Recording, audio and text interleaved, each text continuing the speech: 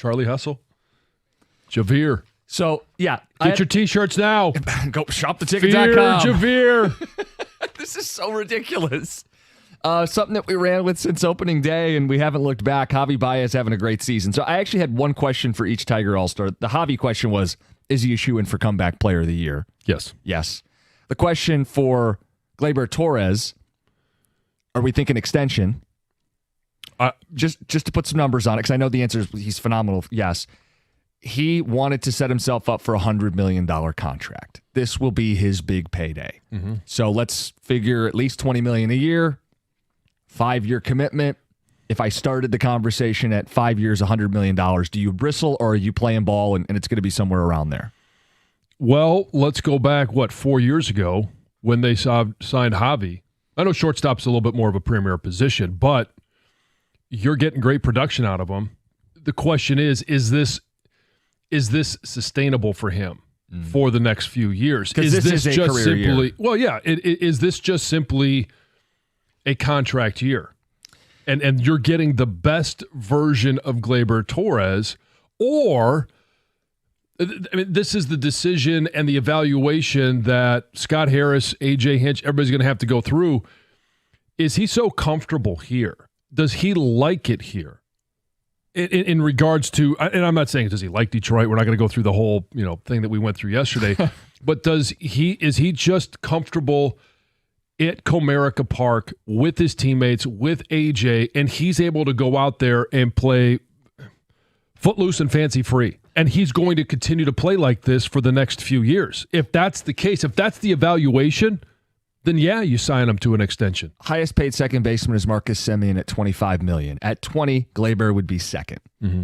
He may want to be the highest paid second baseman. I don't know. He's the all-star representative in the American League, but I would think there should be mutual interest because while he came here to set himself up for a big payday, it's no coincidence that this environment has allowed him to have a career year. He doesn't strike out. He's walking more than he strikes out, which is the hallmark of great plate discipline, owning the zone, the Scott Harris philosophy.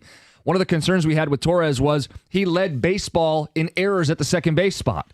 This year, it's only 3 heading into the All-Star break. He's been better defensively. He's been better at the plate. He's been crushing lefties, but he's playing every day. He's an everyday player. Here's the other thing. From his perspective, he knows how hard it is to win a World Series. They all know, right? But he was with the Yankees. And if you couldn't win one with that lineup, and now you look at what the Tigers are doing, and you look at the farm system, you look at what the next few years should be for the Tigers, maybe there's motivation on his side. Not only am I hitting well, not only am I playing well here, but in the next few years, where do I have the best opportunity to win a World Series? And it may actually be in Detroit. So I'm all for re-signing him. To me, he's a classic change of scenery guy. He had to get out of New York. He was a golden child prospect that didn't quite live up to expectations. He was the guy that back when Michael Fulmer, when it was being, hey, it's kind of the Scooble thing all over again, where let's unload him. He was projected to have an arm event, and the deal was at the time, go to the Yankees, but Torres has to be in the package. And the Yankees would not, not trade him. He was supposed to be one of those huge, I remember. prospects. No, I watched him in single A. 2015, he played in the Guardian system, and I was working that summer in Midland, and I watched young prospect Gleyber Torres, and he was highly regarded in that system. He was supposed to be, and maybe he's turning into that player. Right, exactly. And he doesn't have to turn into that player even to be a very good player. No, but he's an all-star. He's doing it. Yeah, he was probably, like, if you're going to take prospects and project Hall of Famers, people thought he would be a Hall of Famer. Right, and so he knows how hard it is to win a World Series in New York. He also knows how hard it is to live in that media scrutiny in New York. And it would be the same if the Dodgers came calling. It would be the same. And maybe he just wants the highest dollar amount, and he is craving that big market environment again. Who knows? But maybe he also had his eyes opened, and Detroit can be very enticing to him. And Detroit's got to make some decisions with long-term deals coming up. It's not just Torres. I mean, we've had the Scooble conversation. I'm sure an extension for Riley Green in the next year or two will be on the table. But that's the thing about doing it is you still have time on Riley Green. You got club control. You still have time on a lot of these guys. It is such a young roster because no one was blocked, and now they're developing. That is the question, though. Colt Keith, is this a full-time move to third if you're extending Gleyber Torres? Because he's your second baseman for the next 5 years if you're inking the deal. So then Colt Keith's going to be a utility man. I have no issue with it. I don't know how they see him. Well, with Colt Keith, it's not like they paid him a ton. Right. When they did that contract. To me, John, you kind of perked my interest a little bit in terms of like Riley Green, for example. Yeah, they got control, but do you want to be that franchise that takes care of their guys? You know what I'm saying? And if you do it early, like you save a little bit. Yeah. You know, the Tigers are going to start to build a reputation here. Mm-hmm. So Riley's the third All-Star, and I had a question with him I want you to think about. Okay. So Riley Green, homegrown Tiger stud. This is back-to-back All-Star games. He's got an OPS of almost 900 right now. He's pacing to have, a 40 home run season? Even if he ends up with 35, he's going to have one of the great seasons we've seen from a homegrown, drafted, and developed position player. Riley Green is the best Tigers homegrown position player since... fill in that blank. So we got a question for all of them. Gleyber, time to extend him. Riley, the best since. And Javi locking up comeback player of the year. It's 97-1.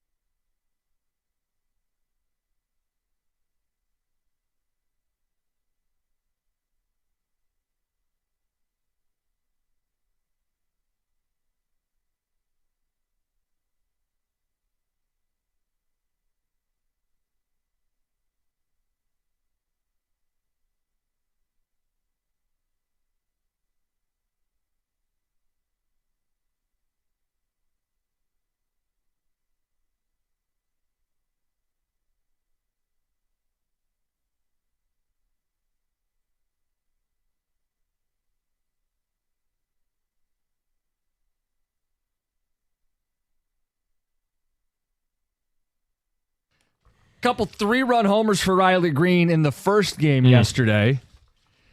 He's having a hell of a season. He's an all-star. Got 3 questions for 3 Tiger all-stars. The Riley Green question is, this is a homegrown position player. These are rare in Tiger history. Legitimate stars that we developed that play in the field. Riley Green is the best developed position player since who? Well, yeah, obviously. Start going back. You take out all the pitchers, obviously, because you're saying now it's no Verlander, no Skubal. Position Cabrera was not a guy we developed. You're going back a long ways. Fielder's not a guy we developed. Think about the best bats we've had in the last 10, 15 years. I mean, obviously, Miggy was a trade. Right. I mean, you're going back. You're going back to this. Oh, no, you're going back further than that. You're going back to the 70s.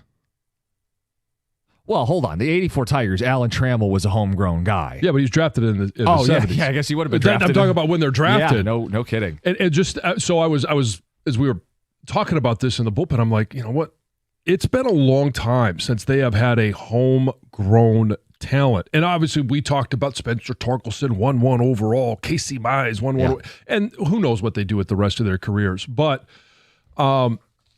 it has been an extremely long time before they've had all-stars, huge impact players for a number of years, not just, hey, a one-off. Right, so Curtis Granderson had one really great season, the 2020 season, where it was the doubles and the triples and the homers and the steals, and I think he had almost an 8 WAR. He was an all-star in 2007, the last time the Tigers had 3 all-stars. But I believe it's the only all-star game he ever appeared in as a member of the Detroit Tigers. Right. And so when I say you're going back to the 70s, there was a 4-year stretch there where they crushed the draft. Yeah. Absolutely crushed it. And it started in 74 with Lance Parrish. Yeah. And he was 6-time All-Star, one of only 4 catchers to ever win 3 Gold Gloves, 3 Silver Sluggers. He obviously led the 84 team with 33 home runs, RBIs as well. And that was in 74. 75, Lou Whitaker. Sure. We know we're all very familiar with, and he should be a Hall of Famer. It's a crime that he's not. 78 was Kirk Gibson. Sure.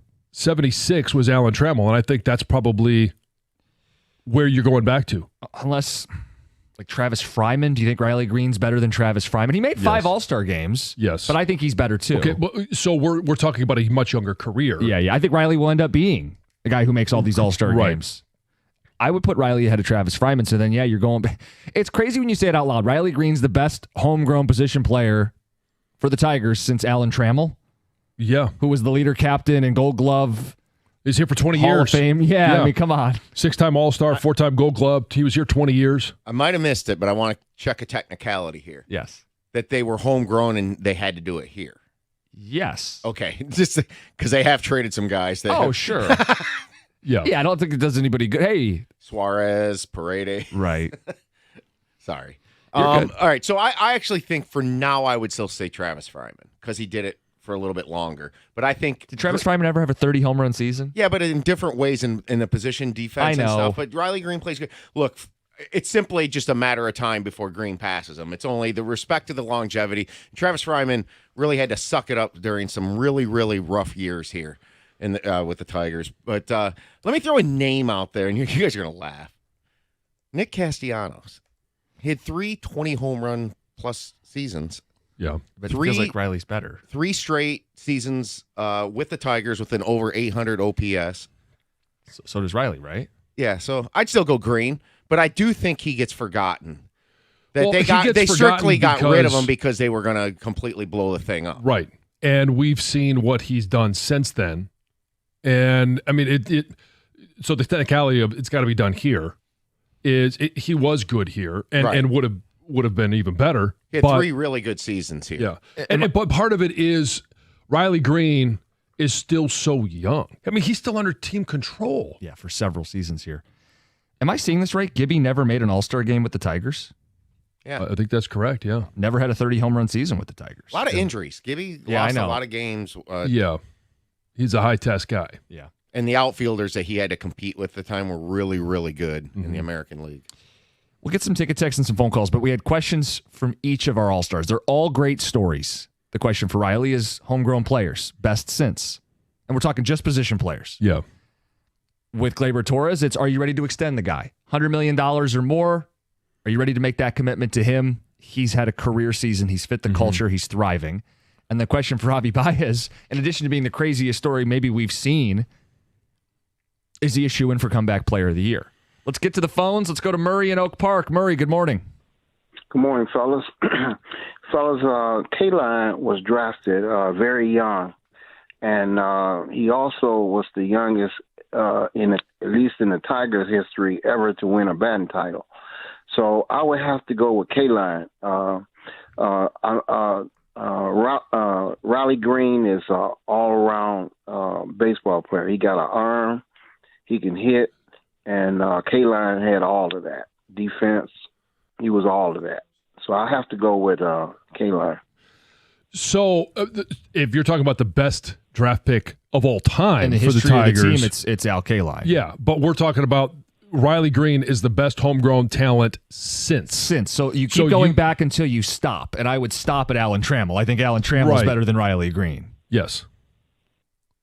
That's a good one, but Trammell was good, and I couldn't argue with you with that. Yeah. Well, hey, thanks, conversation about homegrown guys, sure, Al Kaline's name comes up. Texters, guys, don't forget about Granderson. It's the first name that came to mind. Yeah, and we mentioned him, but it was one All-Star. Yeah. And he was great patrolling center field at Comerica Park. He was a fun player on that 06 team and then had a great 07 season. I'd take Riley.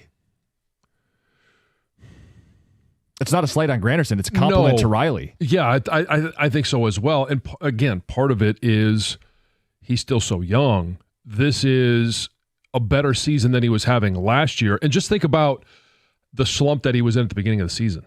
Right. We were talking about, it was like, 1 for 25 at one point, and it goes to what A.J. Hinch has always talked about. Like, there's going to be ups and downs. Guys find ways to get out of slumps. He is now leading the team in batting average, home runs, RBIs, hits, OPS. He's almost hitting 300 in today's baseball. Right. Like, he is on the verge of becoming a superstar. I asked you guys the question in the prep.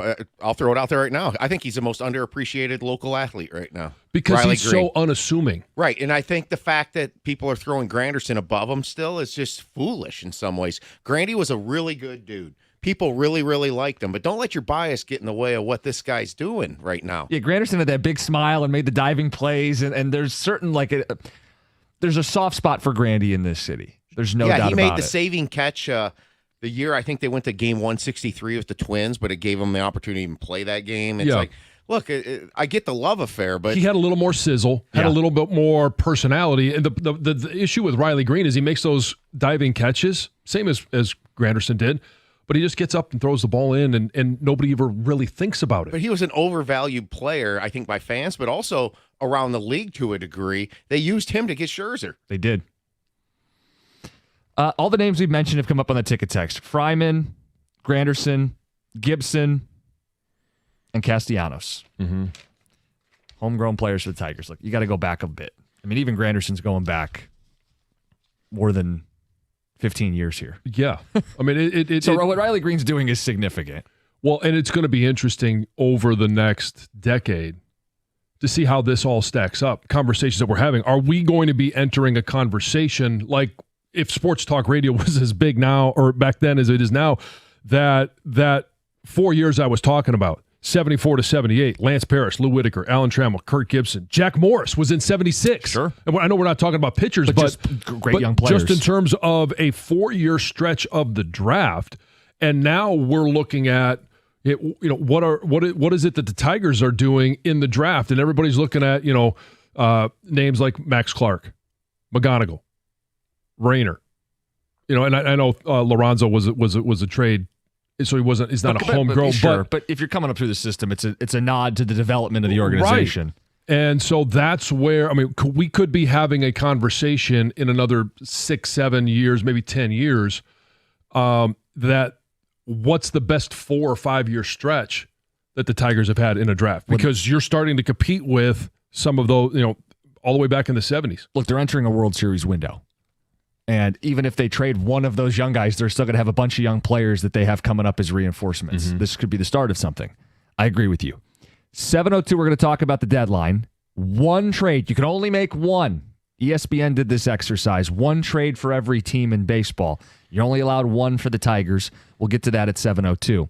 John, from one Michigan legend to another, we're going to have you offering advice to Aiden Hutchinson. This deal is not yet signed. Curious if it's on his end or the team's end, but Sewell was paid well before this point. St. Brown was paid before this point. Want to know what advice you would give to young Aiden Hutchinson from one Michigan man to another? That's at 6:50. Coming up next, overrated, underrated quarterback edition. It's 97.1.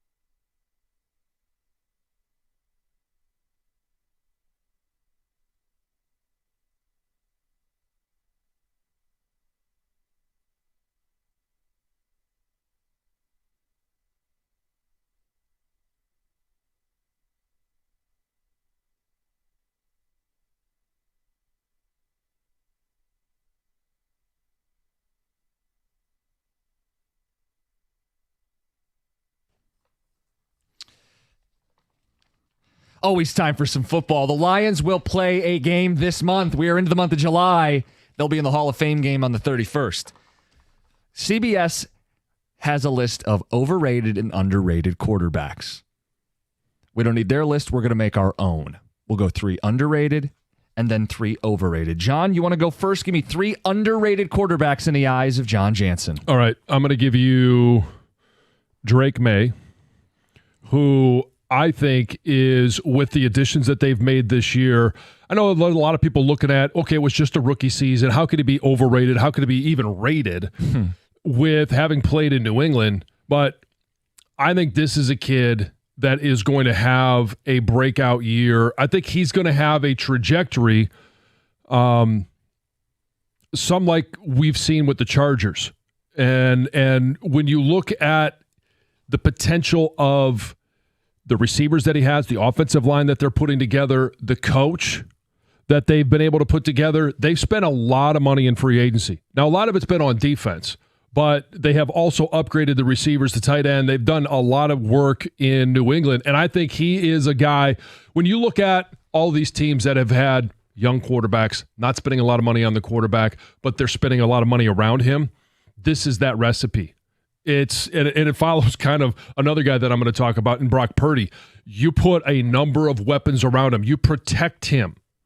Now all of a sudden, I think Drake May this year with New England is going to have a breakout season. Justin Herbert was the one I was talking about in with the Chargers. But for Drake May, I don't know. We don't yet know if he's going to be able to get to the playoffs and have a different outcome than Justin Herbert, because Justin Herbert hasn't been able to win in the postseason. But Drake May, to me, is a guy that people are sleeping on. A tremendous rookie season. And I think he's going to break out this year. Brock Purdy is the other one. And a lot of people say, well, he's a system quarterback. Right. But he has been one of the most efficient quarterbacks. And now system can create efficiency. He's also been one of the most accurate quarterbacks. So accuracy to me goes to just simply, hey, can I make the throws? Can I make them on a repeated basis? Can I fit it into tight windows? Last year, numbers dropped a little bit, but that's more because he was under more pressure.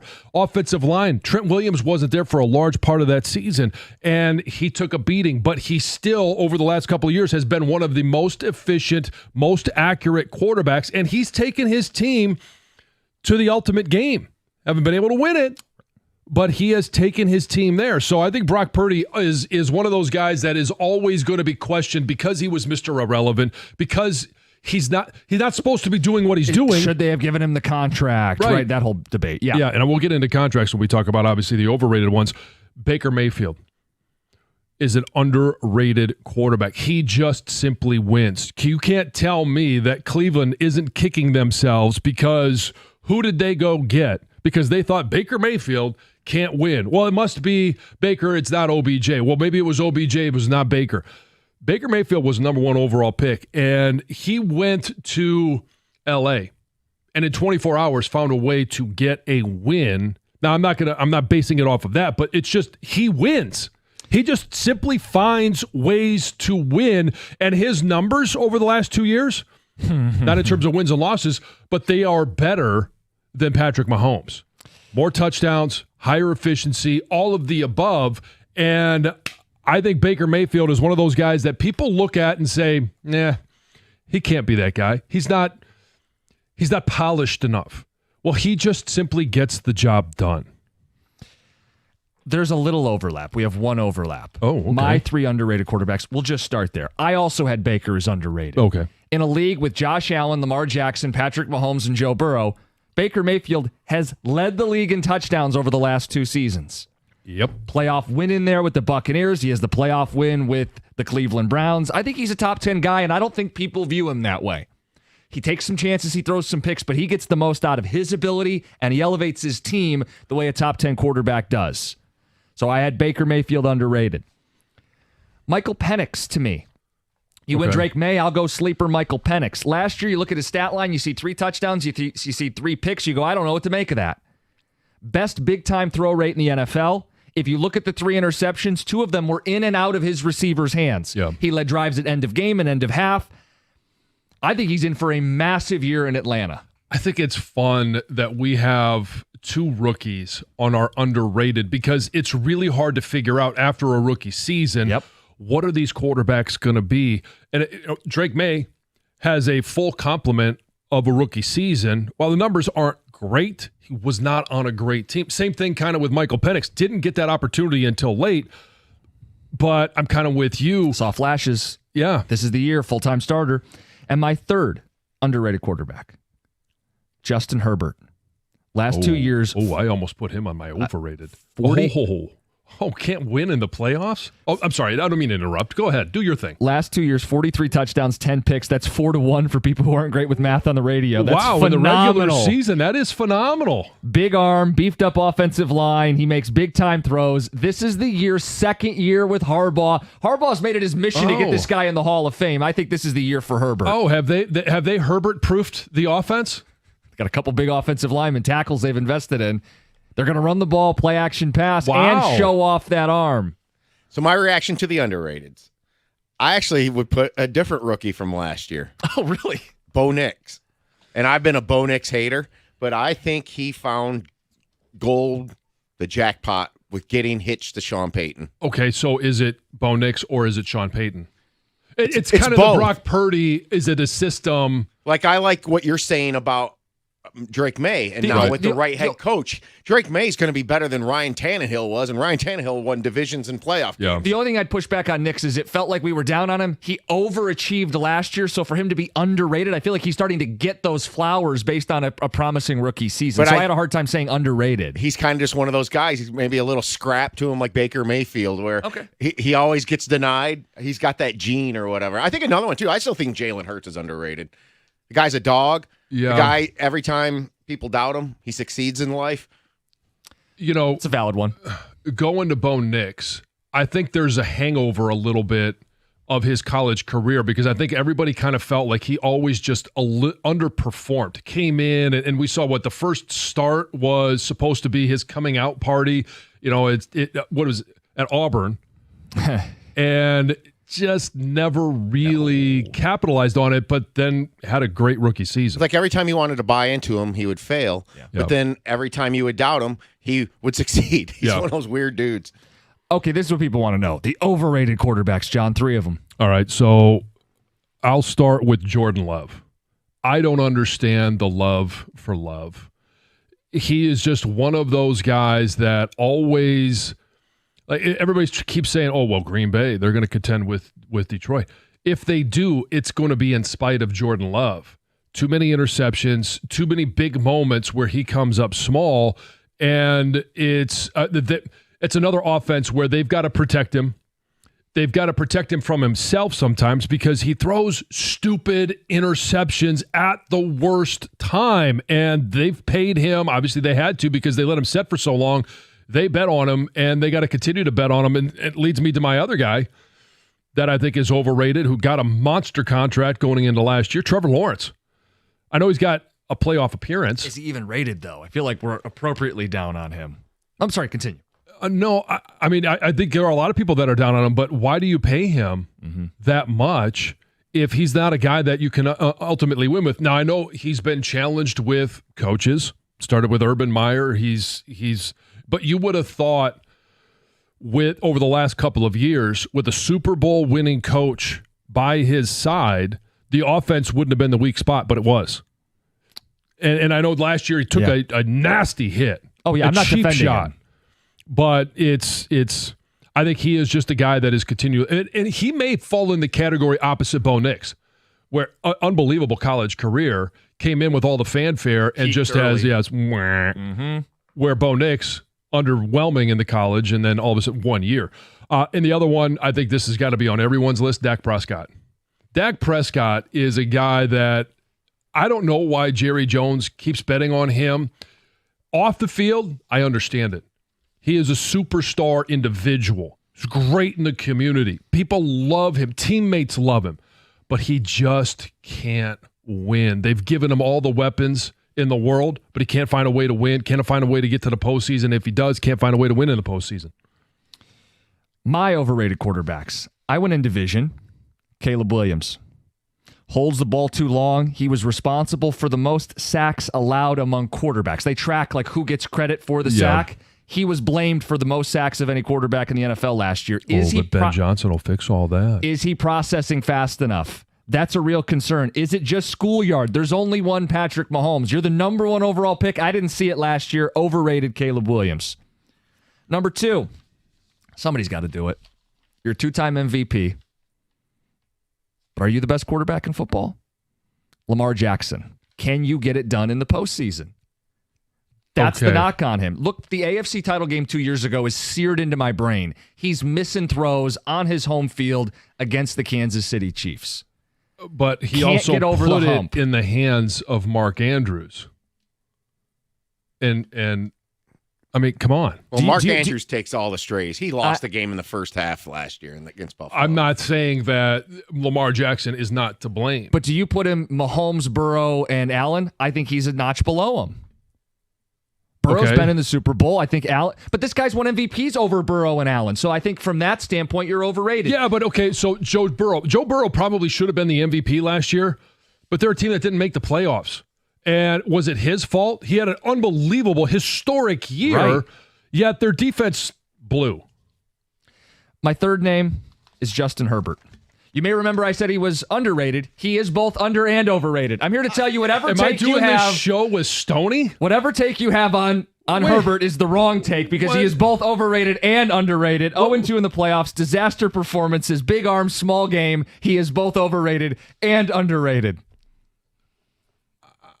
I don't even know what to say. He's working with Stoney tomorrow. He's just getting ready for the show. I guess so. I mean, That's What the hell? You want to throw a flag on? I have another name. yeah, I'll throw Yeah. a car flag on Which that one one. are you going to pick, overrated or underrated then? I'm going to give you another overrated quarterback. Okay. Tua Tagovailoa. Lowest big-time throw rate of any quarterback. He shrivels in the cold, and even setting aside health concerns, Shrinkage. I don't think paying him was very smart. Tom, did we miss anybody? I just double down on John's Jordan Love. Thank you. I'd Yeah. rather have the three rookies you guys put along with me, Nix, May, Yeah. and Penix. I'd rather have him as my quarterback because I'm not paying him, and I think they're actually going to be better. I think Jordan Love is a poor man's Dak. I would agree with that. I think that's a really good comparison. I don't have Except any he's issue. not poor. I don't have any issue with the guys you brought up. I have an issue with you going with 4 overrated and using one of them to double on underrated. But isn't that the story of Justin Herbert? Isn't that exactly the beauty's in the eye of the beholder with him? People will look at him and say you can he's defend too this talented. however you want, but that's just ridiculous. No, I think it's a commentary on Herbert. it's ridiculous. It's making a statement, John. Those are our quarterback overrated, underrated thoughts. If we miss someone, if you want to pound the table, 248-539-9797. John's going to have some advice for Aiden Hutchinson coming up next. Guys, 97 won the ticket, and Detroit Pal have the middle school combine coming up at the Corner Ballpark, the site of the old Tiger Stadium. Partnering with Detroit Pal, 97 won the tickets, helping put on this event for 1st through 8th grade students at the Corner Ballpark on Wednesday, July 16th. Young athletes competing in a community space where they can showcase their talent, develop some new skills, and receive top-tier coaching. Registration open to all boys and girls, 1st through 8th grade. Register for free, DetroitPal.org/events, 97onetheticket.com.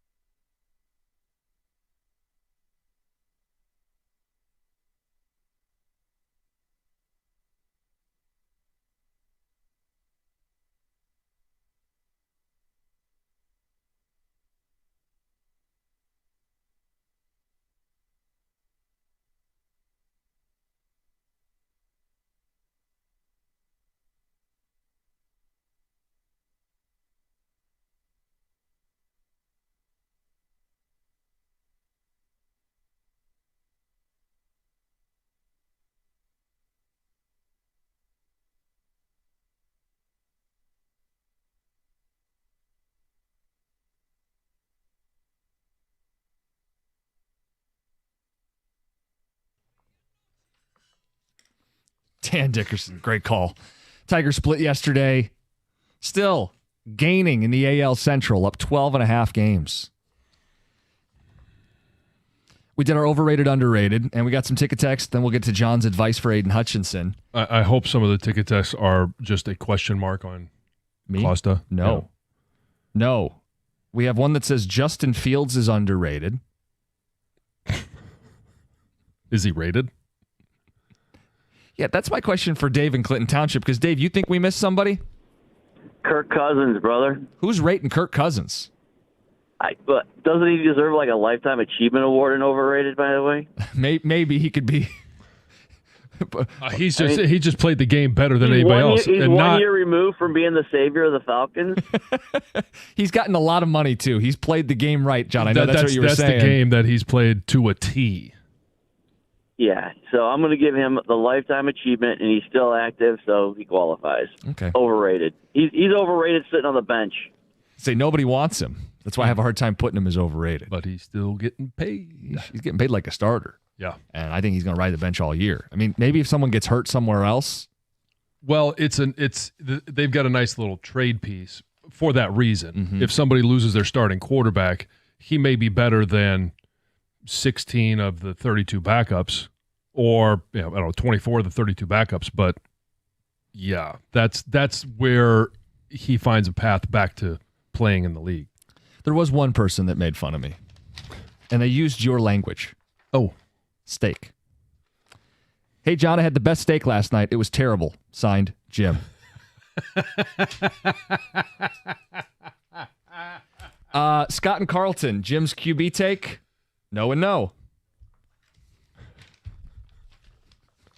I can't believe I think Herbert is you both put over and Justin under. Herbert. So when I went off on him, you're sitting there going, well, just wait.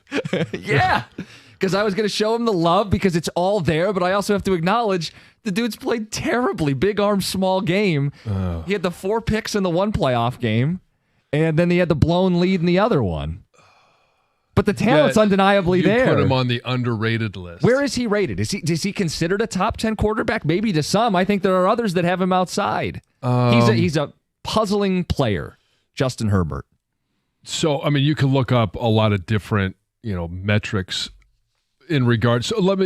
So we know, I think we could agree on a top 3 or 4 or 5. Yeah, all right. yes. So you got Patrick Mahomes, Joe Burrow, Josh Allen. Lamar's probably Lamar.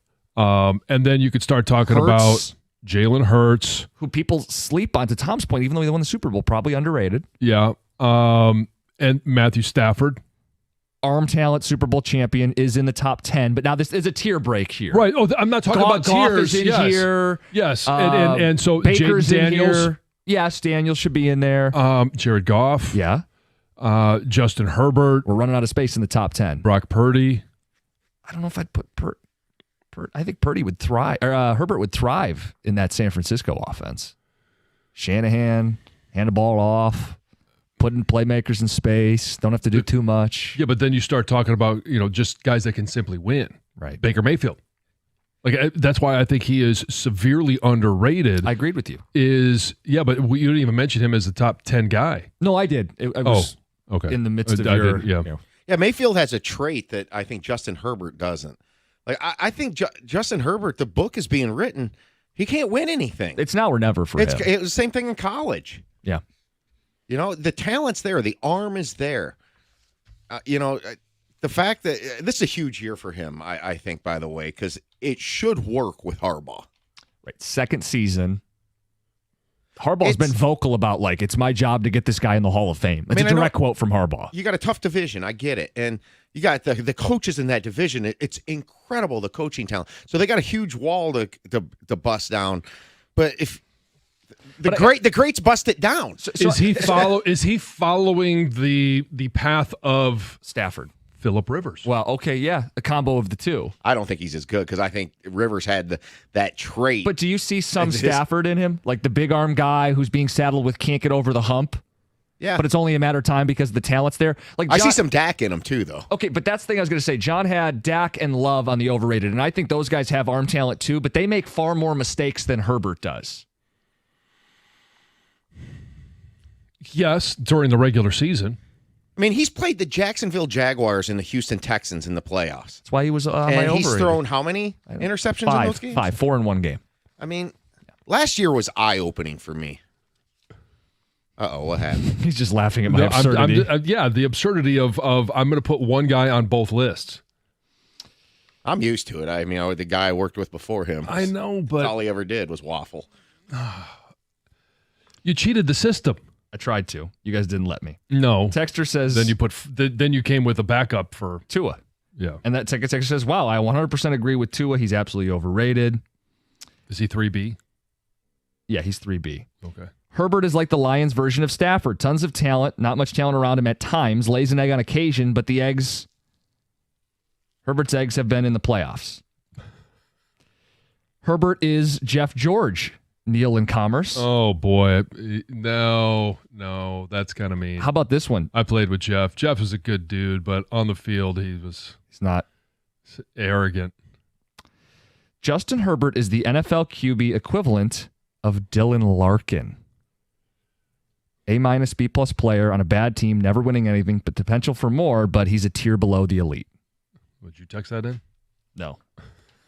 Hey, we are going to talk a little Red Wings a little today. I know there's not a need to break down Mason Appleton, but I was racking my brain thinking about what they're going to do with all this cap space.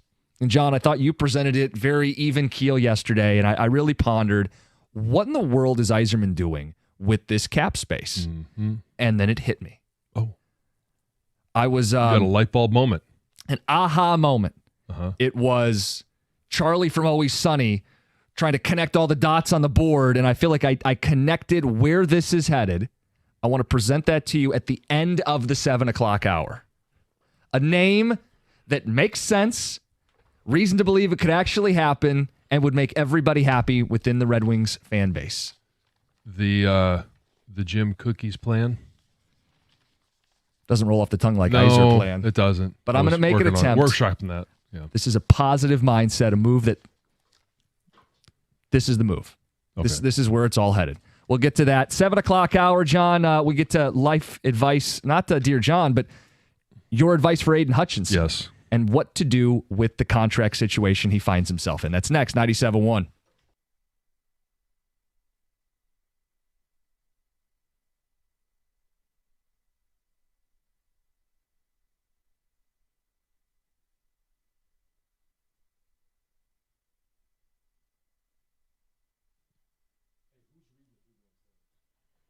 Brought to you by Precision Garage Door Service of Southeast Michigan.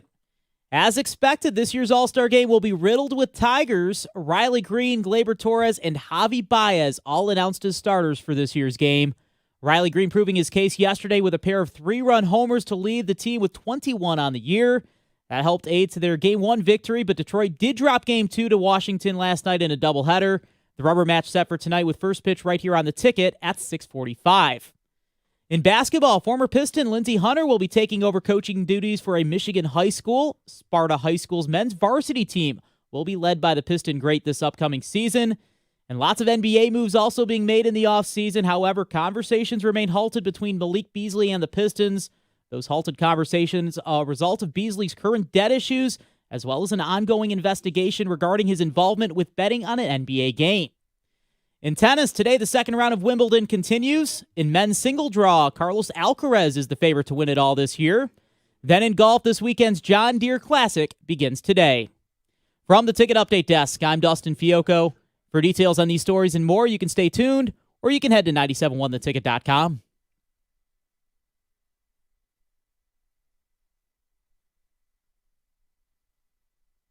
We're just perusing the questions. 2 Grand Slam coming up at 7:25. A chance to win $2,000. Yeah, and patience might be needed. Heather Park out. One of us is going to have to read the questions. Stepping in. Okay.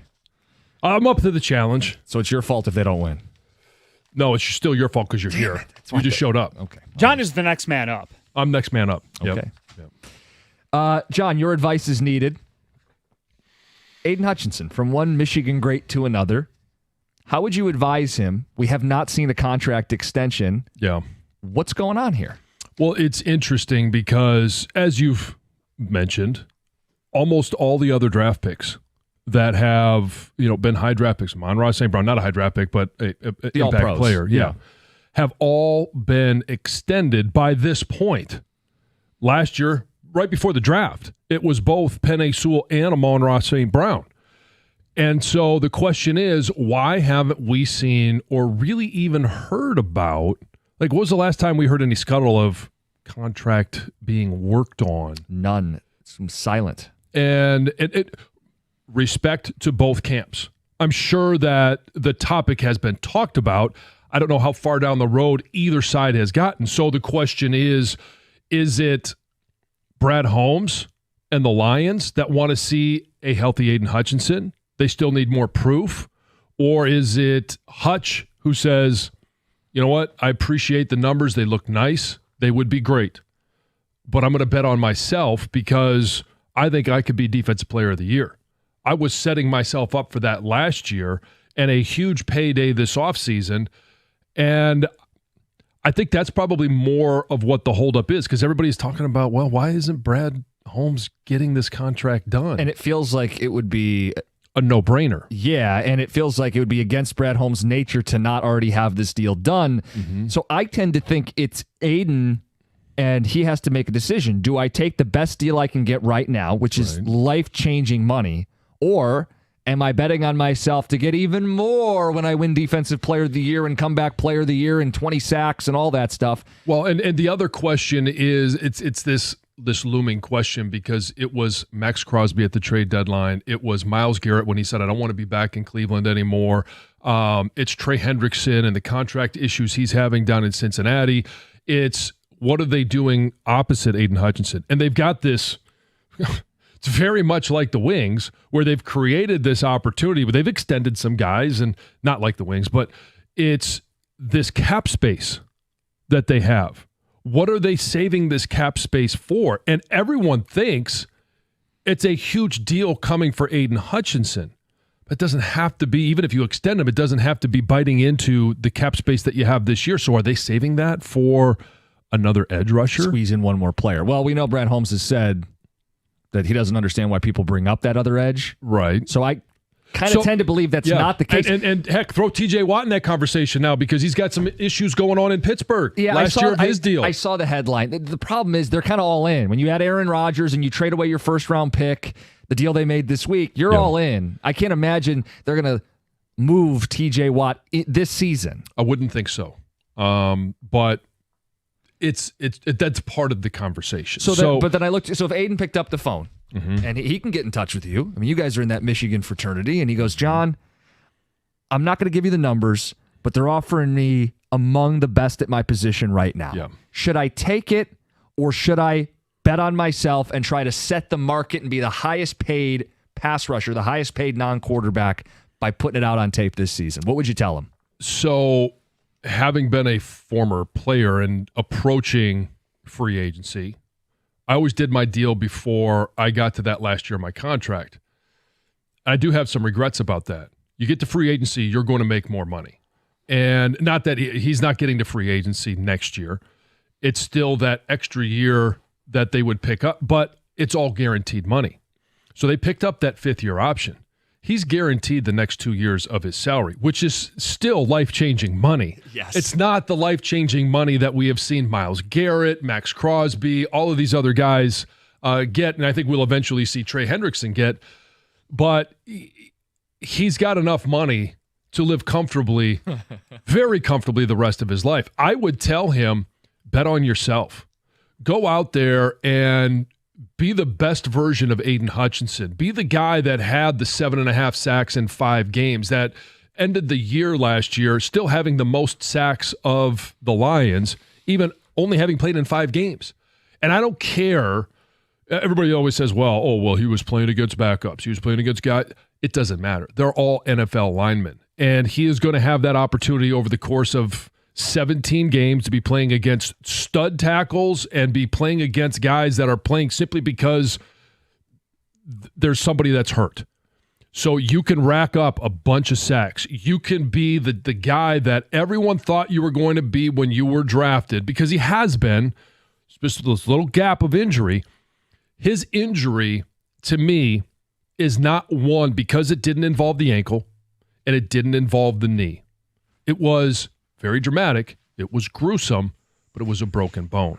It's not going to hurt future explosiveness. No, he's going to come back as good or better than he was before. And he's been able to come back from a very similar leg injury on the other side when he was at Michigan. And I think everybody looks at what he did in his last year at Michigan as that's a pretty damn good year.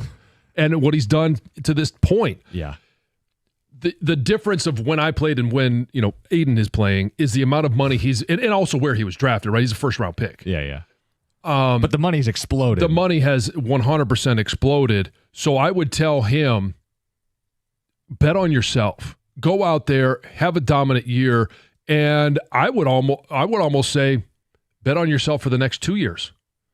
Push it to free agency. Make them decide: do we want to use the franchise tag on you, or do we want to give you a record-setting deal? So Myles Garrett reset the market. 4 years, $123 million, averages 40 per season. I would give him that today if I was the Lions, because I know it's only going to go up. I have no doubts that Aiden Hutchinson is going to get back on a football field and wreak havoc. He came in as a rookie and had 9.5 sacks out of the box. Mm-hmm. The motor runs. He plays every down. Whether you look at the sack numbers or not, he's constantly pressuring the quarterback. Teams have to slide protections, put the tight end in the back in. He disrupts game plans. He had 11.5 sacks his second year. He was well on his way to a sack title before the injury last year. I think once again, he's going to be 15, 16, 17. I think there's a 20-sack season in him now that we're up to a 17-game season. I'd pay him now because the cost is only going to go up. TJ Watt's going to get paid. Micah Parsons is going to get paid. Mm-hmm. If I'm Brad Holmes, it's in his nature to get the deal done early, one, to reward his players, but two, to lock in a better deal. The Goff contract is going to look a lot better as more of these guys get signed. I would think you'd apply the same logic to Aiden, which is why I think the holdup is Aiden wants to bet on himself. And hearing you as a player say, I get it, I'd advise it. Yeah, I would 100% advise you to bet on yourself. And you look at, we said this last year, and it literally lasted, a day, 2 days, when Amon-Ra St. Brown was the highest paid receiver. All of a sudden, Philly pays A.J. Brown, and we've seen other contracts since then. Jefferson's come up, and Chase has come up. Yeah. I mean, it's just you're just going to keep working down the list. So why not? You know what Myles Garrett is making. You know what he signed for. You know what Max Crosby is making. What you don't know is what is Trey Hendrickson going to sign for? He's been the sack leader for the last 2 years. Yep. Let's see what that what that ends up being. T.J. Watt, looking for a new deal, probably going to get a new deal. What do those numbers look like? Micah Parsons for Dallas. What does that number look like? Because if you sign now, they're all going to use that as a benchmark. Well, I need to be above that.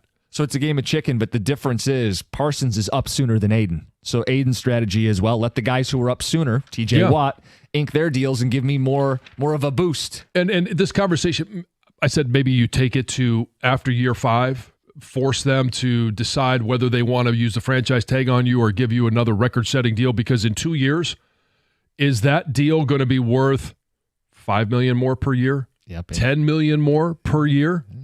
Could be. I mean, you're talking astronomical numbers. $50 million per year non-quarterback is going to happen in the next handful of seasons. Yeah, and I would tell him, hey, if you want to get this deal done now, then it's $50 a year.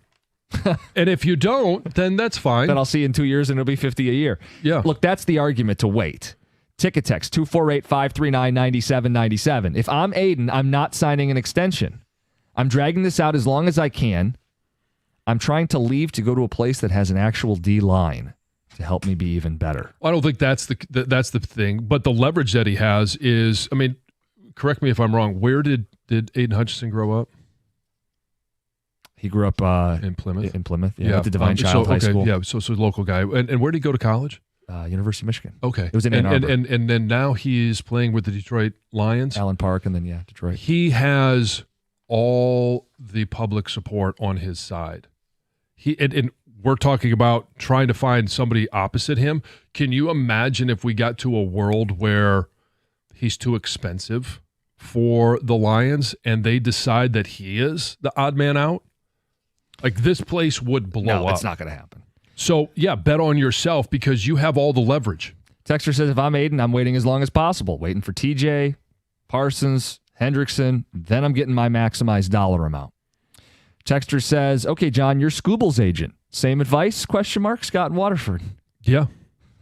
As hard as that is to hear, yeah. Yeah, but the difference is Aiden Hutchinson is making a lot more money at this time than he is than Scooble is. Who's going to make $50 million a year first between the two? Do they both get it? I don't think Scoob's getting 50 here, but he could get 50 somewhere. Right. I think Aiden could get 50 here. The only difference is, and like you're getting in the weeds on this, but the MLB is facing a potential lockout. Oh, I don't think we have baseball in 27. No, and the arm event risk is much more real for Scooble than it is something like that for Aiden. If Scooble takes this beyond that CBA expiring, you have no idea what the new CBA is going to look like. Right. Is there a salary cap? That's because that's what the owners want. They want a floor and a salary cap because it would greatly affect the earnings, the future earnings of Tarek Scooble. I don't think baseball will ever have a hard cap. Ever. I don't think they will either, which I think is also what leads me to believe that in 27, I hate to say this, because what happened last time there was a lockout? It ruined the game for 20 years. Oh, I was going to say we rushed to sign Javi Baez. Yeah, that was a mini lockout. Well, but I know the real big lockout. I know. Yeah. The season started a week late. It wasn't that big of a deal. Right. Ticket text 248-539-9797. John's advice to Aiden Hutchinson is bet on yourself. Maybe that explains why a deal hasn't been done yet. Ticket texter says, don't give him term. Signed, Steve. It's 97.1. Hey, summer is here. It's going to be another hot weekend, so don't wait. Whatever you need, call the team at Mastercraft Heating, Cooling, Plumbing, and Electrical. They take care of my house. They'll do the same for yours. Upgrade your system now, whatever it might be, and save up to $1,000. Call for details. You can also schedule a free in-home estimate. And if you woke up, I know it wasn't that hot last night or this morning, but it is going to get hotter again this weekend, and you just don't want to wake up in a sweat, they offer same-day service if you call before noon. So get on the phone right now. You can find more information on the web at mastercraftheating.com. That's mastercraftheating.com.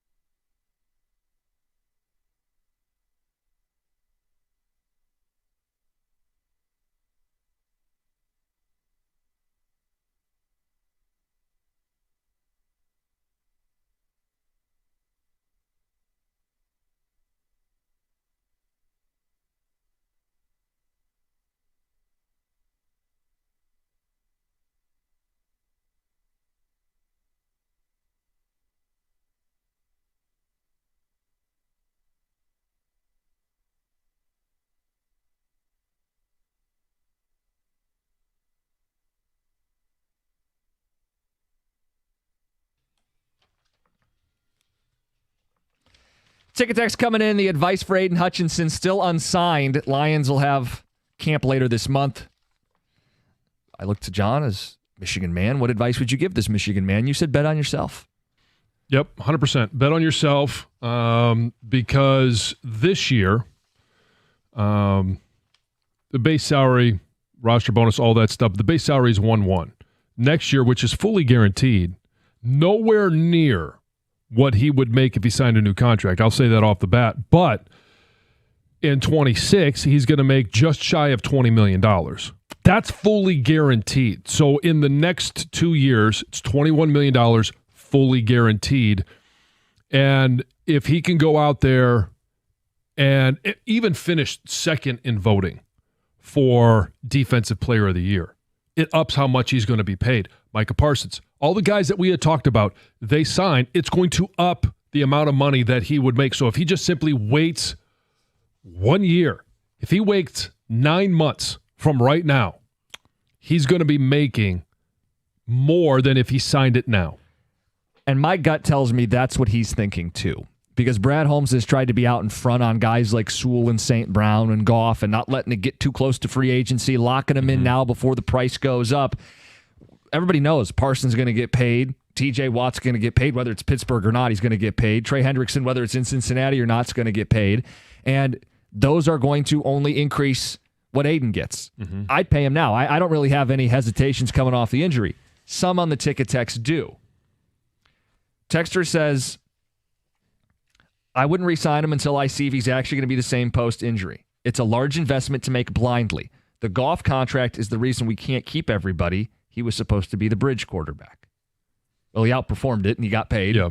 And I think you're going to want to pay Aiden too. And you can pay Aiden too. Yeah.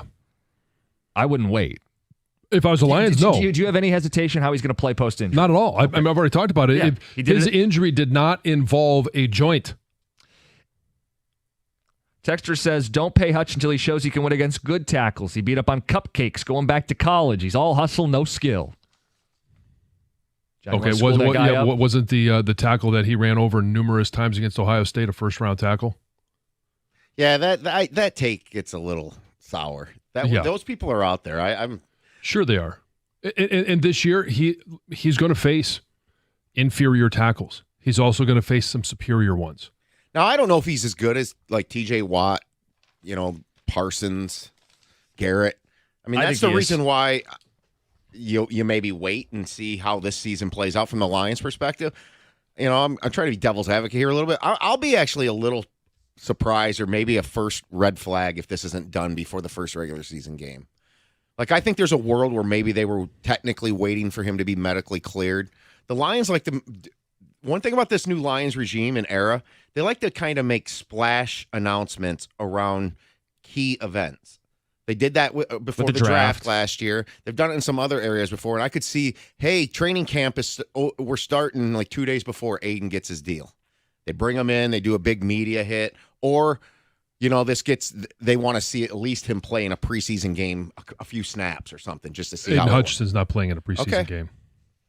They got 4 of them this year.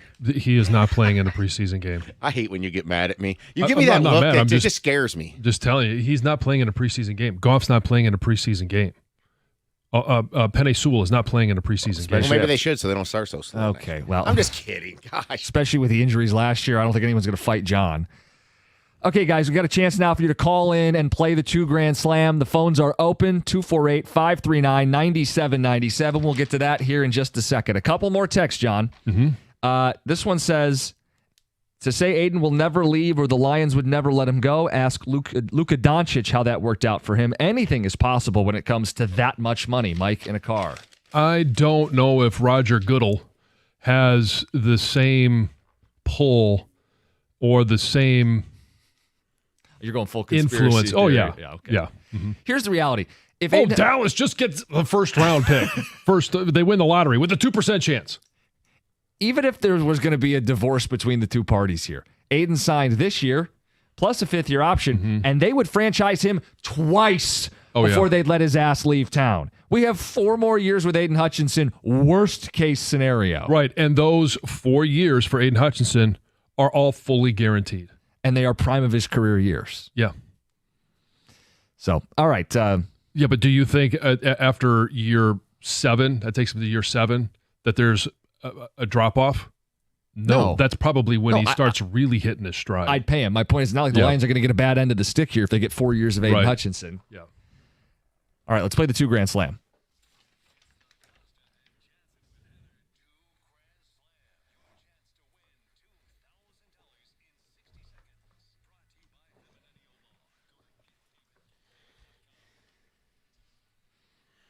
Okay, no Heather, which puts John center stage. You got the spotlight on Andrew from Royal Oak. Good morning.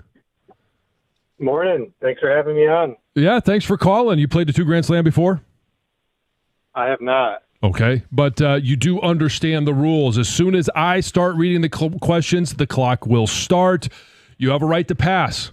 You have a right to answer. If you don't know the answer or you hesitate at all, pass. If we have time, I will come back to it.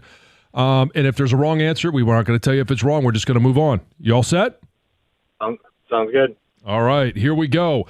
Mitch Marner was traded to this team earlier this week. Vegas, Golden Knights.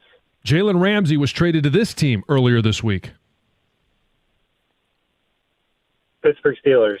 Who was the founder of Amazon? Jeff Bezos. Shohei Ohtani played for this team before the Dodgers. Angels.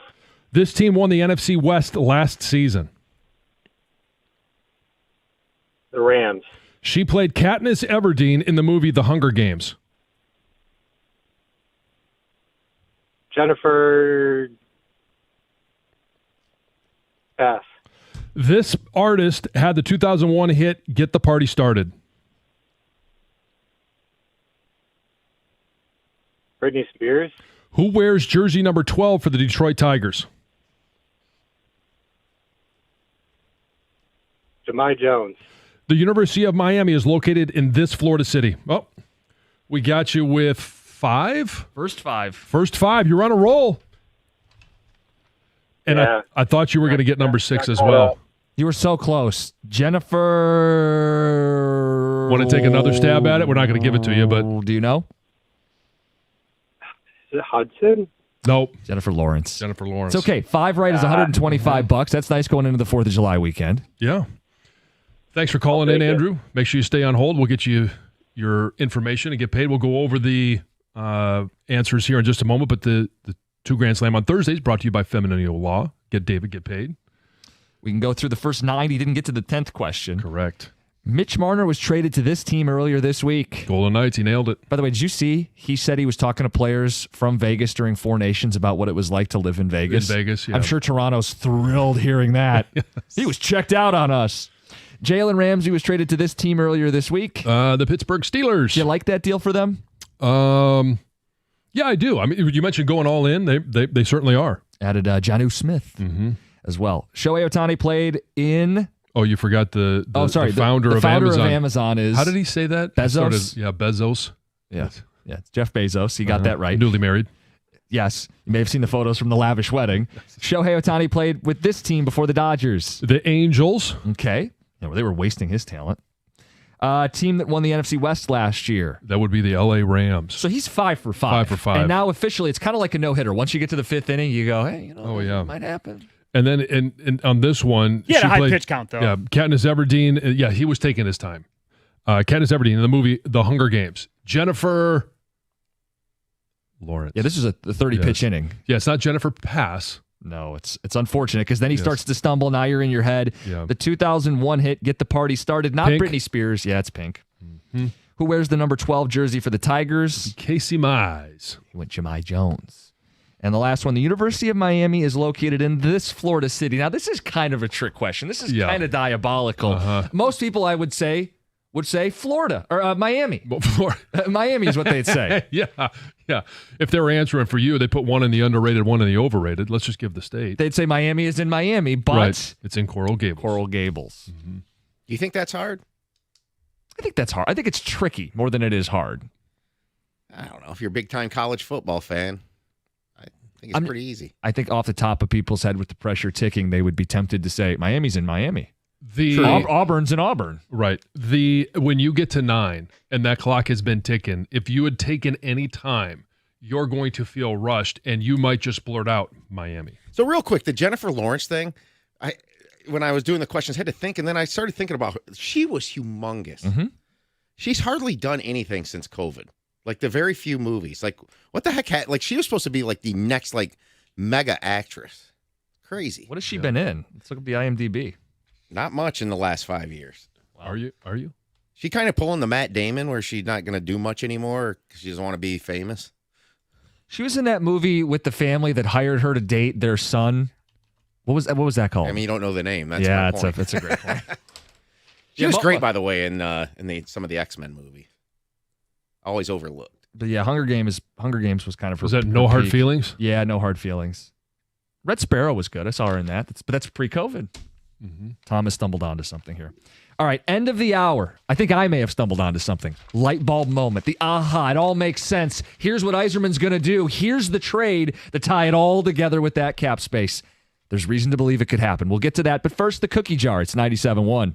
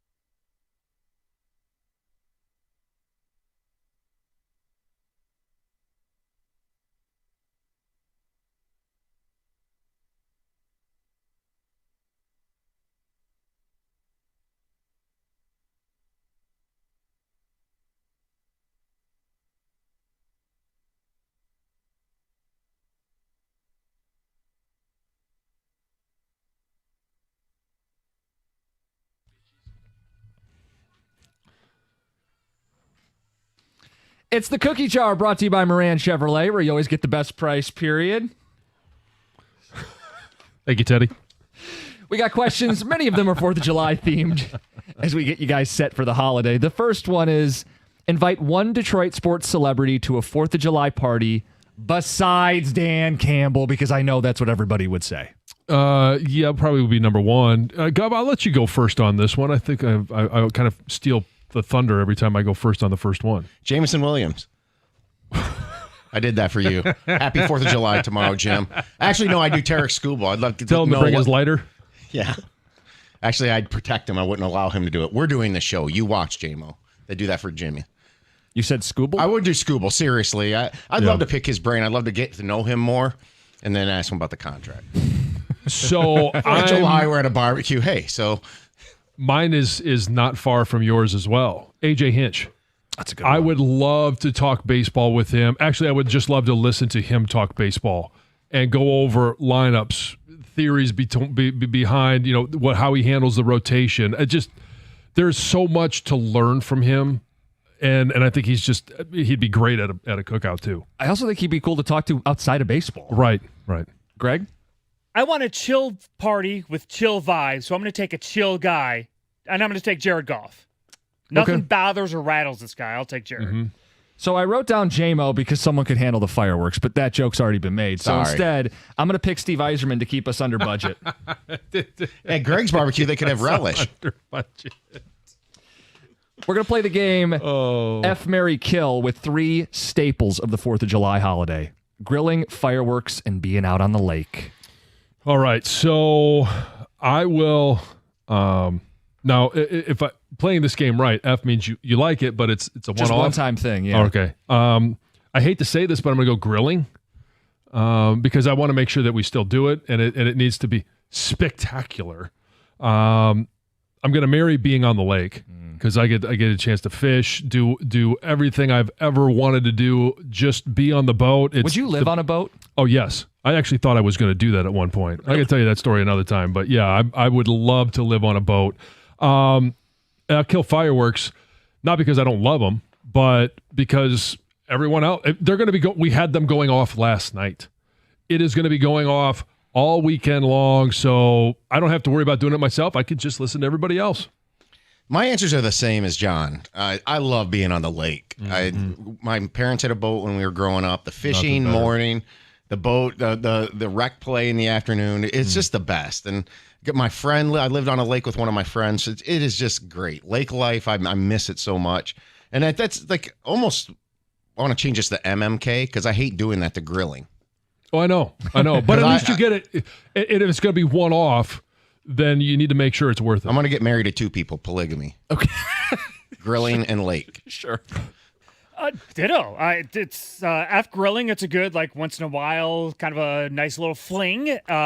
Marrying lake life.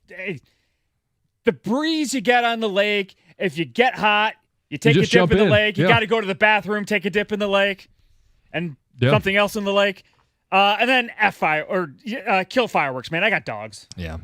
I switched the grilling in the lake from you guys, but it's a tough call. I grill more often than I'm on the lake. I loved going on the lake growing up. My late uncle had a place on Wolverine Lake, and we'd go out there for the holiday. But in my life right now, I grill more than I go on the lake. So I flipped the order. I would marry grilling, F being on the lake, and kill fireworks. Blue Wall Lake. Yes. Yeah. Better known. There's a joke there. That's the dam. Yeah. That makes Wolverine Lake. Yes. It's the blue wall. Is there a food? Thank you for explaining that. Is there a Spartan Lake? Yeah, it's empty. It dried up. That dam burst a couple years ago.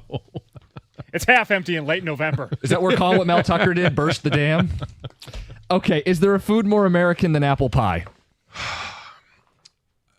This is tough because I'm not even okay, we know the old saying, nothing more American than apple pie.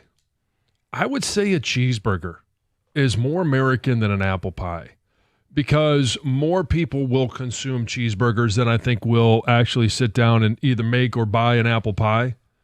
Now, I love an apple pie, but I'm not going to eat the crust. But I'm a huge burger fan, but I'm not necessarily a big fan. As long as it's a pretzel bun, I'm all about it. Tom? I don't think apple pie is. I'm definitely burgers, but I also think things like biscuits and gravy and mac and cheese. Those are truly American foods. Greg? Biscuits and gravy.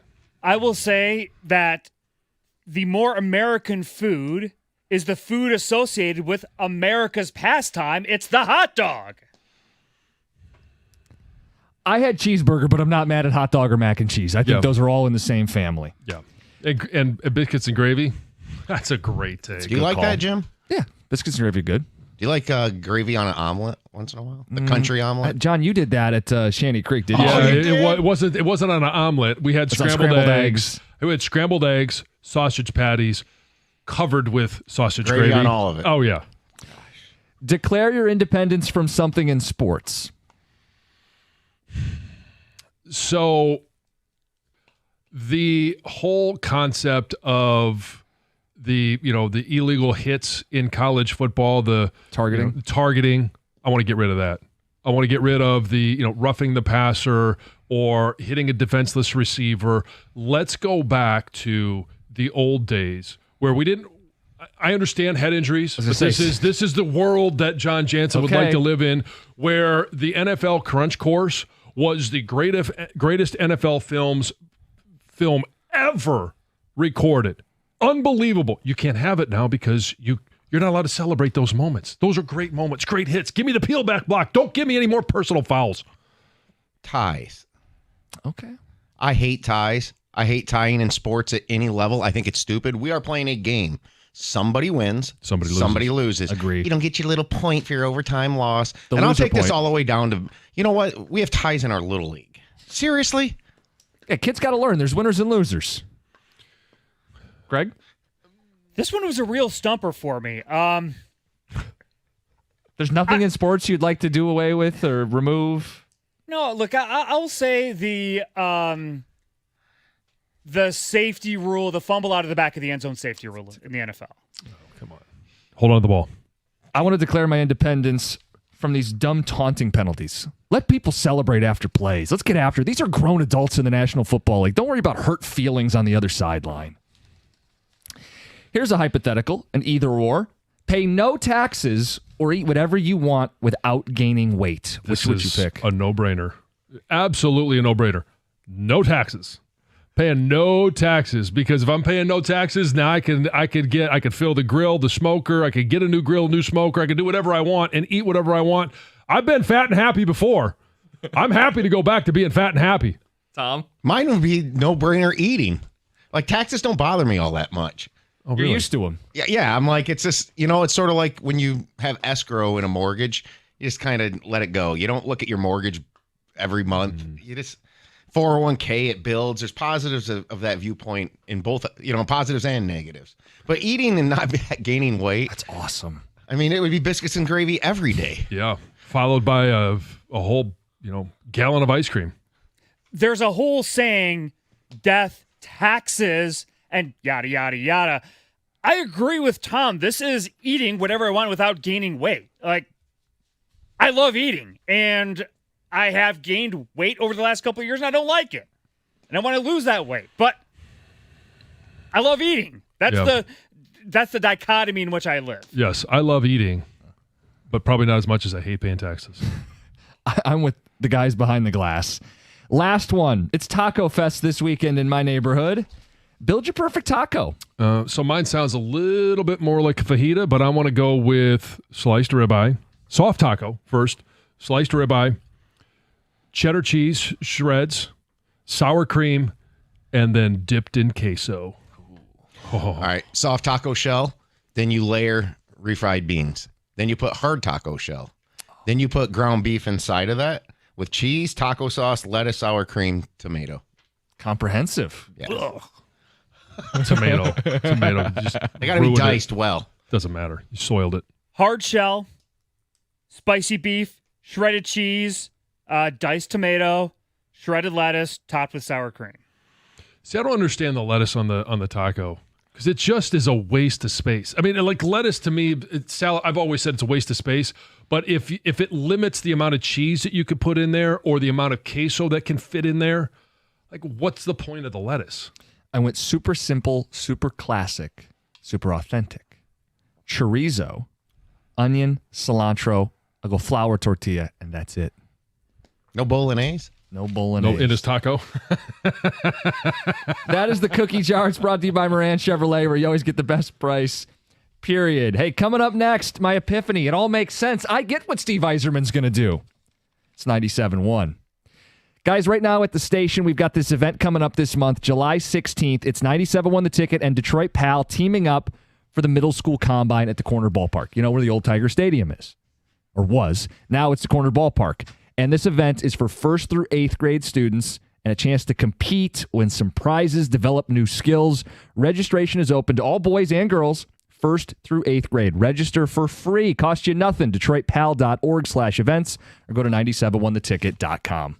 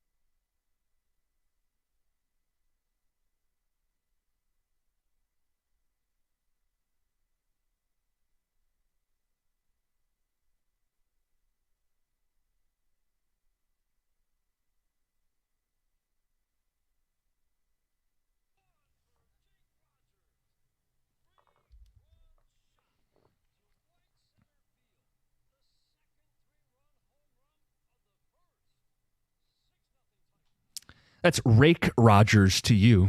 Dan Dickerson on the call. Tigers split yesterday and continue to add to their lead in the American League Central. They are 12 and a half games up as you wake up today. Just keep leaving people in the dust after some radio host declared the division over. Wonder who that guy was. Yeah, pat yourself on the back. Don't hurt yourself. One day at a time.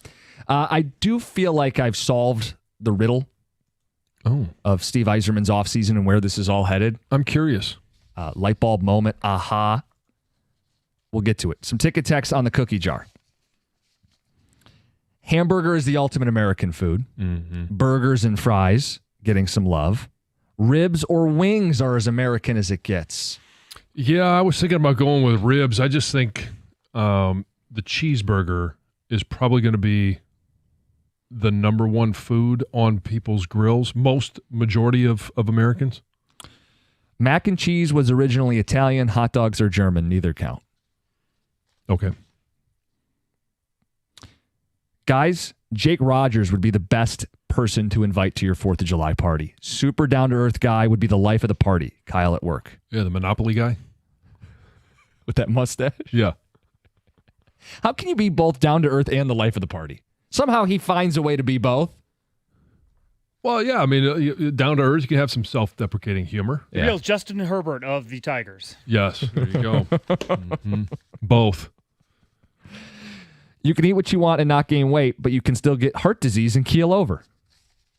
This person's saying they would take the no taxes plan. Yeah, I think the no taxes, to me, it seemed to be the no-brainer, except I'm one of the 4 of us that went no taxes. I'm the only one. I declare my independence from the shootout in the NHL. I don't love the shootout. I get they don't want to play endless overtime in the regular season. And it is better than the ties they used to have. Yes. Independence from flopping in all sports. Second option, independence from ESPN and whatever they've turned their sports coverage to. I declare my independence from any criticism. Signed, Stevie. No and no. Post-game interviews and immediate interviews after a championship. I declare my independence from those moments. Let the players celebrate before rushing to an interview. Why do we need to know why a team lost after we all watched? Enough. I will add to that the post-player just got drafted interview. Never did like that. Well, sometimes you get like real human emotion. This is a big day for them. Yeah. Some are duds, but but the trade-off is for a couple cool moments on draft night. Yeah. And I think that feels a little invasive. So, I mean, did you guys watch any of the hockey draft? Who am I kidding? No, you probably didn't. No and no. Well, John, the guy who went number 1 is a defenseman, and it was a sad story. They previewed going into the draft. He lost his mother to cancer. So he must have been asked about his dead mom like 5 times after being drafted, and it's like, okay, this is a bit much. It was cool the Islanders put the cancer ribbon on the jersey, and you have to acknowledge like what this moment means, and he's crying, he's emotional. But by the 4th and 5th time we're bringing up the guy's mom, I'm like, okay, this is we don't need to be doing this. One thing to abolish in sports, the secrecy in the review booth. Broadcast that stuff. It'd be more entertaining than Mike Pereira and Dean Blandino talking, and it would give us accountability. I would like to hear all the behind the scenes and what they're discussing, what they're looking at, how they ultimately come to that decision. Not one authentic Mexican taco. Not one authentic. What's in an authentic Mexican taco? I mean, I did onion ground beef, cilantro. lettuce, and cheese. No. That's like the American taco. They're talking about like in Mexico. So Okay, well, I've never been there. So it'd probably At least be not to like eat tacos. a corn tortilla. But I did the cilantro and onion. I think that's the authentic taco, is it not? Right. Got to have a little. Thank you. He'll be in tomorrow. Can't wait. What do you got to have pico on there? Maybe. See, I hate all things tomato. None of us had tongue. Okay. Tongue is a Mexican cuisine. I've had tongue before. Have you, John? Tell us. Shaved tongue at the was it Shapiro's in Indianapolis? They've got a shaved tongue sandwich. Oh, there's actually another restaurant besides St. Elmo's.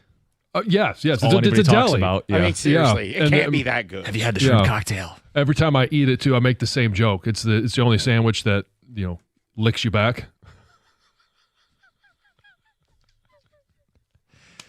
Couple more.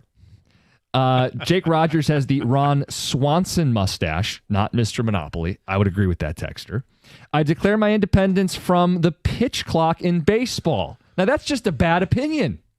I think it is too. I love the fact that the games are quicker. It's a better pace, especially for a guy like Tarek Skubal who just gets up there and it's like a machine. As soon as he gets the ball, he's on the mound. He's towing the rubber and just off and going. 8 o'clock hour, we're going to get to the Tigers. 3 All-Stars, 3 questions with 3 All-Stars. John, I think I cracked the case. I think I solved the riddle. I had my light bulb aha moment. I know what Steve Yzerman's going to do. I know why that cap space is dangling out there. So let's just recap for a moment. They send Tarasenko off. Don't have to send anything with them. Don't have to sweeten the pot at all. And they save, $4.5 million. Replace him for $1 million, James Van Riemsdyk. Okay, well, even before they did that. But we go into free agency. And we thought trade, free agency, maybe there'd be one guy acquired in both ways. One headliner in both the trade market and the free agent market. Yes. $17 million. And then it was none of the above. And now you've come up with what you believe the plan is. One name. I can't give you 2. One name. Okay. The date I want you to think about is July 22nd, 2022. Because it's one example of what I think could happen. A player on a 100-point team, stranded in remote Canada, team maybe stalling out, hasn't broken through, wants out. That player grew up here. Well, of course. I mean, nobody wants to come here unless they played here, right? Or grew up here. He'd have to ask out a year early, and he'd have to angle to come here. It'd have to be a combination of what DeBrincat did, angling out of Ottawa, meets Matthew Tkachuk angling out of Calgary. Meet in the middle. Who is that guy? Who is that guy who could angle out, who would come here and sign long-term, who had people in his neighborhood texting into our station yesterday saying he'd like to come home? Can't verify if that's true or not. The guy is Kyle Connor. Kyle Connor of the Winnipeg Jets. Played on a line with Larkin in college. Has 1 year left. Could be a free agent. Could angle to come out and leave. Yzerman could swoop in and make the deal happen. It would be DeBrincat wants out, wants home. Tkachuk wants out of remote Canada. 1 year left on both deals. The Tkachuk deal was done on July 22nd of 2022. He was on a good team. 111-point Calgary Flames team that made the second round of the playoffs. Why would you want out? Because they had stalled out. And a chance to reset and start fresh. And he could come home the way Alex DeBrincat did. Cue up Skylar Gray. I've done it, John. I've put all the pieces together. He's coming home. Tom, you're a big fan of the Tkachuk trade. I think this plays right into your sweet spot. Did I do it for either of you guys? Oh, yeah. I mean, I would love it. I named it when you were about a third of the way through. I thought you were going to be silly. I thought this was going to be all sarcasm. You're going to be something like, honestly, that's what I was prepared for. Like the Wings should sign Claude Giroux because they're obsessed with players that were good 10 years ago. You guys, my reputation precedes me. You thought that was going to be a smarmy, yes, like underhanded, backhanded. No, I gave you a real name. And Chuck, you know that. I have been. I mean, the second the Panthers did that, they changed their locker room, and they have been in the Stanley Cup Finals every single year. You know, you've got to go pluck a player off a team where he might not be happy. You've got variables of returning home, and you just got, that's the way, because free agency in NHL is about overpaying for a bunch of guys. There's your name, Kyle Connor. From Winnipeg, back home. Tell the world he's coming home. Born in Shelby Township. Let's get on it. University of Michigan. That's right. Played with Dylan Larkin. Played on a line with Dylan Larkin. I'm giving you a bit of an eye roll, not because I don't love the idea, but for a lot of reasons. Number one, I just don't think it's going to happen. He didn't play with Larkin. He played with Comfer, but they have the Michigan connection. What about Joe Pavelski? Okay, thank you. Has Patrick Marleau got any tread left on the tires? He never won anything either. Unbelievable. All right, we'll talk Tigers Thornton. All-Stars next. 97.1.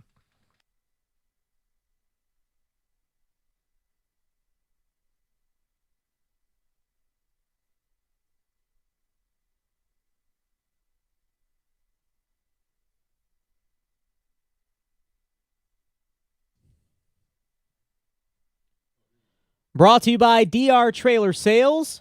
Following a split of yesterday's doubleheader against the Nationals, the Tigers still have the best record in the American League. That record thanks in part to the fact that Detroit has 3 starting All-Stars in this year's game.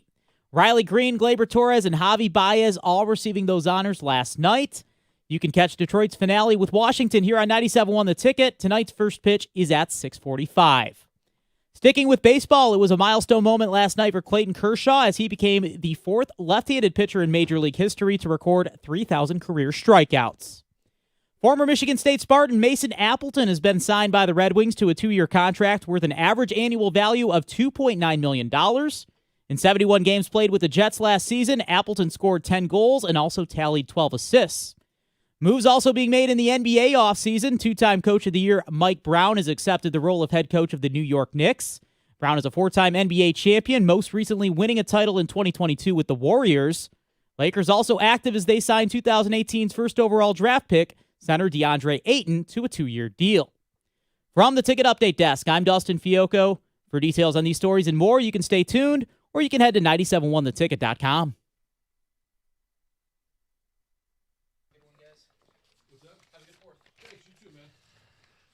Good morning, 4th of July Eve, maybe the last day before a long weekend for you. We appreciate you listening. Good morning. We got a lot to talk about today. Tigers with 3 All-Stars. I got 3 questions with 3 All-Stars. Mm-hmm. I threw out a name that makes sense for the Red Wings, that ties all the loose ends up. We want a top 6 forward. You want to use that cap space via trade. You want a player who's from the state of Michigan who could force his way out of a situation that's stalled out. It's a combination of Alex DeBrincat meets Matthew Tkachuk. It's Kyle Connor. Do with that what you will. I'm trying, guys. The alternative is this guy has lost his fastball and we're doomed. Let's get to Steve in a car. You're on 97.1. Steve, what's up? Hey, good morning, everybody. I love the Kyle Connor idea. I think you're better off waiting a year from now and just getting him in free agency, because if you trade for him now, you're probably giving up something like Montreal gave New York, which is 3 first-round picks or prospects, and it's really going to harm the future. Whereas I think a year from now, you can wait it out and just get him for free. So, but I like the idea, Jim.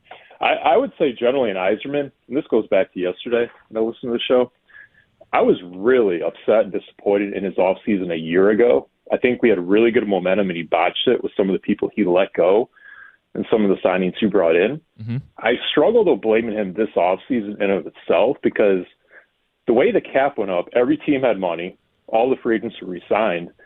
There's nothing out there. I think you can only count 2 teams right now that got better, probably Montreal and Vegas. I can't find another one that improved. And you look at contenders like Toronto, who they lost Marner, they're desperate to backfill that slot. And they have cap room. They can't find anybody. Everybody wants top 6 forward, but there's none out there. There's probably 2, maybe 3 teams in the league rebuilding, and they're the only people that are willing to trade somebody away. So it's a weird market, the way the cap went up and the way the CBA went up. No, and I think, Steve, I guess what I'm saying, though, is it builds on itself. I'd look at the offseason the same way you do and say it dried up quickly. There weren't high-impact free agents. There are trades to make, right? Noah Dobson was a deal you could have made. I understand you don't want to do it. Keandre Miller's a deal you could have made. Maybe it's too rich for your blood. The point is, if you don't ever make the move, right? What makes you believe that would be the move, or a move would be made next year? I don't know what the finances are for the NHL, but I would assume that the cap goes up again. It will. It was frozen for a while post-COVID, but now they're making up for lost ground. So right. So the cap goes up. What would prevent Winnipeg from re-signing Kyle Connor? Kyle Connor, yeah. Oh, I think Winnipeg would kill to re-sign Connor, but I just think he's, like Jim talked about, and some of these guys who want to come home or go to the States, I think he just might force their hand, and they might not have a choice at that point, because he's going to want to come back, just like DeBrincat did. Yeah. I think the NHL, though, it's a situation where it's really hard to get good in the NHL. You have to draft and develop. Yeah. But now the way the cap is structured, the hard cap, I mean, I think there's a bigger gap now between the haves and the have-nots. Like these really good teams, they keep all the good players. In prior years, if the cap didn't go up, Florida couldn't keep those guys. Right. Vegas couldn't afford Marner. There would have been more in the marketplace. And this year, it's barren. And I think you look at GMs like Yzerman or other teams, whether it's who are in that middle tier trying to get better. I'm looking at Ottawa and Montreal, who went through rebuilds too and took some swings, and not every move worked out, but they appear to be in a better position. It's not an excuse that it's challenging or it's difficult. He's Steve Yzerman, the general manager, for a reason. And if he's not the guy we thought we were hiring, and we're in the 7th offseason, that's a headline, right? And I know he didn't like last year. Last year stacks on this year. If they had made a move last year when term was too much, those deals look a lot better now that the cap's going up. Brandon Montour would be the second pair right shot on this team. He signed a 7-year deal, and I know we're afraid of term, but for $7 million, that's looking like a good deal now. I think it just stacks on itself. And to John, to your point, if they don't do anything this offseason, you're going to go into next year feeling like, what's going to change? I've seen people forecast next year's free agency is going to be great because McDavid and Eichel and Kaprizov, Makar, those teams are probably going to keep their good players, and it's going to dry up again. I don't know that there's another professional sport where so many guys are re-signed with their team. Like, it is really hard unless you delve into the trade market and you're willing to give up some of that prize capital that you've been building in your minor league system. I don't know that there's another sport where it's harder to shake a star free from another team. Yeah, the Mariners are very rare. Yeah. That happened because Toronto had so much talent. That's why maybe Jason Robertson's available, because it's a similar situation. Yeah. And they've taken crack at it, and you can't pay everybody. That's the only way you can get somebody away from somebody is because they did so well, they don't have enough cap to keep everybody. Yeah. So there's your latest Red Wing stuff. Yeah. I think we can move on. I want to talk about the All-Stars for the Tigers. 3 of them, 3 position player starters. Last time the Tigers had 3 position player starters was 2007. Mm-hmm. You had Mags, Pudge, and Polanco. Yep. And they could have 4 if Skubel's starting the game, 4 starters. And I think the last time, I think it was Tony Paul, Detroit News, said the last time they had 4 starters, 1966. Huh. So hell of a baseball team we have. Yep. With the 3 players who were named yesterday, I think they all represent great stories for this season. Riley Green is your homegrown star and maybe even superstar. 2 different 3-run homers yesterday. Yep. He's hitting almost 300 with big-time power. The other story is Gleyber Torres, the flyer that you took, and you're getting the most of him, the best of him. This is better than what he did for the Yankees. He's not striking out. He's drawing walks. He's the ideal number 2 hitter. He plays every day. He murders lefties, and he's not a butcher in the field. Last year, he led all second basemen in errors. This year, he only has 3. He represents a great find for Scott Harris. And the third guy is Javi Baez, which is the most remarkable story of them all. My questions. 1, Riley Green is the best homegrown position player for the Tigers since? Gleyber Torres, you want to give him an extension, yes or no? It's got to be more than $100 million. And the question for Javi is, shoe-in for comeback player of the year. How would you answer him? 248-539-9797. Well, I think the easy one for Javi is yes. I don't know that there's another story, because this isn't just a comeback player from last year to this year. And you could talk about the surgery and the season that he had last year, but it's been now 4 years in the making. It was 3 horrific years with Javi Baez. And some of that is, he signed a big contract, was supposed to come in, be a big contributor, and he hasn't lived up to the contract. But even if he signed a mid-level, low-level contract, he hasn't been a Major League Baseball hitter. No. And prior to this year, even struggled in the field. Now, you look at the new life that he had playing center field. That energy has translated to him playing better on the infield as well. Think about it. He's saved this team's ass. They lost 2 center fielders, and Trey Sweeney's been a disaster at shortstop. So you needed someone to stabilize critical positions, not only defensively, but at the plate. I mean, barring a collapse in the second half, he is the comeback player of the year. To come back from the worst OPS of all qualified players, right? As bad as it was for Torque, it wasn't that bad.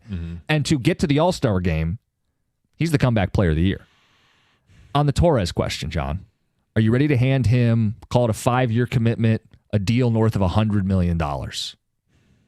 Or is this contract year Torres, Keith slides back over to second, and you don't pay him, knowing you're going to pay Skubal and Green and all these other guys? The Torres thing. Okay, Skubal, we don't know if it's going to happen this year or if he gets to free agency. Don't know if he'll still be here. But you still have a year of team control.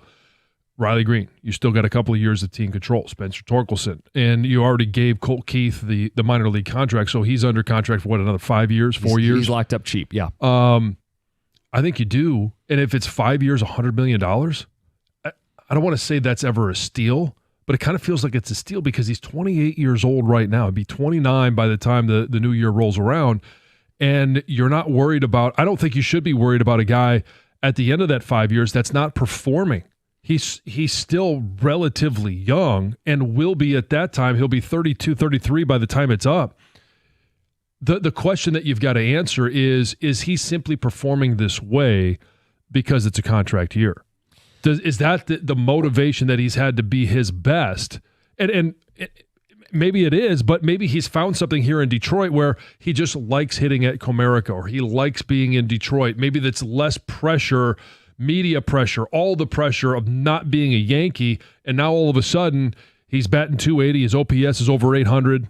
We'll see what he values. I mean, he may prefer a 6 or 7 year deal that a different team gives him, or he may just take the highest dollar amount possible. I mean, that's what free agency's for. Yeah. If the Tigers made him a competitive offer, I would hope he would see that this organization has helped him get the most of his ability. This is a signature season for him. He's made the All-Star game before. But when you're walking more than you're striking out, when you're hitting in the 2-hole, when you're on the best team in baseball, record-wise, when your defense is no longer a negative, they've helped you, and you've helped them, and this could be something long-term. The last question was Riley Green. I want you to think on it a little more, and we'll take ticket, text, and phone calls on all three questions. Best homegrown position player since. It's 97.1.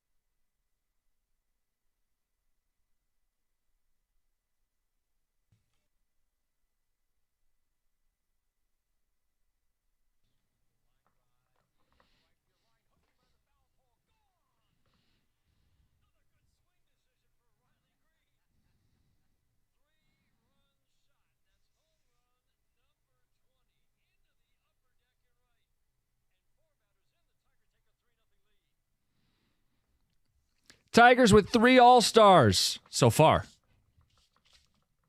But your 3 headliners, Gleyber Torres, Riley Green, and Javier Baez. 3 All-Stars, 3 questions. For Riley Green, best homegrown position player since. For Javi Baez, he's a lock to win comeback player of the year, yes or no. And Gleyber Torres, is he the $100 million man? He took a 1-year deal to set himself up for $100 million or more, should it be here in Detroit on an extension. Get some ticket texts, get some phone calls, 248-539-9797. Later this hour, overrated, underrated quarterback edition. And John, you have some advice for Aiden Hutchinson. I do. From one Michigan man to another. But let's stay on baseball. Let's talk to Jeff in Windsor. Jeff, good morning. Hey, how's it going, guys? What's up? Good. Okay, so I think Baez is a shoo-in for comeback player of the year. I say give the money to Torres, and then for best homegrown talent, I would say he's the best since, position player-wise anyway, since Curtis Granderson. Grandy had that 07 season where he was an all-star, where it was a 20 triples, he had 20 doubles, 20 homers, 20 steals, the 2020 season. It was the only all-star season for Granderson, though. Green is now a 2-time all-star. As a starter, right? Yes. Because I think Grandy was he made a couple with the all-star. Yankees. Yeah. With the Yankees. For the Tigers, he was a 1-time all-star. This will be Green's second all-star appearance as a Tiger. And I don't know who you think is better. I know Granderson was a fan favorite. Big smile, big plays in center field. He was the perfect center fielder for Comerica Park. I think Riley's better. Some of it may be, it's an early conversation on Riley Green. This is his second year, the second All-Star. It's his first year as a starter. He was a first-round pick by the Tigers. It's been such a long time. And it's been very few that the Tigers have drafted, developed, and actually seen the product, the finished product. Riley Green's pace and hit over 35 home runs. Mm-hmm.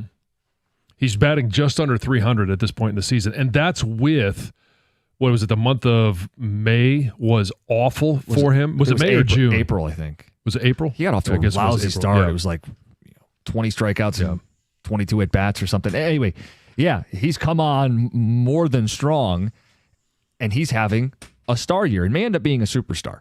But okay, if Granderson's a popular name on the ticket text, but if we said it's not Granderson, you got to keep going further back.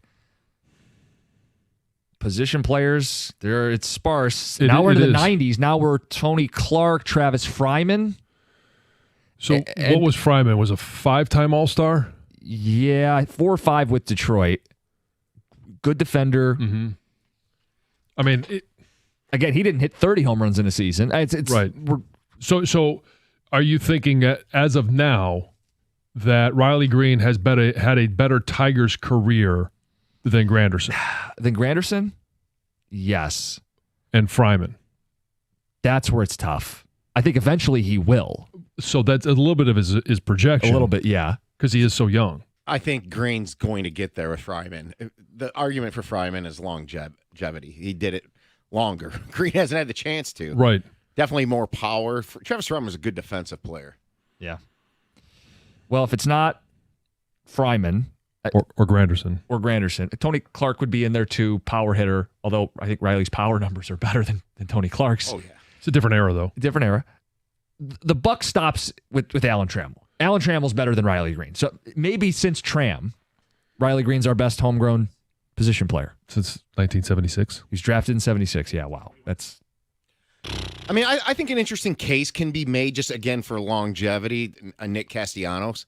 He had 3 straight seasons of over 800 OPS. Green will be doing that at the end of this season. I think the torch would be, like last year this time, you could still argue Castellanos maybe over Green, but the reality is that Green has passed him in my mind. I think he is more than Grandy. I mean, there's an interesting case you could make if people shake their head at me. He got a contract. It was Higgy.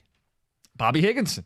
But we all know and think Green will be better than Higgy, but you could make the argument again because of years played that Higgy could have been. Some ticket text. Yes, yes, and yes to all the questions, which is a very different presentation than The city has bought in on all those guys. They all resonate for different reasons. That's Isaiah in Grosse Pointe. So, yes, pay Torres. Yes, Green is the best in a long time. And yes, Javi is. Yeah, sure. I mean, so if the question is it the best in a long time? Well, I'm trying to infer what yes means. Right, I mean, yes is not an answer. Best since yes. Yeah. I think he's just making the point. They are all headliners and great stories and all the flowers. Texter says, I'd be careful giving Torres more than 3 years. Signed Stevie. Boy, Why? Those have been aggressive today. Yeah. I mean, I get, okay, sign Stevie, but Torres isn't going to sign a 3-year deal. If we're going to take this seriously for a second, right? I know Tiger fans would be comfortable on shorter term. Everyone Torres, would be. He took a 1-year deal. He's going to cash in. It's going to be 5 or more years for Gleyber Torres from somebody when the year ends. Correct. I would offer him a qualifying offer. Either he comes back on a 1-year deal or signs elsewhere, and it would give Scott Harris a second first-round pick. Yes, they will. Not to nerd out. Yes, they will give him a qualifying offer. It'd be about $20 million for 1 year. If he doesn't sign that or an extension, you get compensated a draft pick. The question is, though, do you want to get him on a multi-year deal or not? Yeah, because he's not signing a 1-year qualifying offer. I think you do. I think he's been an all-star before. This is a career year for him, and I think it could be the start of a nice 4 or 5 year run for Gleyber Torres. Just in terms of, and we've also seen, one of the detriments at the beginning of the season wasn't he one of the worst fielding second basemen coming into the season? Led baseball in errors at that spot last season. And he's been perfect. No, I think he's got been 3. Yeah, but he's been pretty good. We haven't been talking about his defense as a problem. Like with Torres, I certainly would support 5 years or less. I'm not getting deeper into that than that because I think he can be part of this. Like if the Tigers are gonna have a 10-year run and they're gonna flirt with winning World Series, he can be on the front end of this. But I don't know about the back end. Like I would equate it to if you're gonna go back to the Tigers era of 06 to 14. Yeah, he could be a Carlos Guillen type, where he was part of the story the first half of it, but not the last few years. You know what I'm saying? Do you realize the second base spot in Detroit, the guys who have made the All-Star game, he's only the 4th? The 4th. Right. Polanco, Lou Whitaker, and Charlie Gehringer. So we're talking about, like, in terms of Tiger second baseman, like he's put himself in a position to get that extension and to be a fixture. I would totally do it. Just I would be careful about going past 5 years. Yeah, I would too. I don't know if he could get that. Yeah, it remains to be seen. Some ticket texters, Javi's a no-brainer comeback player of the year, especially considering that if he was a middle-of-the-road contract player, he would have been gone long ago. He was not living up to expectations. Text says, Green is the best homegrown talent since Al Kaline. Yes, better than Trammell. That's from Jeff in South Lyon. Really? I maybe his career can match Alan Trammell, but to say it today, right? I mean, Alan Trammell was here for 20 years. A World Series MVP, 4-time Gold Glove winner, 6-time All-Star, 1 Silver Slugger awards, plural. Yeah, I mean, in that era of Tiger draft picks, I think he still has work to do to live up to some of the other ones. I mean, are we certain Riley Green's a Hall of Famer right now? I mean, Alan Trammell's a Hall of Famer. That's right. Ridiculous. Yeah, that's crazy. Cobb, Kaline, Trammell, Whitaker, Riley Green. That's what this ticket texter says. So, again, I think you got to. I mean, we're trying to be nice, but this is a little extreme. Yeah. So I just want to give you, and I'm going to throw one pitcher in here, but that era of Tiger baseball that led up to the '84 team, the mid '70s, their ability to draft and develop was unbelievable. You start in '74 with Lance Parrish, who was 6-time All-Star, 3-time Gold Glove. You've got Lou Whitaker. That was in '74. Lou Whitaker was in '75. '76 was Alan Trammell, along with Jack Morris. Kirk Gibson in '78. Wow, yeah. I know Gibby. This was amazing to me. We're looking at this. He never made an All-Star. Never made an All-Star as a Tiger. Gibby's had one of those weird careers. Because he was such a clutch player. Mm-hmm. He had so many huge moments. Like people forget about. Like when they made the comeback in '87, he had a home run in Toronto and won a 1-0 game. He always had the flair for dramatic, but he could never really junk up stats because he got injured so much. Yeah. I mean, heck, when he was MVP with the Dodgers, you're going to be floored by this. I believe the stat line was 24 homers and 76 RBI. He won it because of everything that he brought to the team. I mean, he's the ultimate competitor. I don't know anybody that competed harder in sports. Right. Maybe equal, but nobody competed harder than him. I agree. But that was an unbelievable run of draft picks, homegrown talent that developed into, obviously, the 84 World Series team. Tiger conversations in the mix. John, TJ Watt is in the news, wants a deal. Micah Parsons in the news, wants a deal. What about our guy, Aiden Hutchinson? I want to give him some advice from one Michigan man to another. What's going on with Aiden Hutchinson, and how should this situation be handled? We got overrated and underrated quarterbacks. We're going to play that game coming up next. It's 97-1. If you're injured in a car accident, you need a law firm that cares about you. That's KG Law, Kajy, KG Law. Lawrence Kagey and his team, down-to-earth, approachable people. They're going to value you not just as a number in this insurance game. They're going to care about you and fight hard for you. 98% success rate. They win. The phone number is 877-KG-CARES. You can check them out online at kgcares.com. That's Kajy. If you or a loved one has been injured in a car accident, you need to call KG Law now. Visit kgcares.com. That's kgcares.com.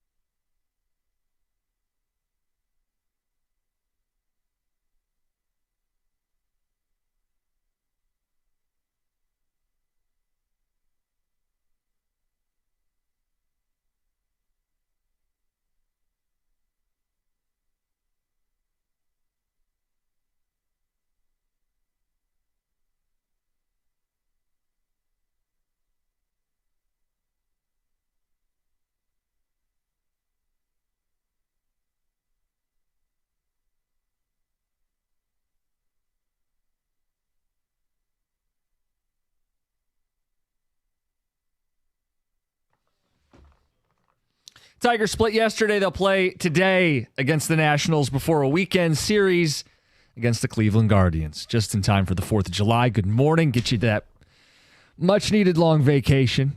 Some time off, extended weekend for a lot of you guys. John, Aiden Hutchinson still hasn't signed his extension. Nope. And there's no reason to panic. But we do wonder. Why? Right. Like Penei Sewell got taken care of before the draft. Amon-Ra St. Brown got taken care of before the draft when they were in a similar spot 2 years out. Mm-hmm. Kirby Joseph got extended. This offseason, right? And Brad Holmes has shown I will take care of my guys. I want to pay them early. 1, because it shows I want to take care of them. But 2, saves them money. Saves me money. And with Aiden, if you want to wait for Parsons to get paid, and if you want to wait for TJ Watt to get paid and Trey Hendrickson to get paid, costs are going to go up. So I wonder what is the holdup. And it may be on Aiden's end. So I would like to ask you, one Michigan man to the next, what advice would you give Aiden Hutchinson? Do you take what is a large sum of money right now, or do you bet on yourself? Well, the easy answer is I would bet on myself. But before I get there, one of the other reasons why it may not be done is you're talking about, other than your quarterback, he's going to be the second highest paid guy on the roster. It's about how you structure that contract. And we've seen Kirby Joseph's contract since it's been done. It's a very team-friendly structure. Mm-hmm. And whether it's been Penei Sewell, Jared Goff, all of these different contracts have been structured so that they are in part friendly to the team, or when they're going to be restructured, it's all layered. Yep. So that that you can keep these guys together for as long as possible. And with Aiden's deal, because it is going to be the second highest, he's going to be the second highest paid guy on this roster, you got to make sure that you structure it so it's a little bit more complicated. More comprehensive, fine. Yeah. But I trust they've got a big, robust cap department, and they know where to put the money. Sure. It's will they be able to get a deal done this offseason or not? Right, but it's working with Aiden Hutchinson to, you want it to be team-friendly, but he wants it to be player-friendly. Where do you find that middle ground, and how do you structure it? But I would tell Aiden Hutchinson, wait. Because Micah Parsons is going to sign a new contract. He is due before Aiden Hutchinson. He's entering his 5th year, that 5th-year option. We're watching TJ Watt have a little bit of a disagreement with the Steelers and wanting to renegotiate. He hasn't been there in the offseason. He's entering the last year of his contract. That's going to be a big number. Trey Hendrickson, we've talked ad nauseum about him. No matter where he ends up, and even if he stays in Cincinnati, that's going to be a big number. Myles Garrett, Max Crosby, all of these numbers will be surpassed by Aiden Hutchinson next offseason if he goes out there and, I would say, okay, first of all, if he wins Defensive Player of the Year, because he just goes off and he has a continuation of what we saw through 5 games last year, he'll be Defensive Player of the Year. If he's top 2 or 3 in votes, that would probably cause him to surpass those guys as well. Sure. So you're talking about right now, what it'll be right in the area of $40 million. So yeah, Myles Garrett just signed 40 per on an extension. Right. If Aiden Hutchinson does it this year, he's probably in the same ballpark. If he does it next year as rating Defensive Player of the Year, you're probably looking at 45. If he waits another year after his 5th year, and again, 4th year, 5th year, both are guaranteed for Aiden Hutchinson. So even if he gets hurt, he's still going to see both of those years, no matter how catastrophic the injury is. And it's going to be right around 20, 21 million over the next 2 years. Now, it's not anywhere close to the contract that he will sign. But if I'm him, I wait a minimum of 1 year, and now you're talking about maybe 45 a year, 46 a year. It's going to go way up. Yeah, I mean, the Lions, what they have on their side of the ledger is, you're on this roster this year, you're on this roster next year. We can franchise tag you once and even twice if we need to. And again, both of those would be fully guaranteed seasons. They would be the average of the top 5 highest paid at his position. They would not be number 1. No, but so if you're holding out to get the number 1 salary, the Lions could play this game too and say you're not going to get number 1 D-end money until 5 years from now. So just work with us on getting the deal done right now, dude. We want to make you higher paid than even Myles Garrett. Just sign the deal. We want to get this done. Okay, if so I was them, I'd is, want to get it done. Sure, you want to get as a I don't team, have any doubts that he's going to be a game wrecker yet again after the injury. If he so in 3 years, which is when his 5th-year option would expire, and he would be a franchise tag. What is that number in 3 years? The top 5, the average of the top 5. Myles Garrett's already there. Yeah. Max Crosby's there. Maybe Parsons. Parsons is going to be there. TJ Watt will probably be there. But I don't have to beat the deal. No, you don't have to. I But would then like the to year right after now. that number goes up by what, 20%? I know. Eventually, someone's got to blink. I think it makes sense that this is a great culture that he is very much a part of, that he flourishes in. Get the deal done. I just wonder what the hang-up is, and it may be what you're saying. He wants to bet on himself, and he wants to say, hey, I want to see these other guys get paid more. I'll go out and do the Defensive Player of the Year thing, and I'm going to get an even bigger number. I'll be the highest paid non-quarterback in football. If I'm not being offered that today, I'll get it tomorrow. And tomorrow meaning after another season. Yeah. And so I think if I'm him, I say, hey, unless they're going to give you that deal now, which there's no reason that they would or should, I bet on myself and I get to the next offseason, and now all of a sudden that number is even higher. He is as marketable of an athlete in Metro Detroit and really nationwide. We've seen he's a guy that's on national commercials. Yeah. He's going to be making a lot of money. What do you guys think the hang-up is? And what do you think he should do? 248-539-9797. We'll get some thoughts on Aiden Hutchinson. I got ticket text on overrated, underrated as well. We'll read some of those after the updates. 97.1.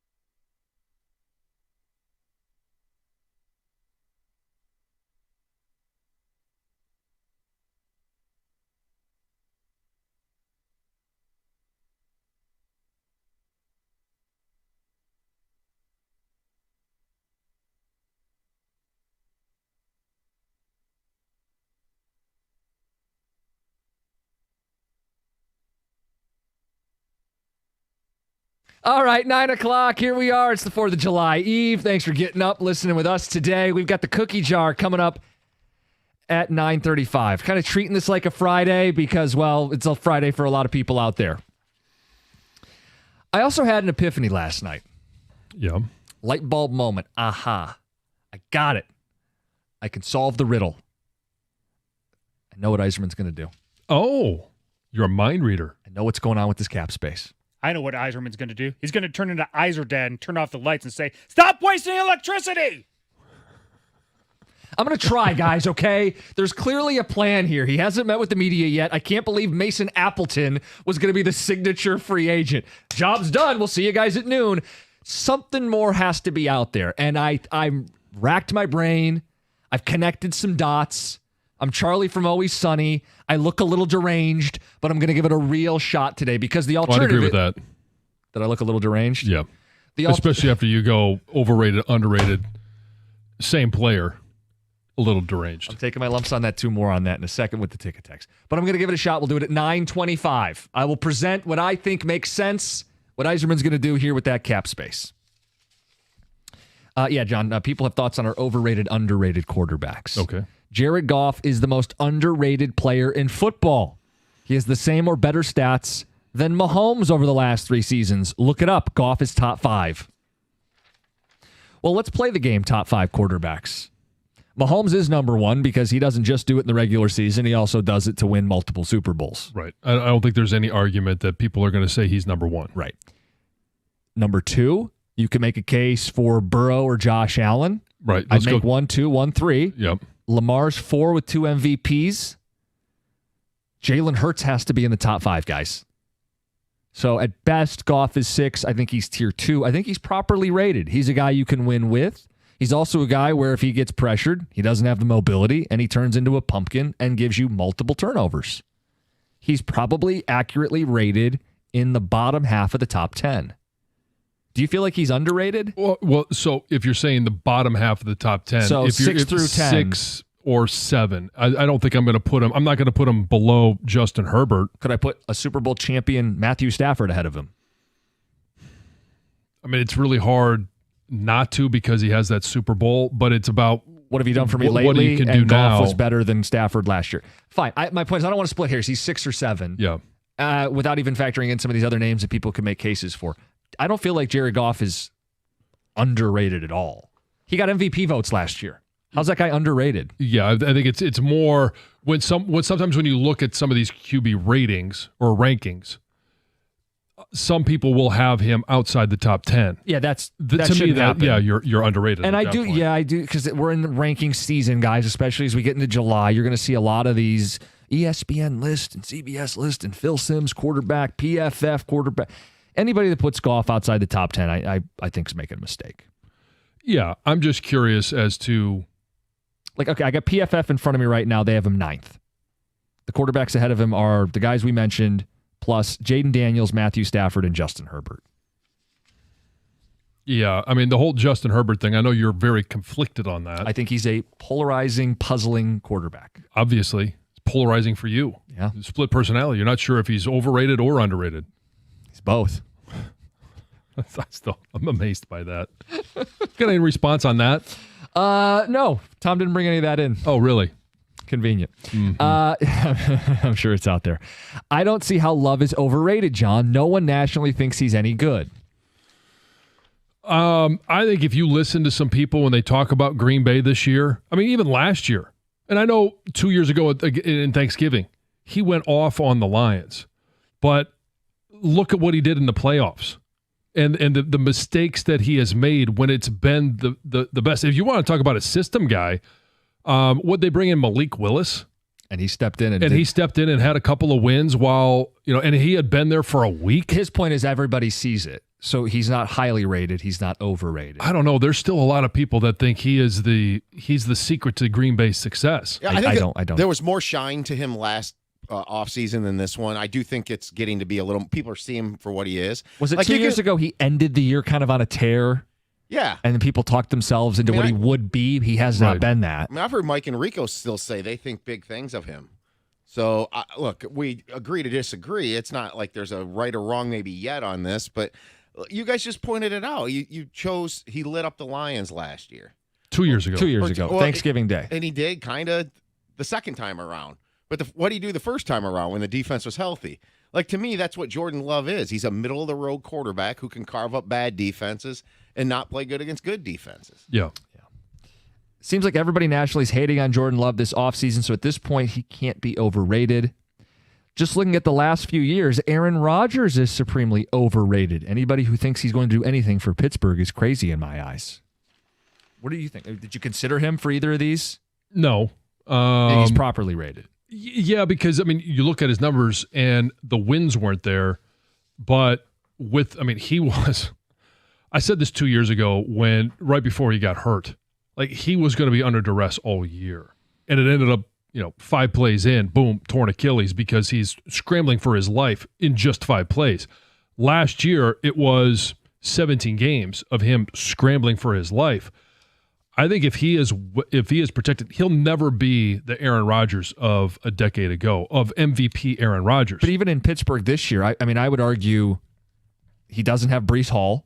He doesn't have a duo at receiver the way he did with Devontae Adams and Garrett Wilson. Nothing against DK Metcalf, right. But he doesn't have that duo. I think the bigger thing for him is just protection. can they protect him? If he's protected, he'll be able to carve up some defense. Steelers gave up more sacks than the Jets last year. Yeah, I know. That's why that's the big question. Yeah, if he can be well protected.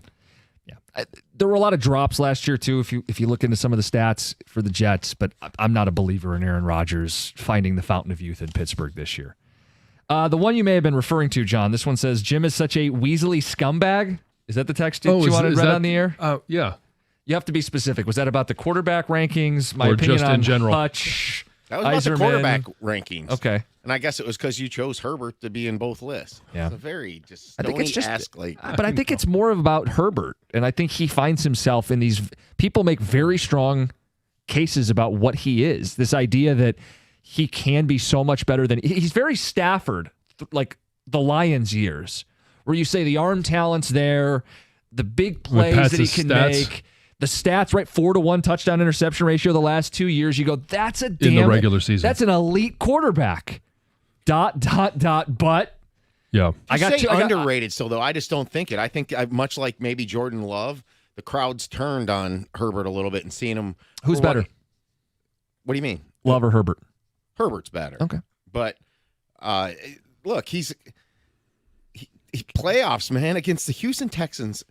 And who was it? The Jags 2 years ago. 5 interceptions against those vaunted defenses. The Texans was decent. 4 in one game, and then the other one they blew the big lead. But beyond that, he played terrible in the game. No, I know. That's what I'm saying. That's why he was on the overrated list. You know, it's like I'm feeling like almost like Jim Harbaugh needs to start protecting him a little bit. And what were the reasons why he game managing, Herbert proofing the offense? Oh, boy. What were the reasons why he was on the underrated list? Arm talent, big time throw rate, touchdown interception ratio. Maybe it's just more underperformed. Maybe. Harbaugh has said it's his goal to get Herbert to the Hall of Fame. Like, that's a direct quote from this offseason.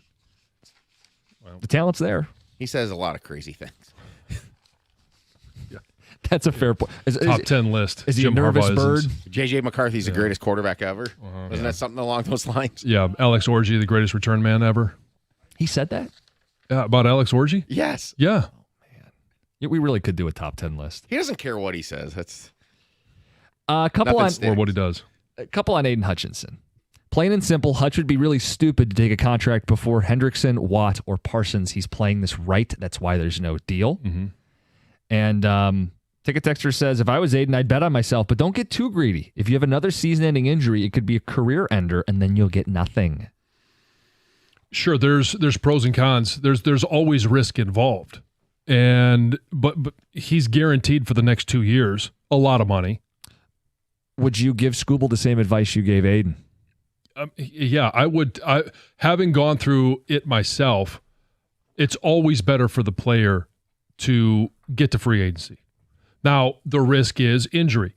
And for Scooble, he's already had one arm event. But if he doesn't have one between now and then, the risk for him is there even going to be a 27 baseball season? A lot of people think we're headed for a lockout. Well, I think most people do. You don't think we're going to have baseball? I don't think we'll have time? baseball in 20. I don't know that we have baseball at all in 27.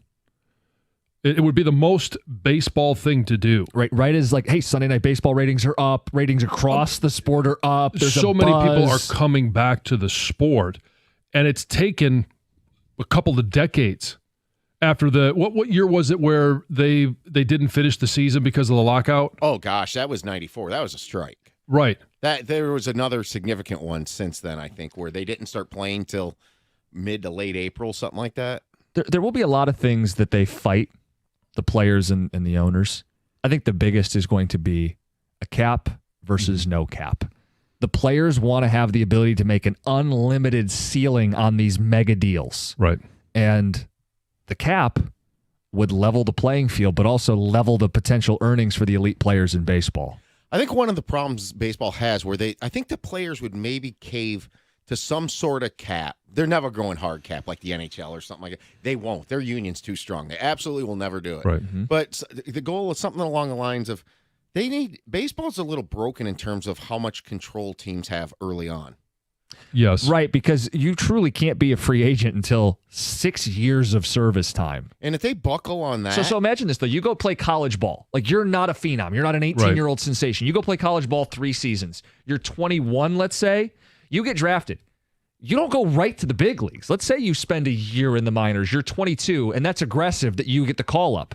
You're not a free agent until you're 28 years old, and you better sign your big deal right now because this is it. And if you have any delays along the way, you don't make it until you're 28, 29, you're done. Team control until 29 or 30. Until you're past your prime. Yeah. You know, and I think you're going to see more of these front-loaded deals like earlier, like where teams will offer up, like Colt Keith. Yeah.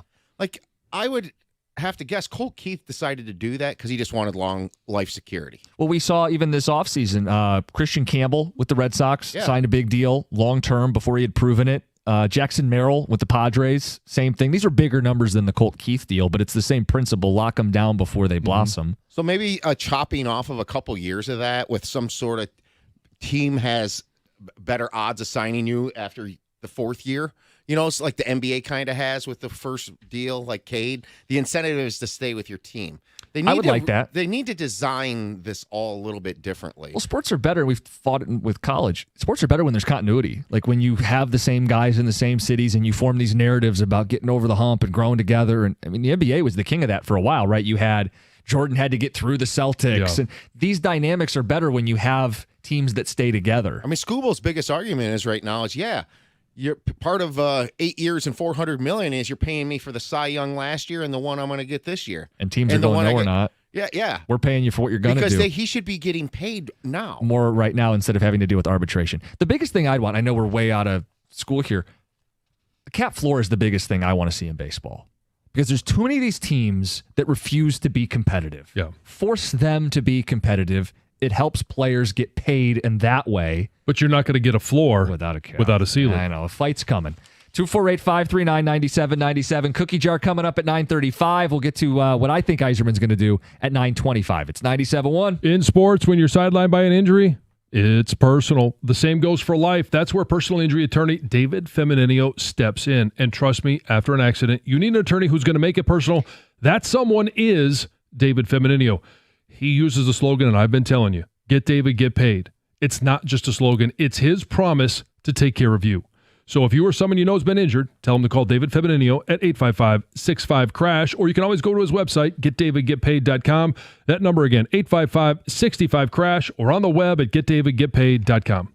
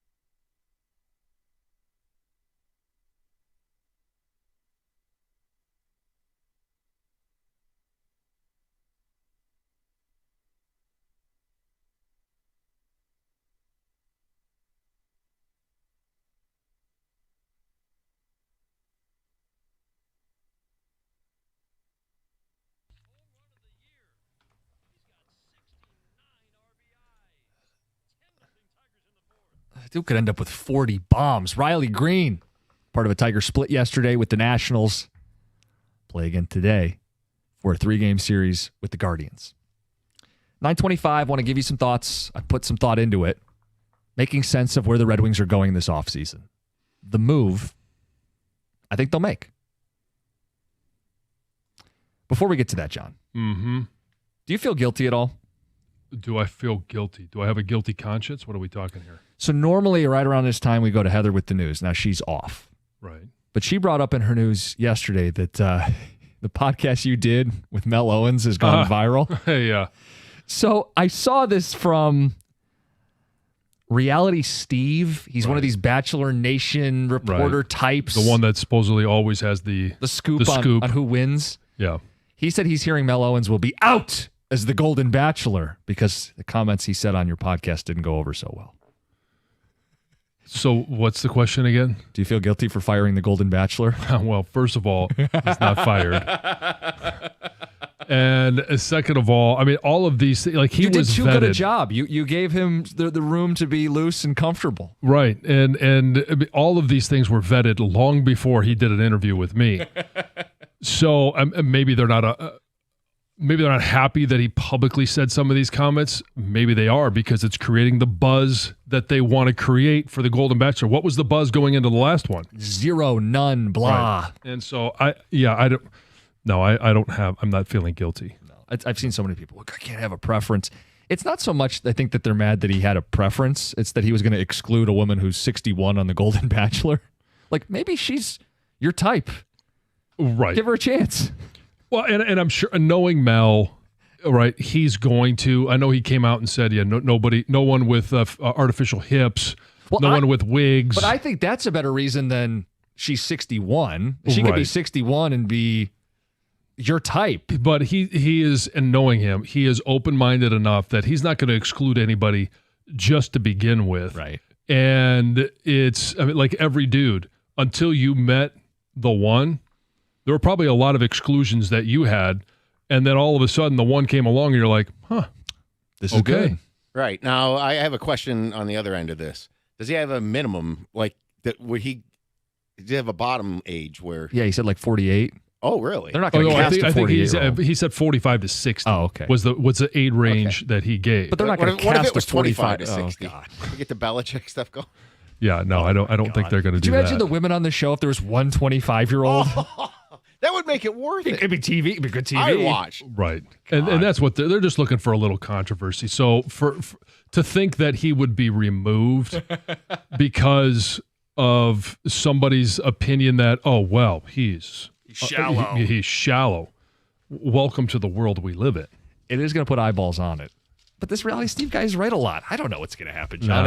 It could be all your fault. Yeah. Well, all because you got this poor guy to open up on your podcast. Yeah. Well, that's the job description. I know it's not your fault. I wonder if they're talking about this on Good Morning America and Strahan's there. Yeah, that's typical Jansen. That would be awesome. Yeah. And then under his breath, he goes, I hate that guy. Yeah. Typical Jansen. Ruining a good thing. Yeah. We'll see what happens. Yeah. We'll get to the cookie jar coming up at 9:35. So I sat down yesterday and I said, it can't be that this is it for the Red Wings. This can't be the offseason where Mason Appleton is the signature free agent and they sit on $12 million. I got to find out what they're doing here. We want a top 6 forward. We want a top 4 blue liner. Maybe they're not getting both, but they got to get somebody, right? And I think I have the answer. It's shades of DeBrincat meets shades of Tkachuk. I know Tom loves shades of gray in there. Loves the Matthew Tkachuk situation. It's a player with a year left on his deal that may not re-sign, that you go and get a year early. So DeBrincat begged to come home. What if it's another guy who may want to come home? What if it's a guy who grew up here, played at Michigan, has a connection, and has 1 year left on his deal? Like Tkachuk, he's in remote rural Canada on a team that's pretty good. 100-point team. But you feel like they're kind of tapped out. The Calgary Flames had 111 points, made the second round of the playoffs, but it was clear they weren't going to win it all. So Tkachuk says, I'm out. and he ends up in Florida. And Tom only lets us know about it every other day. I'm talking about Kyle Connor. Remote Winnipeg, President's Trophy winners, another exit, many first round, this year second round. He's a 40-goal scorer. All he has to do, and Kyle, if you're listening, if you're in town, you need to create a little bit of noise here. I'd love to play for the Red Wings someday. Send tweet. Get this in motion, because then you get the DeBrincat effect. Then he's picking his destination. I mean, they didn't have to give up everything to get DeBrincat. They gave up a first. They gave up like Kubalik. You could put together a deal to bring Kyle Connor into this cap space, to put him on your top line. He's a left wing, left shot. Helps Dylan Larkin, gives him some help, gives Yzerman a big piece who fits the timeline, doesn't compromise all their cap space. Kyle Connor's the move.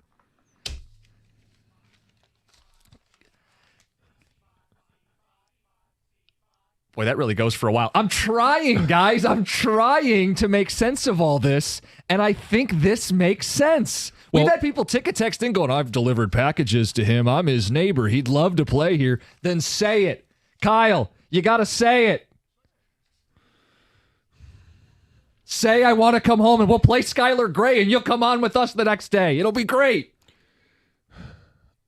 So he may want to, and maybe he ghosts Winnipeg on his social media accounts. Yeah, unfollow him. And he posts that I would love to go home, and everybody then he doesn't say where home is, and everybody's looking, well, where is he from? Where did he play in college? And everybody, all of a sudden, it starts the conversation.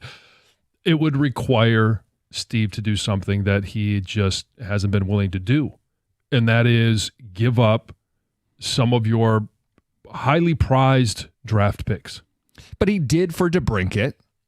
DeBrincat's deal was done after the tell start me of who he's free giving agency. Put me on the spot. I'm giving up a first. I'm giving up Nate Danielson and a second, and we're in the door. And if he only wants to come here kind of the way DeBrincat angled, I think he can squeeze it and get it done.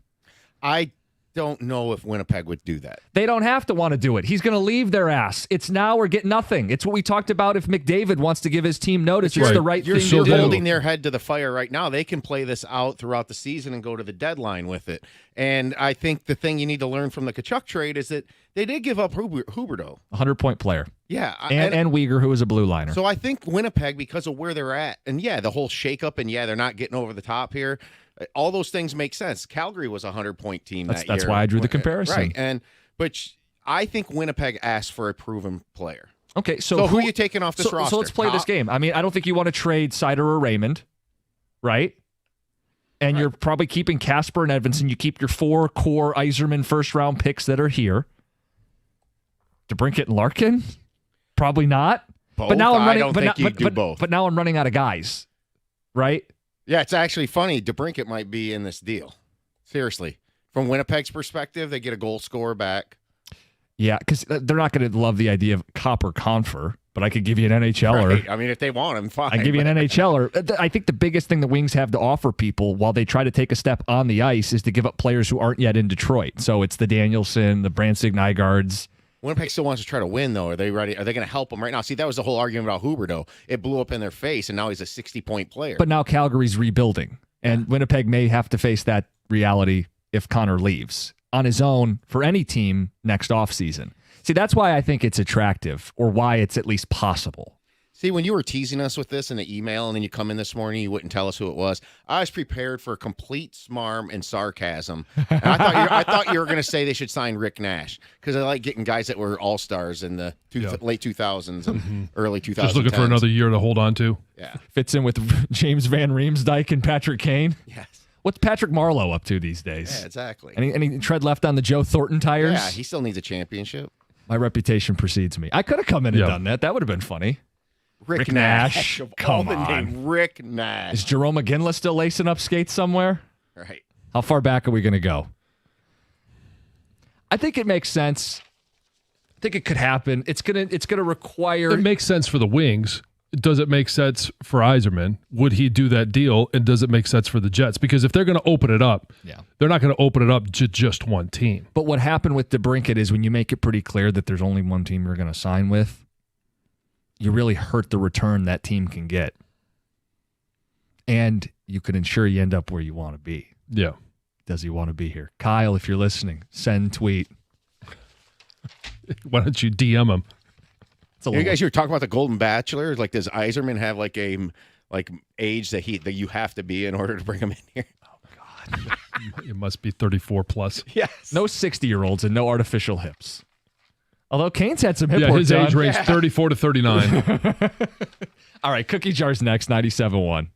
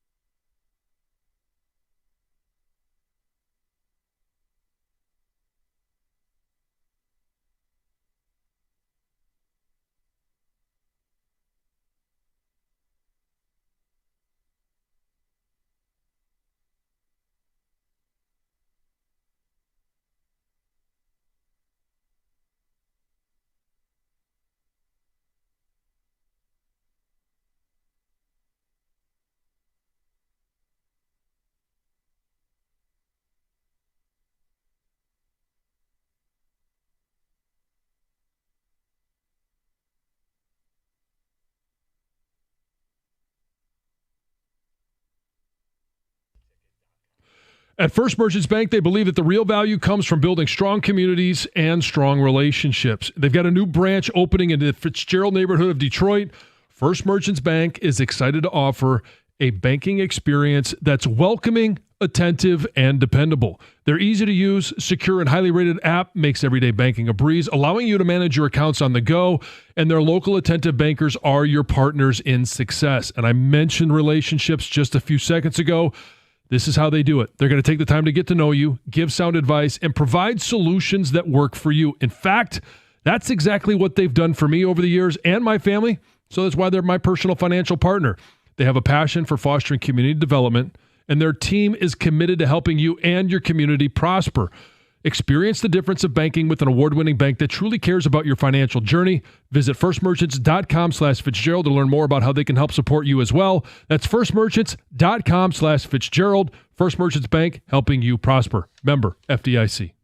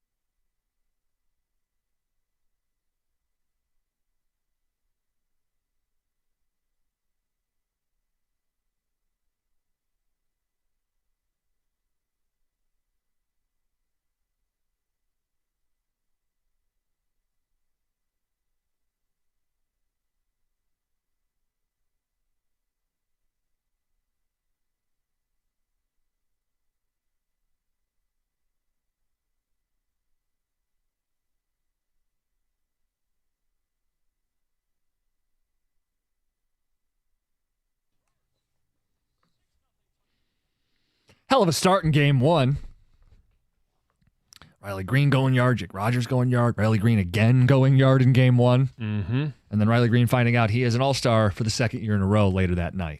And starting in the outfield. 2 starting outfielders from our Tigers. So cool. Because as we all predicted, long before the season began. Yep, Javi Baez, all-star. Starting center fielder on top of that. It'd be one thing if you said Javi Baez, I know everybody's down on him. The hip's going to be a big thing. He's going to be an all-star. At a position he's never played before, that he is put in an emergency capacity because 2 guys get injured before the season. Like, all the details are ridiculous. It's bizarre. Yeah. Beautifully bizarre, but bizarre. Yep. So Javi's in. So is Gleyber Torres. And Gleyber Torres is on the short list of Tigers second baseman to make the All-Star game. Guys like Placido Polanco, who's a huge fan favorite. Lou, and then you got to go back to Gehringer. Mm-hmm. So we talked a little bit about the All-Stars and what to do with these guys.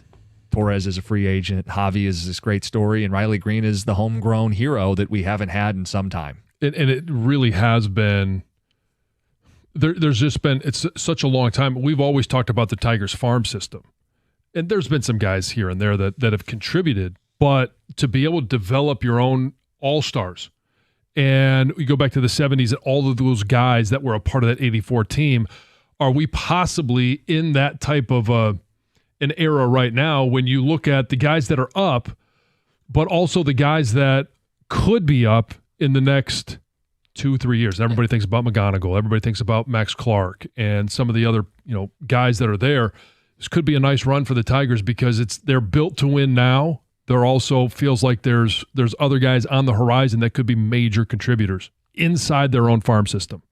John, we have some ticket text from the cookie jar and a couple from the Red Wing conversation too. Okay. Ticket texter says all Kyle Connor has to do is tap his heels and say there's no place like home, and he'll show up at LCA this season. Yeah, he'd be just like Dorothy. And on the subject of Steve Yzerman, Tom in Flat Rock says, can you have him on your podcast asking for a friend? Would love to. A chance that displaces him, apparently. Okay, on the cookie jar stuff. They want to be independent from the Red Wings. Okay, let's get some variety in here. Independence from pompous umpires calling balls and strikes. Says no umpires under 40 or over 60. So do you want to go with the automatic balls and strikes? I'm in favor of it. Are you? You're a little more traditional. Yeah, I don't know that I am yet. I understand. I think I like the idea of the system that they were going to that they did use, but it was only used by some of the young players in spring training, where you get a chance to challenge a couple. I think that's probably the route I would go. The next step. There are some leagues around the world. I know what the Korean Baseball League, they use it exclusively. Fans were initially, like we are, on a little bit unnerved about it, but because gambling has become so big over there as well, there's a lot of people that hey, there's no ambiguity in it. So, robo umps essentially. Yep. Mm-hmm. We could repurpose those Steve bots. Says ties aren't a thing with youth sports. I think you're confusing them with not keeping score. No, ties are a thing in youth sports. Yeah, so in the little league we're in, you're supposed to try to play 6 innings, but there's also a time limit.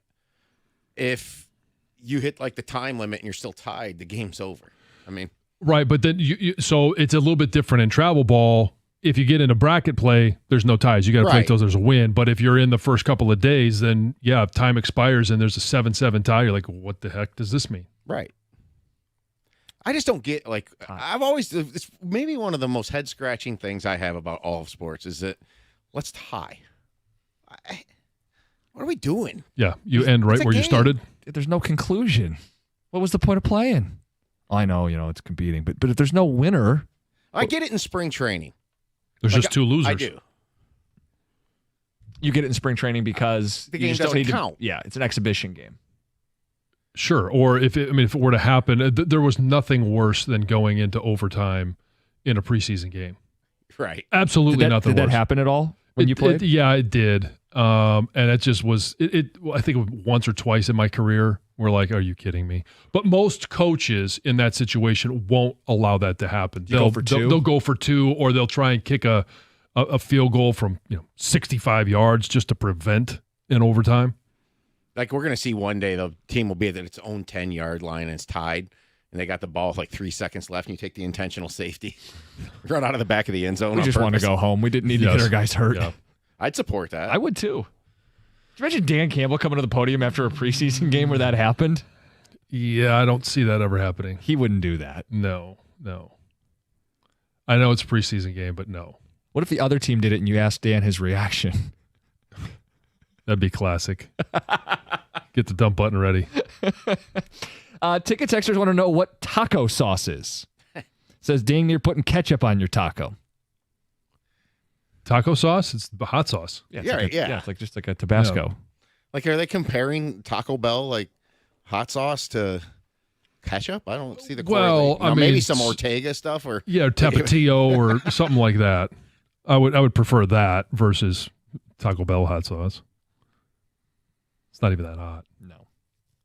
Looking for a little flavor add. People are calling into question people using the bathroom in the lake. I don't understand. Like, that's what people do. Yeah, but that seems to be a surprise to somebody. Says, I bet they don't invite you over to pool parties. Yuck. It's a little different than a lake. Yeah. I'm convinced all 4 people on this show right now have peed in a pool. Yeah. Yeah. Not like we're saints here. I don't even think it's anything. Right. Hold on, I don't even think it's anything to be ashamed of either. No, I don't think so. Like, I don't say it with like, oh, I shouldn't say this. People are gonna. It's normal. Right. I mean, it does happen. I mean, I would prefer, if I was able to go to an actual restroom. Yeah, but there's like chlorine in the pool. It's like meant to kill bacteria and germs and stuff. Yeah. Jeff Rieger, I'm sure you Jeff, peed in a pool, a swimming pool. I've peed pretty much anywhere, yeah, for sure. Okay. Pretty much anywhere. I don't know, a public pool, though, like, I won't do that these days. When I was younger, for sure, but I wouldn't do it What now. changed now that you wouldn't do it I'm now? mature, Jim. No, I just pee on a golf course. That's it. Nobody believes that. Yeah, what about what are we talking about? I don't know. So it came up in the cookie jar. Anyway. Okay. Well, I mean, obviously John's against it. John is a rule follower. I've listened to John. Generally, yes. Yes. You. Yeah, but it's not like John's never peed in a pool. Oh, no, I admitted to it. Yeah, I'd pee in a pool. Yeah. He's proud of it. Well, this is an interesting midday show. Yeah. We got Rieger in. Gator, you going to be okay with that? Yeah. 4 hours. Probably not. I'll wear on him. I actually have a proposition for Gator that he doesn't know about that I'll get to at some point during the show. He's going to proposition you. Yeah. He'll be propositioned. I mean, I don't think he can turn it down. The listeners can get involved. It's going to be really fun. What time is that? I don't know. I haven't even told Gator about it. I'm kind of afraid to tell you the truth. Yeah, you should be afraid. Yeah. So we'll do that. How about 11:05? Why not? 11:05. The proposition. I proposition Gator. That's right. 11:05. I'm just going to write that down because this is literally the first time hearing of it. So. Yeah, well, I was going to spring it on you, but I thought maybe this would be a soft launch, if you will, by mentioning it to these guys. Yes, now the soft launch anticipation Gator is on social media after you proposition him. It's going to be an eventful day. Rieger proposal 11:05. Okay. Yes, got it. Yeah. You got to back up for 11:07. Gator actually might not be here at 11:07. He might walk off. Has that ever happened? Has one host ever made another host walk off in 97.1 The Ticket history? That's an interesting question. Like, you get so fired up, somebody just jets. Stormed out. I know. I'm going to say in the 18 plus years Doug and I have done the show, I think there have been times like maybe for the remainder of a segment, one of us will walk out. But like not return to the show? I think at one point there was definitely, I think I frustrated Doug one point where he may have. This is great. I'm out. Do you remember what it was? I don't know. I don't remember it, but Good for you. I think that has happened. There's been the threat of doing it where Doug would get like a real serious look on his face and goes, "Do you want to do the show by yourself the rest of the day?"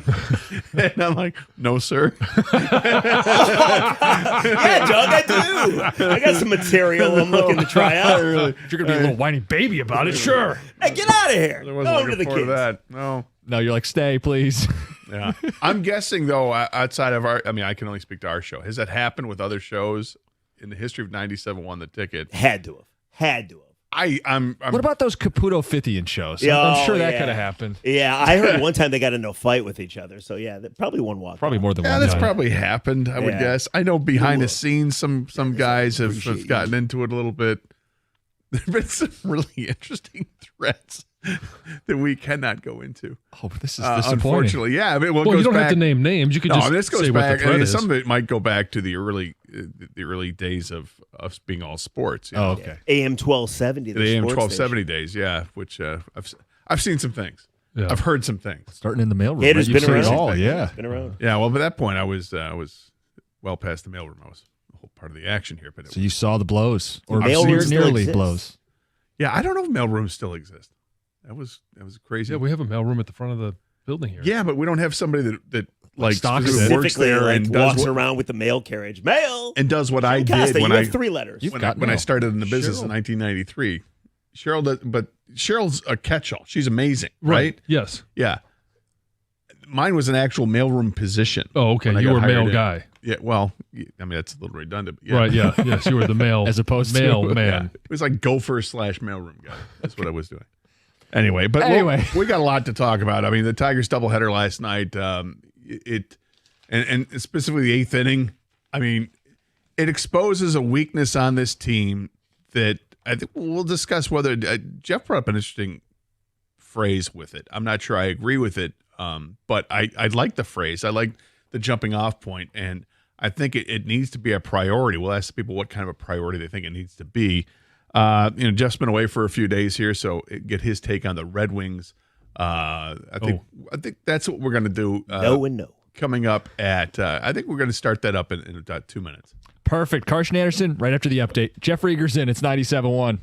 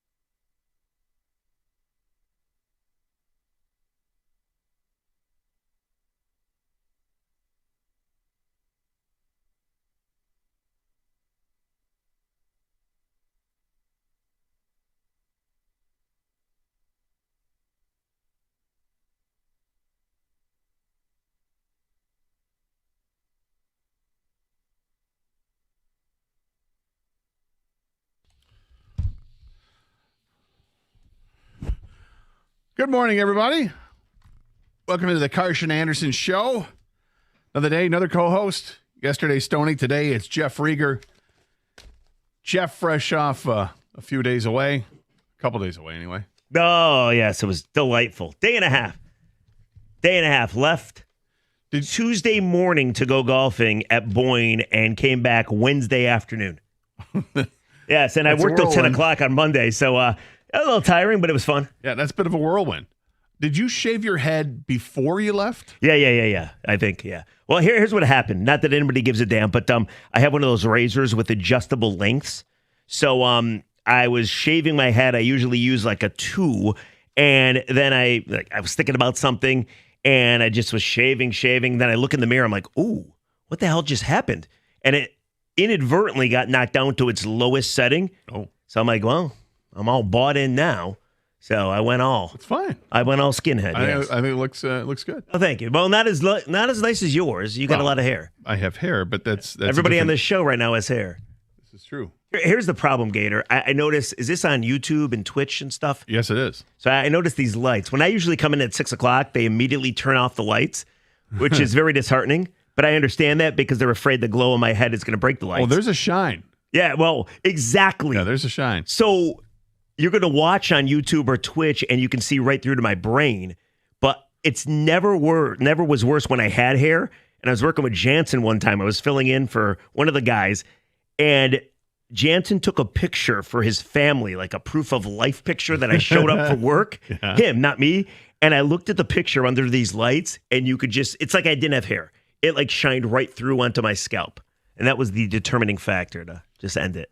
Okay, fair enough. I mean, you've had other things. Look, we talked about the hair escapades before. The spray-on hair thing was one of the funniest things that I can remember. The Biogen? When you let them just put an obscene amount of the spray-on hair bit. It was basically spray paint. That Yeah, I was sweating. They did not Biogen stop for a while. Yeah, that was a mistake. No, but the reason I brought that up because I knew that you went golfing. So if you shave the head before you went golfing, do you wear a hat when you golf, or do you slap the sunscreen on the head? Yeah, I'll put a little sunscreen on. I sometimes go hat, sometimes not. So I like to get the scalp to match the rest of my face, I guess, suntan wise. Yeah, weather cooperate for you up there? Oh, it's fabulous. No, it's good. You played beautiful courses. Played beautiful courses. I don't know that I played beautiful, but it was great. Nice little quick jump. We went to the casino on Tuesday night, wherever that's called in Petoskey. Yep. It was a fabulous 2 days. How'd you at the casino? Not great. Kind of the same at the golf course. Yeah. It's all right. It's all right. Well, you enjoyed yourself. Glad Speaking to of have you my back. proposal to you at 11:05, we're doing it. Yeah. It involves golf. Great. Yes. Awesome. So 11:06, Gator leaves. As I mentioned, you have not had a chance because Monday was the last show you did until today. Free agency began in the NHL on Tuesday at noon. There weren't many big-time free agents out there at this point because most of them had already re-signed with their former teams, and it didn't leave much left in the pool. And hour by hour, minute by minute, any players that were at the top of that list had signed with other teams. There were some players that the Red Wings were rumored to be involved with or had interest in for trades, and those players had gotten trades, guys like Keandre Miller. Noah Dobson. Yeah, Noah Dobson was another one, and that kind of went away over the weekend. So Red Wings have been left with basically Van Riemsdyk was a free agent they got. They got a couple of defensemen that nobody's really heard of, and then now Appleton, Mason Appleton, former Spartan, and even I'm like, okay, sure, whatever. But it hasn't been a big splash, and yet they've cleared up a bunch of cap space. So I've had my say about it over the last couple of days, but I wanted to open this up for you because you have yet to really speak your mind on it. So if you will hang on to that, because we are up against it here, and I want to make sure because listen, you cover the Wings, you're as close to as anybody else. You're the one that has gotten the ire of Steve Yzerman from time to time with legitimate questions. No and no. Right? No and no. Which was actually brought up the other day. But I wanted to hear what you had to say about this because it is a long off season, but it feels like everybody judges the off season by the first hour after free agency. And even here it is a couple days later, I think there's still a bitter taste left in the mouth of a lot of Red Wings fans, and people are really not happy with how this has started. So we'll get to that coming up next here on 97.1 The Ticket.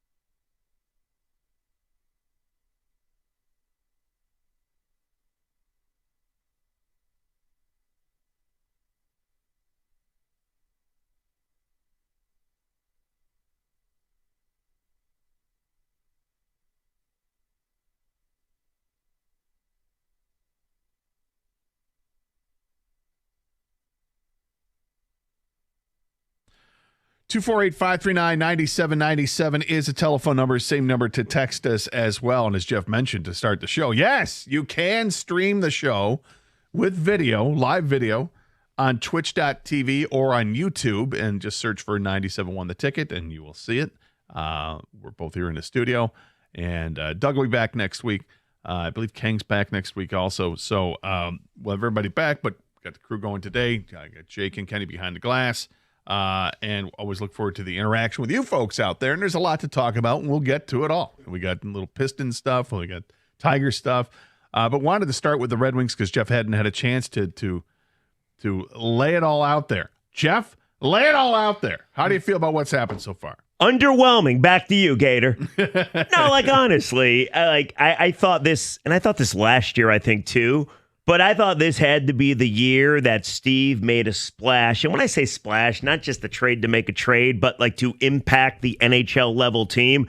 Like the Montreal Canadiens traded for Noah Dobson. They got better. You look next year and you wonder, like, Ottawa is going to be better and better than you. God forbid, does Buffalo take a leap over you? The division is already tough as it is. So I thought this had to be the year when you got cap space.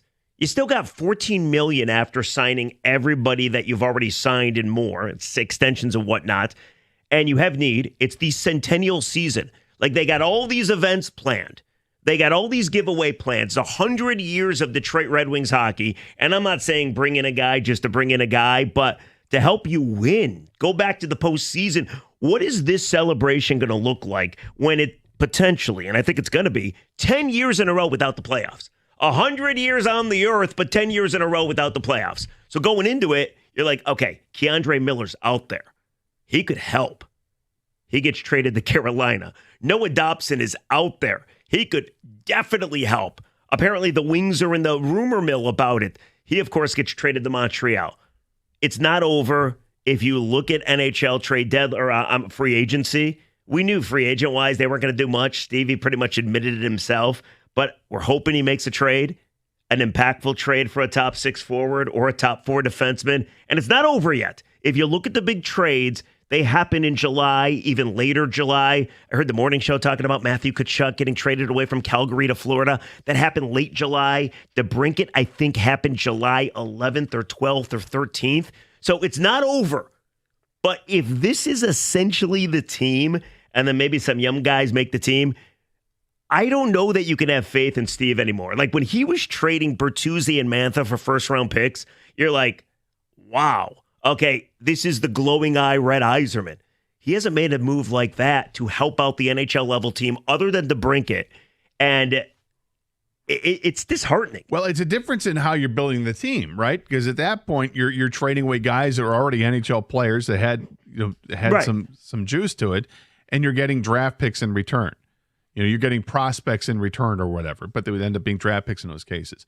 Now, it's a different situation. This team is no longer the worst team in hockey. This team is now in hockey purgatory. They're good enough to not be the worst team, and yet they're also not good enough to make the playoffs. It's been a brutal run. The last 3 years in the month of March has just destroyed and torpedoed all the hopes of Red Wing fans and the Red Wings themselves. And that's purgatory because you're not good enough to make the playoffs. So in some cases, you lost out in a technicality like they did 2 years ago. Oh, yeah. In other cases, it was just, In other cases, it's just, 2 more wins would have gotten you in, but it doesn't happen. But doesn't it kill you, though? Think of that Washington team. Like the next year, which was this previous year, they win their division. They got one of the most points in the Eastern Conference. Then look at Montreal. Montreal sneaks in from nowhere. Yeah. And then they get better, so they lapped you too. Why are all these teams lapping Detroit? And if you just believe what Yzerman says, we're essentially going to wait for the kids or the offseason's been too tough, that's not good enough. You got to at least make it back to the postseason. And I don't think they're going to do it this year if things remain status quo. Well, I'll ask you the same question that I asked Stoney yesterday. Do you think the team, forget about the rest of the NHL, just about the Red Wings, do you think the Red Wings are better today than they were a year ago going into training camp? Maybe.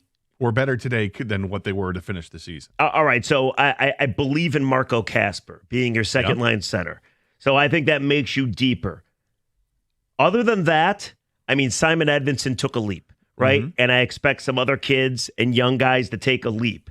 So I would say minimally better. Fair? Like, I don't think they're definitely. Like, I think if you ask a Wings fan that question, I think you're going to get a lot of him and haw say, well, maybe they're better, but by how much better? And this was a year you're supposed to make that leap. Now, they still can, but I think they're marginally better.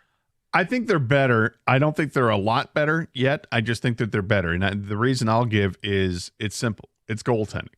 That's fair. Getting Gibson on his team. As long as he stays healthy. Yeah. Well, it's a big if, right? But, now with the two goaltenders, now it looks like you've got two pretty good goaltenders that you can divvy up the responsibilities with.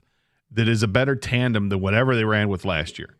So the goaltending, I think, is already better. Yeah. Best net-minding situation since Jimmy Howard. Sure. Which is not saying much, but still, you got that going. Sure, I'll give it to you. And then you look at what have they lost versus what have they gained? Well, they lost Tarasenko. That's a positive. They add Van Riemsdyk.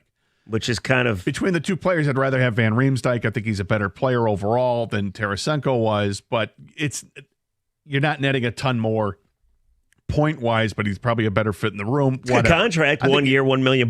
Yeah, it's fine, and Tarasenko would have been here for one more year as well. Right. But from player to player, I'd rather have Van Riemsdyk. I'm not saying it leaves and bounds better. I'm saying it's better. Beyond that, what do they really lose offensively?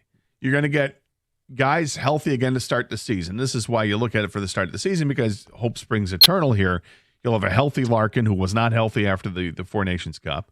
You'll have a healthy Andrew Kopp, who, for whatever reason, that was a big loss for the team because you can coincide with the slide was when Kopp got hurt. And Stoney brought up a great point yesterday. Another one that I think might be number one as to why this team, I think, is better off right now than what they were a year ago. Todd McClellan here for the whole year. It's fair. So you've got a full training camp of Todd McClellan. Now you've got half a season's worth of these guys playing under Todd McClellan. They know what to expect, and there's that. And then I think there's a pool of prospects that are going to be competing awfully hard to try to make this roster. There might be one spot. There might be no spots. There might be two spots. Who knows? But from that standpoint, I think that they're a little bit better. A little bit, but Petrie's not on his team now. That's a positive, that's too. Another one. Addition by subtraction. But you mentioned, all right, they're bringing everybody back as far as offense-wise and forwards-wise, and you're right. But guys can take a step back, too. But last year, they were the 10th worst in goals per game at 2.87. Yeah. Right? Well, they lost a ton of offense from the previous year. Right, but you're getting like this team back, though. So you wonder to yourself, okay, how much better, and at what point do you have to get to actually be in the postseason, which it's crazy that in year 7 of Yzerman and 9 years without making the playoffs, like the bar is just like get to the postseason, which is a very low bar that you should be able to obtain, but I'm not quite sure they're going to be able to. The other thing with John Gibson is, and I truly feel this way, I think he's a fine goalie. I do. And the 2 years before last year, one very good, and last year he was injured, but he was really good when he was healthy. I almost feel like it, and this is going to be rude, but tell me if you agree. I feel Yzerman has brought the bar down so low because the moves haven't been all that effective and the team's been underwhelming that any move that seems like a good move, we overreact and we say it's a great move. You know what I mean? And I do think this team next year, unless they make a big addition, is going to be out of the postseason again. And that's not good enough. No, I hear you. I would say this. I understand what you're saying about any move being perceived as a big move. I don't agree with it because I mean, I like Gibson as a goaltender, but I don't think it's a massive move. I think it's an upgrade. And I think that's what you're looking at. Any move you make has to be an upgrade. And that's an upgrade. It's a bigger upgrade than the Van Riemsdyk over Tarasenko, but that's also an upgrade. Yeah. The other guys they brought in this week, I'm not even bothering to remember their names because I'm not sure they're even going to make the roster. It's very rude of you. I know it is, and I feel bad about that. But once we get to September and October, it'll be different. But I just those don't make me feel inspired at all. Mason Appleton or John Leonard, right? Or the I forget the other guys, Jacob something Bachner or whatever it is. But they've got a ton of cap space, and seemingly it's there for a reason. There are hundreds of players in the NHL. I agree. That are worth trading for, or that are tradable, I should say. And then out of that pool, you can narrow it down to what are realistic trade guys you can target. And that's a significant number of players that you can significantly target. You don't know who they are. I mean, we know names of players, right? But No, we're of not, course. when I say we don't know who they are, we as people don't know who the Red Wings are calling about. We don't know what GMs are picking up the phone and answering Steve Yzerman's call and saying, yeah, you know what? We're actually looking to move this guy. Are you interested? We have no idea what goes on behind closed doors, and Yzerman is notorious for keeping things close to the vest. He does. And so is Scott Harris, by the way. But it's just interesting that they've got time to work something out. You mentioned the two trades, the Tkachuk trade and the DeBrincat trade both happened, after free agency began, and in some cases weeks after free agency began. Wayne Gretzky was traded well after free agency, if I'm not mistaken, back 30 years ago, 40 years ago. But point is, people are going to be traded at some point before the regular season starts, before training camp starts, and they've got the space to make something big happen. But like you, he's got to make something happen. So Gator, you're right, and I'm not going to cast judgment right now. That'd be silly, right? Because we don't know what's down the pipeline. This is not like you. I know, I'm maturing. A couple days of golf really cleared my head. I'm not going to cast judgment, but I will say this. If they break camp with a similar team, and some of the young kids make the team, and this is what we're looking at, if they break camp with this team, Yzerman just didn't get the job done. It's that simple to me. And you can say, wait for the kids, and he's not going anywhere, so you're going to wait. And I'm not saying it won't work out long term, but the NHL product has been not good enough. So if this is the offseason when you have pressure on you and you have to make the postseason and you have to give your fans a good product, he failed.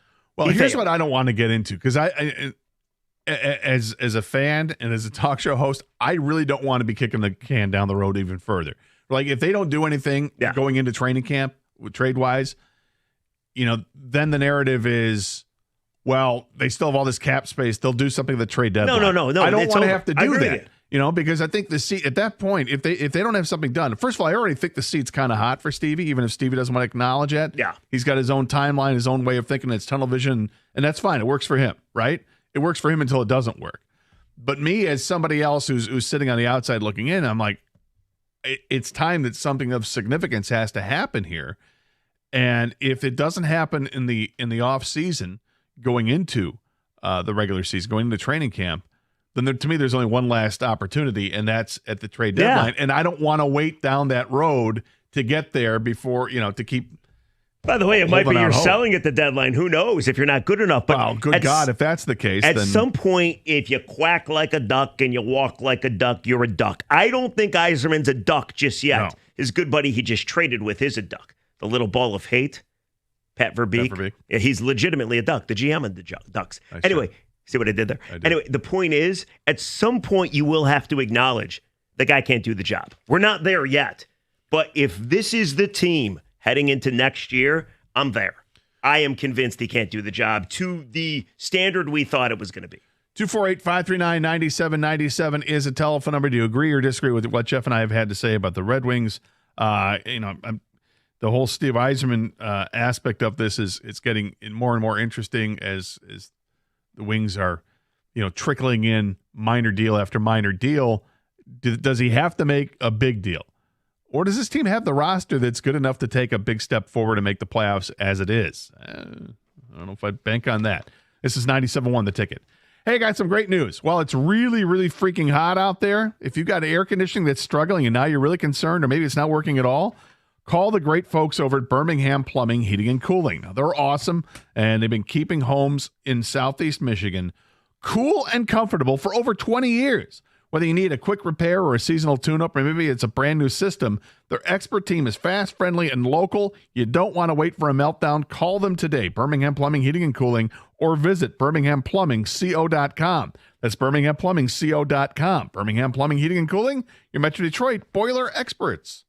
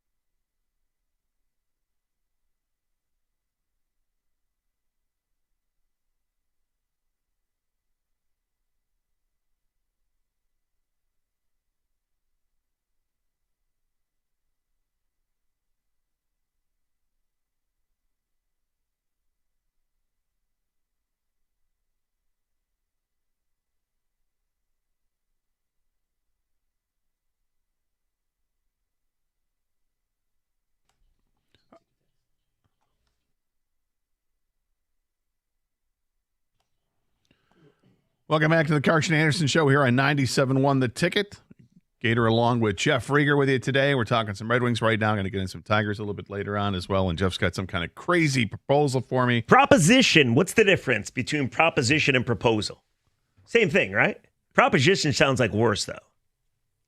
It's really the same thing. It's just a different way of phrasing 11:05. the root word. 11:05, Gator. I think you're going to enjoy this, and I think it's a good way to get the listeners involved. Okay. Are you uncomfortable that I'm not telling you?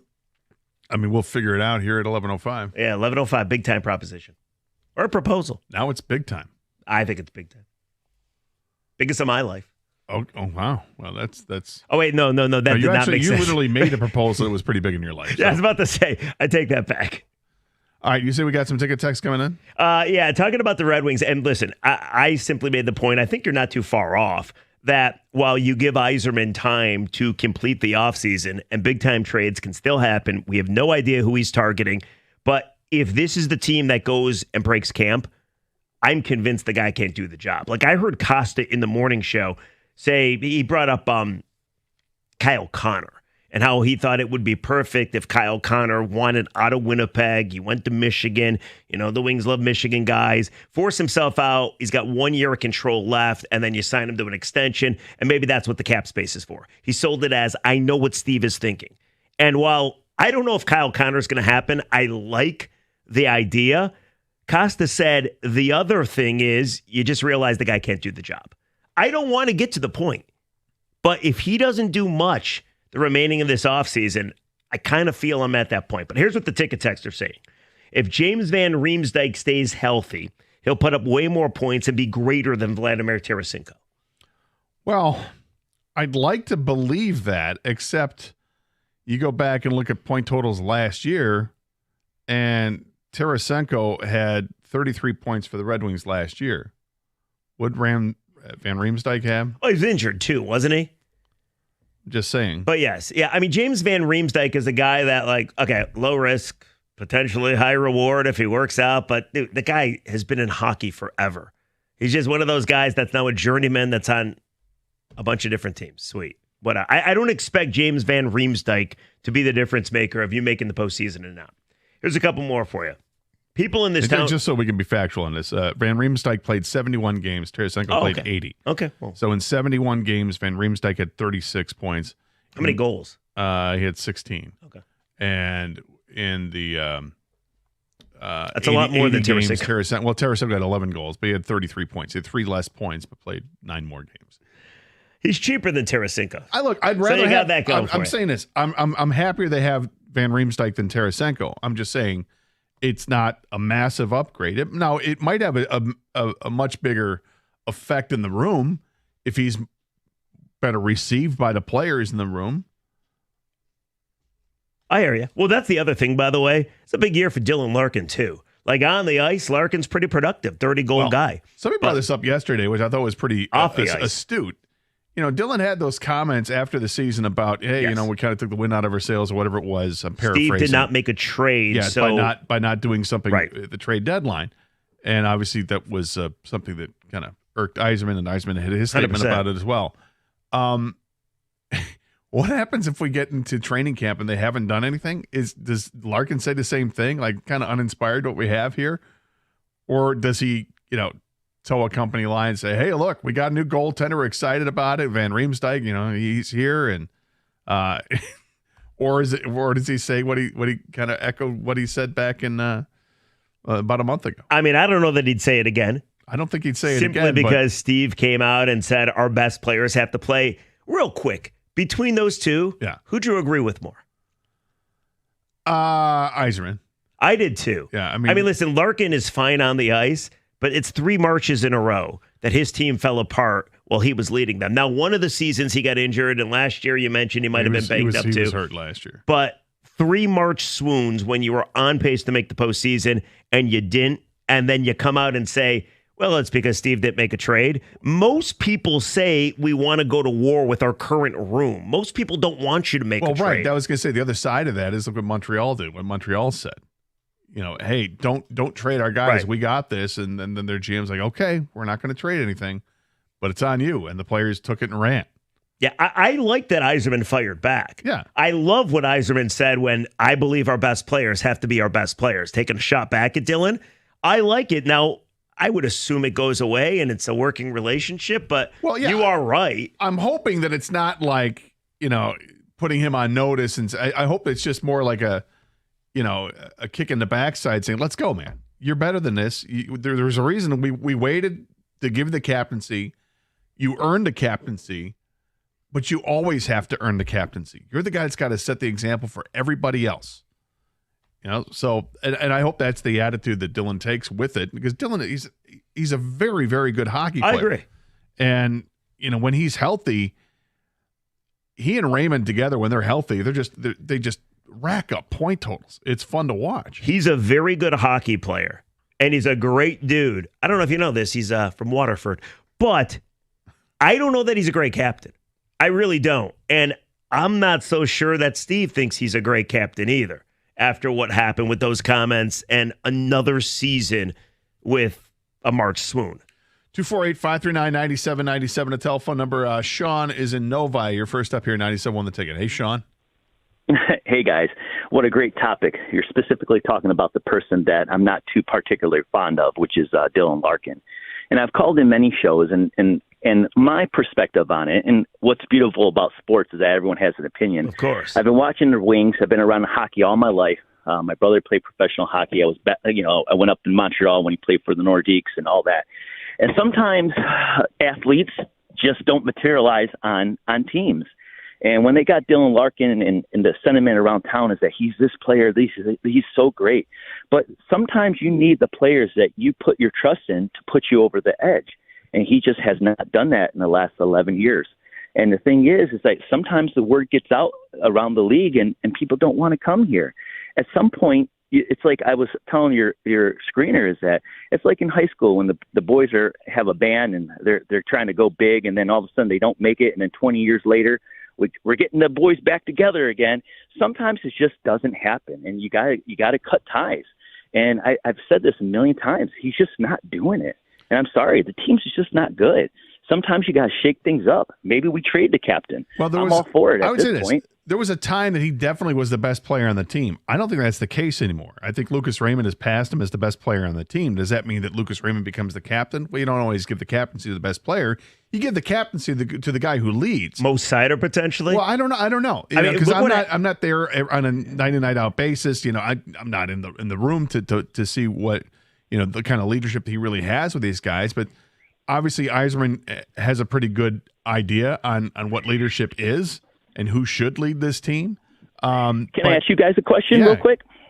Go ahead. Okay, I'm just asking you. You guys watch sports all the time, and that's your job. But do you feel the same sentiment? At what point do us as fans in the Detroit start to say, hey, we got to shake this things up? It's just not happening. But Sean, I agree. You see year after year. I agree you got to shake things up, right? But I don't know if you trade Dylan Larkin, what do you get back? Like, are we talking you get proven NHL players back?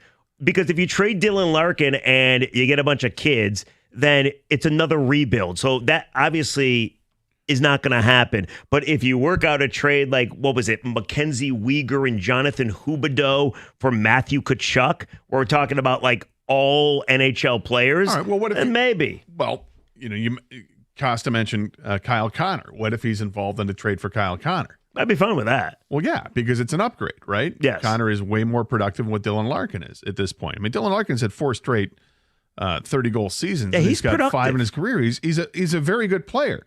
But what he isn't is a superstar, right? No, absolutely. And I think, and because he has been for a long time, he's been without question up until maybe the last year, the best player on the team.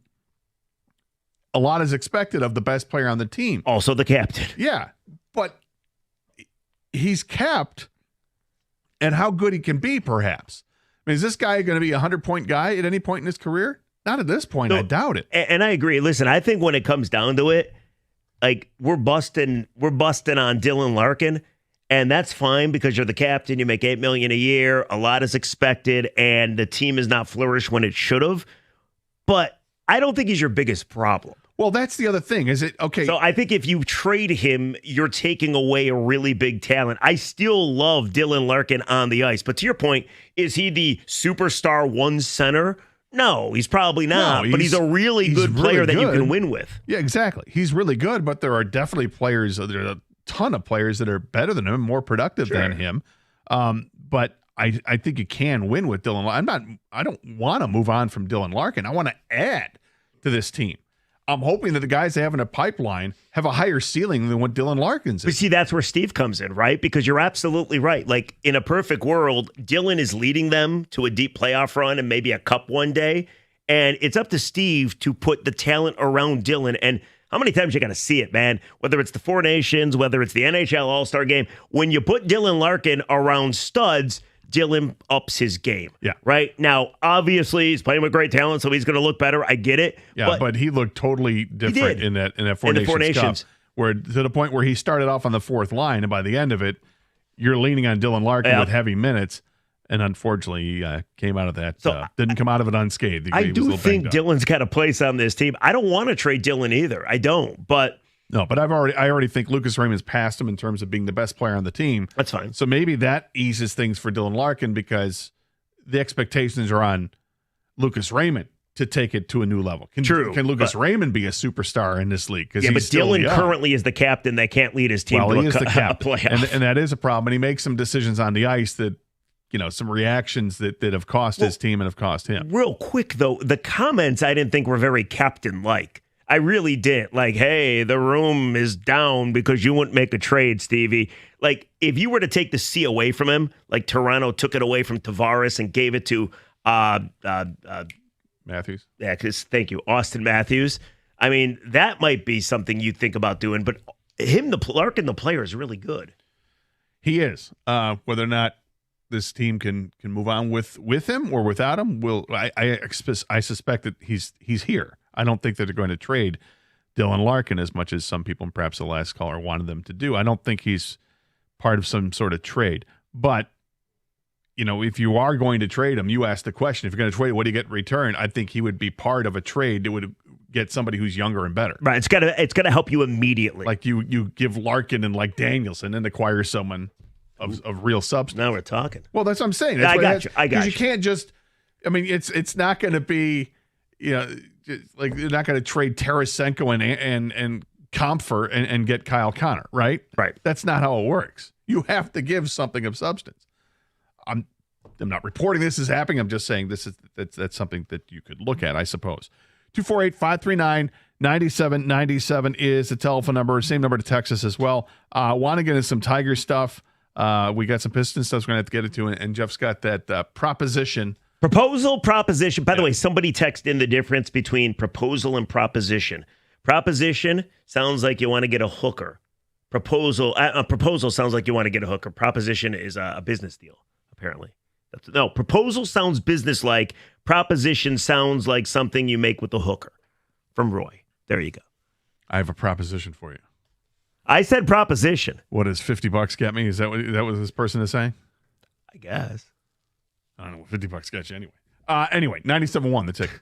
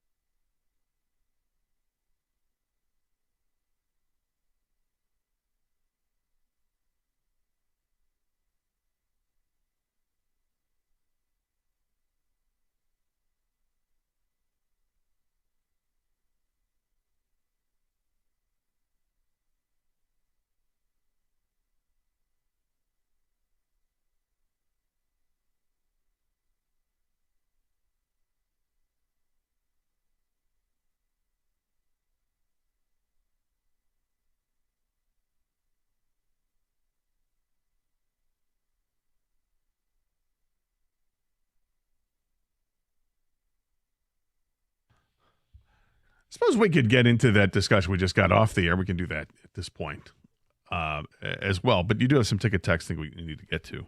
Yeah, we got some ticket text talking about the Wings, and here we go. Almost every show, people call in wanting to trade Dylan Larkin. It will never happen. He has a no-movement clause. That's Tony from Macomb.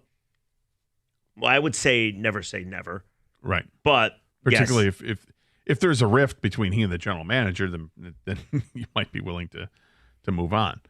Not saying there is. Saying if there is. Here's another one. I geek out to NHL radio, Sirius XM, from the trade deadline through the playoffs. Super knowledgeable talking heads who have said on several occasions that Detroit was the most disappointing team at the trade deadline, and respectively that Yzerman had little to do with Tampa's success, that he merely signed off on any decision that was presented to him. Now we are postseason and no real moves so far. At this point, I have lost respect in GM Steve Yzerman. That's from Chris in Ferndale. Well, I would say to Chris in Ferndale, does that come back if they make a trade of significance? Yeah. Because that's what's left to do. I mean, free agent-wise, there's one major free agent left in Nikolai Ehlers. Outside of that, you're stretching it if you think, I mean, is Orlov, the defenseman from Carolina, is he a top 4 defenseman? Is he a top 4 defenseman on this Red Wing team? Sure. Would he be? I think he would be, but yes. And if he would be, then that's a move that they could make as well. But beyond those two players, there just doesn't seem to be a whole lot left in unrestricted free agency. You can shift your focus to restricted free agency, but that means that comes with a cost. That's not just buying players. That's putting a player to an offer sheet, and then it's going to cost you draft capital in signing someone like that. Which, by the way, should be done more, I feel, if you really love the player. Yes, and it was done last year. It was St. Louis that did it last year with a couple players, and it worked out very well for them. And you really don't see a whole lot of that happening in the NHL, and I agree with you. It's something I'm surprised doesn't happen more often. Like, if you're cutthroat and you identify a guy and you really want a guy, why not make another GM sweat about it? Well, I mean, Carolina did that to the Red Wings.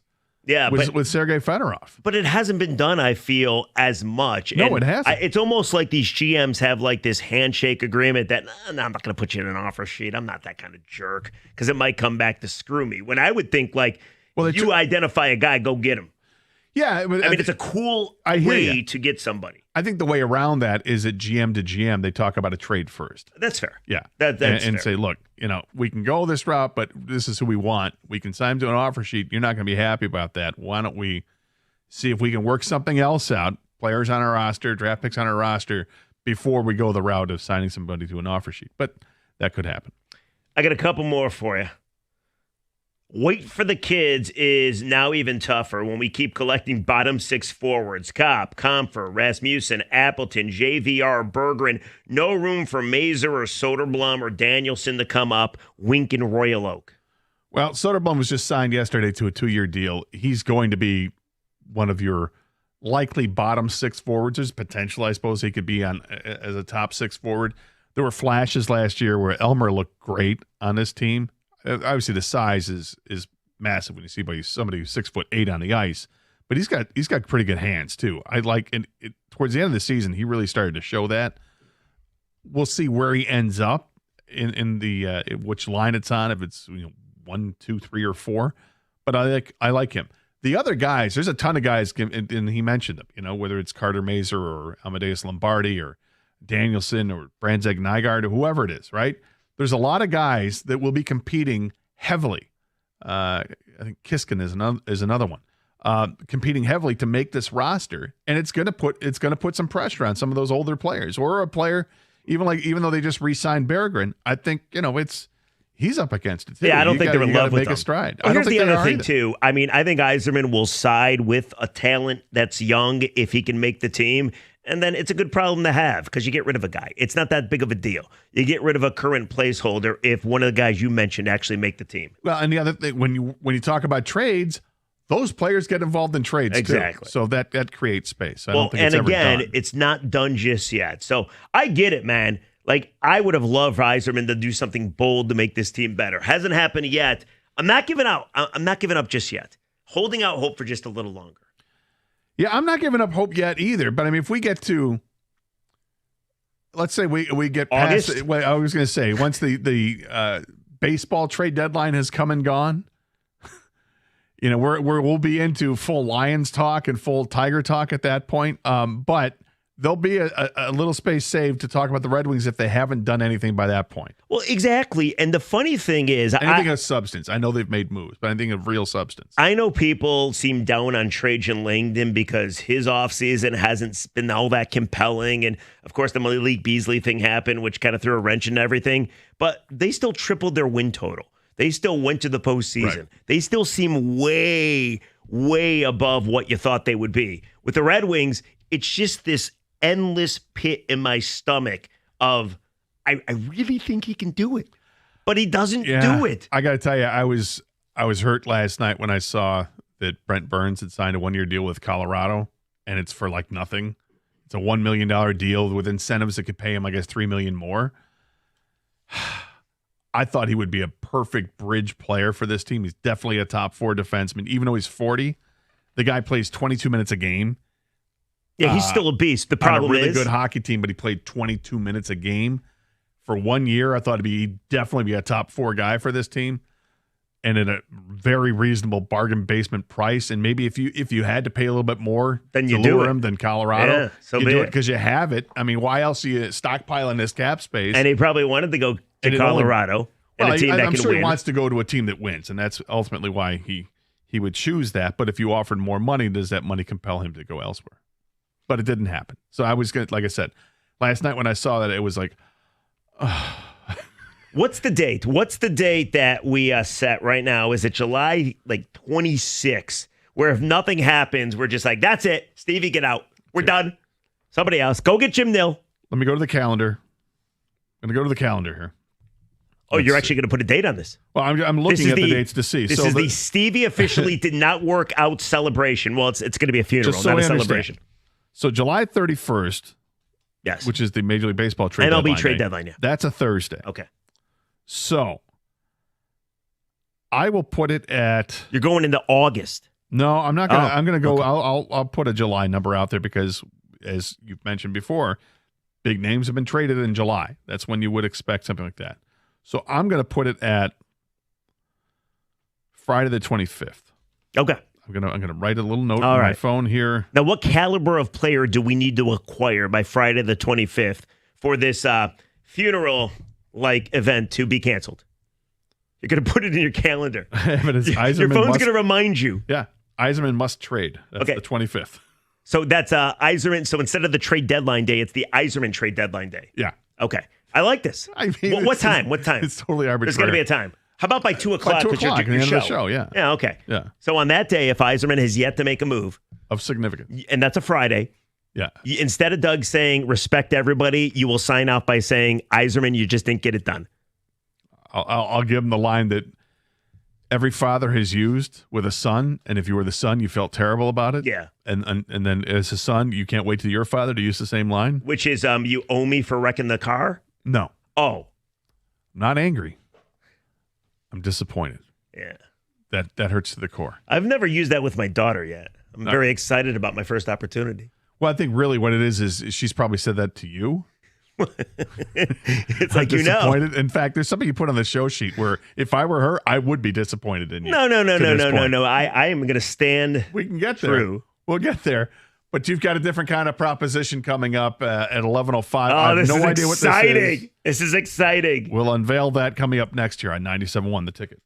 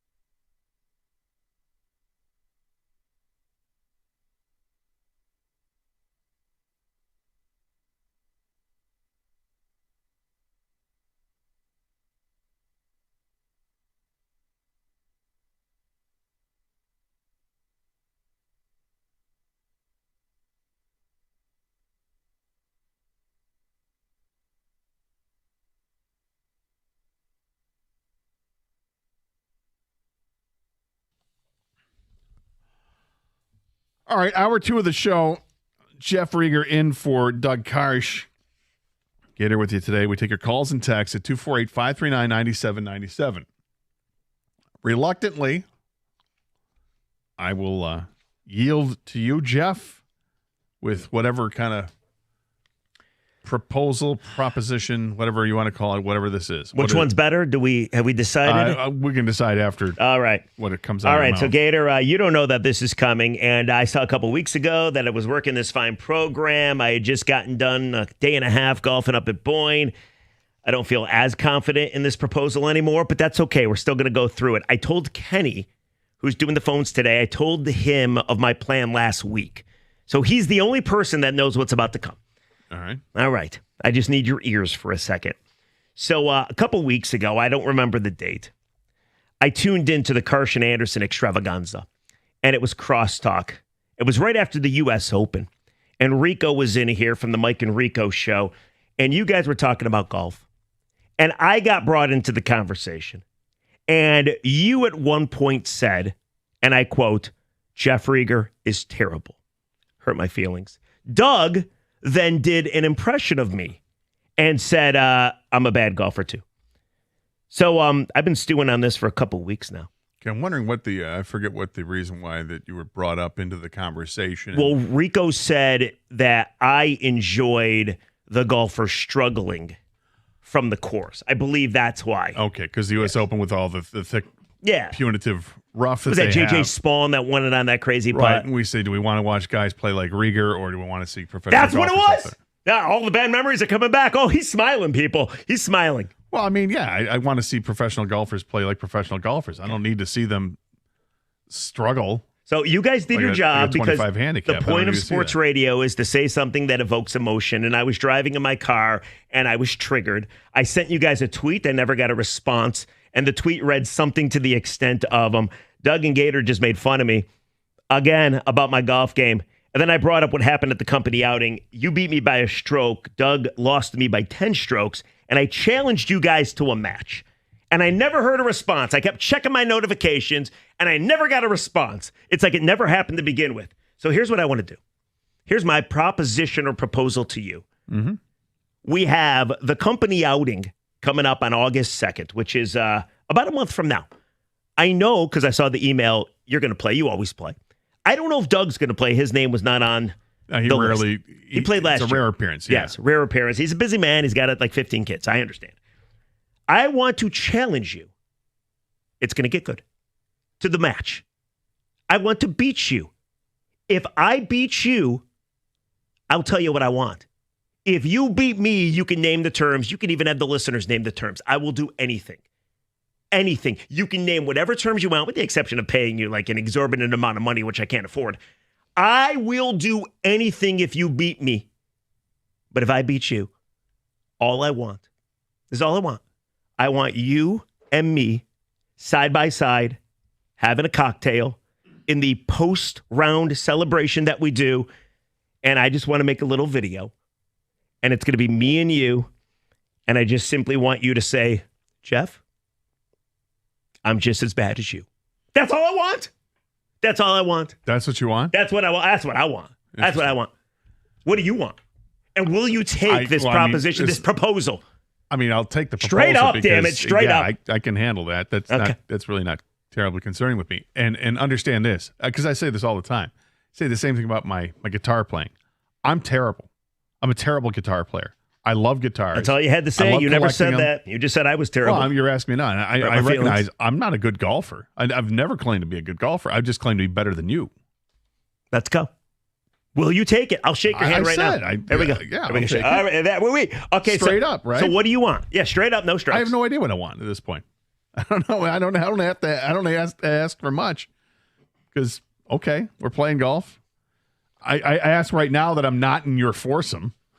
I mean, that might be, yes, that might be probably the way to go. I mean, we'll have to work out parameters of this deal. And, just and straight up strokes. Well, yeah, but I mean, you're going to have to play like legitimate golf and not. So are you? Yeah, of course. But I do. I mean, there's Well, why? pick me What up. makes you think I don't? We'll just see. The parameters are we get a breakfast ball because that's the rules of the Sure, tournament. yeah. And other than that, that's that. No Well, on mulligans. that course, but they tell you to. Well, we'll get into it. Oh, and here's the other thing. If you hit a ball out of bounds, you're dropping 3 from the ball out of bounds. Correct? Is that fair? You and I both. Yeah, it's two. You're laying 3. Or you're hitting your third. You're laying 2, hitting Yes, 3. correct. So on we're a not going drive. to do the hit the provisional and then you're hitting because, 4th. No, because they want us to move it along on that course. Exactly. Okay. Because we're guests. So there you go. I want my video. If I beat you, you can whatever Still you not gonna want. ask for anything as long as it's not monetary. Yeah, whatever you want. I question. mean, I'll run around naked. Nobody's going to want to see that. But who wins there? I will allow the listeners to choose my fate. I don't give a damn. I'm very confident that I will beat you. And I've been seeing a golf instructor, and I've been going to the range every day. And you know how Michael Jordan, we're not alike. I don't know if you know this. Me and MJ not alike in any way, shape, We're or form. bald. But that's true. I said, yeah, bald. You shave your head. Yeah. Okay. He probably does too.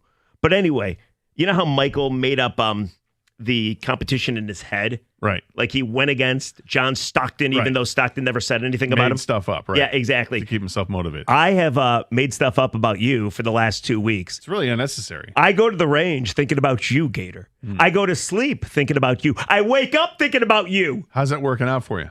Not great. Yeah. I mean, I had some really nice holes up north, and I second guessed this proposition at least 5 different times, but I'm still ready to take you. Gator's staring at me right now. I'm not. I think he's excited about this. I mean, it's just golf, man. It's okay. I'm not terribly concerned. If I don't play well, do you have a chance of beating me if I play like my worst? And I have not played well on that course. Yeah, it's a hard course. But I know that you have not played well on that course. No. You only beat me by a stroke last time, though. I know, and that was one of the worst rounds I've had. Well, you know what? I've gotten better. I'm kind of like the Red Wings, marginally. Yeah, I'm not terribly concerned. And the pun. I mean, this is what's funny to me. Your punishment is what is that? Yeah, I just need you to do a Jeff, video I'm just with me. as bad as you are. Yes. I mean, that's all I want because if you would have said that from the get-go. That's what you want me to say. You don't even want me to say that you're better, which is ridiculous. Because if you beat me, you should have me say that, but that's not what the bet is. We're getting which ticket is text. hysterical. We're getting ticket You just text. want me to say I'm as bad as you Yes, are if correct. you beat me. That's right. If only there was a way to determine if somebody was better than somebody else. Oh, what would it be? That's it. Head-to-head competition. And if Jeff wins that, Jeff just wants me to say that I'm as bad as he is. That's all. That's all. You can't. The heart wants what the heart wants. Okay, this is so that is hysterical to me because you had the chance to really go for the win and you didn't take it. But this, I shouldn't be surprised. Years ago, we played in the same event, and you and your partner at the time made the ridiculous. That was on him, not me. No, that was on him. Hang on, I'm going to say it. You guys made a ridiculous bet against Jimmy and I, our boss, about strokes after the match had already been done. I wasn't paying attention. And that was all him. Jimmy and your partner made the proposal and said, "Hey, okay, if you give us 15 strokes, okay, how about that?" And Jimmy's like, looks at me like, "Are you kidding me? Did he just say that? We know what they shot." And I'm like, "Yeah, do it." Yeah, and then Jimmy goes, "Okay, for like $20 a man." And, okay, yeah, it's not. And then we grab the scorecards, look at them, and sure enough, we beat you by like 25 strokes. Because that's just how dumb that was, as dumb as this is. This is all based on one comment that happened in a crosstalk.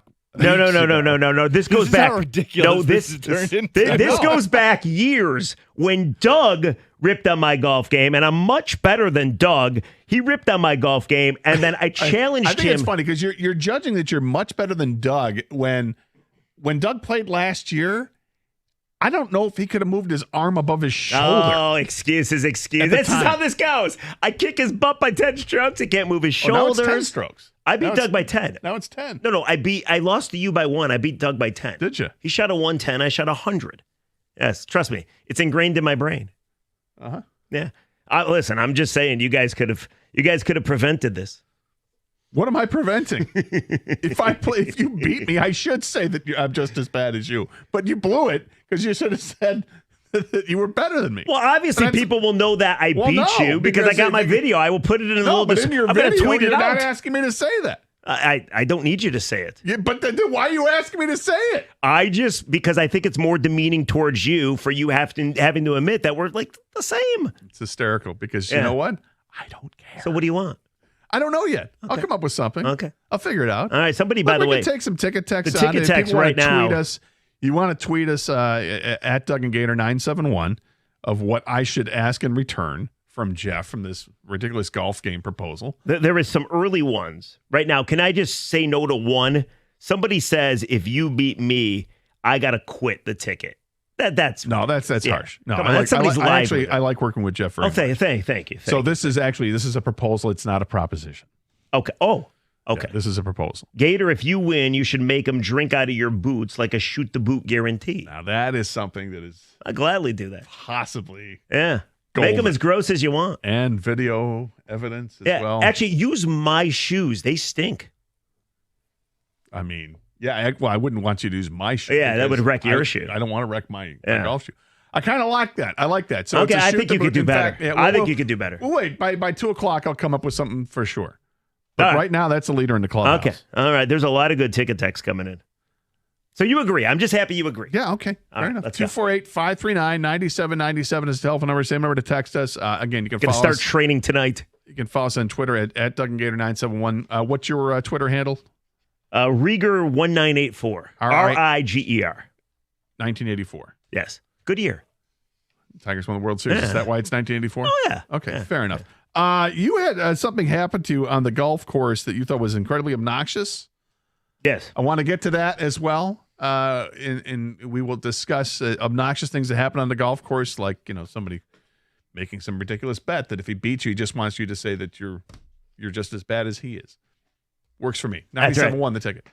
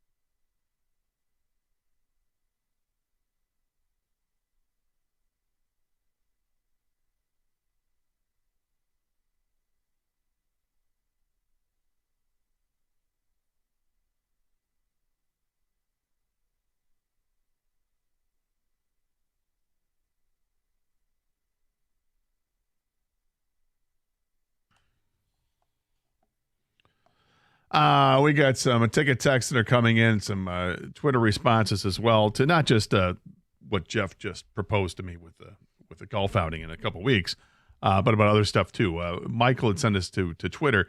The Gibson trade is a great deal for the Wings. Comment on that. That's a big upgrade with the best goalie available this year. I think we did. We did. And I do think that's an upgrade. And I do think that move leads me to think that the Red Wings are better now than they were after the season. How much better? We'll see. They got a long way to go here, but they also still have some time to make something happen in free agency. And then now I put in my calendar. It's July 25th. It's a Friday. At 2:00, that hopefully by that point Steve Yzerman has made a trade. That's the Yzerman trade deadline. The Yzerman trade deadline is July 25th. An arbitrary at date 2:00 that I need for my own sanity for the Red Wings to add some player of significance to He's this a team. failure if he doesn't do so. I mean, the player of significance has to be like a top 4 defenseman or a top 6 forward. Love it. That's the player of significance if you wanted to define it in some way. Or trade John Gibson and get even a better goalie. I'm just leaving it out there for a chance, but yes. Oh, wow. I'm kidding. Yeah. Couple quick ticket texts for you. You ready for this? Yeah. If I were to lose, not going to happen, but if I were to lose, Dave in Farmington, have Rieger eat the hottest pepper on the planet. I wouldn't do that to you. Thank you. Gator, if you win, you should make him grow his hair out for 3 months. Now that is a possibility. Oh, God, that would look awful. Although I think it might have to go longer than 3 months because I'm not sure how I need contrast. I don't know if you're going to get enough contrast after 3 months. I mean, I would have to shave it down to shave it. Yeah, I don't want to do that. How about this one? Do you agree with this? Scott, what you are witnessing is Rieger, spelled wrong, subconsciously needing your validation for not only his self-esteem, but for the years of regressed childhood trauma of not getting enough attention as a kid. I feel like what he really wants from you is a gold star or a treat, as if you were to give a dog a treat, because you asked him to shake and he raised his paw. Well, Jeff is the classic middle child I syndrome. am a middle There's child, no for question sure. about Yeah, that. no question I about mean, that. you are without a doubt the classic middle child. Yeah, I got the MCS. Yeah, for sure. Yeah. I also, and I was thinking about this earlier today. You're a performer. You do need. I need an to audience. perform for people. I'm not, but here's the thing about Jeff. Jeff doesn't care if you like it or not. He just wants to be out there and perform. Do you love the attention? I don't know if you necessarily love the attention. A lot of it's bad attention. Right. That's what I'm saying. I think you just love to perform. That's right. I don't.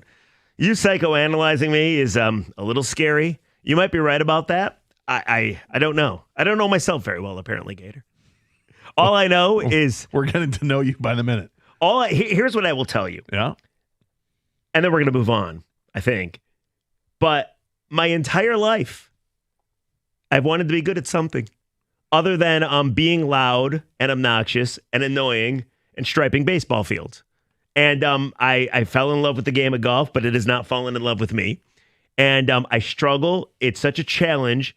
And every year at this damn outing, I think to myself, I'm going to do well. I'm going to beat a bunch of people. I'm going to kick everybody's ass. I'm not going to be the worst golfer. And every year it doesn't go well. Last year I made a little bit of progress. And then this year is my year. So, yes, I've been obsessed a little bit, without a doubt. There's worse things to be obsessed with than golf.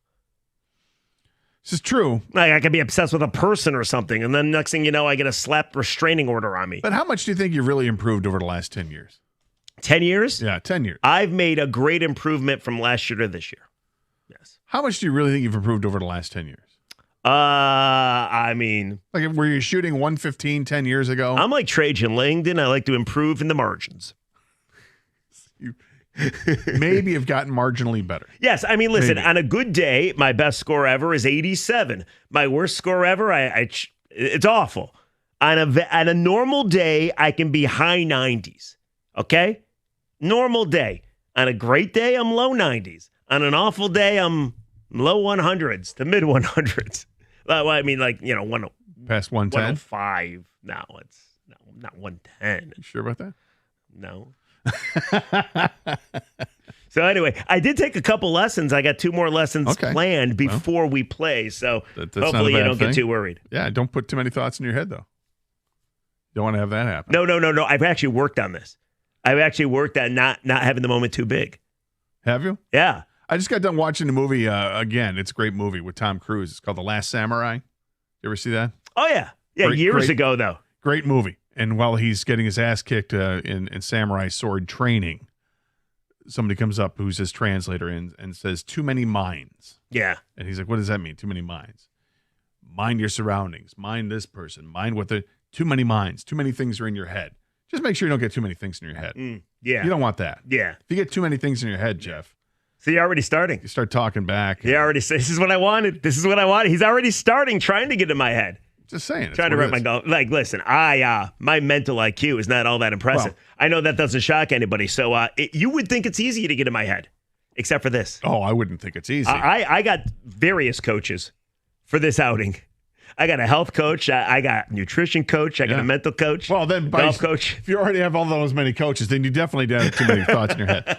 Anyway, I look forward to it. We'll see what happens here in a month from now when we do the show the following Monday. Just think of whatever you want me to give to you, which I will not. Yeah, sure. Just get ready for it. But you had mentioned before the show, you and I were talking about golf, among other things. There was something that happened that you found to be quite obnoxious on the golf course. And I know that everybody that has golfed, whether you're really good or really bad, if you're Rieger or if you're, Chris Villar. Chris is really good. See what he did there? Before he had kids, he was really. I am the bad one. It's just an example. I could have Before, put somebody he's else still on good. there. What are you talking about? No, I played with him a few weeks ago in a media event at the Rocket Classic. He was awful, and I said, dude, this is what happens after you have kids. Yeah, but what's awful? He probably still shot 81. No.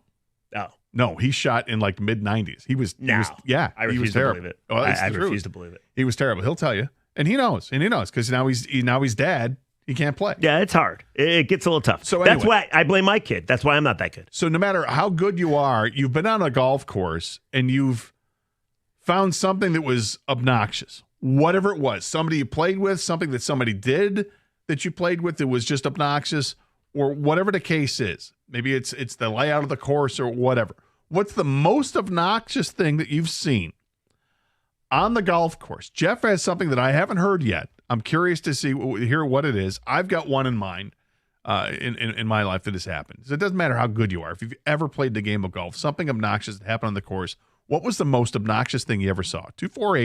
248-539-9797. This is 97.1, The Ticket.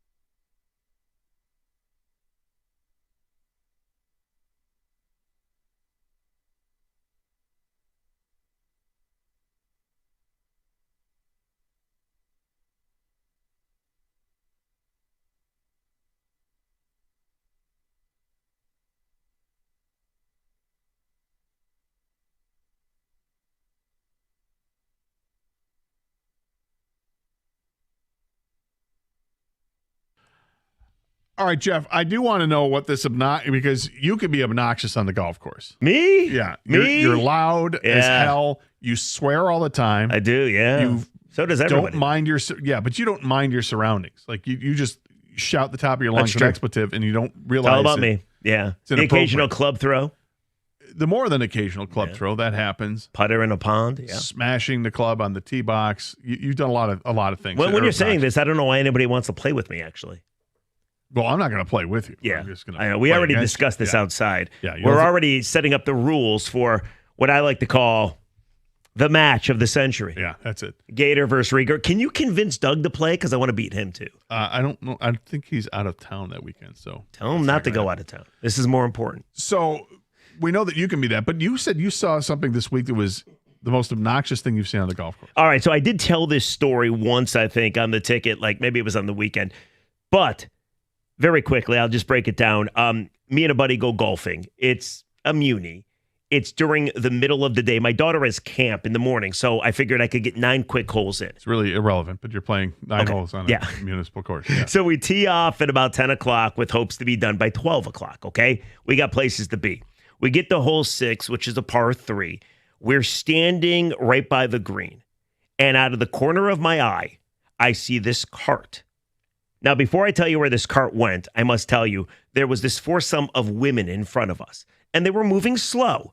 All ages. So you're already frustrated. Yes, from because you want to be senior done women, in a couple hours. Exactly, Gotcha. to a younger girl, right? And we're on the green, we're putting, it's moving slow, it is what it is, we just want to get done. And I see this cart out of the corner of my eye fly through the fairway and then almost like drive on the green. And what I didn't notice, and I'm wondering where they're going, is there is an empty tee box at hole 7. Now, mind you, these bastards passed 4 groups. They were way back. Course was packed. Gorgeous weather. So they decided to literally forego 4 groups, go up to this tee box, and then to make things even worse, because they have now just held us back an extra 25 minutes, let's say. Sure, they just skipped ahead of you. Right. To make things even worse, they took 3 balls each off the tee box. So they suck, okay? So they cut everybody off. They suck, and they They're took 3 balls. just as bad as you, or are you better than them? I wanted them to make a video with me saying they're just as bad as me. Anyway, so I'm pissed. I'm fuming. I'm like, come on, listen, I suck, but at least I play quick, okay? Because we got places to be. That's something you and I have in common. Thank you. Yeah, good. I'm not good, but I play quickly. There you go. I mean, it's a redeeming quality. So one of the women walks up to me, and she's like, listen, I just want to tell you what happened. And she tells me that exactly what I witnessed, that they cut to the tee box. I didn't realize they had taken multiple shots off the tee, which makes it even so much worse. So by the time she finishes the story, I'm furious, right? And I'm with my buddy who doesn't think it's a big deal because he probably didn't have a place to go like I had a place to go. And these guys are almost to the green. It's a short hole, hole 7. And I lost my crap while this woman is telling me the story. And I just yelled. And this is embarrassing, but I'll just kind of do it. I'm like, hey! And then I'm like, I didn't call them anything too bad, but I did kind of say, What? Give me the initials. What did you say? hey! A-holes! All right. Yeah, and one of the guys looked, didn't care. The other guy didn't even look. And I'm like, wow, that was really stupid. Like, I am in radio. Somebody might have recognized my voice. And then I think I scared off the woman who was talking to us because she went back to her foursome, and I heard her say, that guy just yelled at them. And then, of course, I felt awful about it. So I went back up to the woman. I'm like, yeah, sorry for yelling. She's like, no, that was awesome. But I think she was lying to me. I think she was horrified. Anyway, we finally finished the round. We get back to the clubhouse, and I go to the ranger. I'm like, and I had their description. I'm like, these 2 guys, I think they're playing 18. They're back on the back 9 right now. Yeah. They cut in front of 4 groups. And I thought the ranger was going to do something. He didn't give it. No. Yeah. It's a Muni course, and they don't care. Exactly, and it was packed. I was furious, absolutely furious. It was disgusting behavior, and I think I deserved to yell. Yeah, I'd allow for that. I'm surprised you didn't do anything further than that, but that's okay. Well, let's be honest. I'm a small guy. I'm like 180 sopping wet. I'm not going to get in a fight. I mean, one of them was bigger than the other guy, but I can't fight. Fair enough. And not to mention, I'm if not you asking watch to fight, I was just saying, if you watch social media, like once a week, you see like a I golf know, course fight. I do enjoy those. I don't want to be involved in something like that. Watching a TikTok video of guys fighting on a golf course is hysterical to me. Right, I'm right. Like, are you guys really, you're gripping the club that tightly where you're going to come to fisticuffs because some guy accidentally hit into you or were they taking a long time? Anyway, Is there any chance you're going to want to fight with me if I beat you on August 2nd? No, not a chance. Damn it. Because you're not going to beat me. That's the biggest part. Okay, so that is obnoxious behavior, skipping, but I'm not sure which is the more obnoxious behavior you were talking about. Was it the fact that they skipped ahead of 4 groups Yes. to sprint to get to the next tee box, or was it you yelling out at the top of your lungs, "Hey, a-holes," and that was it? Was that because you basically yelled at them and then you scared the women folk? I did. I scared the and women. And then the guy you're playing with is probably like, "Hey, great, I got to be with this guy." Yeah, it's not great. Well, I was very sure of myself in the moment, and then I realized what I had done. It was almost like involuntary behavior. Well, my story will go a lot quicker. Yeah, just because I'll move it along. Okay, go. And it's the reason that they're on the list of Gator things strongly dislikes. All right. I was playing up north at Arthur Hill's course in Boyne. Ooh, very really nice. nice course. Yes. I was playing by myself, and I got slowed up by this group. And it's a family. It's not just a foursome. It's like they brought a couple kids with them too. So there's like 6 of them, and they are literally giving lessons on the golf course while this is going on. And I just want to move past them, and there's nobody in front of them. Unacceptable. There's nobody in front of them. What time of day? I'm just curious. It's I think I teed off at 10:30 in the morning. Okay, gotcha. And this is on a Friday morning, and I'm getting pissed, and I'm waiting 3 holes now. We've gone, and they haven't just said, "Hey, would you like to play through?" Which is usually that's the etiquette in the golf course. The group that's slow should look behind them and realize they're holding somebody else up and say, "Would you like to play through?" Yeah, and that's when not it happens, that's it's not on awesome. you. It's great. Yeah. But after 3 holes and it hasn't happened yet, I finally said, "Hey, do you guys mind if I play through?" And they said, "Actually, we're just enjoying the day here. You can wait like everybody else." I'm like, Whoa, you should have done the "Hey, a-hole" yell at them. Not yet. I'm like, "Oh, okay, sure, go ahead." Do what you got to do. Oh, I would be infuriated. Still doing tutorials on the golf course with whoever they're playing with, and I'm getting more and more frustrated. And it's 2 more holes, and I drive up again, and I'm like, "Dude, seriously?" I'm like, "Oh, I guess go ahead." Oh, you asked the second time? Of course, I asked the second time, and I said, "Good, I'm not going to hold you up." And of course, I hit a drive, and it's awful. Goes into the woods down, but I don't care. I just take off and I go. Drop into the course. You know what they were saying? This guy wanted to play past I just want to get past you. This is how bad I'm terrible, but you guys are so obnoxiously slow. It's in my best interest to just get past you. So that was my obnoxious story. But what is it for you? What's the most obnoxious thing you've seen on the golf course? I'm sure there's better than what we've just described. But Scott, you're next up here. 97 on the ticket. Hey, Scott. Hey, Scotty. Yeah, how are you, sir? All right. So I am listening to you guys, and I'm thinking back a couple of days, and my buddies and I, first of all, Gator, you're right. You, as kids come into play, golf becomes a much different game. Oh, yeah.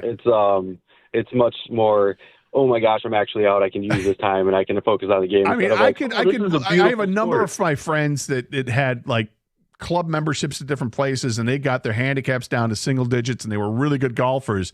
Then they had kids, and those handicaps went right back up because you don't play. A very sad story, guys. Very sad. So a couple of days ago, what we've done, because we all have kids now, is we have to play before work. So we get up and we do the early round, quick 9 municipal, and we try to squeeze it in before we have to go to the office. But we try to get the first tee time, and now that tee time is gold. And this we get it. And it's happened twice now. We have a single come up, and he's like, "Hey, either I'm in a hurry, I got to get to the office," or he just goes. And then it's okay, it's just a guy, he's out there. Twice, our foursome now has caught up to the single. Oh. This guy should be miles away from us. What's he doing, Scott? Is he point, hitting multiple balls? That guy? So the first guy, I was just awful, which all right, you went and you're terrible. You should know how bad you are, but the other guy, guy number 2, is on his cell phone yelling at people on his phone. We got to a point where, so you're like, all right, is this just annoying or is this a yellable offense? You know what I'm saying? So we have finally one of the guys in the group goes, "Hey," just get off the, and so After that, next hole, he's off in the woods yelling again, like we had told him we were waiting as a foursome. Next hole, he's off in the woods on the phone yelling. We're like, are we in the twilight zone? What is happening right now? It was ridiculous. This is the guy that you let play through, right? So I am the guy who shows up 30 seconds before tee time and just goes on the course. The guys were like, I think that they talked to the other guys in the group, or he did, and was like, and he had a thick accent, so they couldn't understand what he was saying. And he was like, I got to go. Can I play? And then he actually offered it to them to play with him while I wasn't there. But it gets all sketchy for me until all I know is that, oh, man, this is a yellowable offense. We need to get this guy off the course. Like, you're a single. You should not be here. You know what I mean? That sucks. That sucks, man. Thanks for the story. I appreciate it. 248-539-9797. Steve is in Monroe. You're next up here, 97 The Ticket. Hey, Steve. Hey, so I've had two of these. Drunken golf partner in golf league. Yeah.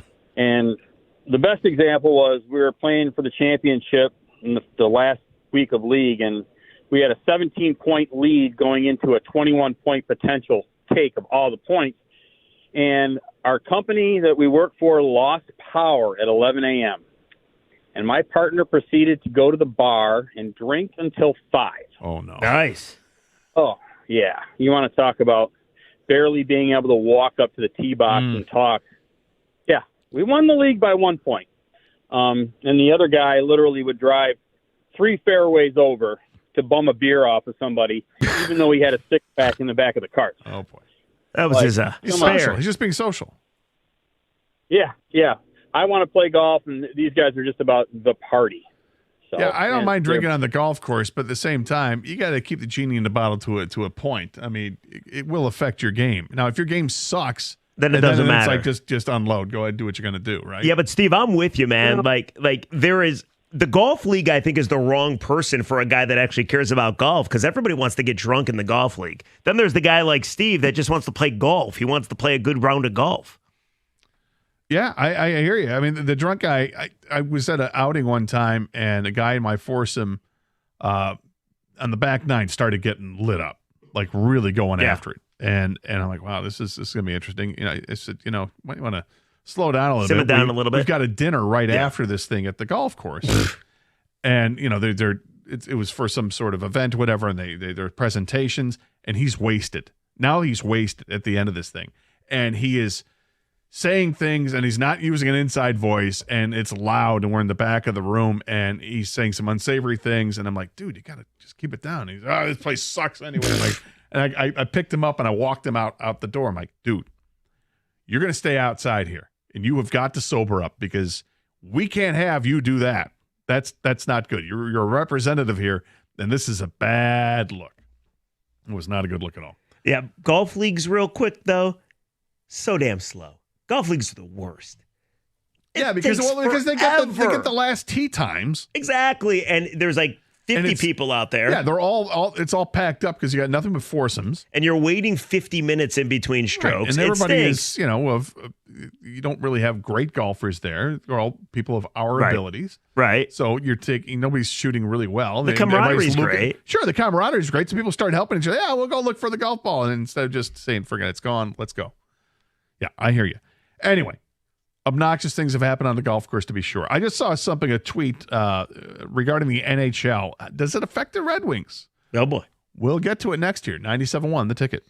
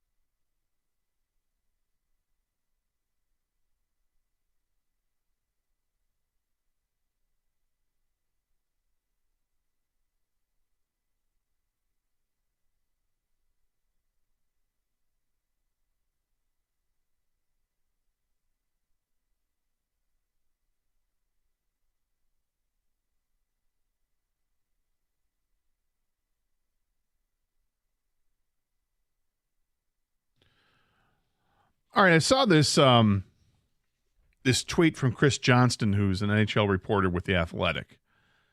It's just something to keep an eye on. Once Nikolai Ehlers makes his free agent decision, there's a sense it could spur trade activity among the team or teams who fall short in their pursuit of the talented winger. Look, I would imagine that, yeah, this is plenty of teams. They're not just going to throw all their eggs into one basket and hope that they get Ehlers to join their squad. There has to be plan B, and plan B would be find other players. Well, this is what I think is going to be interesting, because this is where you might start to hear other names being mentioned.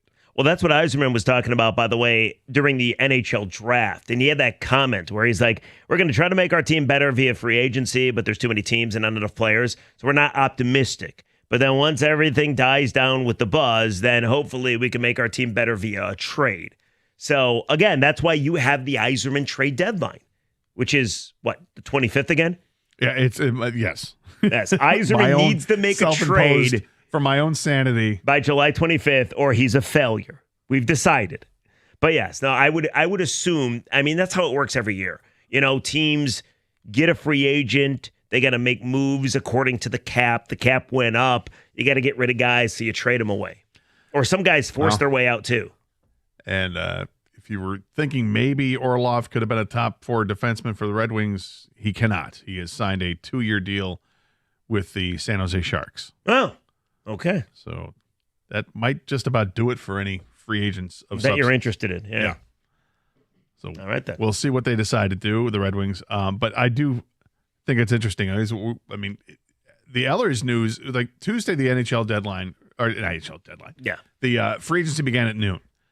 By Tuesday afternoon, the market on Ehlers, the reports were he's got a lot of things to sift through. He'll probably make a decision tonight. And then the next day came, which was yesterday. And then it said, yeah, well, he's going to sift through. We should expect, again, it was like tonight. Nothing happened last night. So I kept thinking, what a great position to be in if you're Nikolai Ehlers, because now you have all the teams are interested in you because you're the last big-time free agent that's out there. And he's a good player. He's not a great player. He's a good player. He can help you. Be a top 6 forward for sure. Absolutely. But, you know, it's not like he's Mitch Marner or some of the other guys that could have been free agents that ended up not being really free agents. But he's in a great position now because he's going to get the best contract he'll ever see because he's the only guy left. And everybody else of substance returned to their own teams. So we'll see who he ends up signing with. And if, in fact, it does have a trickle effect to spur on trade talk with other teams. The NHL list, if free agency, is always the most bastardized thing ever because these guys never leave their teams. They're really good ones, right? So you're left with like these second-tier NHL guys that no doubt you end up overpaying for. So I'm not even pissed that Yzerman didn't do anything in free agency. No. It's all about the trade and making your team better and making your team tougher to play against. But quick example, like have you seen who's on the free agent list next year? Yeah, it's a massive list of great players that McDavid, are not going to see free agency. Kaprizov, Panarin, Ovechkin, whatever, Kyle Connor, Costas guy. Yeah. How many of those dudes are actually going to hit free agency? The answer is probably none. None of them. Yeah, I mean, the real question is Connor McDavid. I mean, do they have enough money to pay Connor McDavid? Yeah, but what they do have is a whole year of negotiating with him exclusively. Yeah, and he'll get it done. A whole year of trying to get back to the Stanley Cup finals. There's no way he leaves. There's a way he could leave. I mean, look, like I said, they traded Wayne Gretzky. They did. So anybody can be traded. Trading Connor McDavid in your prime when you've gone to back-to-back Stanley Cup finals, and we'll see what they do next year. Doncic was traded. That'd be tough. That'd be tough. Every league has the great player at the time that was traded. You never know. But we'll see. I'm encouraged that the Red Wings can get something done in a trade. I have no idea who that's going to be, but look forward to it happening at some point before July 25th. Speaking of great players, Gator, the Tigers have 3 of them.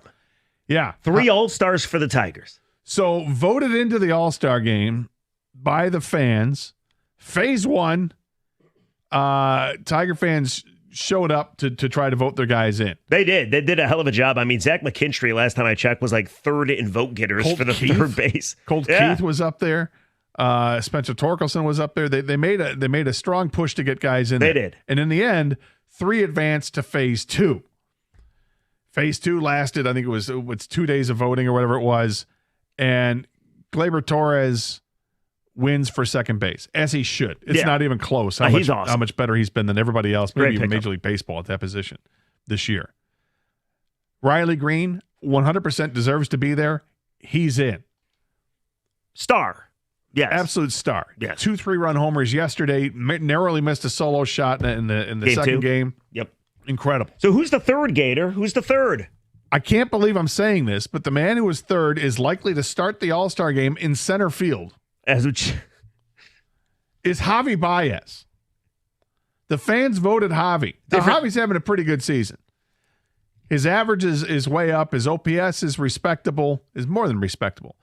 He doesn't have the power numbers, or he hasn't driven many runs in. Well, he's not hitting the at Baez right, of 2016, Well, but no, still. he's also hitting in the bottom of the lineup because he's batting 8th typically on a nightly basis, 7th or 8th, somewhere in there. He's got the third best WAR on the Tigers at 2.2. He's got a 284 batting average. He's got 9 dongs. He's got 36 ribbies. He's got an OPS close to 800. He's got an OPS plus. League average is 100. He's at 118.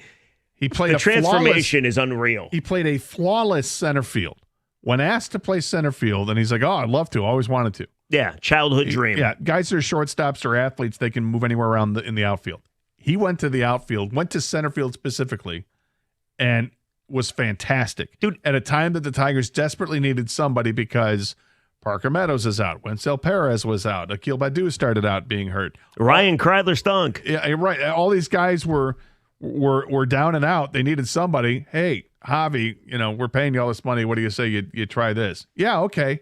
And he was great at it. He not just saved good. He was the great Tigers. at it. He really did. So much to the fact that I'm like, hey, once Parker Meadows comes back, maybe you keep Javi out there in center field. Now you need him at third or shortstop pretty much because Trey Sweeney hadn't been all that good.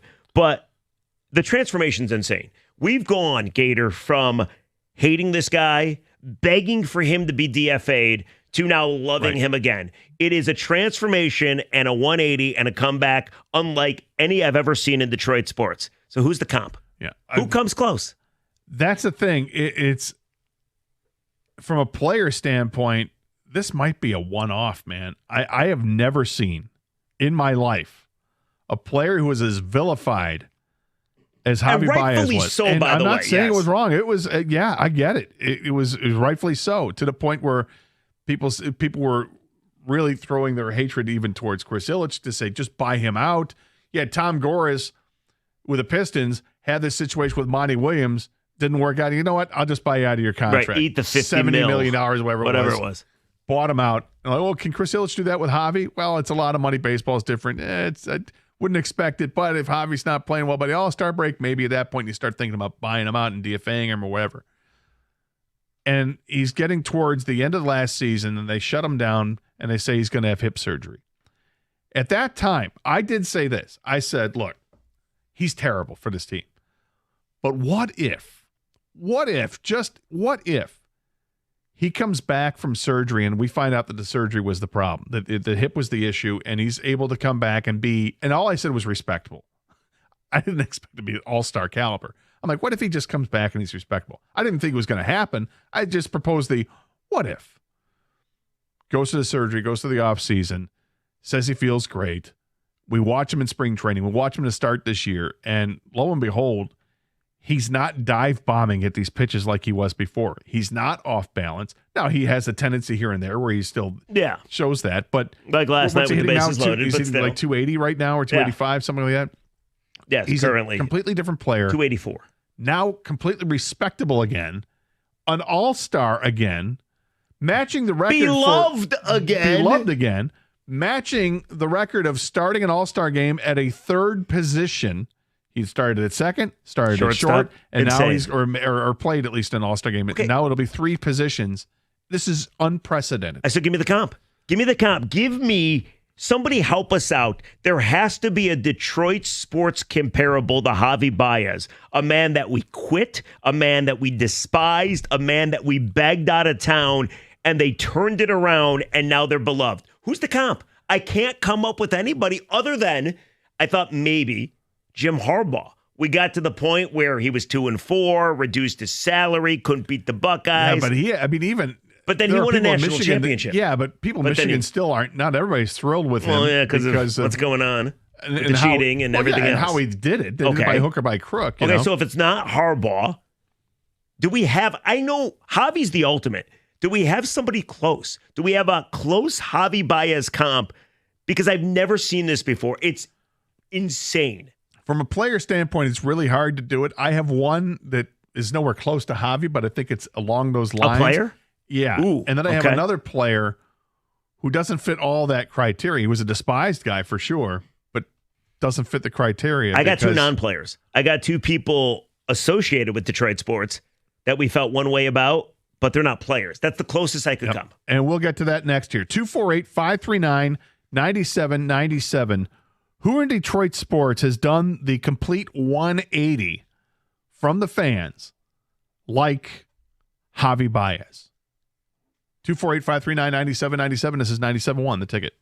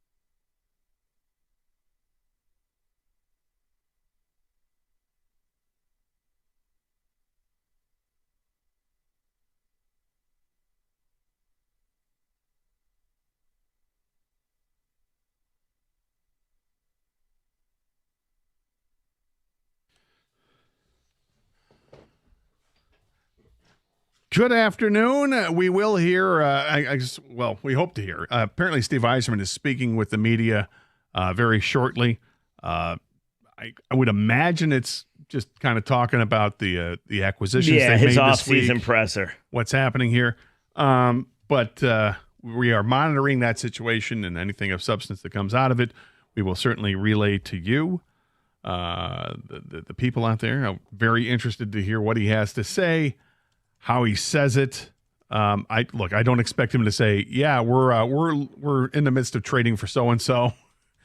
He's not going to give that away. But I would expect him to say, when asked about improving his team, or even before that, just as preemptive, we're always looking to improve this team. We are actively looking in the trade market to see who's available, and we'll find out exactly if anything does come to fruition. So do you think, though, the fact that he's choosing right now to talk, and the media is already down there for the most part for developmental camp, so it's easy to get them there and you can talk to them, but does this indicate they're done? Now, of course, if a trade comes, he can make a trade later on, like we've already discussed. But the fact that he's doing it on July 3rd, and it almost has a feeling of finality, doesn't it? Like, this is our team. Like, hey, if something comes around, we of course will address it. But it has that feel to it, does it not? Because if you had other plans of making some moves, at least in the upcoming days or weeks, you won't call this presser right now. I don't think that's the case. I think it's just free agency is now. We're in the third. We're entering day 3. Like, this is now officially starting hour 49 of free agency, if you will. But if you look at the available free agents, they're almost all gone. So from a free agent standpoint, if he's like, yeah, we've done all we're going to do in free agency, now I can get out and talk about the free agents we acquired and what the plan is moving forward. Yeah, I think you can go ahead and do that. And then if you make a trade, that gets its own press conference. That's going to get its own press and conference. I understand that. Just interesting. And it should get, hopefully it's a player that deserves his own press conference, right? Yes, where maybe we get a live press conference with a jersey and everything. Right. That'd be nice. Yeah, maybe Stevie calls in. Oh, you guys? Have you guys ever had Yzerman on? I think we have. Good. It's not typical. Usually it's a morning show thing. They go on the morning show. But but we'll monitor and see what he actually has to say about what's happened in free agency. And again, I go back. I think this team is a little bit better, just a little bit better than what they were to finish the season because of the goaltending situation. Adding Gibson it's not a small move. It's a big move. It's a good move. And it buys more time for the Red Wing prospect goaltenders to develop, whether it's Kosa or Augustine. Augustine's going to play another year at Michigan State. And Kosa, I imagine we'll see some of Sebastian Kosa this year. You better. Here and there. And yeah, I agree with you. I think we better see that. And I'm still stunned. I said yesterday, I cannot believe we only saw him for, a period and a half last year in a game that he ended up winning, coming in relief, and then was up with the club for like the next 4 games and didn't play. Yeah. It was beyond me. And I wonder if that was one of the reasons. Very good in the one game he did play. He was, not right away, but yeah. Anyway, so we will continue to monitor that and see what happens and what Steve Yzerman has to say. In the meantime, we're talking about the Tigers and specifically Javi Baez. And is there anybody out there that is like that? Now, I said I had a couple players I could mention, but one is different circumstances. I'm not sure fits the criteria of this. The other one sort of does, and yet we will see here when I bring it up. So the first name I'll bring up. Yes, comps to Javi Baez, the turnaround, which is unprecedented. Right. The 180 is what just happened here, right? The first one I'm going to mention is Chris Chelios. Okay. And I say that because Chris Chelios, when it came to the Red Wings, Wings fans hated Chris Chelios, right? Remember him from Montreal, whatever, but it was really Chicago. His days as Chicago Blackhawk on the blue line there, literally hammering Steve Yzerman in the head on a consistent basis, always stirring stuff up behind the net, in front of the net. Red Wing fans hated Chris Chelios. And yet, Chris Chelios ends up being a beloved member of this Red Wing team, and I think may actually have played more games as a Red Wing than he did with Montreal or Chicago. That's a good one. But it's nowhere near no, because but it's not the same because it wasn't like he got here, sucked, and then all of a sudden turned into an all-star. Right, because he won the Norris before he came here. He was a stud. I mean, the fact that you were getting a good player, it's just a player you hated because he played for the Blackhawks. And it was not the same. And I'll say this about Chelly, though, which is, again, why maybe this is more ammunition for this. As a Red Wing, he was good, not great. Yeah. I thought he was good. He was solid. I agree. But he was nowhere near the agitator that he was when he was a Blackhawk. And he wasn't the young stud that he was when he was with Montreal. Right, winning the He was a guy who fit well into this team that had a million veterans, a ton of Hall of Famers, and he was one of them. Okay, that's not bad. Here's mine. Well, I have one more. You player, got one more? Just Sorry. as a comp. Go ahead. The other player was drafted by the Lions. He was drafted in the first round, 20th overall in 2009. And it's the position he was drafted at. And because he ends up being a first-round pick, fans hated him from day one.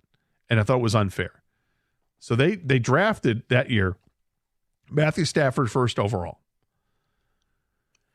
Then they drafted with a 20th overall pick. Jeff Backus? Is that Brandon Pettigrew. Oh, okay. Tight end. So Brandon Pettigrew, because he was a tight end, people hated it. In the first pick in the second round, the Lions drafted Louis Delmas, the safety. Yeah. Safety from Western Michigan. Yeah.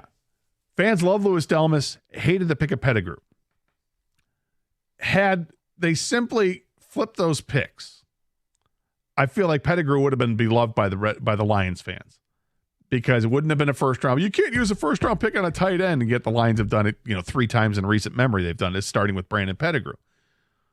Pettigrew ended up having a couple of really good seasons with the Lions. The second year he played there with the Lions, he had 71 catches. The third year he had 83 catches. The fourth year he had 59 catches. All 3 of those years he was targeted over 100 times. Brandon Pettigrew was a pretty good tight end for this team, yet fans hated him from day one because he was a first-round pick. They thought they wasted a first-round pick. In the meantime, had they drafted Louis Delmas in the first round, nobody would have said anything. Oh, yeah, get a safety. Bolster that defense. There you go. What difference does it make? They got both of those guys. You just flip it around. But Pettigrew was maligned, and yet he was pretty good for a few years. But that doesn't even come close to Javi Baez. That's why I think this question is tough as hell from a player standpoint, because I don't think there is a comp. I don't think there is either. That's why it's miraculous what Baez has achieved and accomplished. Here's my 2, and they're not athletes because I can't think of an athlete. The comp to Javi Baez and his turnaround. 1, the forwards. Sheila Ford took over the Lions. Remember at Kelvin Johnson's retirement day, she got booed vociferously, and she's like, it's okay, it's okay. Well, she understood. And now look at her. People love Sheila Ford. People love the Ford family. People love the Lions. The other one, to a lesser extent, is Tom Gores. I mean, the fact that Tom Gores bought out Monty, the fact that they made the playoffs, he hired Trajan, who hired JB. Like, I do believe fans now love Tom Gores. Those are my 2. Those are 2 really good ones. They're not players. But they're not players. They're not players, but they're both really good. And I'm glad you went specific with it's Sheila Ham, right? Because she took over that team from her Martha mother. And of course William Clay. Yeah. And I think even to an extent you could say Martha. She made changes. And she was she didn't want to accept mediocrity. She's the one that made the decision to move on from Jim Caldwell. Yeah. Now, albeit a terrible decision who they hired after that, but they tried something outside the box. It didn't work. Patricia and whatnot, and the GM that just did not work. But then Sheila takes over the team, makes those decisions to move on from those guys and bring in 2 guys that had very little experience, and it's worked wonderfully. And now she is getting her flowers as she deserves them. Yeah, we need the closest to Baez then. Tom Gores is interesting too, though, because fans would make fun of Tom Gores. I don't think fans didn't really make fun of Sheila Ham. Sure. I mean, they were upset. They were like, oh, great. We're having a woman owner again. This isn't going to work. I mean, Tom, you had the T-shirt time. Yeah. You had helping the community. But it happened quickly with her because she made the right moves. Tom Gores, it's taken a while. All right, he bought the team and, wearing the button-down shirt, button down to the navel, showing all the wolf, working the T-shirt cannon, all that stuff. Says some really interesting things. Yeah, he just goes off on tangents. He's terrible as a public speaker, and some hiring decisions look like a joke. And like, what is this guy doing? Spends all this money to get Monty Williams. Okay, and that's a disaster. And like, here we go again. But then he made the move. I'll buy him out.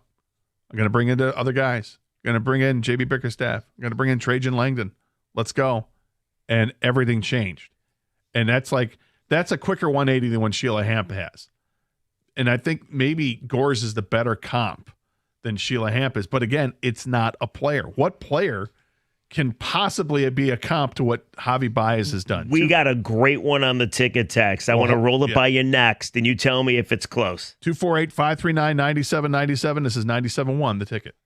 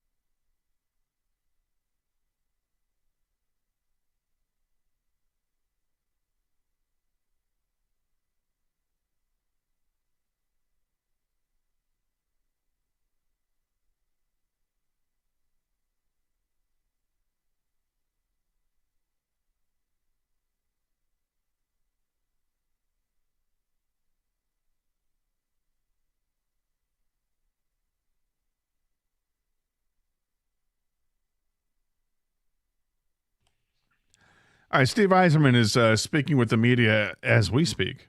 And one of the things he has said, Will Birchfield is out there, and the Birchie Kid is relaying some of this information via Twitter. It says Red Wings general manager Steve Yzerman on not making any major free agent moves says, quote, "We were certainly open to it. The guys that we were hoping to talk to all signed before free agency with their club or got traded. We didn't even get a chance to talk to these guys. Not much you can do about that." So when you say or got traded, that tells you there's two players that they were interested in at the very least. You can say that Mitch Marner was definitely a player they wanted to go after, or that Noah Dobson was another one that they wanted to go after. Yeah, but if you know a team is going to trade him and everybody knew the Islanders were going to trade Dobson, how are you not in on those conversations? Like the fact that you say, well, never really got a chance to talk to them. Well, like, they could have been. And I'm not sure that's an excuse. But then if you find out what that asking price is, and I think it also tells you he didn't want to match the asking price, which was Fair. a steep price for them to pay. But nonetheless, it's a guy. Yep. Keandre Miller was probably another guy that they were looking at. Sure, from New York. Yeah. Who went to Carolina. But when he's talking specifically about free agency, I think that speaks about Mitch Marner. And I agree with you. See, and I was just watching a little bit at the break as well, and Will asked him a question about, do you think you can compete without adding a top 4 defenseman or a top 6 forward? And Steve's like, well, we definitely want to try to add those things. But he did say he thinks they're marginally better, and he thinks John Gibson is going to make them tougher to play against. So that's what we said, and that's all good. Here's what I don't like, and tell me if I have maybe I have no reason to believe this. At every point over the last couple of years, what I hear from Steve Yzerman is, well, we couldn't do much about it, or we just failed doing it, or we couldn't get it done. Just like he said to your quote that Will asked him that you just read. At some point, you got to pay off as the GM. Like, I don't take the excuse of, well, what do you expect us to do? Or it's tough in the offseason as an excuse. You get paid to build this team, and we're looking at 9 years without the playoffs. Not all on him. But, I just don't like hearing, well, not really much we could do there. Your job is to build this team at the NHL level, something that you failed at so far. Yeah, to an extent, he has. I mean, look, they haven't made the playoffs. I mean, that's an area we can say pass or fail. That's been a failure. It's been a failure for 7 years, whatever it is he's been here as the GM. What he is doing is adding to the talent base and the foundation of this team. That is happening, but it's not happening at the pace that it just feels like an endless runway.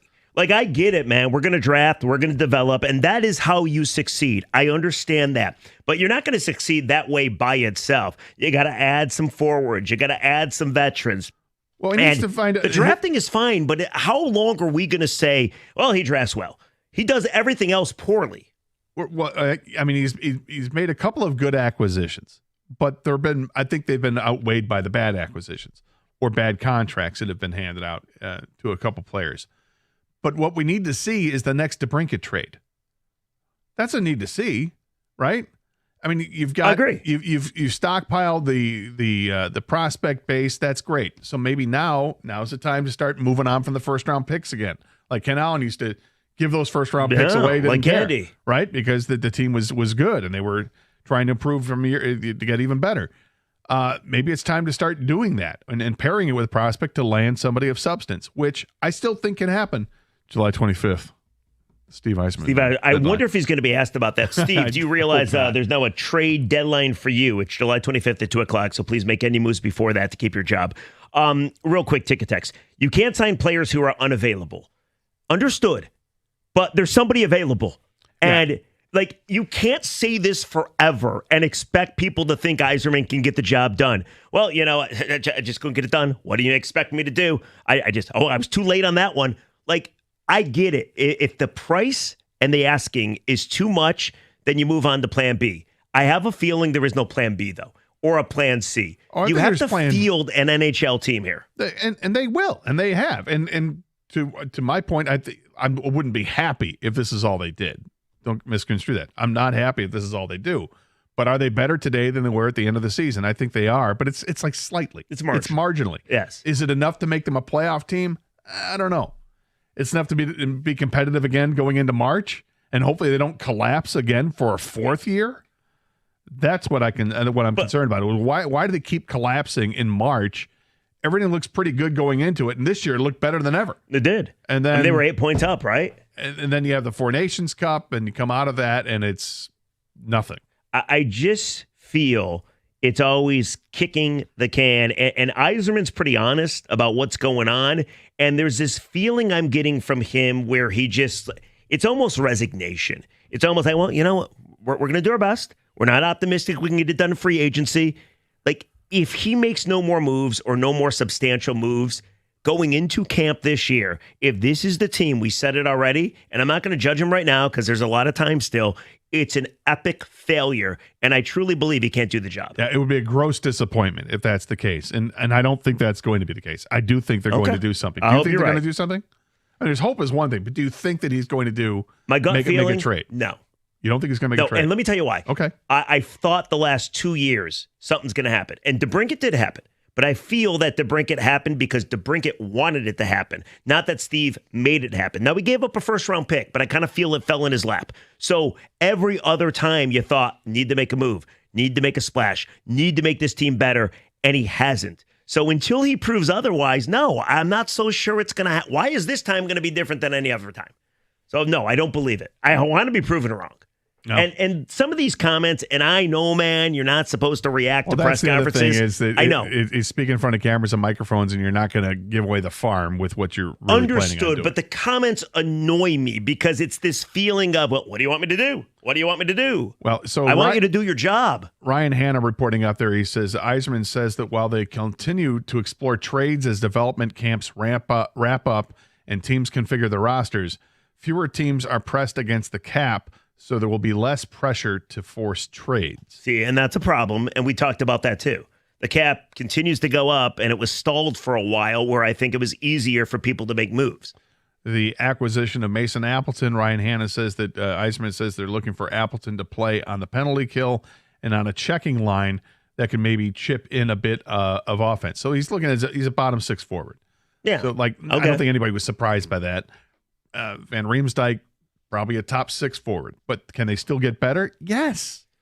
I just feel our worry was always that over the last couple of years that he's not cut out for this job. And we were sold a false bill of goods. That was our worry. And we've always denied it. I don't think it was ever a worry. Like going into when they hired Steve Yzerman. No, I mean over the last couple of years. Oh, okay. When you start to chip away of like that hockey savior mold that you thought you hired. So the worry is that like, okay, maybe he can't do the job. Maybe Tampa was a fluke. Maybe he wasn't responsible for all the success. The more we go on and the closer we think we're getting to like this NHL product that should make the playoffs, I'm starting to worry that our biggest nightmare might be coming true, that this guy simply can't do the job. Well, I hope that's not the case, and I know we all hope that's not the case, because he did build something in Tampa Bay that turned into something great in Tampa Bay. Sure. And in large part, it was because of a couple players that he drafted. I guess there were some acquisitions as well. Yeah, There's no question he's drafted well, but the acquisition part, I mean, we're 7 years into this, and how much talent have they really acquired outside of drafting? And we're still waiting for some of these draft picks to kind of pay dividends. And like I said, there's a handful of prospects, and I'm dying to see if any of them can make the team out of training camp. And even then, there's going to be a learning curve because they'll be rookies. I'm not looking to take credit away from what he did in Tampa. I'm not. I just want to see the same thing here. Sure. Okay? And so far, we've seen anything but. You can only stand on the excuse, well, Kenny Holland left me in a really bad position so long. This is year 7. 9 years without the playoffs. It's not good enough to step to a podium, and I know a lot can change still, but it's not good enough to step to a podium and give me the, what do you want me to do? Which he kind of did. Well, he did that last time. I don't think he's doing that right now, but he did that. Well, I can play you a cut if I can get it in the system before the next segment where he pretty much says the same thing. Well, if he says the same thing, then he said the same thing. Ryan Hanna has another quote, says, Yzerman said, quote, I think today our team is a little more competitive, maybe constructed a little bit better than it was at this stage last season. I agree with that, but the obvious follow-up is, are you good enough to compete in the playoffs? Right. He was asked that. He didn't really answer it. 248-539-9797 is the telephone number. We got some people who want to react to this, and we look forward to hearing from you via text or the phone next year. 97.1 The Ticket.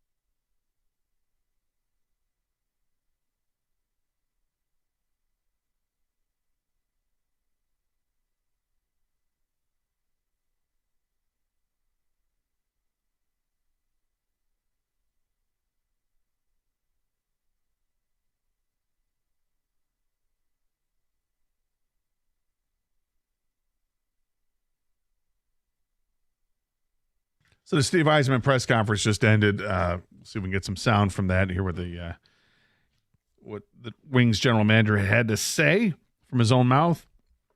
We've read some quotes, but we'd rather hear it in full context. So we'll get some of that coming in a little bit here. But people do want to say some things about what's happening here with his team at this point. Let's start with Greg in Westland. Greg, welcome 97 on the ticket. Hey, Greg. Good afternoon, guys. Hey, Greg. I wasn't going to really call in until I heard Rieger say that Yzerman didn't do anything to make this team tougher to play against. And I totally agree. This is one of the softest teams in the NHL. That's why they lost a lot of third periods, because they wear nobody down. They have no big wingers. Soderblom, I don't know about him. He reminds me of Darko Milicic in a hockey jersey. Why? Because he's tall? What? Why do you say? Just because he's tall or what? Well, he's only got eight or nine goals the whole season. I mean, he was brought to score. Same thing with Berggren. I don't know why they re-signed Berggren. Well, I can see why they signed him, maybe to trade him. But he's just another Philip Zazina. He's got a shot from the circle. He's slow on the back check. He's not a corner guy. This team has no grit, and they didn't accomplish anything, hey, Greg, in that area. Greg, I don't disagree with you, but the disturbing thing to me is you see this team. Yzerman said they're marginally better, which maybe he's right about that, but it's hard to envision them getting much better to make any kind of run or get in the postseason as the team is currently constructed. You needed something more, and they didn't get it, at least up to this point. I understand that. I would have went after Tanner Janot, who went to Boston. The East is a pretty tough division. And, we have nobody. I mean, look at Florida. They won the Stanley Cup with two legitimate tough guys on their fourth line. Yeah, a lot of better team building there, too. You're right. I mean, they also have, a triumvirate of amazing players. And, by the way, one of the best goaltenders in hockey. So, I mean, there's a lot to look at there. That being said, look, it's the age-old thing. The Wings aren't tough enough, right? I get so tired of hearing that. However, he's not wrong, though. I don't think he's wrong. It just is normal response is like, whatever, here we go. But yeah, they do need to get tougher. They need to be more physical out there. And the guys they have with size, there aren't many. So Gator Rasmussen has size. He starts to throw it around a little bit, but he gets hurt a lot. Soderblom, I think, is maybe I'm way higher on Soderblom than I think that most people are. I just think there's tons of potential there. He's just scratching the surface. The jury's not out. He hasn't even played 50 games in the NHL. He's got 9 goals in 47 career games over the last 2 years. And I think if you watch closely in the second half of last season, we started getting some ice time. He was making things happen. I think he's going to be a much better player than people think. Now, is he going to be an all-star? I doubt it. But is he going to be a guy that can be a 50-point a game or 50-point a season guy? I hope so. I hope he's a guy who can get a 20-goal scorer. I hope he is. With that kind of size, that's an advantage on the power play at the very least, in one of the power play units. And he's got good hands. He makes things happen in tight spaces that you just don't expect because he's 6'8". But yeah, I'd like to see guys that are more physical. I think they drafted Carter Bear, but we're not going to see him for 3 or 4 years. No, see, but Elmer, or at least a guy like Elmer, is not really a selling point. That's the other thing. I keep going back to 100 years. I keep going back to hockey is all about tradition, and essentially this is the team you're going to throw out there. Like he said, yes, in a perfect world, I can get a top 6 forward. I could get a top 4 defenseman. He's going to have to trade for both. Is he going to be able to pull that off when he hasn't done much of anything like that over the course of the last 3 to 4 years? Back to the phones, and Chad is in Detroit. Next up here, 97 with the ticket. Hey, Chad. Hey, Chad. Hey, guys. How are you guys doing? A little frustrated. I think you can probably sense it already in my stammering. I don't even know what to talk about first. Yzerman is so over his skis as in this job. Julien Brisebois, make no mistake, is and has been the GM of the Tampa Bay Lightning for a very long time, even when Yzerman was there. And it's very evident that that's the case with Steve here. 7 years in, we only have 3 players total that have been drafted from rounds 2 through 7 by Yzerman that have ever played for the Red Wings. 3 out of like 45 picks. Yeah, I would say that I tend to agree with you on this point. I'd give Yzerman credit for hitting on just about all of his first round picks, but beyond the first round, it leaves a lot. A trained seal. Hey, Chad, a trained seal. don't stop. Don't say that. Round. Don't say that. Don't say the trained seal stuff. All right, but I will agree with you. Am I think wrong? Yes, you're wrong. A trained seal. Shut up with that. If you want to be, All right, fine. Well, I mean, how many times has he picked in the top 3? Trained seals can pick the top pick in the draft, but I mean, does a trained seal go out there and draft Mo Sider when everybody says, "What are you doing?" Right? Mo, I mean, it's not like Mo was the 28th pick; he was the 6th pick. Yeah, and people all question why the hell is he picking him at 6, and he ends up being a guy who was very well valued at that point. But the problem is there's not too many examples like that. Yeah, forget the trained seal thing, but there's not too many examples of Yzerman winning a trade, winning a move, being the guy that we thought. And again, the bar is so low now. The bar is make the damn postseason. It's a different take now, what he's doing, what he's having to do now than what he was when he took over the team. Like you mentioned earlier, getting first round picks in exchange for guys. He's really good at that. That was before. Yeah, that was as the team was horrible, and they're trying to get better by accruing as many draft picks as possible and then building it up that way, as opposed to now where this team should be in the playoffs. They've been close for the last 3 years and they've failed, which is it's abject failure not making it. But now he's having to trade from a different standpoint. Now he's trying to trade for actual NHL players that'll be impact players on his team, and he hasn't gotten. He did with DeBrincat. That's it. But it's tough to go beyond that. I mean, the sad thing is, and we're not doing it this time around, but Patrick Kane, that is looked at as one of Steve Yzerman's better moves. Over the hill forward that was fine enough and likes playing in Detroit and likes Alex DeBrincat, so he's sticking around. I can name 2 moves that I think were good from Steve Yzerman from that point of view. Forget drafting. We're talking about the entire job. It's Patrick Kane. You got him when other teams were interested after the hip surgery, right? You didn't know how good he'd be. Took a chance. That surgery, usually guys don't come back from. So I give him credit for that. And DeBrincat, we already talked about. Gator, other than that, and I'm not saying you disagree, but other than that, give me an Yzerman move where you said to yourself, damn, we got the right guy. There were times a few years ago that they made initial moves to get better players on this team that made the team go from being one of the worst teams in hockey to being a team that was competing. But those players end up, after a year or two, they didn't hold up. Give me an example. I'm trying to remember who the player. I'm thinking like this is back in like the Pius Suter era, or even the embryonic stages of the first year. Actually, embryonic stages. When Anthony Mantha was on the team and Andreas Anthony was on the team. I'm talking about well after that, when they traded to get more experienced players that made the team better and more professional out there. Like the early first couple of years of a cop and comp for a contract, right? Where you could when make they first the point. started, they were better and they helped get the team better. But those players have a limit of how good they are.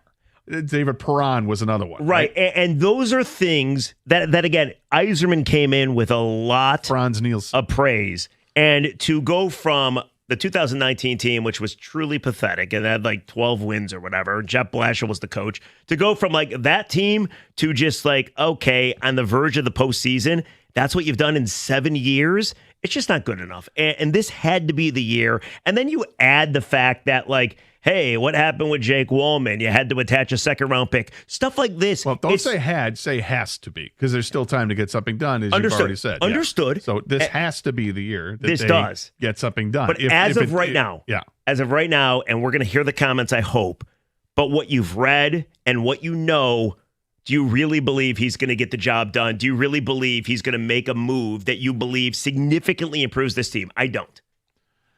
I do. I think there's going to be I think there's a trade he makes to get that top 4 defenseman or top 6 forward that we're all going to go, wow, that's a good move. And if he gets not, the laser then I'll beam back in eyes. my face, Yeah. and fair enough. Then we're going to ride out the season, and we'll see, hey, cap space going into the trade it deadline, sucks. and Nobody it's going to be wants that it to whole be thing like that. again. Yeah. And then we're going to get to the off season, and we're going to say, if the team fails to make the playoffs, then I think he probably has to go as a GM. I think this is why this has to be the year for him here. I don't know what Chris Ilitch is thinking. Only Chris Ilitch knows what Chris Ilitch is thinking. I know Steve Yzerman is laser focused on what he's going to do, and he tunes out to what everybody else is going to say. He doesn't believe in the hot seat or all that. But for me, Yeah, if they don't make the playoffs this year, he's got to go. And I love Steve Yzerman, but everybody does. But you got to enough's separate enough. the love of the player and the love of the GM. And I just, for some reason, hearing the comments today makes things worse for me. And again, he gets the time. He gets time. He can still make really big, impactful trades. But the point about the salary cap having gone up and more teams having money so they don't feel maybe they need to trade guys to get under the cap, I wonder how that affects things and how that affects Yzerman. 248-539-9797 is the telephone number. Send me to text as well. Doug's in White Lake. Doug, welcome to 97.1 The Ticket. Hey, Doug. Hey, Dougie. Hey, how you doing? All right. Fabulous. Hey, listen, thanks for taking my call. I really appreciate it. You guys have a great show. Thank you. Listen, I wanted to mention to you about a really good comeback player. I'm an older guy, but I was down at the 1968 World Series, and Bob Gibson set a record for most strikeouts in that year, that game, I should see, in 17 strikeouts. And Denny McClain won 32 games. Left out in the last place there was Mickey Lolich. Well, Mickey Lolich did win 17 games that year, but the year before he hardly did anything at all. But Mickey Lolich would be my comeback guy because he went ahead and won the last game of the World Series at the Tigers. Well, he certainly had a world, and thanks for the call. He had a great World Series and won the 3 games Three in the World games. Series. My mother tells me all about it. Yeah. And he had he was 17-9 in 1968, but he won 14 games the previous 2 years, 15 games the year before that. He won 18 games the year before that. So I don't know if Mickey Lolich would fall in that category, but certainly what he did in the World Series was legendary, and he will always be remembered for winning those 3 games in the 68 World Series. For those of you that were around at that time, I was not, but yes, I know that was absolutely legendary. I doubt he was anywhere near as maligned by the fans leading up to that as Javi Baez, which was our whole point. Javi has done a complete, the fans have done a complete 180 on Javi because Javi's done a complete 180 with his career as a Detroit Tiger. 248-539-9797. This is 97.1 The Ticket.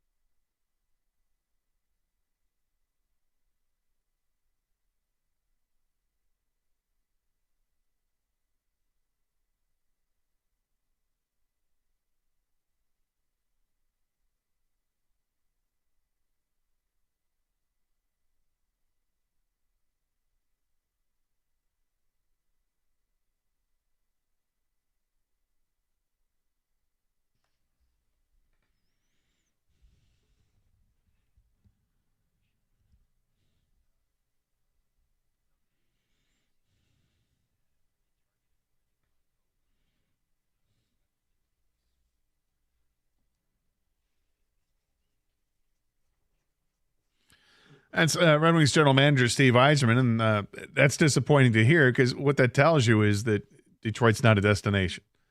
Yeah, and they're left out. Because and why aren't they a destination? Because they're not winning. Absolutely. And why aren't they winning?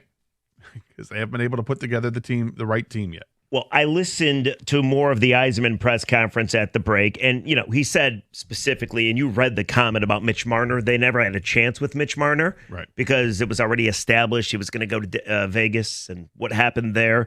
But he said something. Ted Colfin, I think it was Ted Colfin from the Detroit News, said do you expect more trades? Do you expect big trades?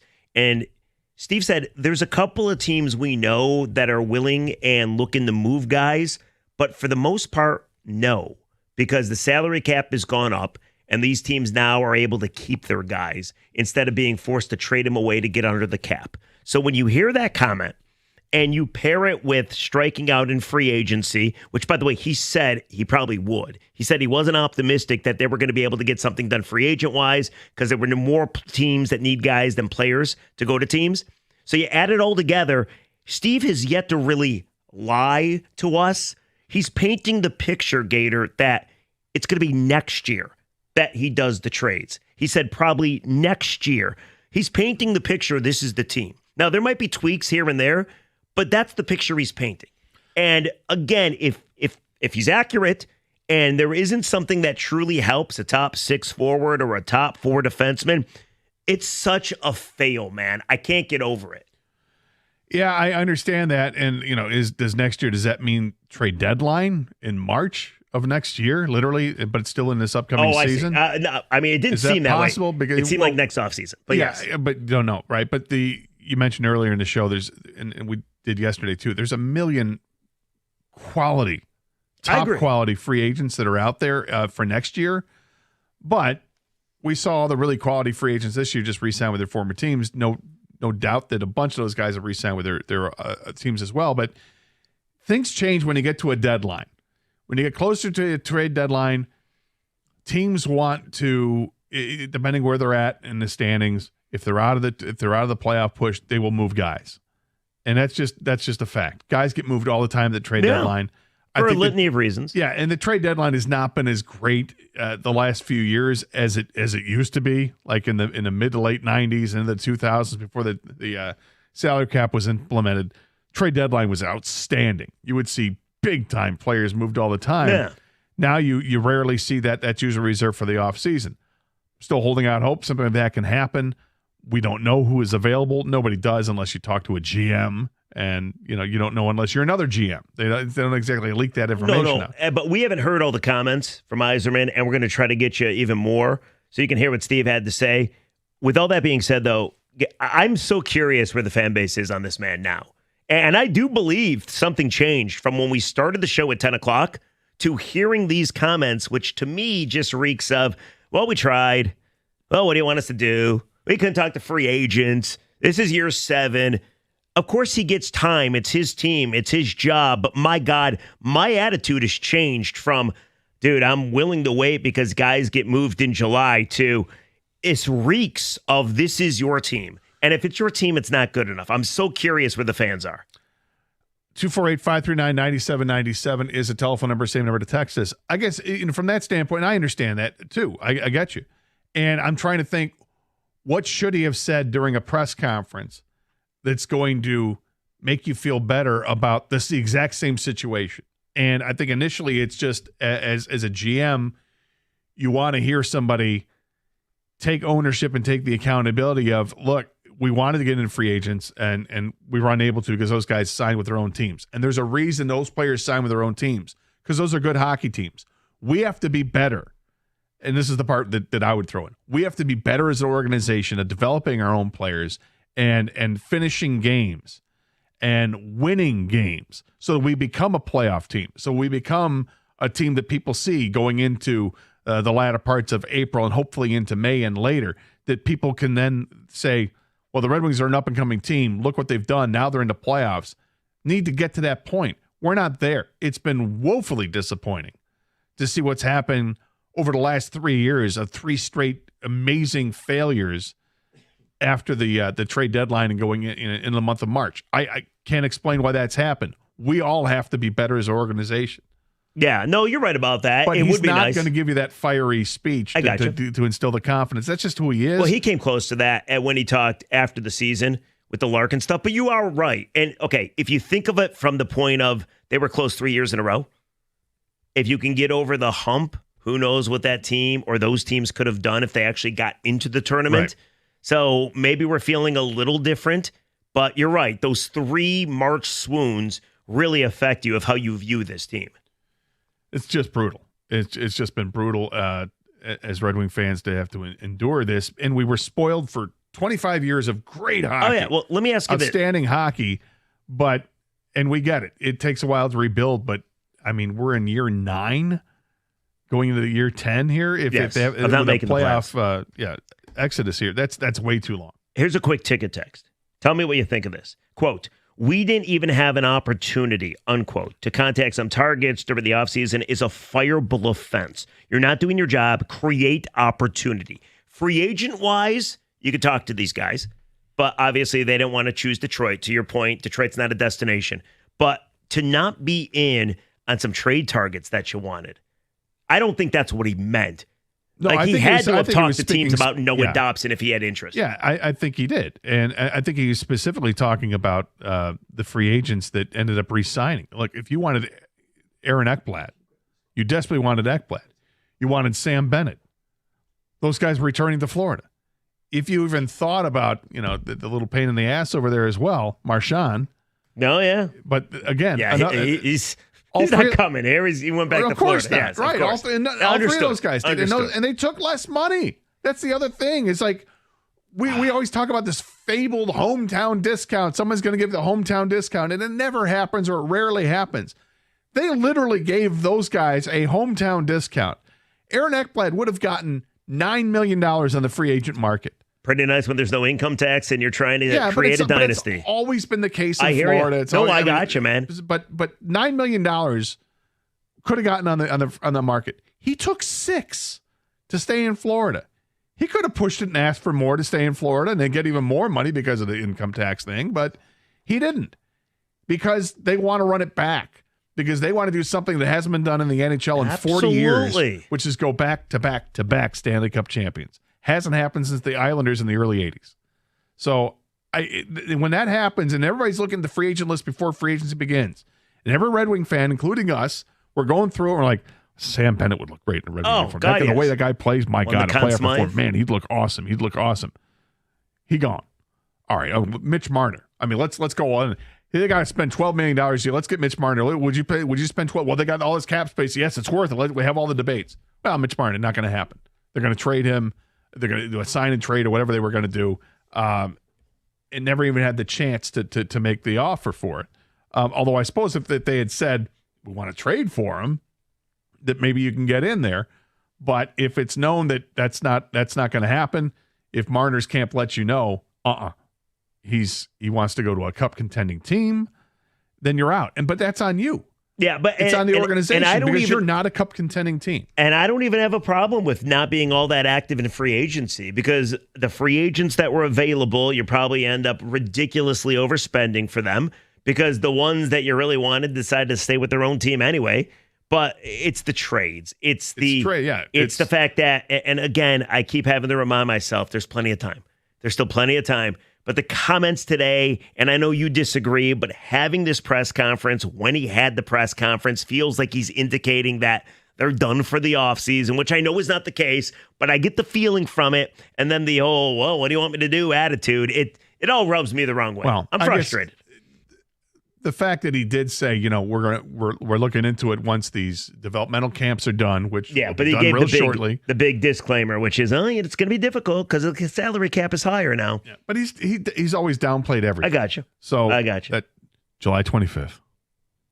The Yzerman trade deadline. That's the Gators Yzerman trade my deadline. self-imposed arbitrary day of July 25th. That's the my own personal. Be listening Yzerman July trade 25th deadline at day. 1:55 as Gator ticks it down. Hopefully we're talking about adding somebody that's a very significant addition to this Red Wing team. Valeni and Rico's show starts at 2, so you might need to up the trade deadline to 1:53.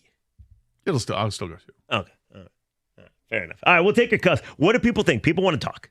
248-539-9797. The telephone number, same number to text us as well. We'll get into that. We got some Tiger stuff that we haven't really gotten to yet. The Tigers did split the doubleheader yesterday. A lot of good, and then one inning of awful, which has us rethinking the whole season for the Tigers.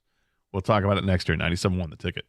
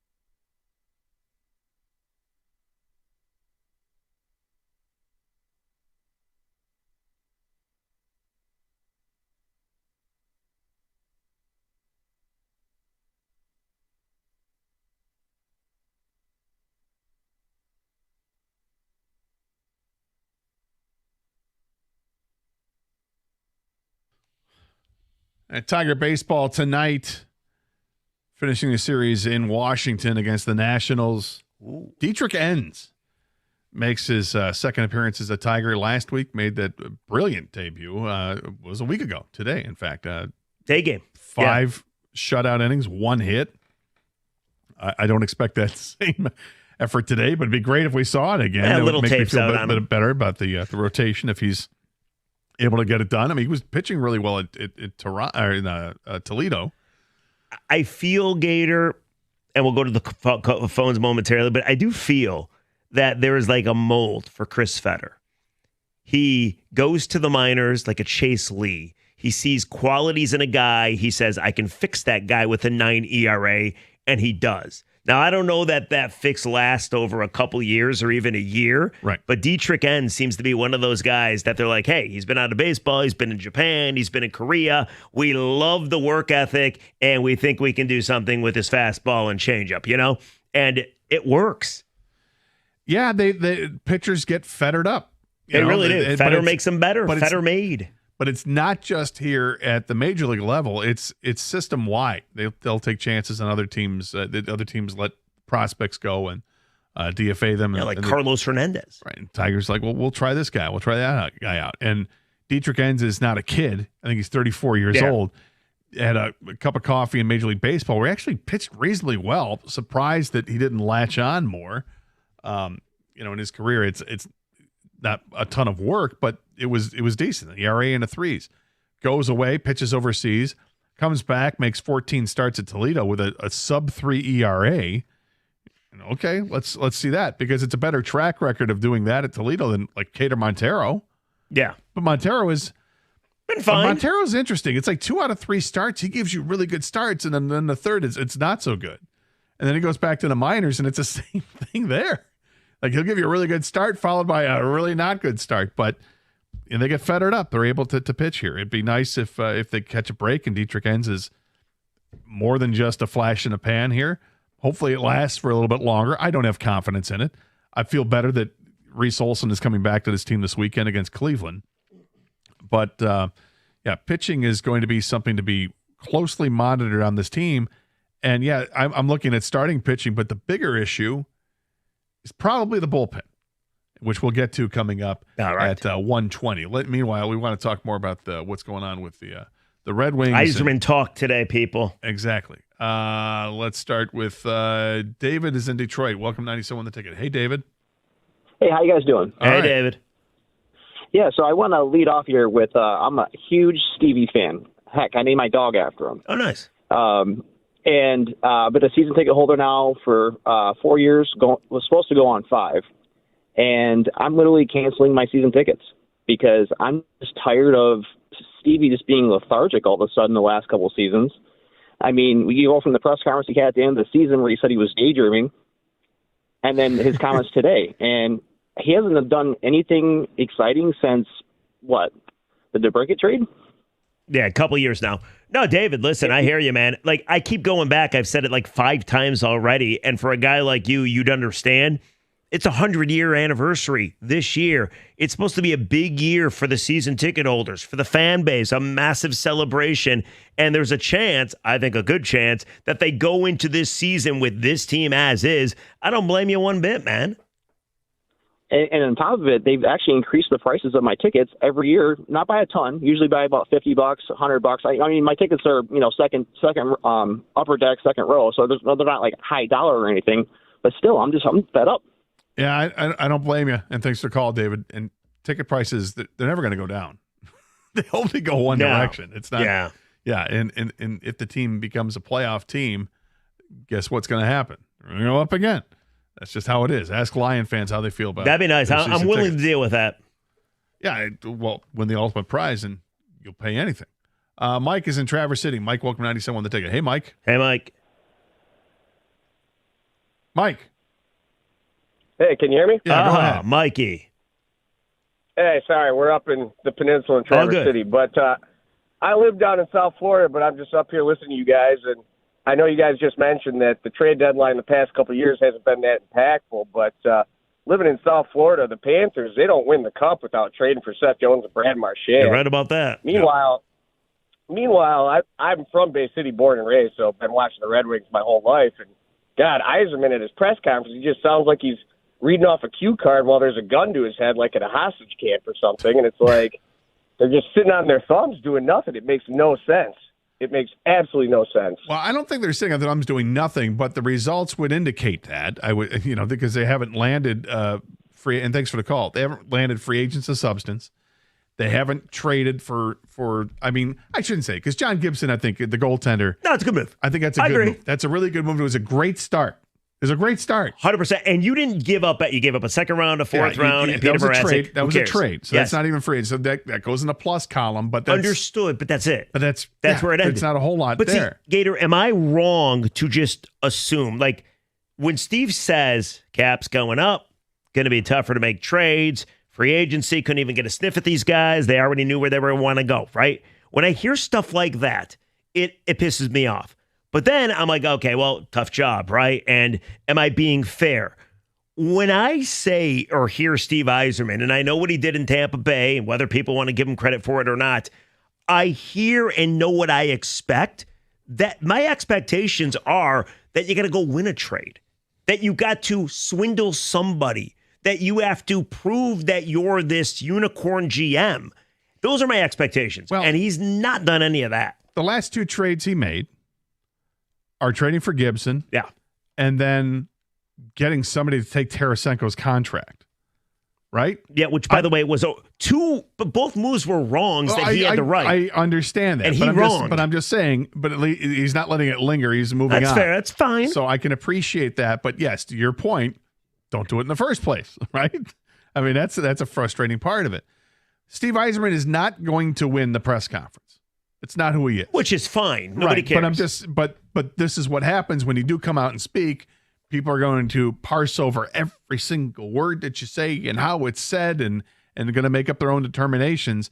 And to the point where people are, he's sleepwalking through it, or he says he's sleepwalking through it and all this. And really all that matters is what happens with this team.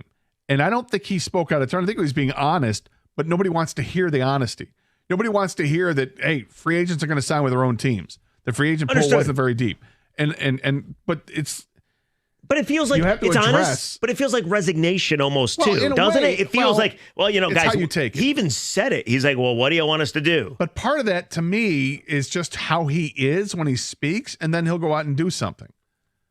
I'm not saying he's being sly, Steve Yzerman, look at it, he's doing it again. But I'm saying that's just kind of who he is. And I think it's that act, that kind of aw shucks type stuff is wearing thin on Red Wing fans, certainly. And while this team continues to fail to make the playoffs, everybody's on high alert with everything that's going to come out of his mouth, and every press release we get saying, hey, they've added this player or this player, and if it's not the guy you want, everybody's going to be upset with it. Do you want to hear Steve Yzerman's message to the fans that expected more so far this offseason? Yes. All right, here's Steve.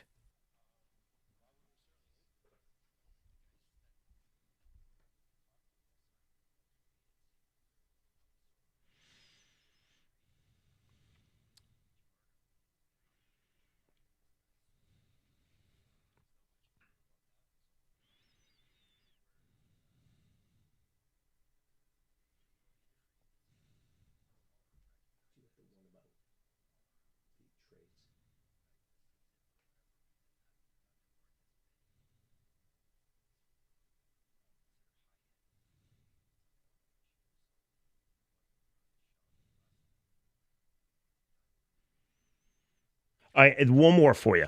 Okay, so that was about free agency, mainly mentioned Mitch Marner, never really got a chance. Right. What about trades? Does he expect some substantial trades to happen now?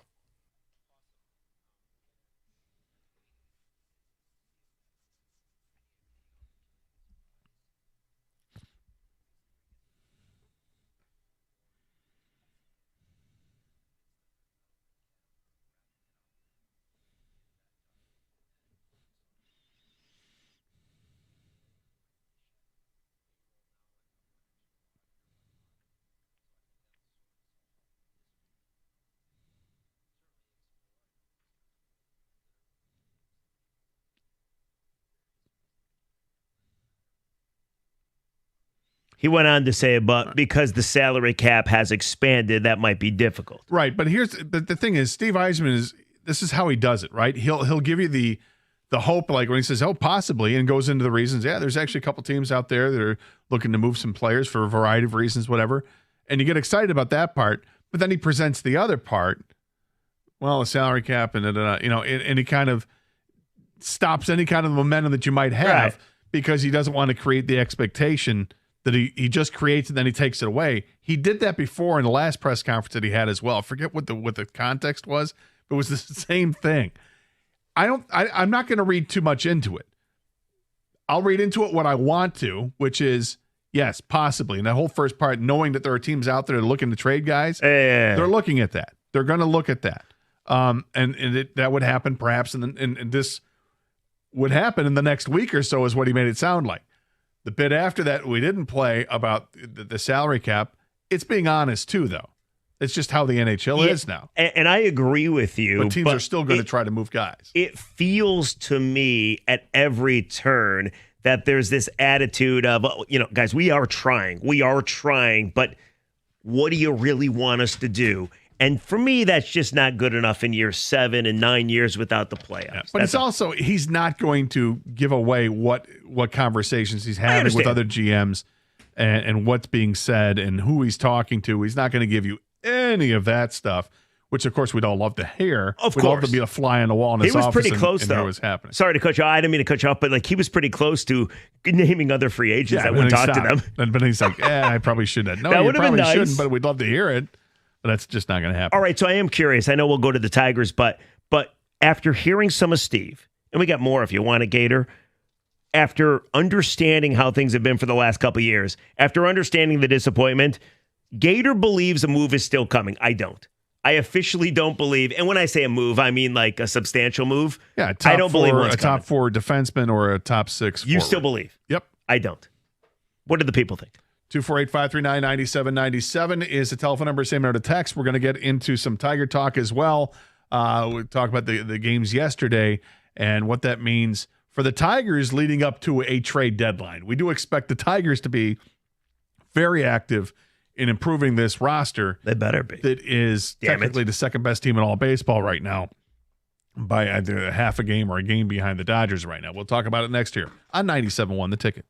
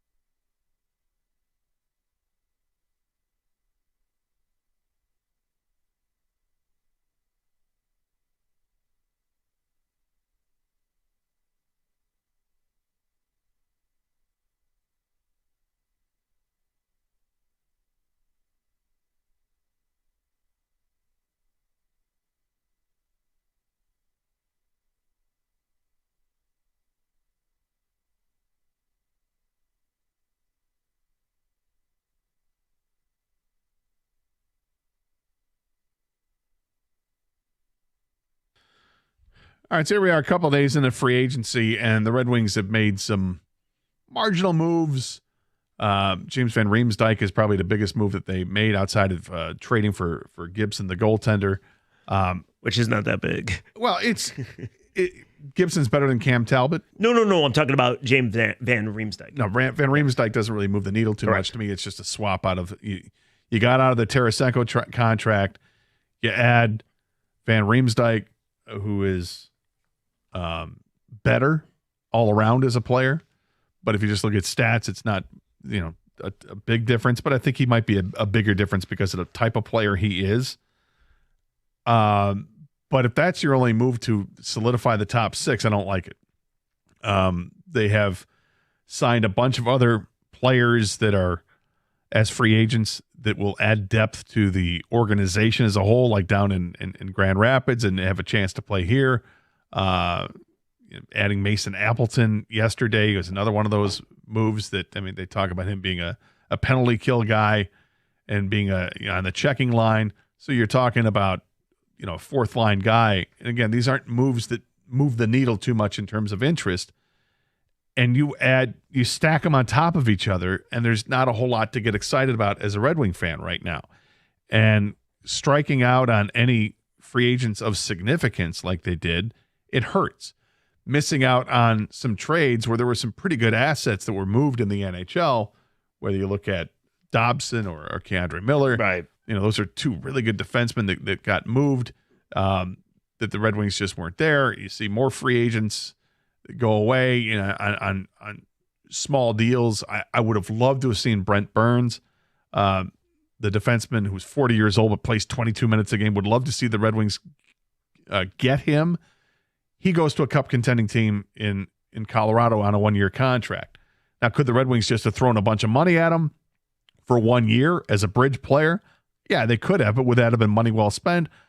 I don't know. If it prevents you from getting somebody else, then no, it's not. But if you're not getting anybody else, this is where I'm starting to get a little frustrated with it. If you're not able to get another top six forward, somebody that makes sense and really adds this team, then what difference does it make if you're going to spend $1 million on a player or $7 million on a player for 1 year? Right. I agree. If it doesn't affect your salary cap the following season. It's a 1-year deal, and you've got the cap space. It's good term. You can use it. But nonetheless, if the agents that you're talking to are like, yeah, my guy doesn't want to come to Detroit. You guys are a ways away from being a contender.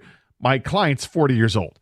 He wants to win a Stanley Cup. I can respect that and totally understand that. And I wouldn't have expected Brent Burns to come here unless he just wanted to come for money or just wanted a different challenge at this point in his career.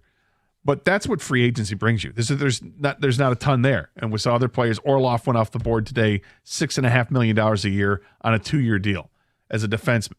Is he a top 4 defenseman? Borderline. Would he be a top 4 defenseman here? More than likely. Yes. Well, people keep bringing up Jason Robertson, right?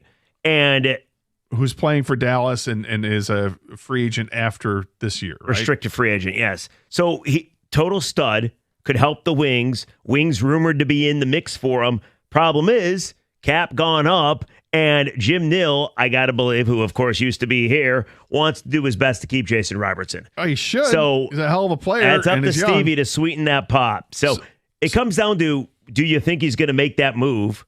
I don't. Gator does.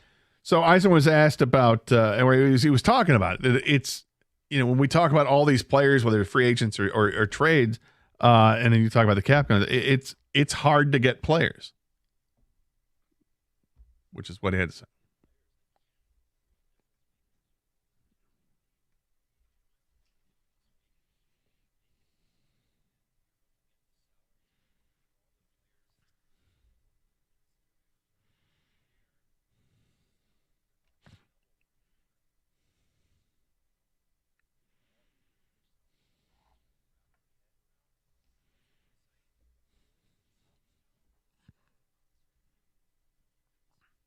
All right, but Gator, I hear that it's hard to get players. Yeah, no kidding. Every team's in the same boat. And this is very disrespectful, but I'm going to do it anyway. Wham! Oh. Come on. Like, all I hear from every time this guy talks is how difficult his job is. At some point, you got to give me something, or I got to go find somebody else that can. Right. And you hear the it takes two to tango line all the time, and it's true. If you identify a player that you want and you're trying to get him, if the other team doesn't want to really trade him, then you can't do it. I get it. If you want a free agent player, you desperately want this guy to be on your team, and he's told his agent, I ain't going there because I'm not going to go to a team that's going to win a Stanley Cup, then you're up against it. So then what do? You have to develop your own players, and you got to do it in a timely fashion. I get it. And this is another thing where he was asked about one of their recent first-round picks from a couple years ago, Nate Danielson. He was asked, can Nate Danielson make this team?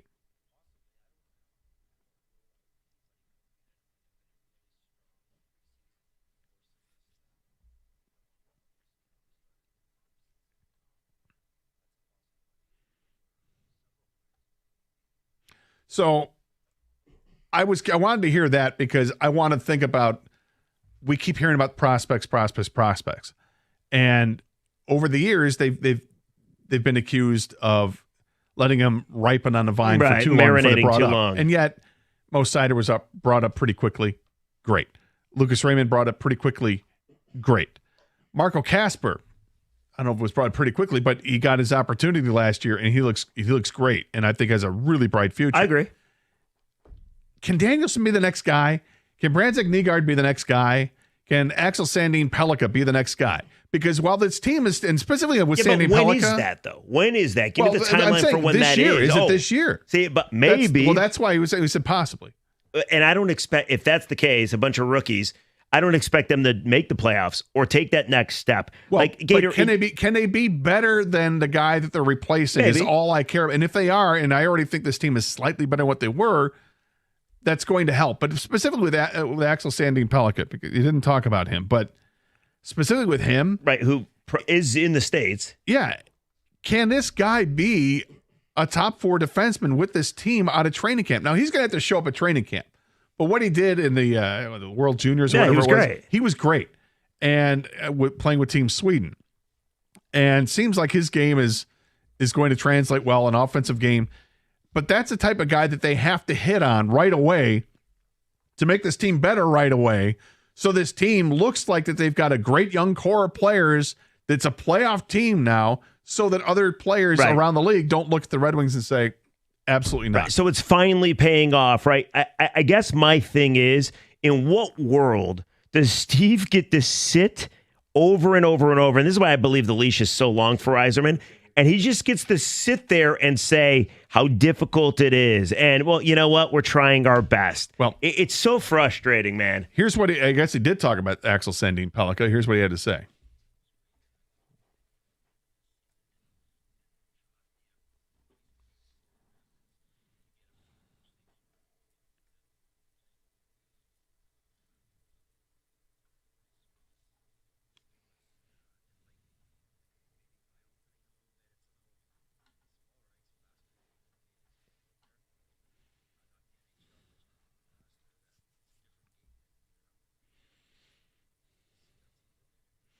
So that doesn't sound very promising. He'll make the club out of training camp.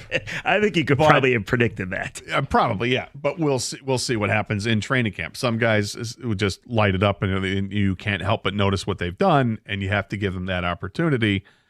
We'll see who those players end up being. The other thing he was talking about were the needs on this team. We're going to get to that coming up in about 5 minutes, whether there's still the biggest needs left for this team. If they're trying to improve this team, they can only do it at this point. It's going to be by your own prospects, or it's going to be by trade. And he already said possibly they can still make a trade. I'm holding out hope. I think that that's what's going to happen. But, if it's going to happen, it probably happens in the next few weeks. We'll talk about it next year. 97.1, The Ticket.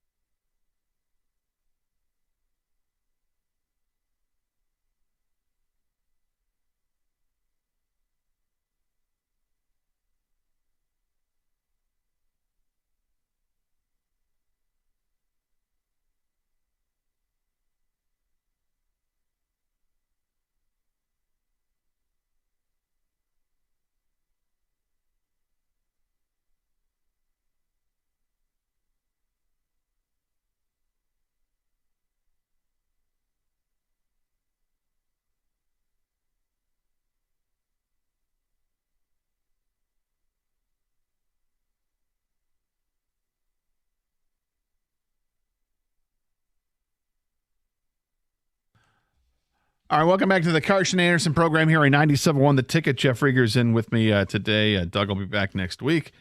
We take your calls and texts at 248-539-9797.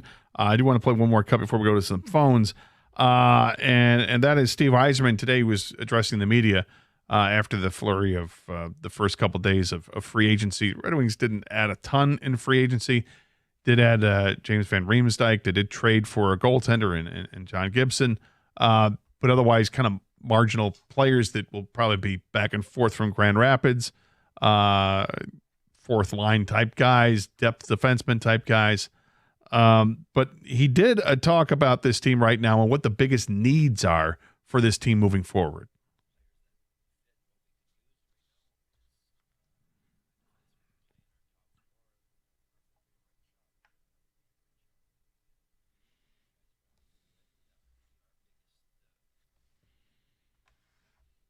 So you're still talking about a top four defenseman. Great. Okay. Which we knew that. Yeah, but that's a need, right? So can the question is, now you identify the need is, can you address it? All right, we got one more cut, and then we'll go to the phones, I promise. But the big question is, Gator, how much better are they from last year to this year right now before any other moves may or may not be made? Take a listen.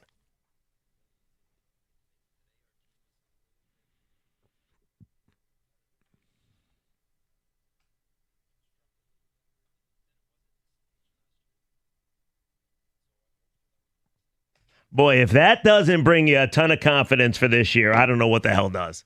A little better, constructed, just a little bit. I picture Kenny Cott's voice doing the Trump. Little bit, just a little bit. I can't do a Trump, sorry. Little bit. Well, I think he's accurate. I think they are a little bit better than what they were at the end of the year. I think the goaltender makes them better, and I think swapping out Van Riemsdyk, swapping him in and getting rid of Tarasenko, I think is a better thing. I think not having Petrie on the team, allowing somebody else to step in is a better thing. Well, I mean, we can scoff about it, but it is. It is what it is right now. I think they are a better team. I don't think it's a much better team. I think that can come if they make a trade of significance, which I'm still holding out hope for that's going to happen. But each day that passes and something like that doesn't happen, and if they go into training camp with exactly what they have right now, it's not very encouraging. It doesn't instill a ton of confidence. Even with young guys that you expect to get better being better, I don't know, does a team make the playoffs or not? And you have to make the playoffs. If you don't, it's failure, and then you've got to start over with a new GM. But that's down the road. Let's go to the phones. Don is next up here in Birmingham. Welcome to 97.1 The Ticket. Hey, Don. Donnie, hello. Don.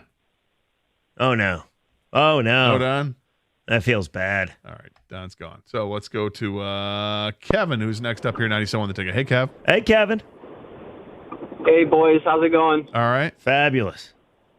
Well, I was in a good mood. You know, my weekend holiday just started. Beautiful day. But I got to get in my car and listen to you guys play those clips of Steve Yzerman saying his job is hard and we should all feel sorry for him. I'm like, are you kidding me? First of all, everyone's job is hard. I didn't know if you knew that, Steve. You get paid pretty well to play GM. Let's be fair here, though, Kevin. That's what you're reading into it. He didn't say it. That's what you're reading into the comments. Kevin, I read the same thing into it. You think he's whining I because mean, you hear what Jeff says? He's unable to do his job because it's so hard. I mean, I'm pretty sure that's what he said, Gator. So it's not what he said, but you can read into that. That's fine, but don't quote him on that. You know what I'm saying? Okay. Well, anyways, it seems as though every other team is able to make trades and to sign free agents. I mean, Columbus just did a few years ago. I mean, R.I.P. Johnny Gaudreau. But they were able to sign him, and no one wants to play in Columbus. So I just think that's a bad excuse.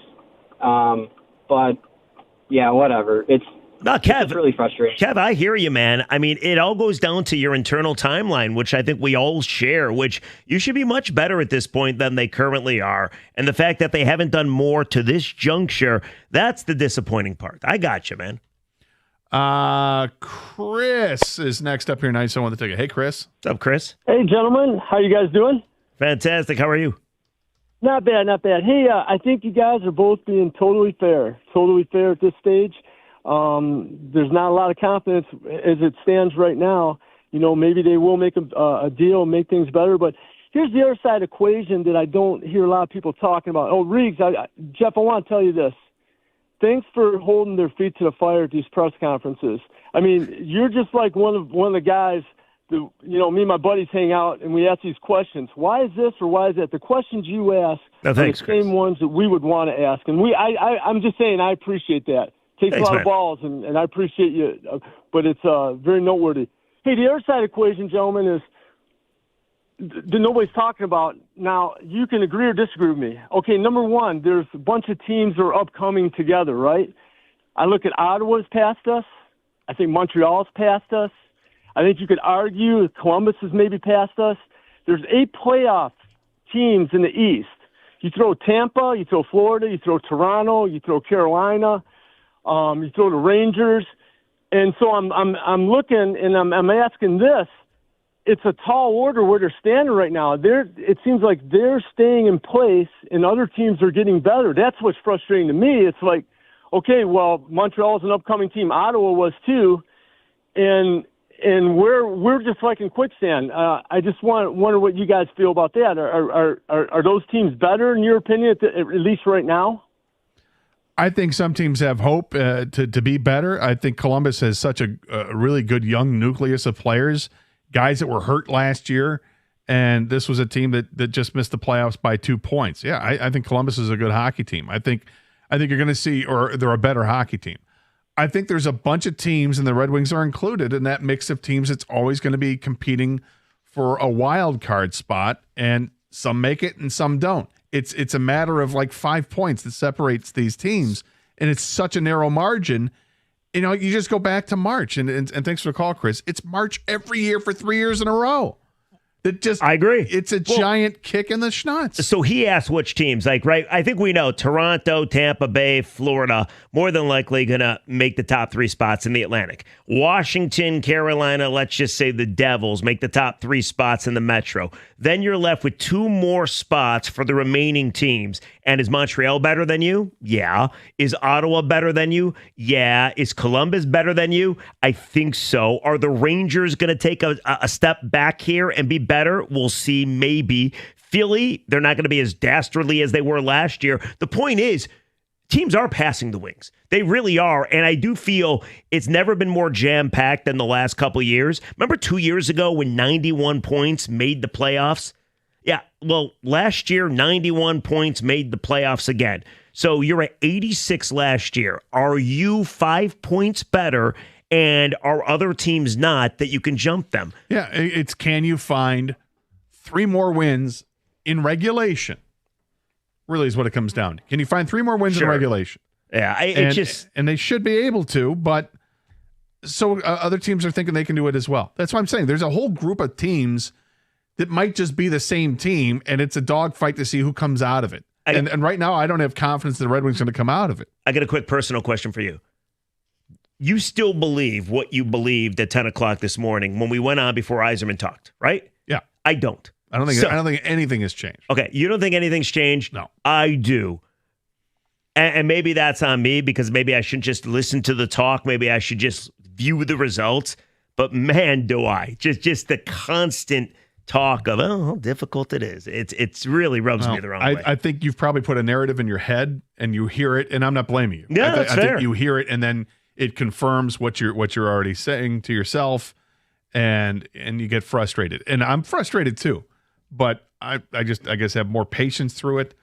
July 25th. That is the Gator Steve Yzerman trade deadline. That's right. I want you, by the way, on the 27th or 28th, which should be a Monday, you got to come on the air and say, Stevie, you're done. You got to fire him.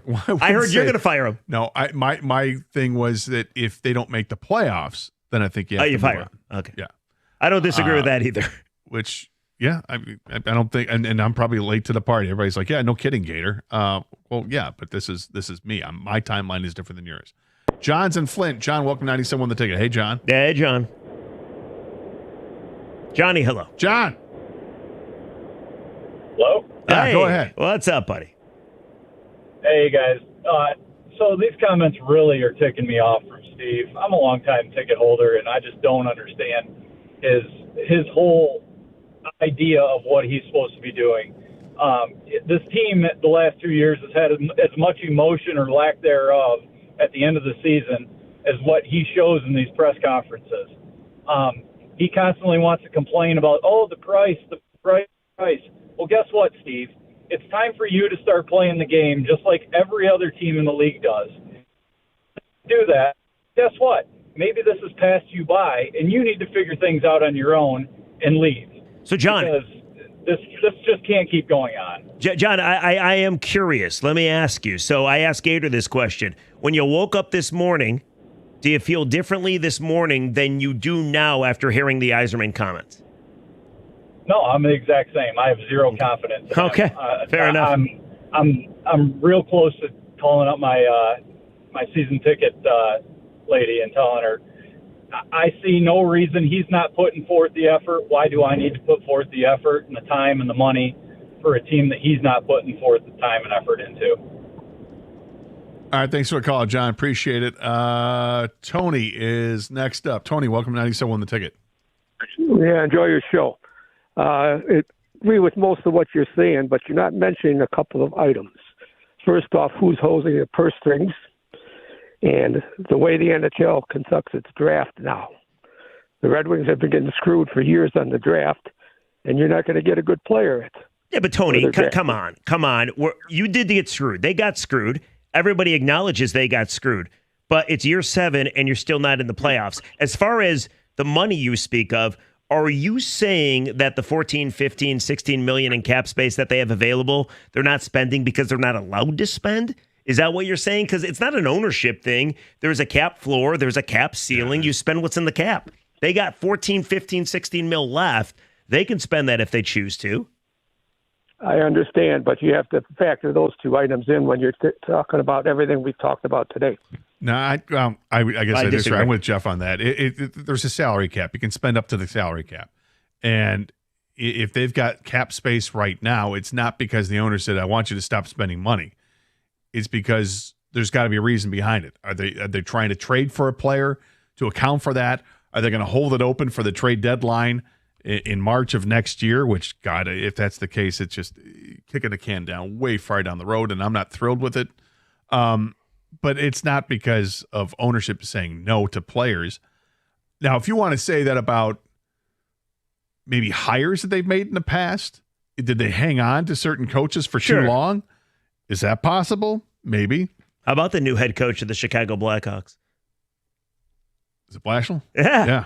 I mean, hanging on to Blashill as long as they did. I mean, should they have moved on from that when they were they reluctant because they didn't want to pay out the contract? Or Lalone. They probably should have fired Steve or Derek earlier because you could tell even after that last year that it wasn't going to work out. Right. And it was only there for a year and a half. Right. So, but you could tell to a lesser extent, yes. But I think on the Blashill front, maybe that's a case of that happening.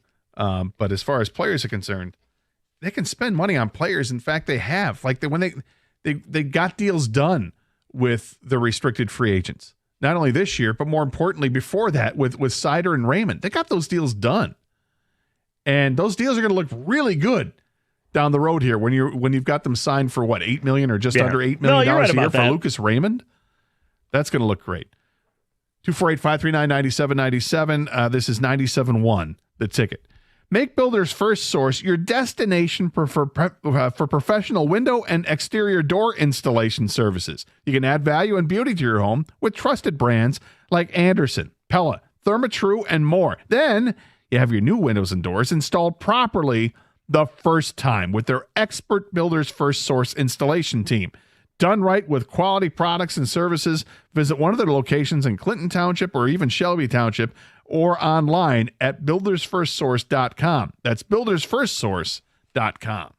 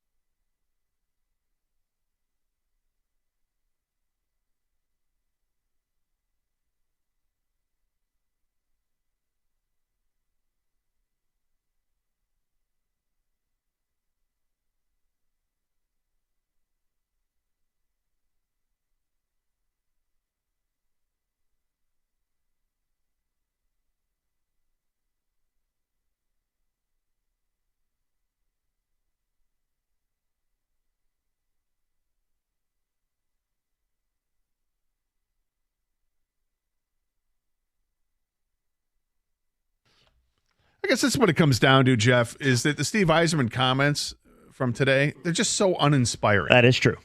And as a GM, I get it. There's GM speak. You get in front of cameras and microphones and you talk about this is, hey, we're just after free agency and there's nothing really to talk about too much with them. The only time I think that you're going to get fire from a GM is when they first get the job. The introductory press conference. Selling themselves. And that's yes. really about it. Yeah, no, that's fair. I mean, again, I fully admit that I shouldn't allow the comments to get me down or make me think differently than I thought just like 3 hours ago. But they were very uninspiring. I get sick and tired of the my job is hard routine. That's what I can't stand. And that's how I view the comments. 248-539-9797. Jeff is next up here, 97 with the ticket. Hey, Jeff. Hey, Jeff. Hey guys, thanks. I'd like to say that even if we're just slightly better, like Yzerman said, that maybe with the changing of coaches, like we all agree that we underperformed the first half of the year with Milan. Now with a better coach, a slightly better team, maybe that's enough to get us those extra couple of points. I'll buy that. Yeah, and thanks for the call. Yeah, go ahead. Yeah, quick. With having Kane re-signed, that's the biggest off-season deal. Because without him, we're not even close to the play. All right, for your phone's killing me. But you're happy with Patrick Kane's re-signing. Yeah, I'm fine with Patrick Kane's re-signing. Is he a top 6 forward? Absolutely. Contract's nice. Yeah, it's a great contract. And even at the high end of it, if he makes all the incentives, it's not going to cost you that much. But it's 1 year. It's fine. I love Patrick Kane. Selfishly love to watch him play because the guy is still one of the best passers in the NHL. Oh, yeah. But I think the salient comment he made was the first part. Having McCollum coach this team for the whole year is a big deal. I'll buy that. And is that enough? Like if he had been here the whole year last year, is that good for a couple more wins? Probably Sure. yes. I think, and maybe even certainly yes. Now, let's not forget, though, under McClellan, they went through their own losing too. Well, I was just going to say, people they forget still about those had 2 7-game winning streaks, which Yeah. were awesome. They were great. They were But- followed by a 9-game losing streak or whatever the hell it Right. was. So, I mean, the they problem still is collapsed in March like they did the after previous the 2 years. face-up. Yes. Even with a new coach. As far as Patrick Kane, I like Patrick Kane as kind of a supporting player. Patrick Kane ain't going to carry you to anything. So I like the signing. I like watching him play like you do. He's the greatest American hockey player of all time. But I'm to the level where I need a guy that could probably help a little more. You can't sell me that Patrick Kane and a new goalie are your big moves and expect me to think like, hey, you know what? We're going places this year. Yeah, I mean, again, I love Patrick Kane, but it's not an acquisition that brings somebody new to the team. No. It doesn't change things from last year. What changes things from last year, in fact, as much as I like Patrick Kane, I don't expect him to produce like he did last year because he's another year older. Yes. I expect perhaps a little drop in production. And That Patrick being Kane- said, other guys can step up in production. Kane's Lucas one of those Raymond. guys where things are going great. He's going great. When things aren't going great, he ain't going great.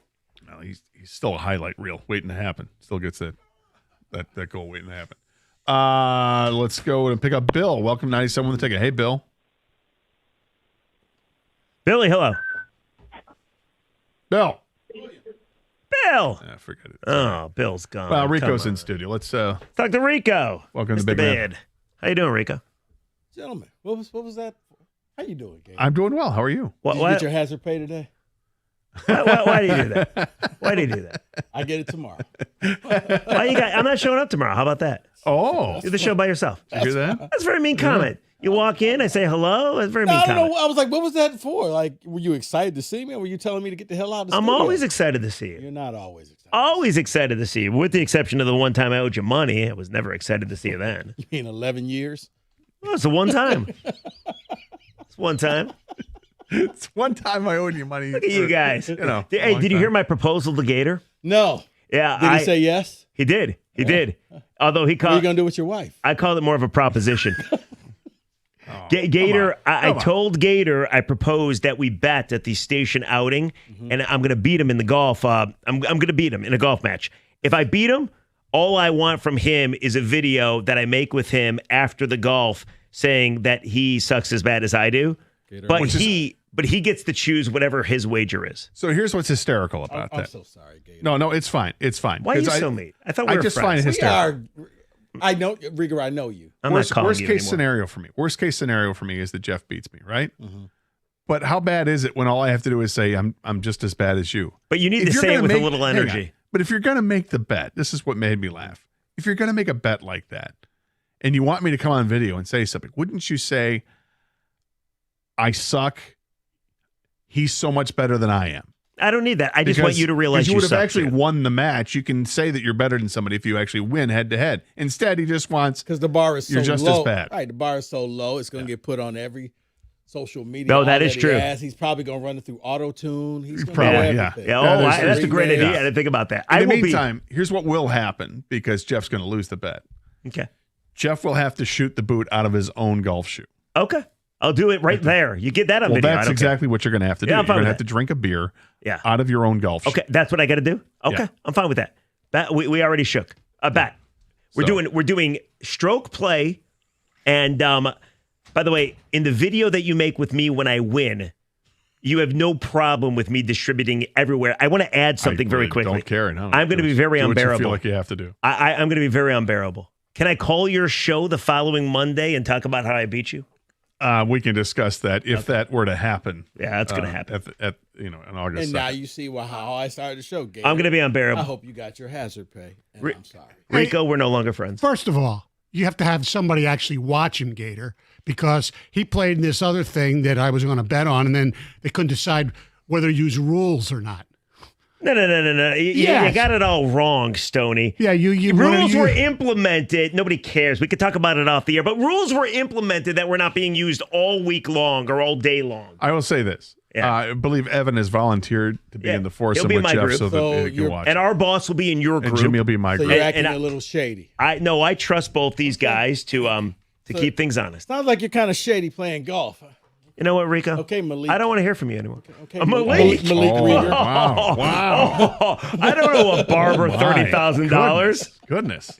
No, you definitely do not owe a barber Yeah, over I do this myself. Yeah. If you had to pay I'm saving $35,000 $30K. for that. I don't know of any barber that gets paid that much for any individual.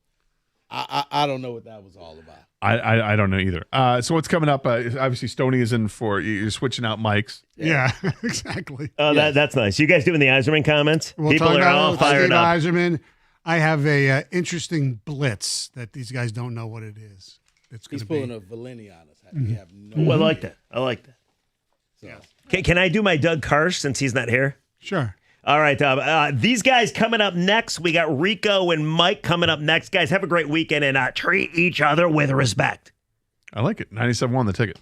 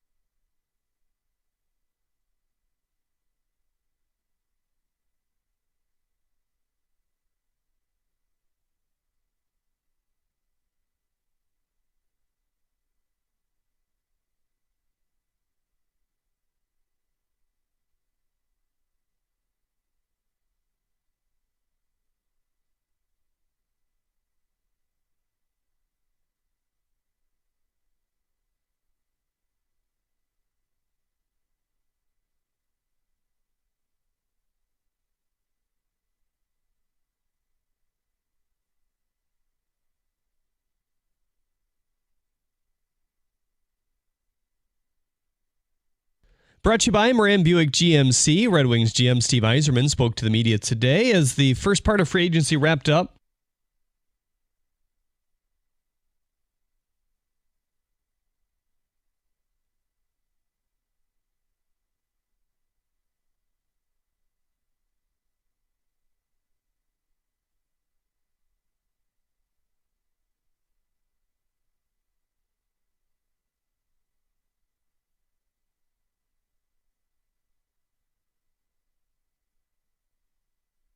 The Tigers wrap up their series with the Nationals tonight after a split of the doubleheader yesterday. First pitch at 6:45. Right here on the ticket as Jake Irvin heads to the mound for the Nats. A.J. Hinch sends Dietrich Enns, who had a strong debut last week, tossing 5 innings of 1 hit and no run ball. One of the Tigers' top prospects, Kevin McGonigal, has been a Midwest Player of the Week, or month, I should say, after a stretch that saw him slug .649 with 6 homers. In other MLB news, according to ESPN, Guardians pitcher Luis Ortiz is now under investigation for violating league rules on sports gambling. He currently sits on a non-disciplinary leave, which will last until the end of the All-Star break, but it could be extended should the investigation continue. Michigan State forward Frankie Fidler has been invited to play for the Milwaukee Bucks in Summer League. Fidler averages 7 points and 3 rebounds in 1 year with the Spartans. At the Corwell Health Sports Desk, I'm Jeremy Otto. For more, go to 97.1 The Ticket or Odyssey.com.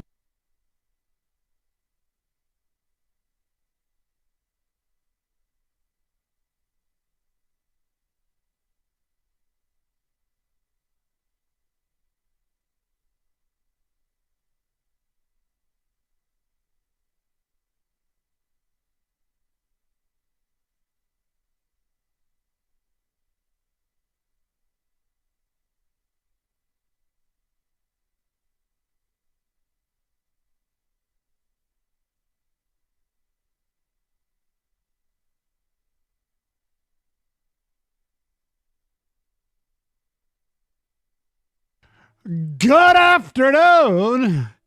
It is the Valenti Show with Rico.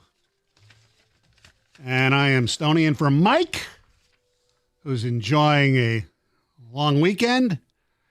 He is Rico Beard. What's up, Rico?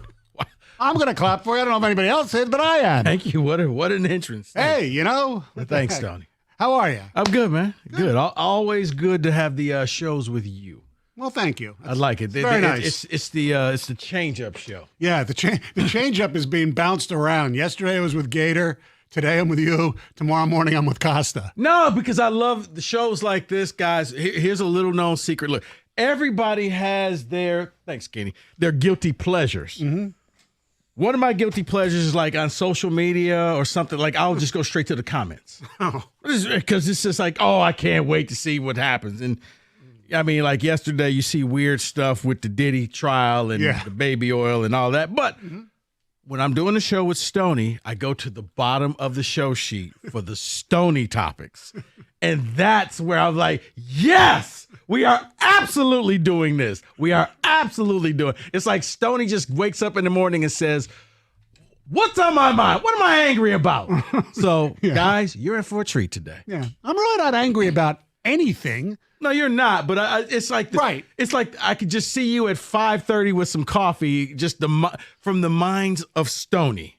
So I love it. It's a little later than that today because I went and worked out and came back and kind of did it. But no, I did the show sheet. I didn't do what was suggested in the show open. Hey, you know, everybody like grits. Yes. Anyway, there's some interesting things that we'll get to. Yes, because I am a weird dude at times. But the only, it didn't make me angry, so to speak. But it kind of made Kenny Cott a little angry today. And the only thing I was really angry about is that, I'm sitting there actually doing the prep. I'm checking my email. And it was like, I don't know, it was like 11:45 or whatever that I was actually going through my email. I saw an email from the Red Wings, Steve Yzerman, media availability. And the email came out at like 11:20 for a 12 o'clock deal. It's kind of like the Friday news, though. Gotcha. Yeah. And I'm sitting there saying, all right, well, if there's a link, Zoom, I can watch and participate if I'd like, because I like to do that stuff. No. And because I didn't get it at exactly 11:20, and You had even to if be I there. did, I would have to be, showered and ready to go to get downtown. But there are people who live a lot further than I do. I couldn't do it. You got to give these people more time limit. Now, granted, most of the people who probably covered it were at Little Caesars Arena anyway for the developmental camp. All the beat writers and our very own awesome Will Birchfield was there.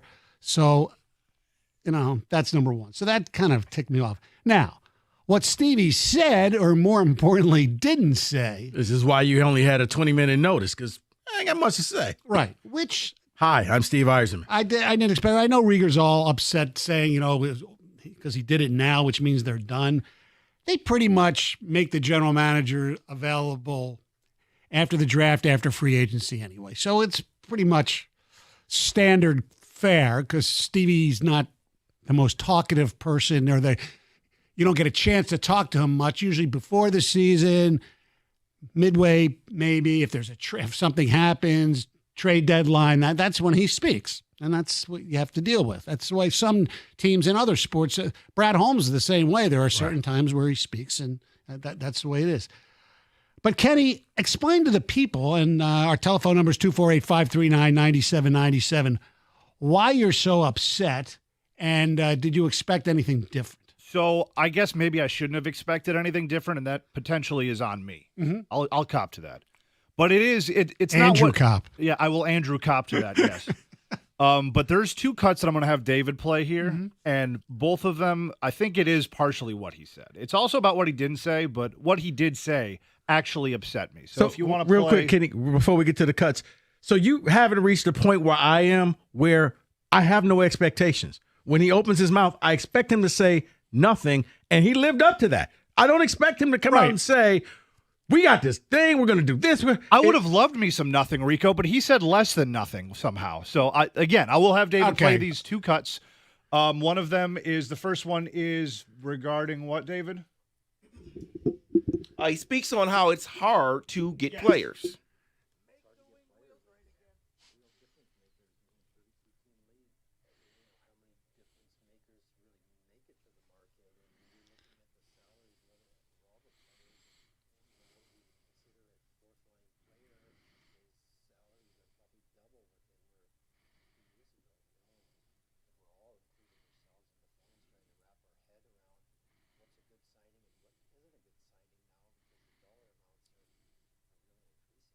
Well, I will say that, to get a fourth line player is not exactly what everybody wants in free agency anyway. Number two, Way to set the bar. number two, and I'll defend him on this.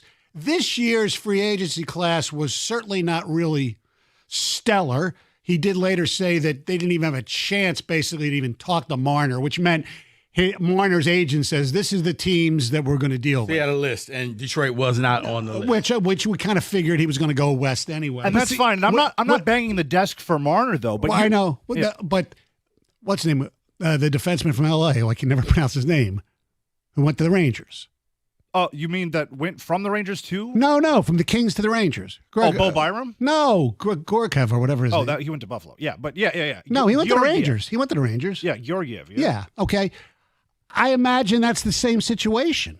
Oh, are you talking about Gavrikov? Gavrikov, yeah. I assume that the top of the line are not coming to Detroit for a variety of reasons. I'm not playing Sophie Campbell here. We might get to her later. The fact that the team is not very good and we're not exactly a destination has something to do with it.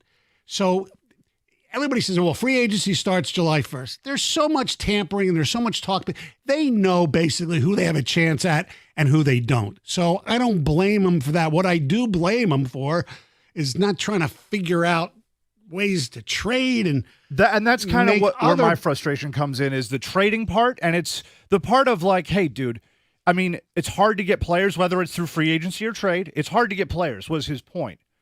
Dude, you're one of 32. This is your gig, man. That is legitimately what the money is for. Right. So if you don't want, if it's too hard, stop collecting a paycheck. I don't know what to tell you, man. Like that's a to me, that's a tough comment to hear as a fan. Yeah, I mean, and that's the worst part of what he's done since he's taken over. Yeah, very underwhelming statement. Talking about, the fourth line, like, you'd like to think you were aiming higher than the fourth line? Yeah. You would like to think that you were really trying to make this team better again, as we like to say. But instead, it's like, I tried, I looked, saw it, And the second piece of audio is him comparing what this year's Red Wings was at this time compared to what it was last year at this time.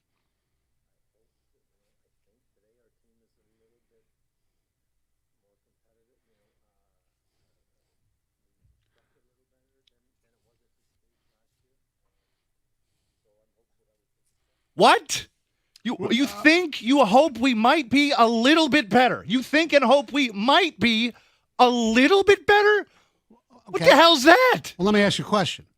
Because it's honest. Thank you. That's what I'm saying. He's not being dishonest. He's not being. That's definitely but true. Kenny, and that's why I'm like, I get your anger. Yeah. I understand your anger. I understand Red Wings fans' anger because that's not what you want. That is underwhelming. That's not what you want to hear from your leader of your team. Right. You want to hear, we are out here trying to make leaps and bounds. We're trying to get to a Stanley Cup. We're out here trying to make moves. You do not want to hear, I think we're a little bit better. And that's maybe, why I say kinda. this is less than nothing. If he would have said nothing, I would have been much happier. If he would have said, oh, yeah, we're trying to get better, we're exploring all markets, yada, yada, yada, the GM speak me. Talk to me like a GM talks to me. Okay. Don't talk to me like that. No, but here's the thing. Did you want to get in details and say that JVR is better than Tarasenko, which I think he is, so they are a little bit If better? he said that, fine, I wouldn't care one way or the other, but don't tell me that they might be, maybe, possibly could be a little bit better than they were at this time last year. Here's You're where you get supposed this- to be, the VAR should be a little higher than that, I think. If you're the Edmonton Oilers, you could say, you know what, we got a little bit better. Okay? You were in the cup. You didn't win. We're a little bit better. So we should be able to win this thing. Well, you didn't make the playoffs for a long time. But look at Montreal. Look at how much better they got. Correct. They got a lot better. I'm not saying they should have copied that business plan because that's a big offseason. They had a massive offseason. Yes, they did. But don't say you might be a little bit better. Is that not ridiculous of a comment to make? Yeah, the way he said it was stupid. I agree, but he's right. They are only a little better. I didn't say he wasn't right. I said it was a tough comment. As a fan, it's tough to hear. And look, he's done a horrific. Because I would criticize somebody. You only criticize the Lions. You criticize Michigan, even though you like them, but you don't criticize Yzerman. BS. Yzerman has done a horrific job of securing professional talent at that level. He's done a good job drafting players. Okay, that's it. Yeah. It's been really bad, and I don't know. Look, patience is running out. For a lot of people, it's already run out. For the Illiches, who the hell knows how long the patience is going to be? And just like the Lions, the Pistons, and even the Tigers, the only way this team is going to get better right now is if their young core gets better. And they show some of the players. Well, it's true. Okay. Hey, man, if they're just a little bit better, that's fine with me. You're right. No. Okay, here's the thing. No, I'm not being a Steve Bott. I'm just saying he's right. That's the only way they can get better. Why? Because he's done a crappy job. Whoa, hey, I hey. stopped. I got don't dump me. Hey. I said crap. He's done a crappy job at getting players. 248-539-9797. Did anything Yzerman say encourage you for the upcoming season about how this Red Wings offseason has gone? We'll get your phone calls. We'll get your ticket texts. We'll calm Tony down. Next, 97.1.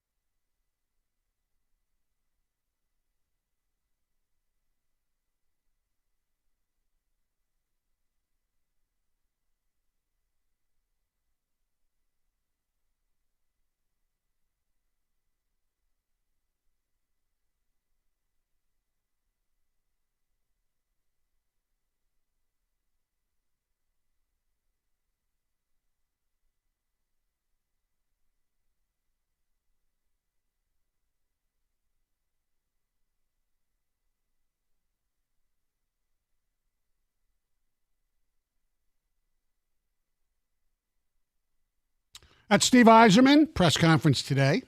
He's accurate. I know we don't want to hear it. I mean, they're better in goal than they were at this time last year.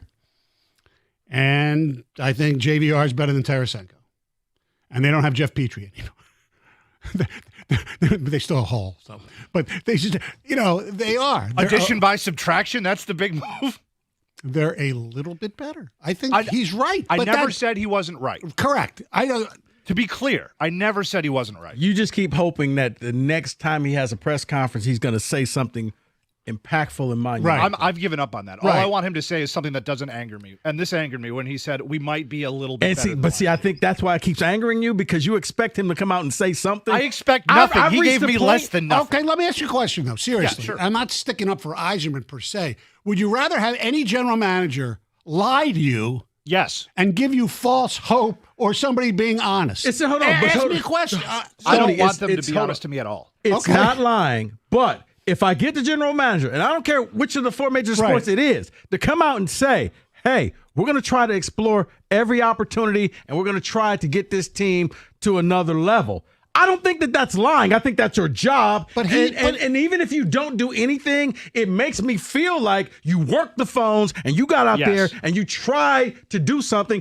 It's like the Tigers. If a player turns you down, they turned you down, man. Right. But you went out there and you gave it your effort. You don't want to hear, I kind of feel like we're a little better. I also don't like honest either, because do you remember when Avila was like that and he was like, Castellanos, he's not worth anything. Well, that's like, hey, let's calm down. Right. Well, that's, lowering the value of your own players.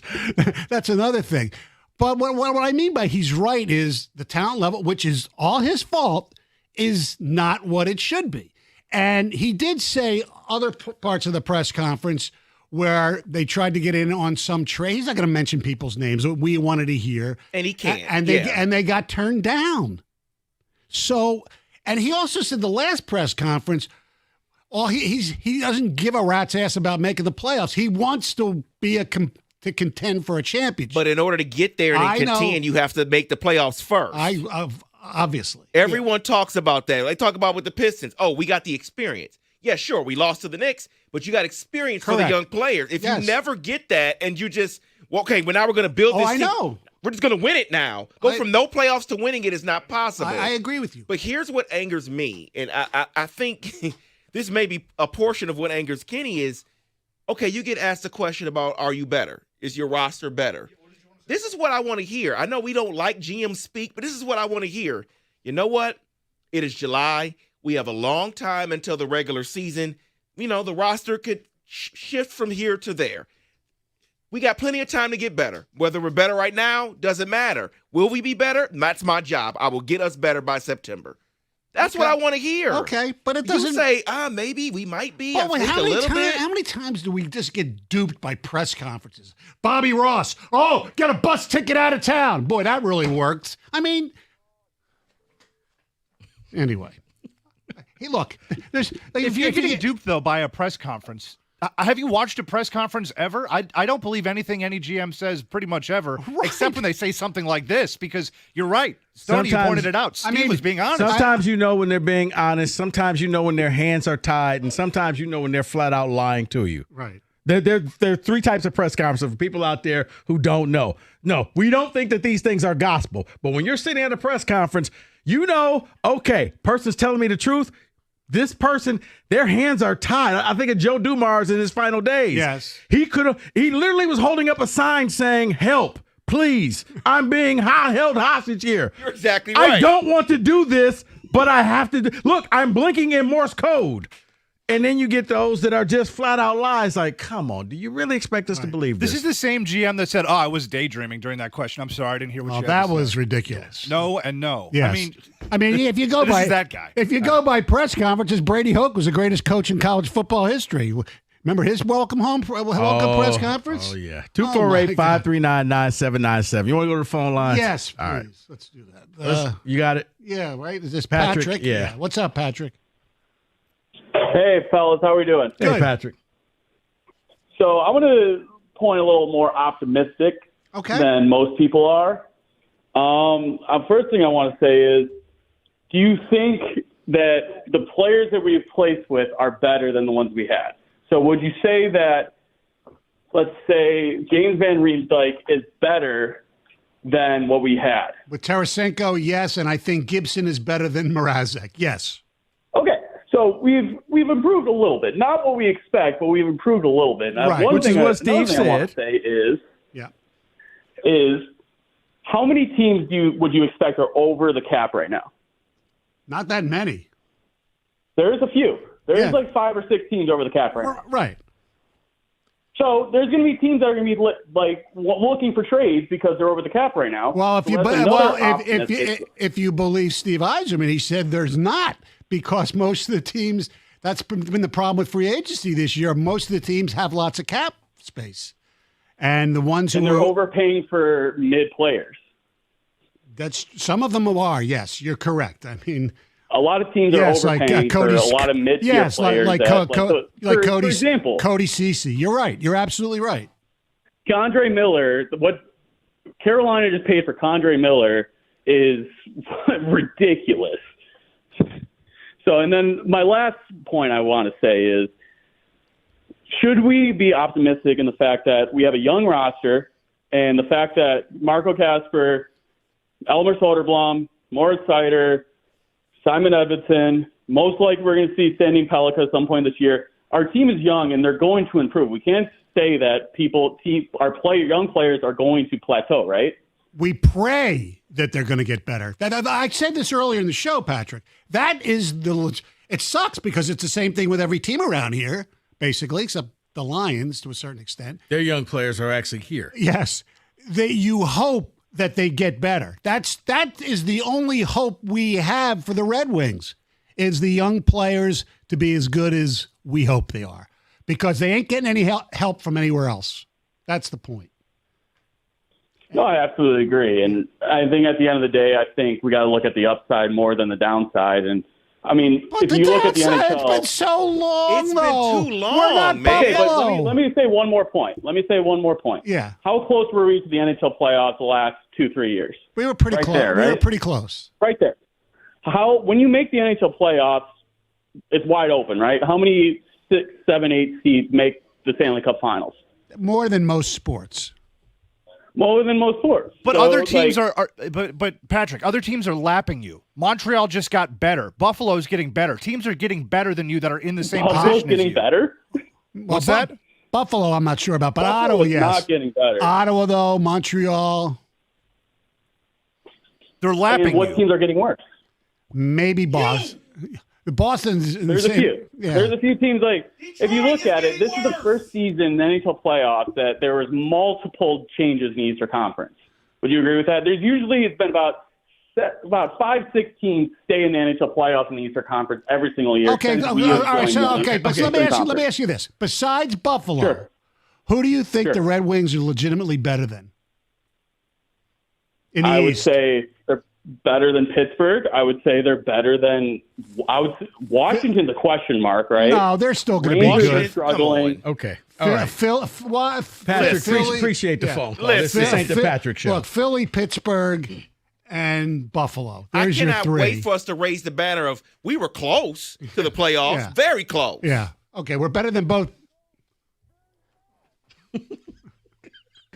I'm supposed to be enjoying the weather today. I'm supposed to be getting ready to barbecue, and I'm yelling. Well, you know what? Let's just take. I'm going to take this call really badly. Gary, you're on 97. Won the ticket. Hey, how's it going, guys? Good, Love the Gary. show. Mhm. I just hearing a lot of negative things about Steve Yzerman, and yeah, it's been a long time, and the fans are frustrated. Everybody's frustrated. Yeah.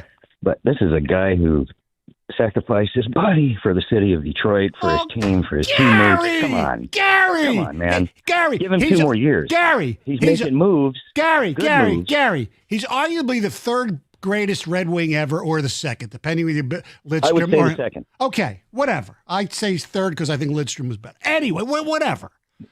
It doesn't matter! It doesn't matter. freaking matter! It just doesn't matter! It just fought doesn't and bled. matter! And you give him 2 more years. Because, yes, we're all frustrated. That would be I hate that would I be hate the product. 9. How many more years you want to give him? 9 years? No, I say you give him 2 more. Okay, That's That's 9. 9. He's had 7. This is the 7th year. 9 years, you got to make the playoffs. 7 years, you got to make the. Come on, look, I love the guy. I do. When I talk to him occasionally. Look, that's irrelevant. That's irrelevant. So you should Isaiah a little bit more of a break. Should Isaiah Thomas run the Pistons? Oh, hell no. Okay, well, okay. Thank you. So you're saying why not? He's a great. Well, what he did as a player is completely irrelevant. Irrelevant, Barry. I know you're not about to say that Isaiah has proven he can't run a team. Steve's looking like he's proven that too. Look, Brad Holmes has just gotten fired. Barry Sanders is taking over. Thank you, Gary. Rico, this is I would like to extend a thank you and a warm handshake to you because this is every time that we talk about the Steve Yzerman stuff and him being a former Detroit great. This is everything you've said in one phone call. And you know what? The guy who normally sits across from me gets so angry. And you guys don't get to hear what he says to me, the mean stuff in the breaks. I hate the fact that you're right. I wish he was. I wish. No offense to you, Stoney, but I wish he was sitting in that room right now, also, because I would love for Rico to do that victory lap. That's all you would have heard. I am a huge Steve Yzerman fan as a person. He's been horrible. Give him 2 more years. You mean give him 9 years? No, don't give him 9. Well, that would be 2 more years. That would be 9. God, I hope I'm wrong. Hey, someday we'll be drinking from the cup. You know what? It's okay. We're getting better step by step, maybe making the playoffs in 2 years, and we'll be there. 97-1.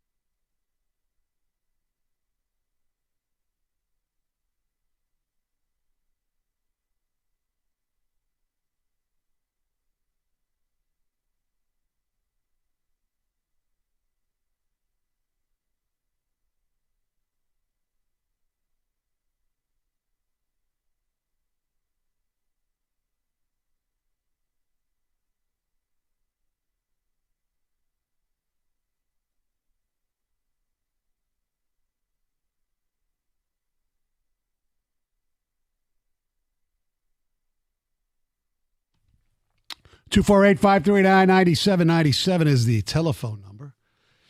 Stoney here in for Mr. Valenti, Rico, David, Kenny, and Steve Yzerman spoke today, and we've been playing some cuts. You can read about it with Will Birchfield, the fine columnist for 97onetheticket.com, and people kind of angry. I was a little angry. I was more angry at the last caller for defending Yzerman because he was a great player. I think callers are angry at us because they feel like we're being too negative because we have higher expectation of, winning and making the playoffs and doing all those fun things. And we're not getting that right now. Instead, we heard, well, we're a little better. Yeah. 248-539-9797. All right, let's go to Lisa here on 97.1 The Ticket. What's up, Lisa? Hey guys, good afternoon and happy 4th of July. Same to you. Thank you. I've been a long listener, listen to all the different segments when I'm driving around. So I actually just have some statements today. I don't have any questions for you. I have some statements. The last couple callers, just very disgusting. There is no optimism here. Yes, I love Yzerman just like everyone else, but enough is enough. So basically what I want to say is I'm angry. I'm pissed. There's no more excuses. For a general manager after 7 years to say, hopefully, and hope, I think he said it more than twice, it's enough.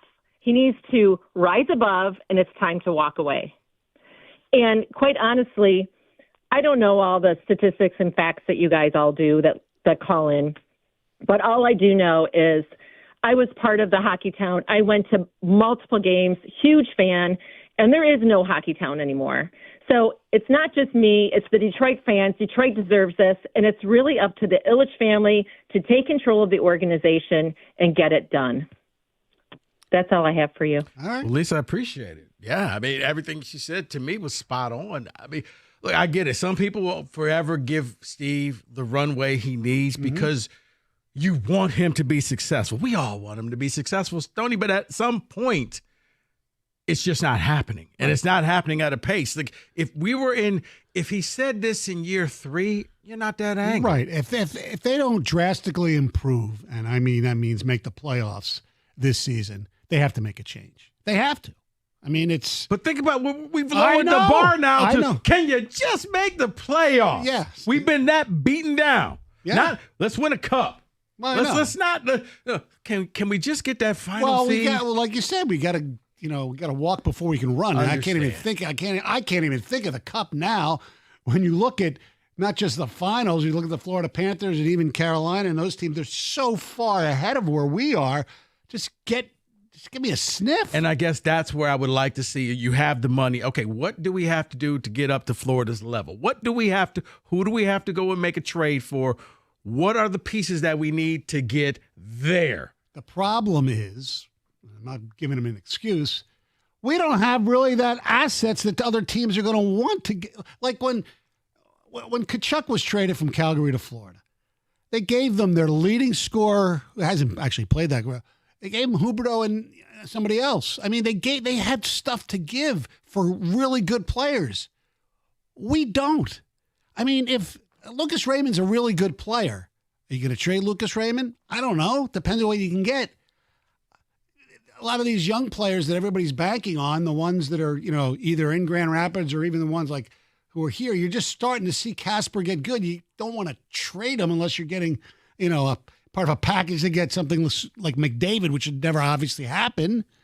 So the problem is, by his own fault for not somehow getting good veterans instead of the Cops and Comfers and those guys, he's created this where the only assets they have are their young players, and if they trade the young players, it's not even going to be enough. Then you're going to go back to square one again and be like, God, look, in fairness, sometimes it doesn't. But look at what Nashville did last year. They got Marchessault, they got Stamkos, they spent all this money, and they're horrible. Well, here's the problem, and I'm reading this text because it's just too many excuses. Here we go. I don't think the 7-year range is fair for Stevie Y.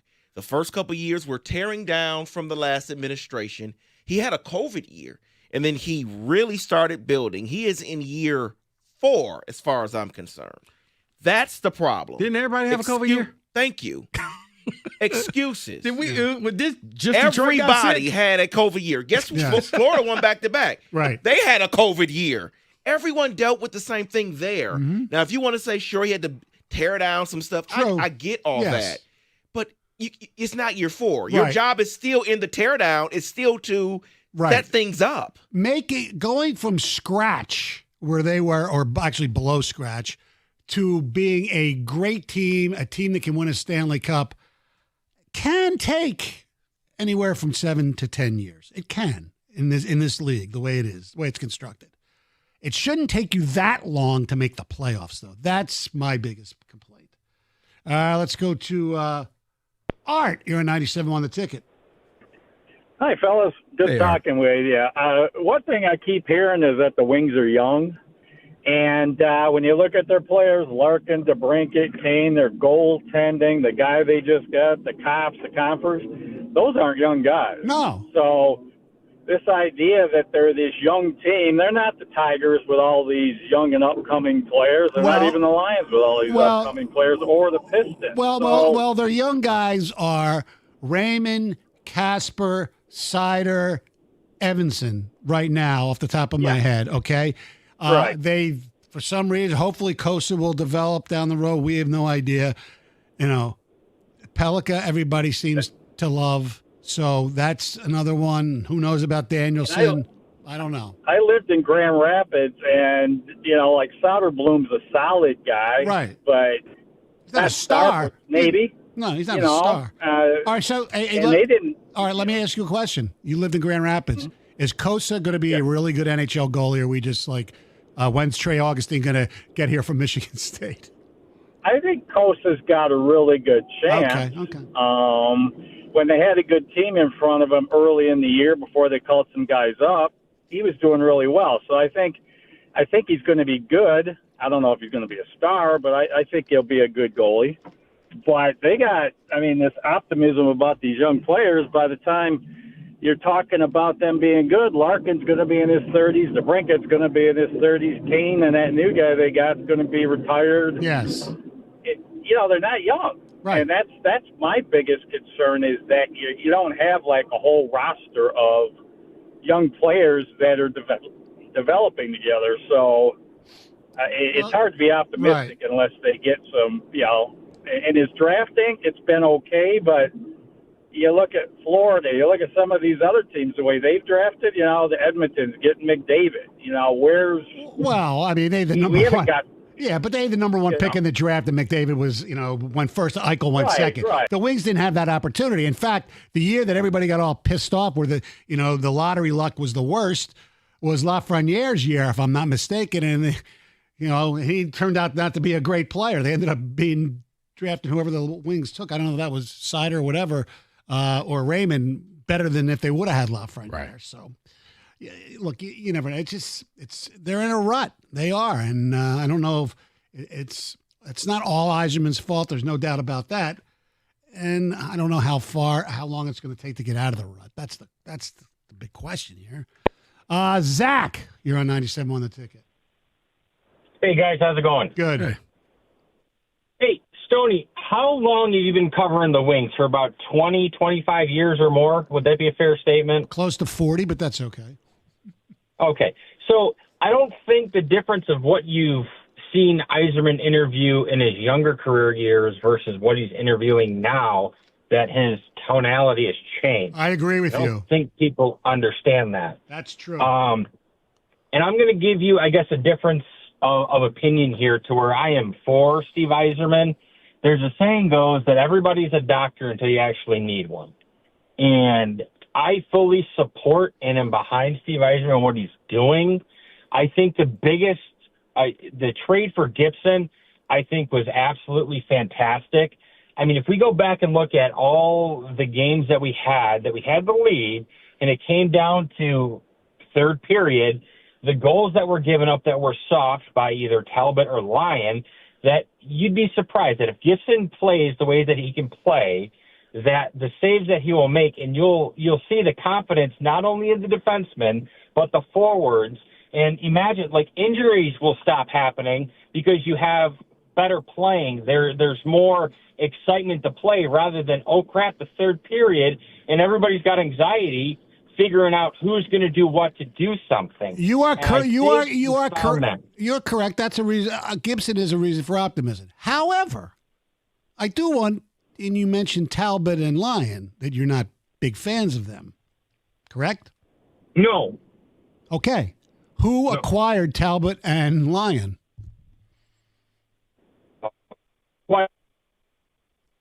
Lions went somewhere Pardon? from NHL.com. Yeah, they acquired. Steve Yzerman got them. That's my point. Oh, okay. I'm sorry. I misunderstood your question. No, yeah. Who acquired them? If they're not good, the guy who acquired them has to take some blame for that too, right? Well, I agree. Okay. But, I mean, you make these decisions based on what you have, and that's exactly what he's doing. I know. I agree. Detroit's not a prime destination as it was when we got Wendell Clark, Brett Hall, and I think it was Chelios. Yes. When Mr. Illich went out and basically bought himself a Stanley Cup. There was no cap back then either, so it was completely different. By the way, breaking news that I can't decide whether it's going to make David happy or unhappy. That's coming up next. 97 won the ticket.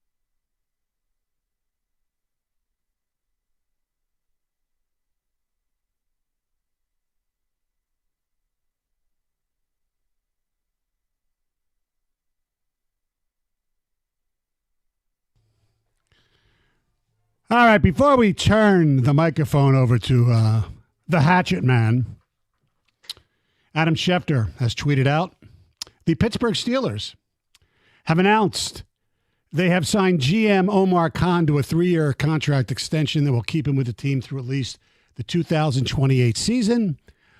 Mr. Steeler fan, your reaction? Here's my reaction to that.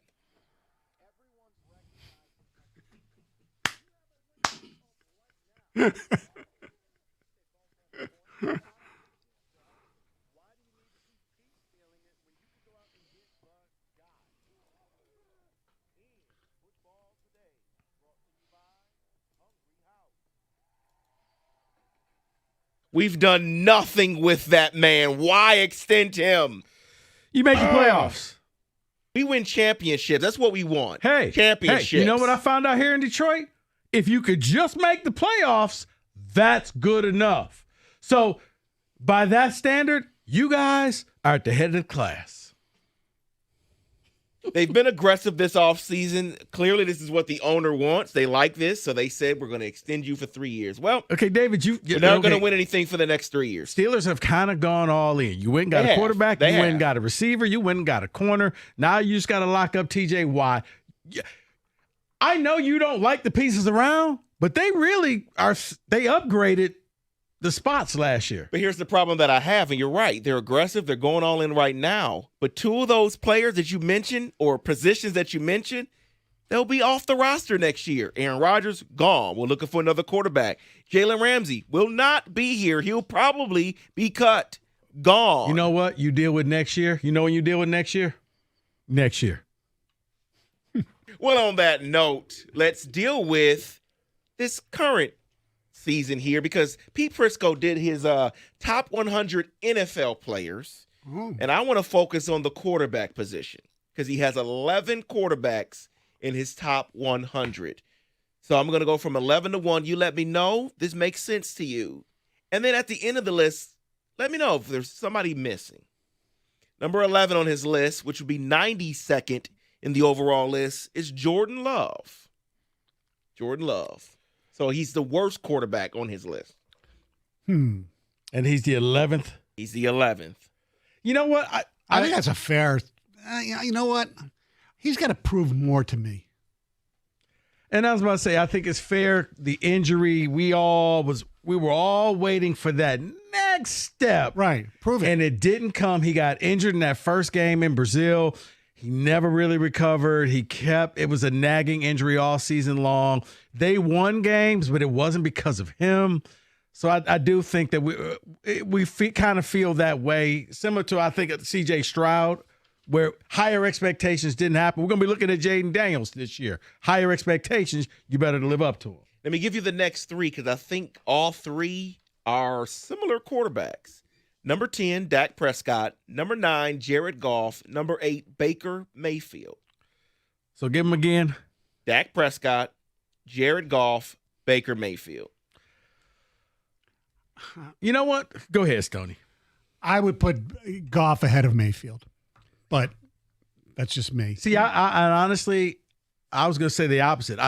I don't think that Baker Mayfield really gets his flowers. I think we just kind of look at him like he's the throw-in. And Baker Mayfield too. It's not like he's got this ton of talent around him. Well, he's got great wide receivers. He does, too, so but the Lions. But I'm just saying, he wins. He finds ways to win games. Now, the Goff thing, I mean, to me, yeah, it's close. It is close. Dak Prescott, I think we're forgetting, did he win the MVP or was he real close to winning the MVP 2 years ago? He's never won an MVP. No, he's never won. He put up ridiculous video game yards. Yeah. 2 years ago, he was really good. He put up video game yards. I can't fault Dak for playing for Dallas because Dallas is a joke, but Dak, when he has pieces around, has shown he can get the job done. Yeah, 2023, he finished second. That's the year that Lamar Jackson won. Well, it's going to be interesting to see what the addition of George Pickens does to Dak Prescott. It keeps him up at night because all he'll do is complain to Dak. That's what happened. Number 7 on the list, and I'm purposely giving this one without another one. I don't want to give the next 6. I don't want to give number 6 yet. Number 7 is Jalen Hurts. Defending Super Bowl champ. Jalen Hurts is at 7. You know what? I honestly, I think that's fair. I know you're Philly guy, Stoney, because when you think of Philly, you think of Saquon. You think of the backwards leap. You think of, the defense that they had. And then it's like, oh, yeah, you think of the brotherly shove tush push. But you don't think of Jalen Hurts going down the field and beating you the way that you would do a Mahomes, the way that you would do a Josh Allen. Although he had a great Super Bowl, the one they lost. Yes, he did. He did. 7 is fair depending on where the other 6 are, but I'm not going to dispute that right now. That's why I didn't give number 6 with him. Because you're saying perfect position. Number 7, Jalen Hurts. Well, at number 6, Justin Herbert. No! Sorry. No, it's not. No. You know what? In my world, and I like Herbert coming out of college. I did. I was all. You liked him more than Tua. So did Jansen. Yeah. I mean, Jansen loved Justin Herbert. Yeah, because Mike was like, oh, he only scored 6 points against the state team. Like, that's a bowl game. He hasn't done anything. We keep hearing how great he's going to be, but he doesn't do anything to be great. And after a while, your runway ends, and either you can produce or you can't, and he hasn't. Honestly, I wouldn't even have him in the top 100. I would have him at dead last. I would put I would tell everybody take one step forward, just back of the line. I wouldn't go that far, but I do think he's overhyped. I'd take Jordan Love over him.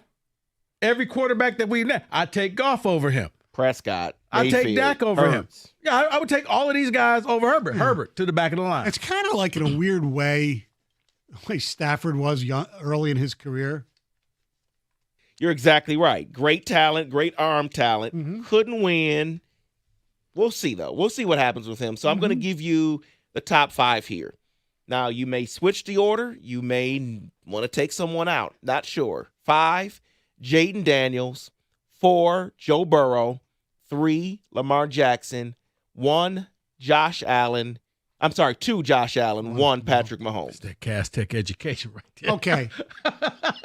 No, because I have where they are in parentheses overall, okay. so I'm sorry. All right, the only one I disagree with a little bit, and it's going to sound blasphemous because of what he did at Ford Field, I just think it's a little too early to have Jaden Daniels in the top 5.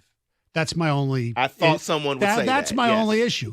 And you mentioned C.J. Stroud. Is Jaden Daniels going to be C.J.?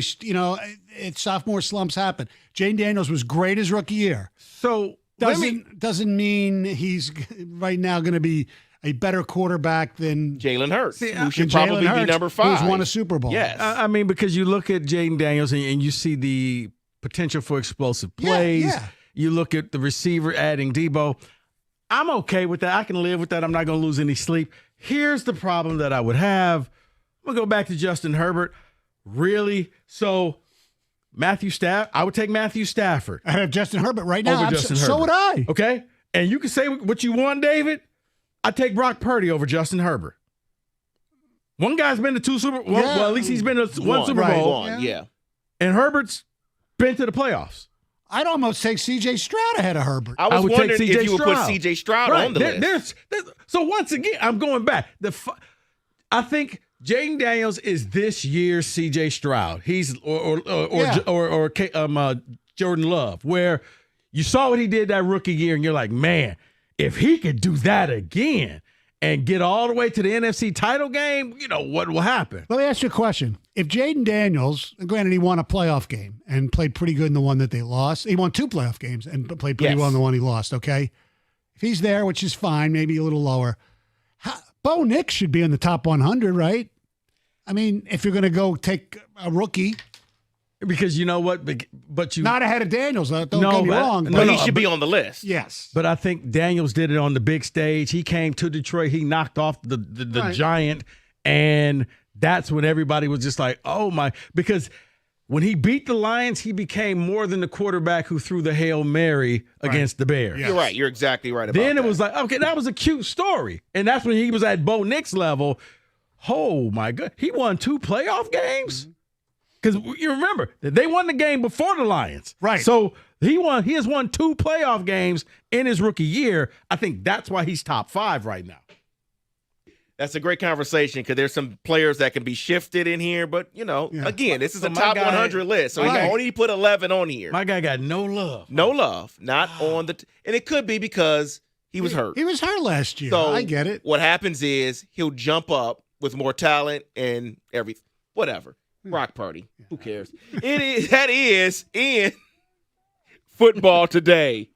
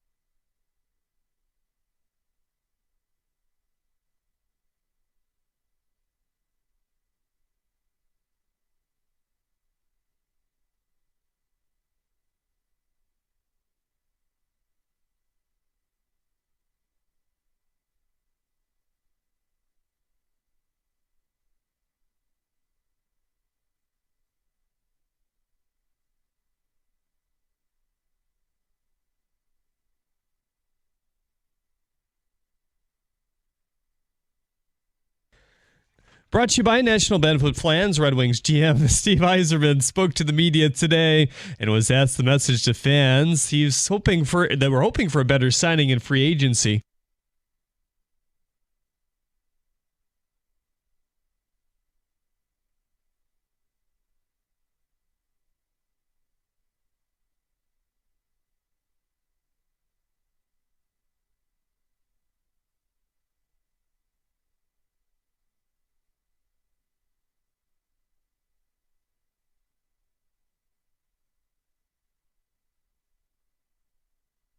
Fangraphs released their midseason MLB projections for the teams to finish this year. They have the Tigers finishing 93-69, winning the division by 12 games.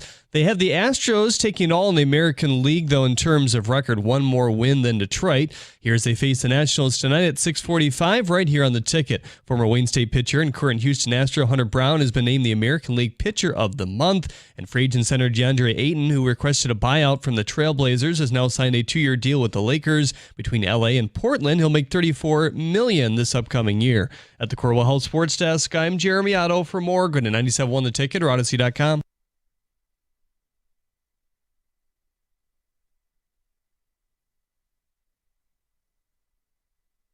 Thank you very much, Mr. Otto, 248-539-9797. If you missed our heated wings discussion as Steve Yzerman spoke today, go to the Odyssey app and hit the rewind, and you'll be able to hear it and hear all the stuff from all the wonderful shows on the podcast. And Evan and I taped a Restore the Floor this afternoon. So we even spoke about the Pistons draft, free agency, any of that stuff. By the way, I did see something that's kind of interesting because it applies to two people who are now working together who used to be here. There was an article talking about the Pelicans trade with the Hawks where, they moved up and got Queen, but they gave away the unprotected pick, which makes absolutely no freaking sense. Especially when you're going to be a bad team. Yeah, looks like. No sense. So here, I'll just read this one paragraph. One Eastern Conference executive with knowledge of how the conversation went from Atlanta's perspective described a perplexing scene. When New Orleans Senior Vice President Troy Weaver made the call to Atlanta's Bryson Graham, Graham couldn't believe what was actually being offered. Graham asked for clarification multiple times to confirm the unprotected pick was indeed part of the deal. It got to the point where Hawks GM Onsi Salah called Joe Dumars directly to confirm it for himself.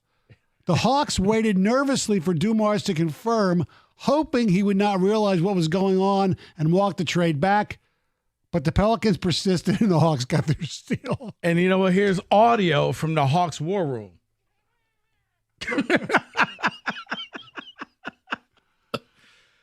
Yeah, I mean, because at that point, you know what you probably are thinking? Like, wait. Is this kind of like when the NFL draft and you had the college kid pranking the players, hey, you've been drafted? Like, wait. So you're offering me this? That's not real. Let me call Joe on his cell phone because I don't believe this right here. It was, so. Yes. All right. Our telephone number is 248-539-9797. We'll go back to the phones because people still want to talk about the Red Wings. But I do want to mention this Sophie Cunningham deal that took place earlier in the week where she was asked about the WNBA expanding and she thought how good it is, but she wasn't crazy about Detroit, Cleveland, and Philadelphia being expansion teams. And in fact, she said, nobody wants to go. Who wants to go to Detroit? And she said Cincinnati instead of Cleveland, or Philly. She didn't even mention Philly, I don't think. But look, explain to me, okay, as a Detroiter / Michigander, why are people so upset? Who cares what Sophie Cunningham of the WNBA has to say? I think people care, Stoney, because look, a lot of times I will say Detroiters can be overly sensitive. I will admit that. That's true. This was a direct shot. Detroit took an unnecessary stray on a day that if you're a WNBA fan and you live in the city of Detroit, you are happy. And to hear a player like that come out and be like, yeah, who wants to go to Detroit? It's like, wait, you play in Indiana. Hey, we'd rather go and play in Miami. Newsflash, okay? If I lived in Miami and I had a chance to go to a WNBA game or South Beach, guess where I'm going that day? South Beach. I'm not going to your game to watch it. Here in Detroit, you may actually get a fan base. Detroit has a history. And it's like, okay, can you at least pick up a book, hop on your phone, use the Google, and you'll see Detroit actually has some history with WNBA. They had championships here. They had some top players here. So to sit there and be so dismissive as if you just said you're going to be going to Anchorage, Alaska, it is insulting. You didn't have to go there, and it's like, who the heck are you? You're only on the team because you're Caitlin Clark's enforcer.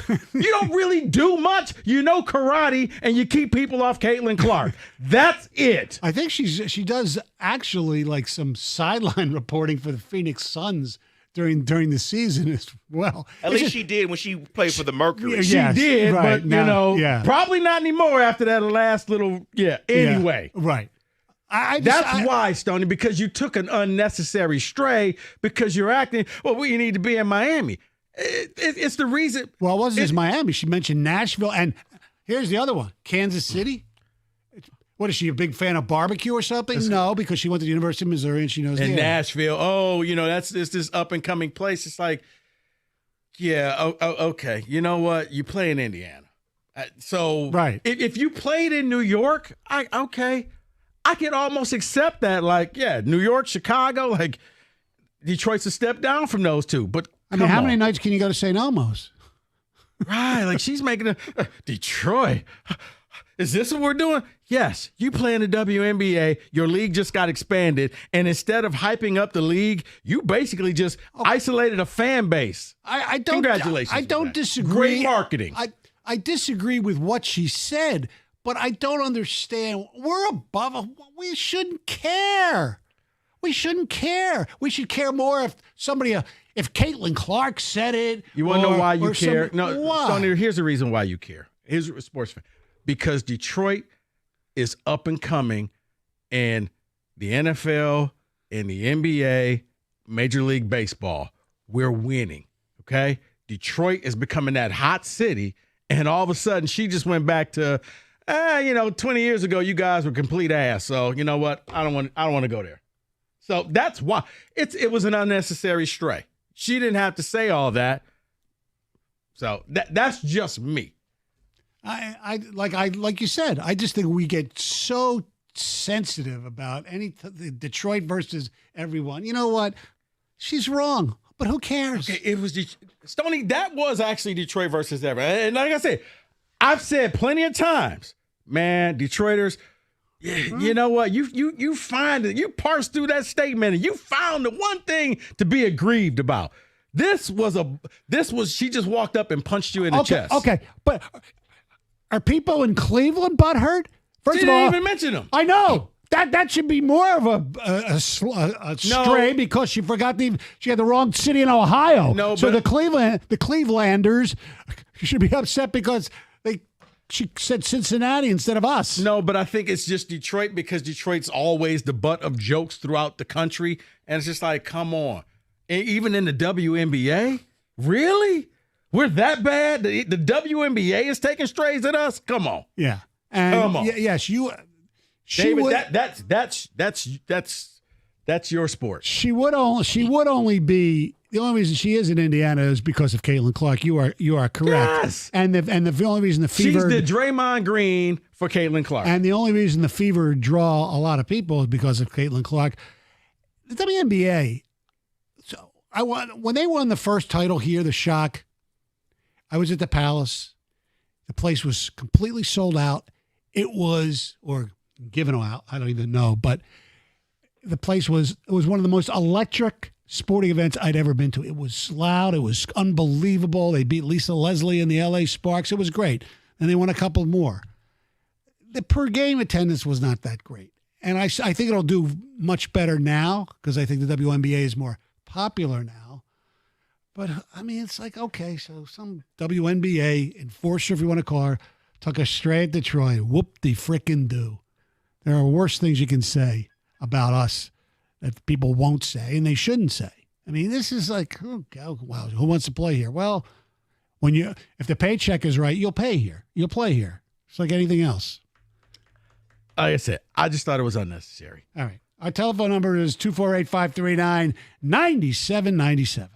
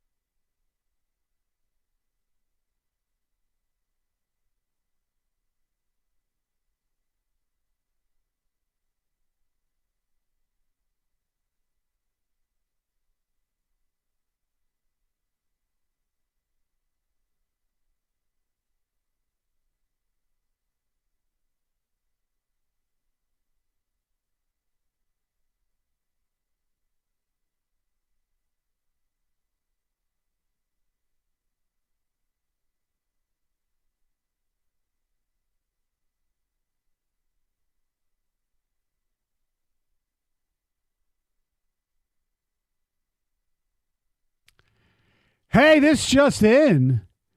Not that we thought that the Detroit Red Wings were even in on this, but Nick Ehlers has signed with the Carolina Hurricanes in our conference. 6 years, $51 million. Yep. A little overpay, if you ask me. He's a good player. I don't think he's a great player. Whatever. So that breaks down to what, about $9 million a year? A little less, yeah. AAV, 8 point whatever. All right, 248-539-9797. Steve Yzerman did speak today.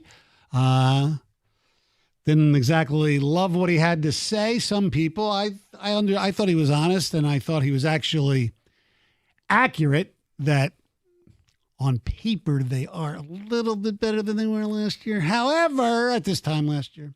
However, there's no excuse for not doing more in his tenure in the free agent acquisition and the trade acquisition. He has not done enough. He's done a poor job at that, and that's him. That's his professional scouting department has been abysmal. Drafting's been good. Player development, player not so procurement has been awful at the professional level. I think it's fact. It's not even opinion. All right. Let's go to Michael in Grosse Pointe. You're on 97 on the ticket. Hey, guys. How are you doing today? Good. How are you?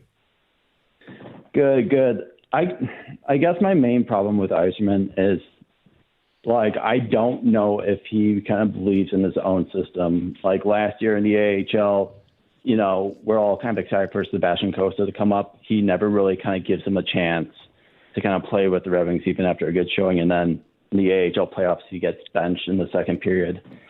And, like, I just don't think the Wings are going to make the playoffs this year because, like, they still have, in my opinion, like the biggest problem, which is they still have Ben Chiarot on the top pair, and they still have Justin Hall, you know, in the organization. And, you know, last year when it was like Detroit versus Ottawa, you know, Justin Hall was on the PK and he went to the corner with two guys already there, and then they scored that second goal to beat us 2-1. It's just, I need him to be like, hey, I drafted a bunch of these guys. I drafted a bunch of these defensemen in the second round. I've drafted, you know, William Wallander, Shai Buyam, Antti Tuomisto. I need one of those guys he drafted early in the second round to come up and play. Well, I think we got one of them finally. I think Johansson really played better under the Trent Yawney defensive system the second half of the year. So, yeah, I think he got better.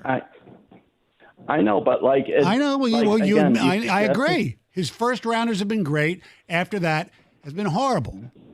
But... I know, but like... Oh, yeah. Well, if you look at most NHL rosters, you know, rounds 2 through whatever usually don't amount to much. Usually. But he's got nothing. You're right. But, like, Yzerman was famous for making great kind of later-round picks. Like, Braden Point was a third-round pick. Yes. Nikita Kucherov, second-round pick. Like, I need his later draft picks to come into the NHL. And I know it's taken a while, but, like, they've only had 5 years. They've only had 3 guys who've actually even played in the NHL who've been drafted in the second round or worse. You're correct. It's first round's fine. Yeah. First round's been good. I mean, you even give him extra bouquets for cider because most people panned that pick at the time. Okay, it's the pro stuff that's really been bad. I mean, no, you're right. Brendan, you're on 97 on the ticket. Hey guys, how you doing? Good, hey, Brendan. You know, a couple things. Well, my first thing was I was going to talk about why aren't we in the conversation for Ehlers, and then I get the alert that he just signed with Carolina. Yeah, that's obviously off the table.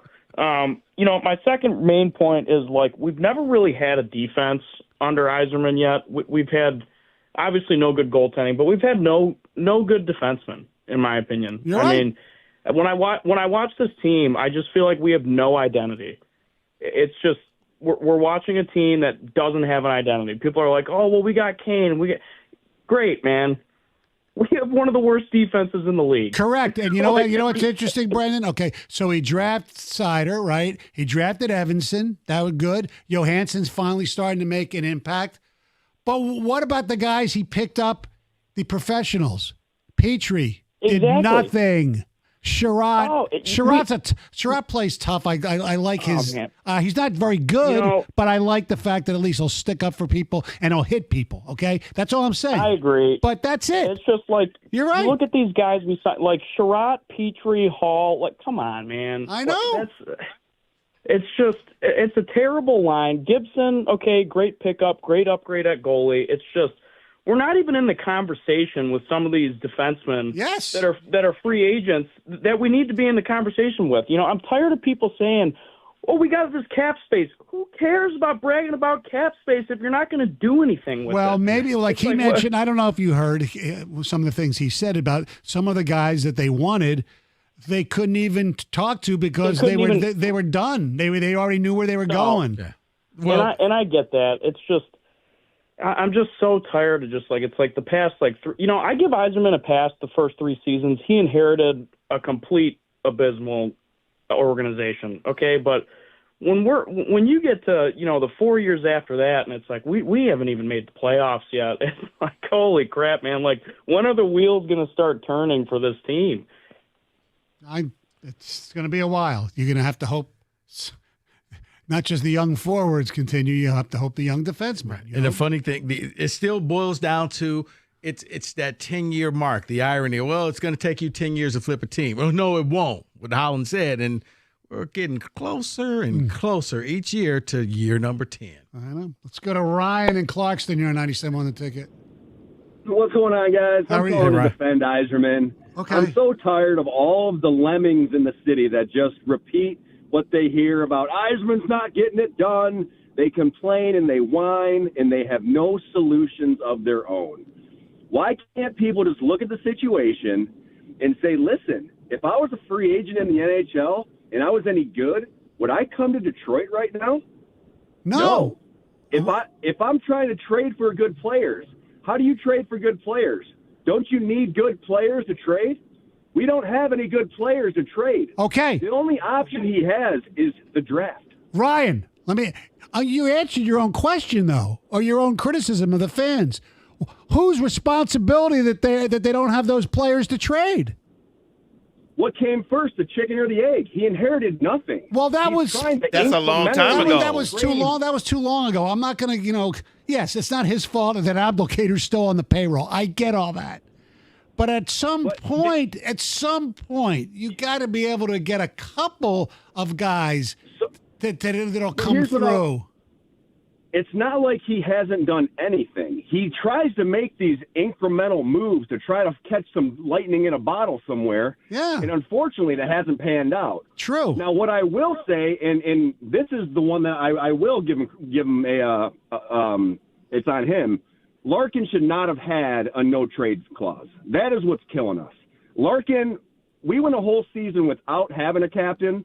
Don't tell me he's a good captain, because if you're a leader, you don't go a season without being the captain if you're a leader. And now we can't trade Larkin because he has a no-trade clause. You just said we have no one to trade, though. So what do you mean? We can't trade him. He has a no-trade Do people clause. want Larkin? You think people would want him? Absolutely. You see how well he did when he played on another team in the International Hockey Tournament? The guy was a stud. Right. Yeah, but he's not a top 30 player in this league. He was one of the best Americans in that tournament. He was playing top line. Not well. He outplayed Hughes. Can he waive his no trade?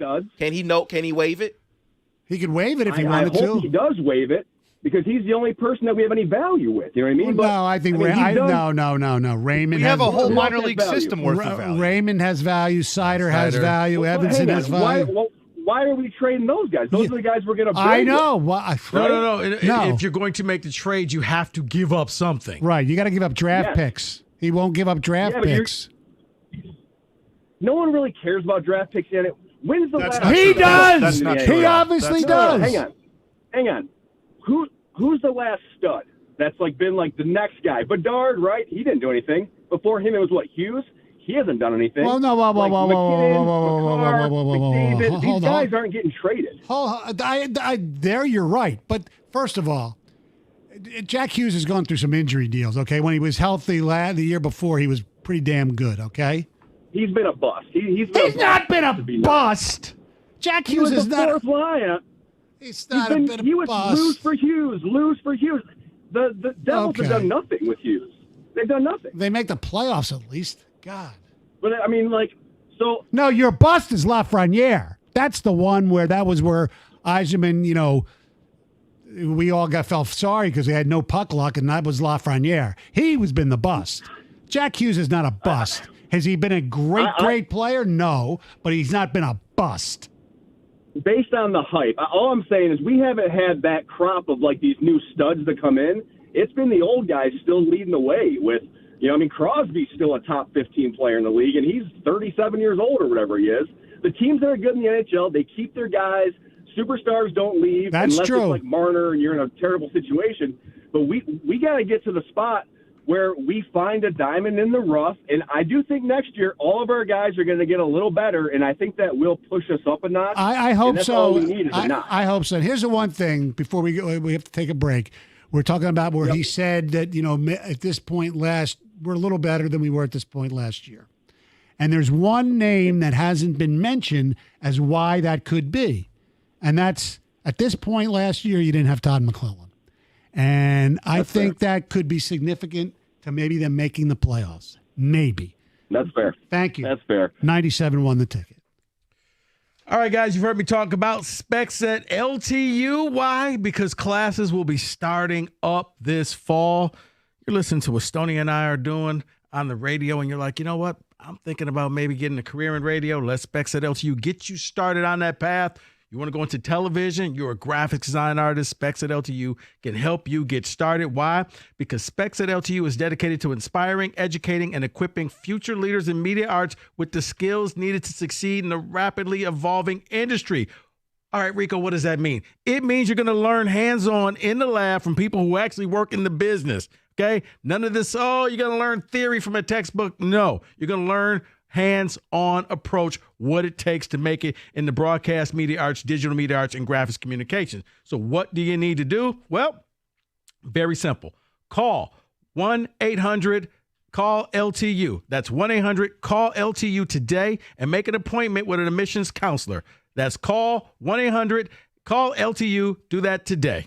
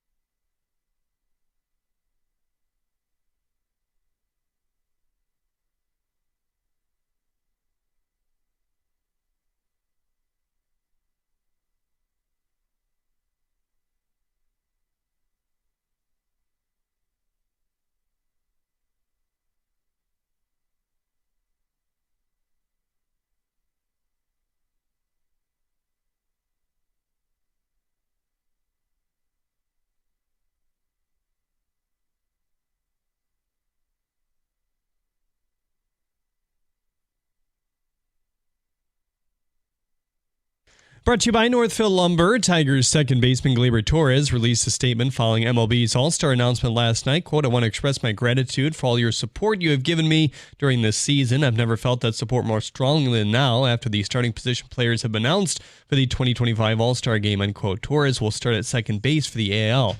The Tigers wrap up their series with the Nationals tonight. Here, Dietrich Enns start right here on the ticket at 6:45. The Red Wings also canceled their development camp scrimmages today after injuries limited the amount of players available. At the Corwell Health Sports Desk, I'm Jeremy Otto. More at 4 at 97.1theticket.com.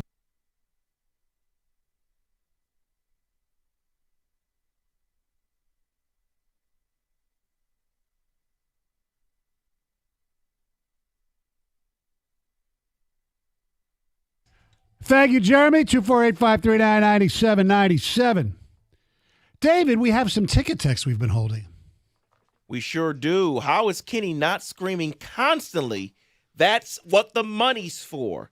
This whole presser was a "that's what the money's for" press conference. That is Adam in Toledo. Kenny, why weren't you there yelling that in the corner? The issue with the observations is that you don't talk about the absolute mess that Steve walked into. It took until 2022 to get contracts even cleaned out. I can't with this fan base. Sometimes, oh my gosh, too many defending Steve Yzerman. On Sophie Cunningham. Sophie went from hero to protecting Clark to the villain for running her mouth inside a few months. That is Tom in Flat Rock. Someone says, I do care. We don't need anyone to rip on our city to the media, especially if they don't know what they are talking about. So that person does care about those comments. Come on, Stoney. Of course it's ridiculous, and we should be upset. Cleveland can defend themselves. Okay, well, I'm just saying, I wonder if they were butthurt. They actually did respond. There's an ESPN article. They responded because there was a video clip of Caitlin Clark when she was still in college at the Final Four in Cleveland. And she was saying how much she loved Cleveland. She loved being there, loved the city. And so they responded with that video saying, look, your own teammate says she loves Cleveland. Maybe you should speak with her. Very good. They have responded a little bit there. Someone well, says, she doubled. Yeah, but I mean, the fact that she tried to double down again, I'm saying that there's just more things to do in these other, like Sophie, shut up. Right, you're not apologizing. Right. Just be quiet. Somebody handed you a microphone. You probably got about another 30 seconds left at your 15 minutes. Well, and see, I'm going to be quite honest. If those that did not see her response, she did respond. The video is from an actual media availability after their practice. So she's holding a team logo microphone like you usually do. So what I imagine is they lobbed that to her to apologize. Hey, Sophie. And she still didn't apologize. Let's clean this up. Right. Here you go. See? They're giving you an opportunity. I mean, it's just no stuff to do. Okay. Sophie, I need you to understand the assignment. When it's the media microphone, okay? That's not a hard question. That's not got you. That's Kremlin media right there. Yes. Here we go. Answer it very simple. Promote the WNBA. They're probably asking her, your comments weren't taken. You have anything to respond to? Easy question. Yeah, you know what? Maybe I should have thought about it. These are some fine cities. Nope. No, there's stuff to do in Miami. Okay. Yeah, there is. Who cares? Right. But here's the thing. That's going to be your competition. Because you got, newsflash, you play for the only team that's selling out. Everybody else ain't selling out. If I got to choose between going and doing something look at the major sports in LA. Okay? They do other things. They don't sell out. Why? You got too many options. But if she's worried about doing things in the city she's going to, she's probably there for what, a day, maybe 2 days? I think she's talking off season. Buy an apartment. No, she's talking about when she's not playing during the season. Right. If she's a member of the Detroit Shock 2, or whatever they're going to be called. She's going back to Phoenix anyway, No. if you know what I'm saying. Yeah. Yeah. Well, here, newsflash. You know she was in that story. David, let it go. That's right. Newsflash, most of these players play in multiple leagues. They play overseas, a lot of them. So correct. You're not hanging out in Miami. If you're playing for Miami, you're now someplace else. You're playing in that big three. You're doing other stuff to supplement your income. Or you're playing in Belgrade. You like that? You're right. It's not Paris. Well, so sorry, Detroit isn't Paris. Like, I'm do so you sorry. Do you collect a paycheck? Yeah. Okay, then what's the problem? I know. And it's not like Detroit doesn't have any history with this league. Correct. That's what got me. It was like, okay, did you not just do any? You just shooting your mouth off. Well, first of all, why are we listening to you? Well, because she also, I mean, she's bringing up Miami, but Miami also had a failed WNBA franchise. Yeah, you remember what they were called? The Soul. Yes. Oh, you don't have to ask me. You know I know everything WNBA. So, yeah, they were the Soul, and they were awful. They got sold to the Connecticut Sun. Sun, right. So, they went from the Soul, which is sun in Spanish, to the Sun, the English version, because there's so much sun in Connecticut.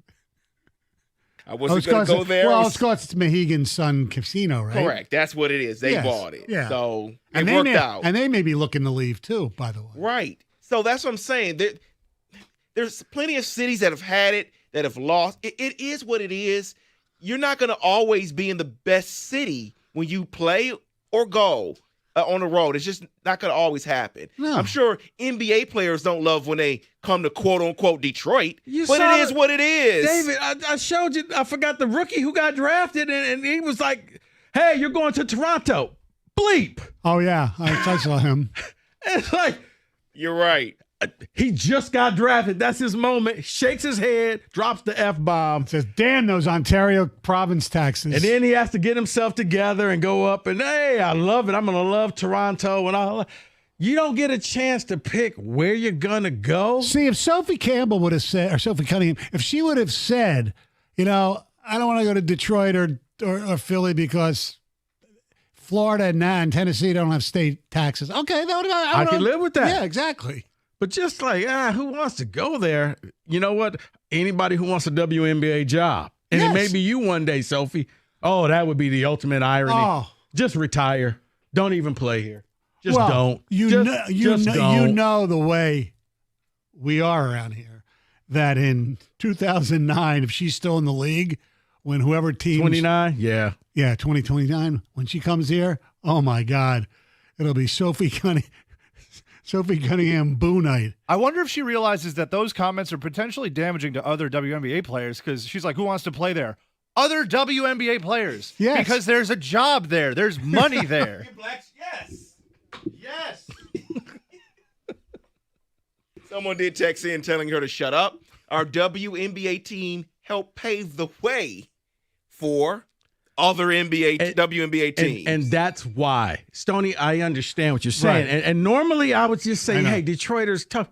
But there's actually some history here where this is why you would want to come back, because you're right. They had superstars here from the Swing Cash. Like, they won championships. Yeah, they had great players whose Hall of Fame fathers didn't know they existed or didn't want to know Right, it's that they like, existed. Sophie, you know what? Until they made the WNBA finals. Right. The league has been around longer than 2 years. Yeah. Okay? Mm-hmm. Just want to let you know that. Mm-hmm.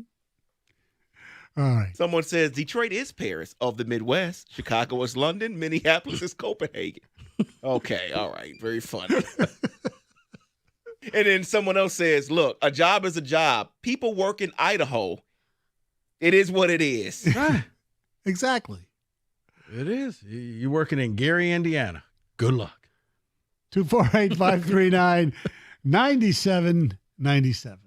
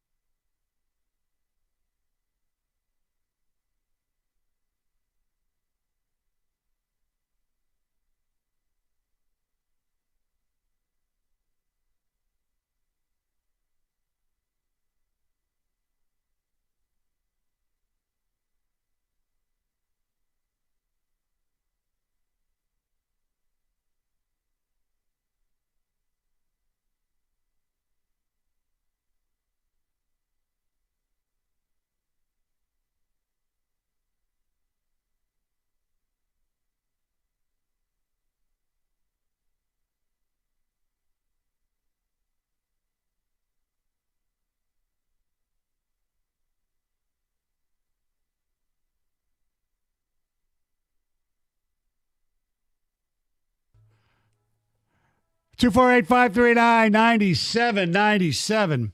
All right. Time for a little blitz, and I decided to come up with one for you guys and have you react to my opinion on this list that I just came up with. And he will not tell us what it is. No. I was going to do it as the worst, but I'm going to do it as the best. But there's so many that qualify as the worst that most of them will be mentioned as well. Okay.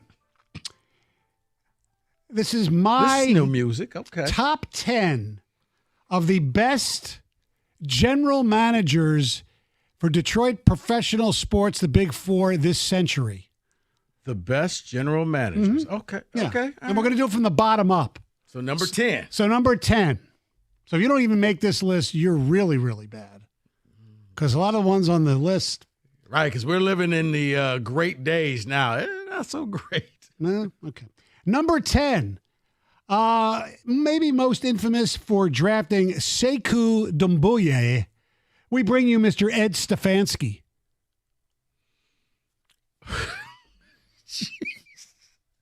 Oh, my. He's number 10? He's number 10. Oh, my. Among other things that he did in a short period of time. Wow. Okay. If that's coming in at 10, we're going to be here a long time. At number 9, because no playoffs, not a lot of really good things, unfortunately. Hopefully, if we did this list in a few years, he'll be higher up on this list. But I got to be honest. Number 9 on the list is Steve Yzerman. Okay. I might have Ed Stefanski above him. No, okay, now you just trolling. No, he drafted well. He's here, Stoney, you're right. He's made some moves. We got people that were waiting, some of the kids waiting to come up. Mm-hmm. It's still pending. I'll accept number 9. Kenny, you good on Steve Yzerman as the 9th best Detroit GM of this century? Mm-hmm. Seems a little high to me, but yeah, sure. Okay, well, all right. So that's starting in 2000. Mm-hmm. Okay. Number 8 on this list.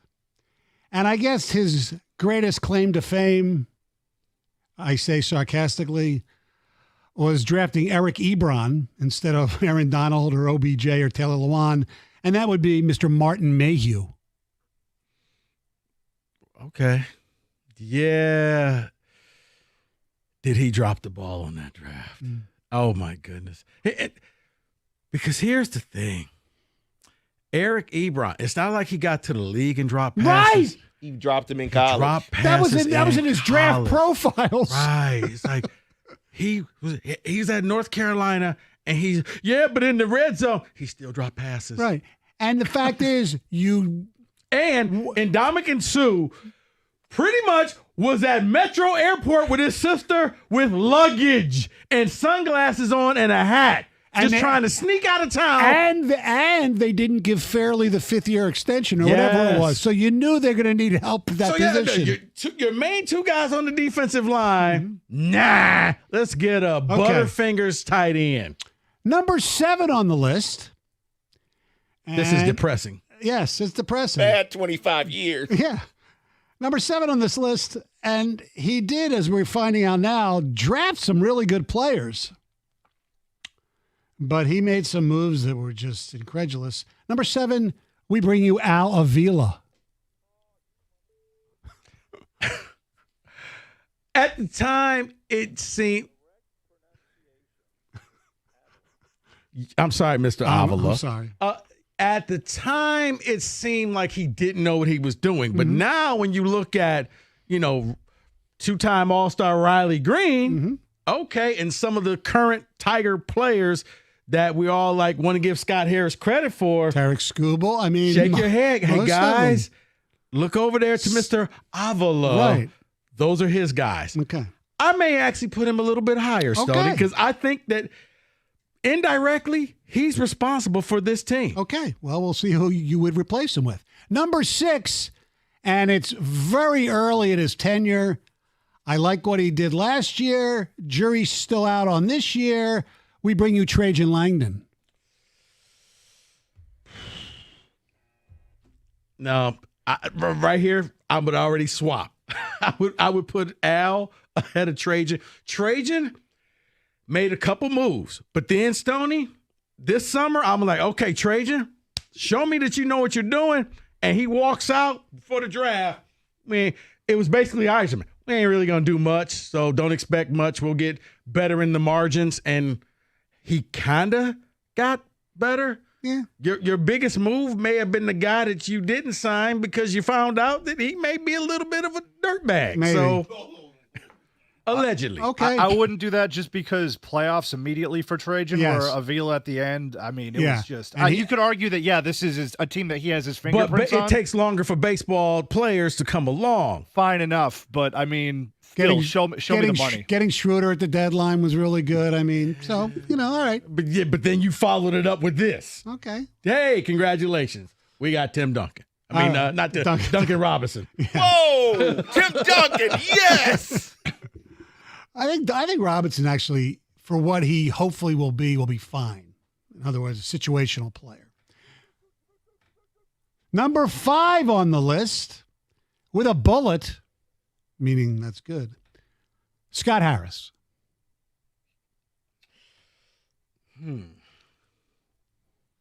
Go ahead, David. What has he done?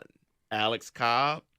No. Oh, I don't know. I think He made the playoffs with Al Avila's players. I give him credit for the way this whole organization has just completely changed. Okay. And the approach, the way they've done differently. And look, okay. You're right. And before last night, Tommy Canley was a pretty good signing.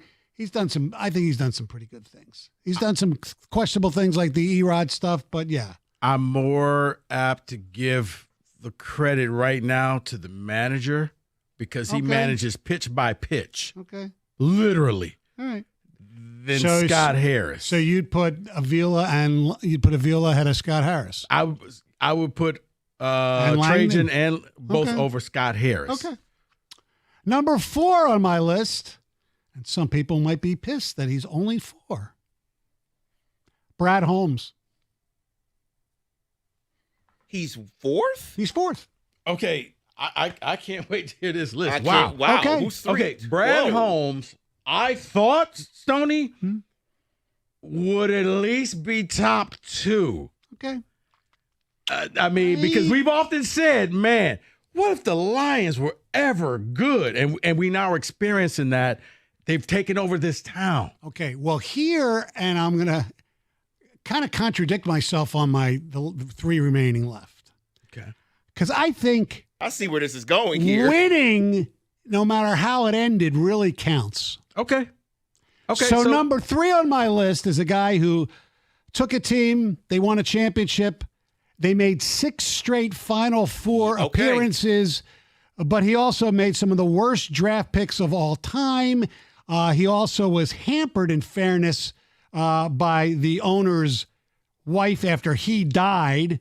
But he was the one who actually signed the paychecks for him, and that's meaning Charlie V and Ben Gordon, and that's Joe Dumars is number 3. Okay. Okay. All right. I get see. it. I see where you're going now. Yes. You know what, Stoney? Okay. Holmes at 4. I get that And now. you know what? There's a name that he hasn't said. You're probably that Rashid just guarding your man away, and he would have been even higher. Right. Number 2 on the list. Thanks, Sheed. Very similar to Joe Dumars. Yeah. Only he won 2 championships this century. He left the team in disarray, much like Joe Dumars did. And we're finding that out more now. And some of the bots believe it's all his fault. But he won 2 championships. Number 2 on my list is Ken Holland. Okay. You know what? I think that's spot on because, I mean, you can't put somebody in the top 3 who hasn't won titles yet. And for a while, He's done very well. Yeah, and for a while, this was a destination. Mm-hmm. People wanted to come here, and guess what?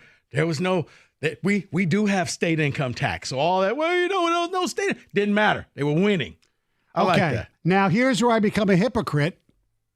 Number 1 on my list He didn't win it all, but he did get to the World Series twice. And the team he took over was the worst team in American League history at one point. And I'm going with Dave Dombrowski. You cannot have him at 1 above Joe and no, you can't. And No, Holland. boo this man. Okay, Stoney. I said I was being hypocritical. Man, it's very hypocritical. It was a good list, but he's below Holmes, right? Holmes never got to a World Super Bowl. Okay, all right. No, he's above three. Holmes. He's and 3. That's it. Joe moves to 2, and Holland moves to 1. How do you? What's your criteria on this list? I have no concept of it My anymore. criteria for most of it is at least winning. Now, they won championships. No, most of it. You have to have a criteria for all of it. What do you mean, most of it? Sustained excellence without crap. So, 2 Stanley Cup, an NBA final over 2 appearances and not winning? I can be guilty as charged. Okay. Good list. Yeah. Totally disagree with I one. do want to bring up unless I'm missing somebody, the 4 who did not even make the list. Okay. Bob Quinn. Fair enough. Stan Van Gundy. Yeah. Randy Smith. Oh. And Matthew Millen. Yeah. And that is my list of the 10 best / worst general managers. Wait. What about Who did Quinn? I had Bob Quinn. I said him first. He's did not make the list. He's not even in the top 10. Oh, okay. Is there anybody? Okay. Is there anybody that should be off the top 10 beside Quinn, Van Gundy, Smith, and Millen? It's lean years at the bottom, but exactly. you make up for it at the top. Your number 1. I actually may put Van Gundy over Stefanski because he made the playoffs. Stefanski, I don't think they ever did. So Okay. That's possible. All right. Anyway, that is my list. 97 on the ticket.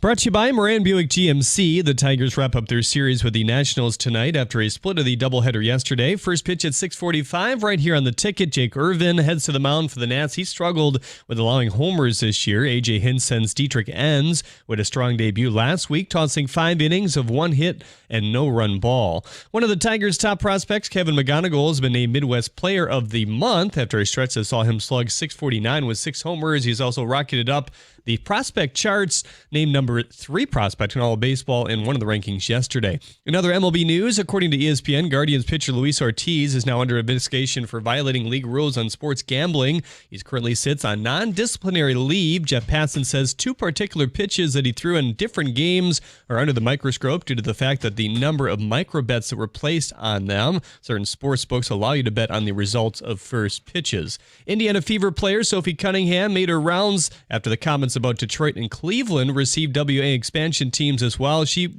further clarified today.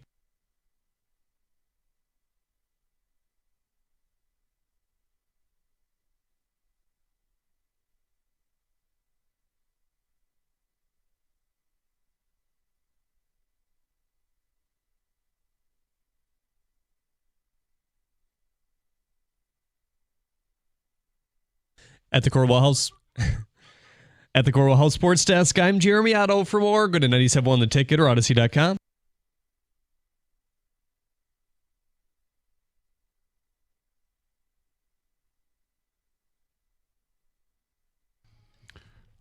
Thank you very much, Jeremy.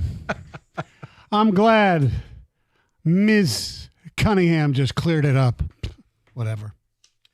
Just go away. Trying to be respectful here. Mm-hmm. Not get canceled. Hey, Rico, you're a movie buff, aren't you? Yeah. Okay. I just saw who passed away today, and I wonder if you are a fan of this movie that he's best known for. One of the most, I think one of the greatest scenes in cinematic history. Some people may think it's one of the most disgusting ones. Do you ever see that movie Reservoir Dogs? No, I've heard about it. Quentin Tarantino's movie. Michael Madsen passed away at the age of 67. He's the one played Mr. Blonde who got his ear. He cut off somebody's ear when they were playing the song "Stuck in the Middle with You." It was just a kind of disgusting scene, but it was great. He was in Kill Bill too. Yes, he was. Yes. Mm-hmm. So, anyway, thoughts and prayers. But it was a great scene. Kill Bill 2 or Kill Bill also? You know what? Kill Bill 2. Both. He was in both. Because it was just one story and they just cut it right in the middle. I think only Vivica Fox was in one. He was also in Free Willy. David, never mind. That's what I'm just naming things now. That was your weekend last Free Willy. That was last weekend. I had to pull down my pants.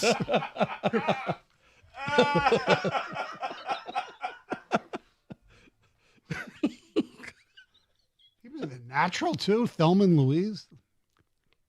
Anyway, you know what? I want to ask you something coming off the list discussion. If you had to pick one, who was better at their job, Holland or Dumars? And they are so similar. The way, although Holland inherited a much better team than Dumars inherited.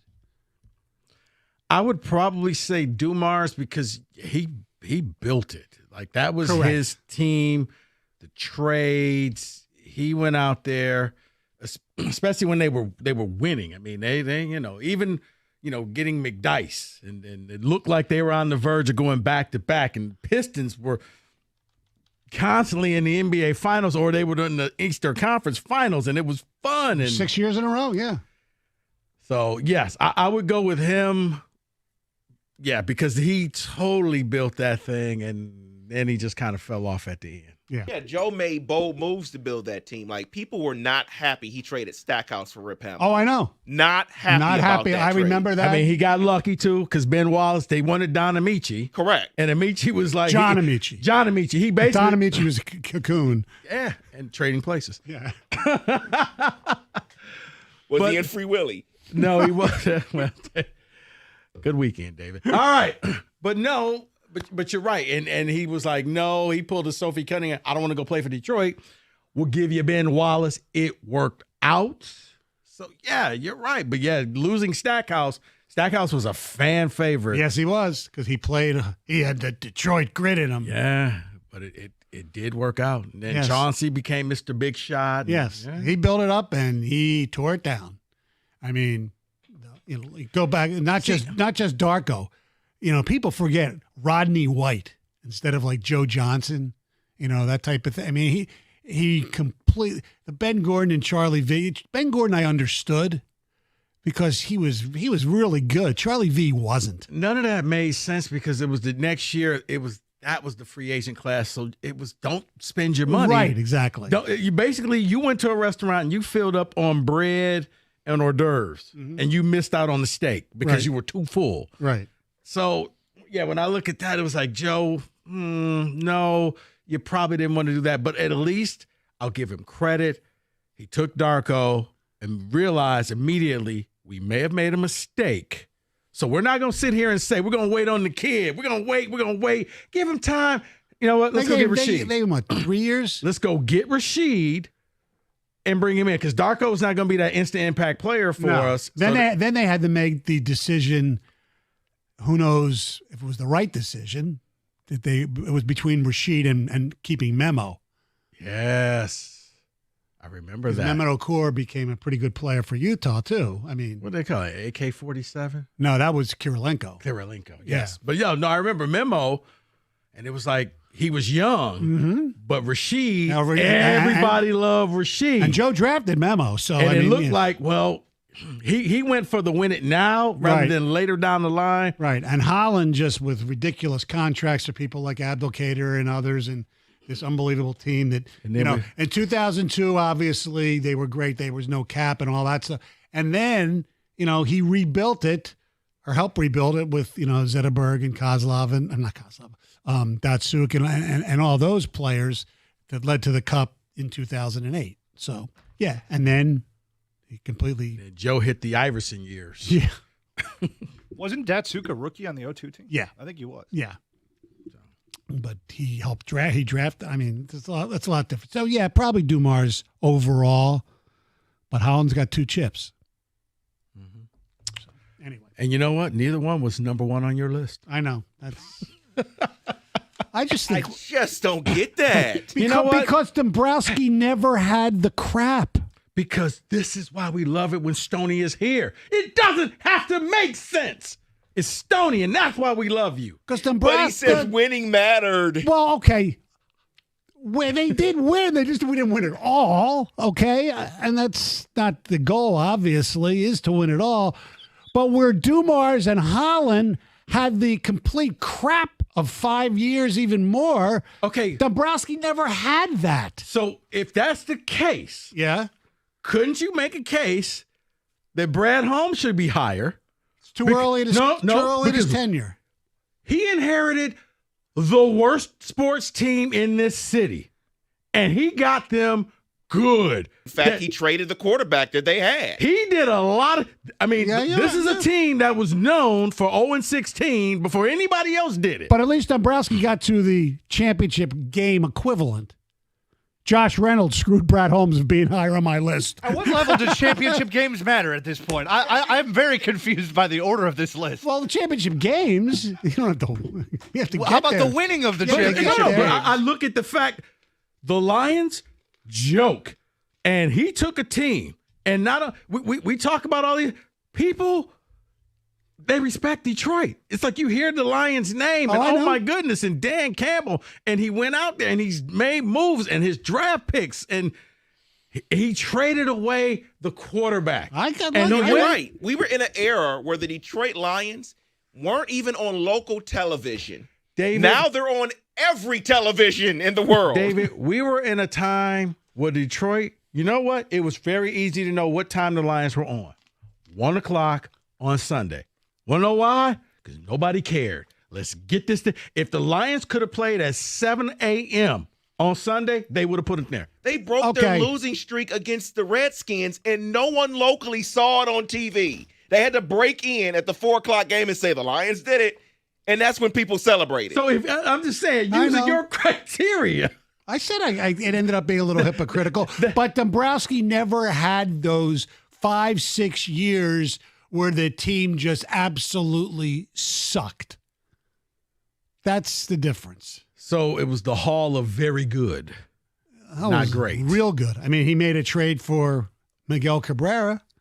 He did a lot of really good things. No, he did. Stoney, he did, and he got the title. Right. But he didn't win. So if you're using that, the Lions got to be the hardest team because at least we've never seen these days. Not in my lifetime. Not in your lifetime. That the Lions, they haven't won, but my goodness. And they're picked one of the favorites again this year. I get it. But look, Tigers, but the Tigers, it was 84 till whenever. So, I mean, not as long as 57. I know. The Lions are 57 till never. I know. Okay. I mean, when you the list made a mistake. When you think about it, okay? But up until 2 years ago, the list made a mistake? You made a mistake. You made the list. I know. Up until 2 years ago, an expansion team had gone to 2 Super Bowls since the Lions' last playoff win in the Carolina Panthers. That's correct. But lists and stuff. I love Stoney. I'll still put Dombrowski there ahead of him, but the Holland Dumars probably should be ahead of him. Hey, man, you know what? It's your list. Hey, it was entertaining. That's all that counts. That's it. You know what else is entertaining? Hot dogs. Eating hot dogs. Kenny just stood up. Now, tomorrow, and I'm sure I'll revisit this topic because I'm working with Costa tomorrow morning, but tomorrow, as you know, is the Nathan's hot dog eating contest. Coming up next, we'll discuss how important this is in an American lexicon. 97 won the ticket.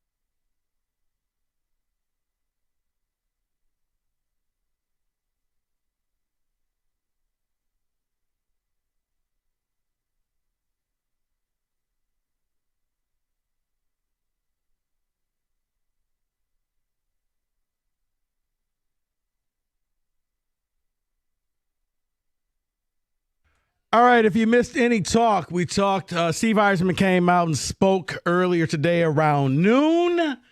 Use that Odyssey Rewind. Kenny. Oh, I'm on now? Kenny was not that happy.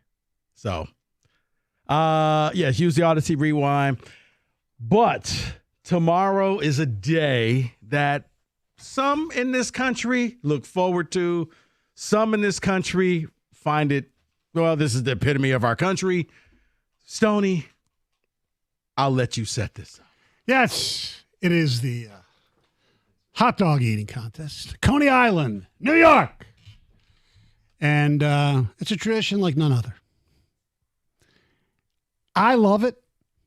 It's disgusting to a certain. The only thing that I think is really disgusting about it is that they dip the rolls in there and they Everything? Yeah. No, I'm saying everything. No. I mean, just eating hot dogs is fine. The whole competitive That's not eating thing. hot. That's gorging yourself. Okay, that's fine. It's fun to watch. And now what makes tomorrow even more intriguing, the king is back. Joey Chestnut, one of the great athletes in this country, is back. Oh, wait, hold on. Did you just call Joey Chestnut He's an athlete. The training that this young man has to do for this is just second to none. You can train to do a lot of things. That doesn't make you an athlete. Yes, I'm an athlete. Yeah. I mean, I'm an athlete. All right. Woo! How many can you watch? How many can you do? Well, David. Well, I mean, I know, luckily Willie, he retired. but, Luckily, he retired and he's a happily married man. But how many hot back dogs in the day? That's what Chestnut will do. He'll do about I'm an 78 athlete, of them. guys. Yes, finally. I mean, the training. I mean, the core work you have to be able to do to throw up later. I don't necessarily. There's been no indication that Joey throws up. Is there? That's. Oh, I'm sorry. The reversal. Yeah. That's not an athlete. Okay. Come on. I'll give you the. No. It's athletic. That's not athletic. Sure, it is. To do all that in that short of a time takes great athleticism. See, athletes to me, can you break a bone or pull a muscle? Oh, you can pull a muscle. You throw up. Your stomach muscle. That's it.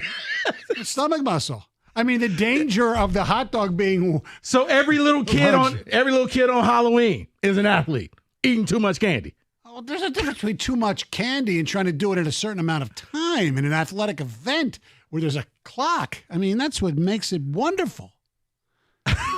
You know what? I'm sorry. I don't mean to derail you.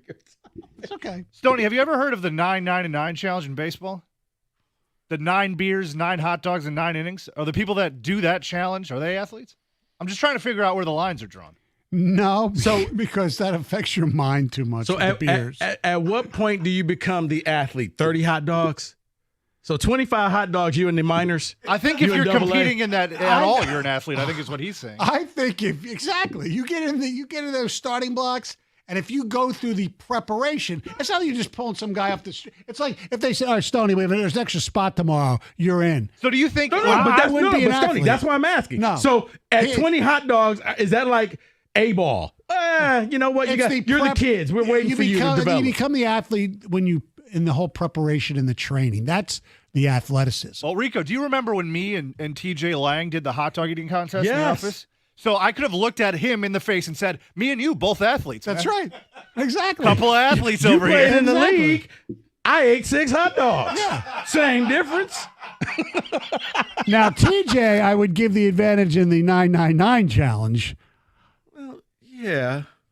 There's no doubt about that. Okay. Forgetting about whether it's athletic or not. Because it's not. Okay, whatever. Go ahead. All right. Who's more of an athlete? Joey Chestnut or Dave Dombrowski or Ken Holland or Joe Newman? No. All right. So I mean, LeBron James, Joey Chestnut. Is it must-watch TV? For me, it is. And in that same vein, what are your, guilty sports pleasures, so to speak, if you consider it a sport or a competition? It's an event. Okay. It's definitely an event. Right, okay. I watch it. I'll watch it every year. Whether if I'm not around, I'll DVR it. I just think it's hysterical. The introductions are awesome, and the guys' entrances sometimes are pretty cool too.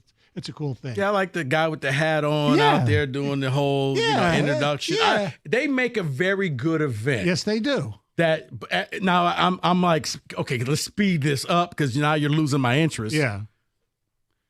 So, David, I know you have a guilty pleasure, so to speak. I do have a guilty pleasure, and it's funny because as I was looking at the show sheet, looking at things that we were going to do, talk about, discuss, and I saw this, and I looked over to my left, and on the TV in front of me, it was happening. It was curling.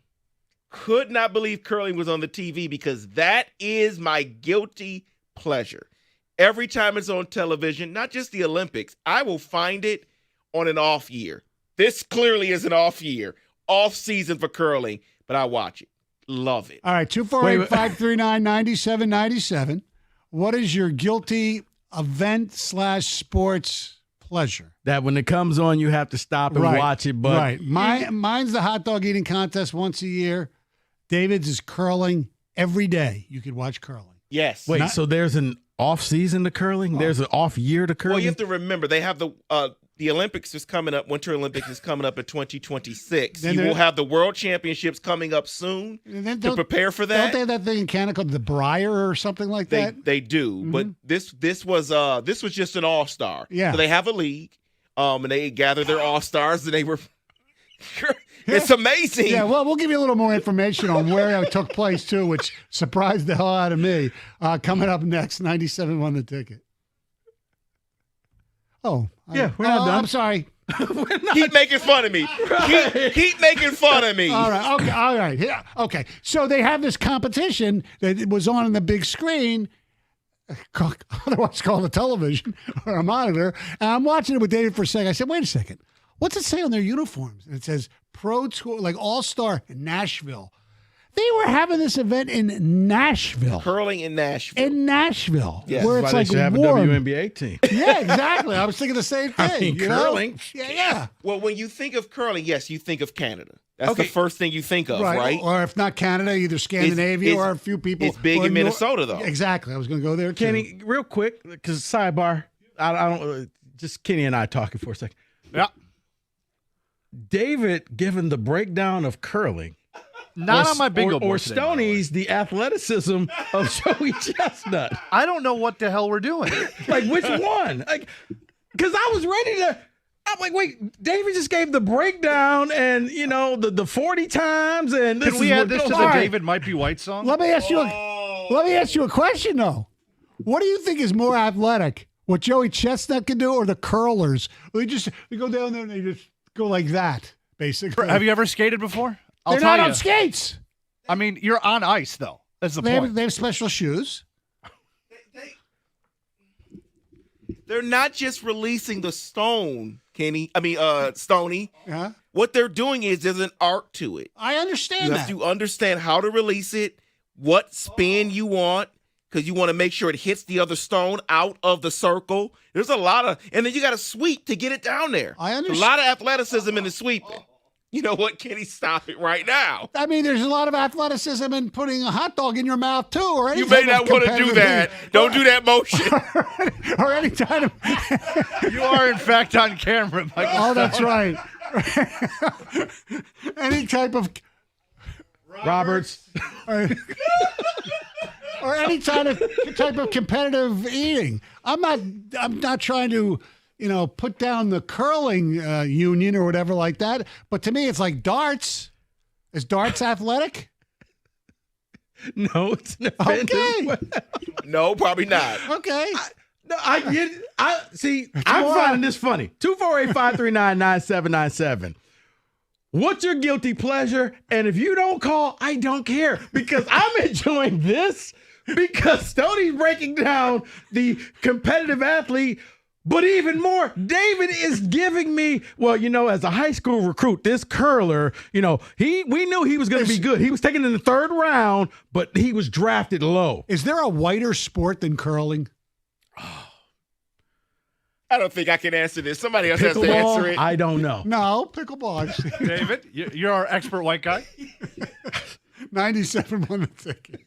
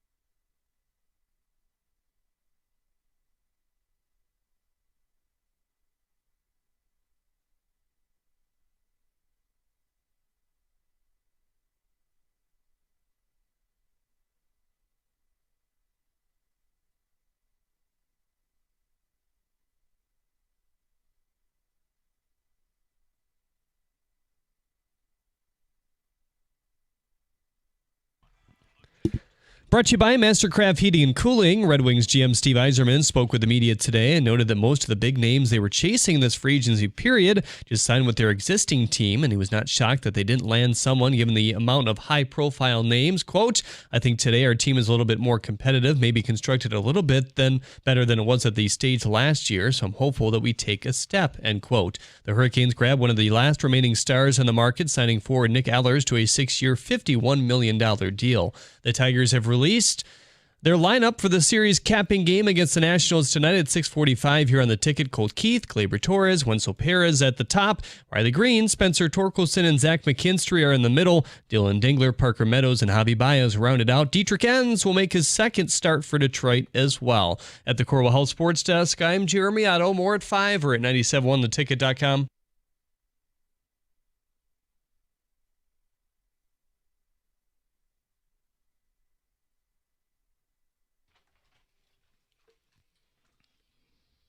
Thank you very much, Jeremy. 248-539-9797. Tomorrow morning, I will be on with Jim Costa, as John is off for the holiday. But he's actually, like any awesome specimen, he's training for a competitive eating event because John is a great athlete and he knows what an athletic endeavor is, and such is Joey Chestnut.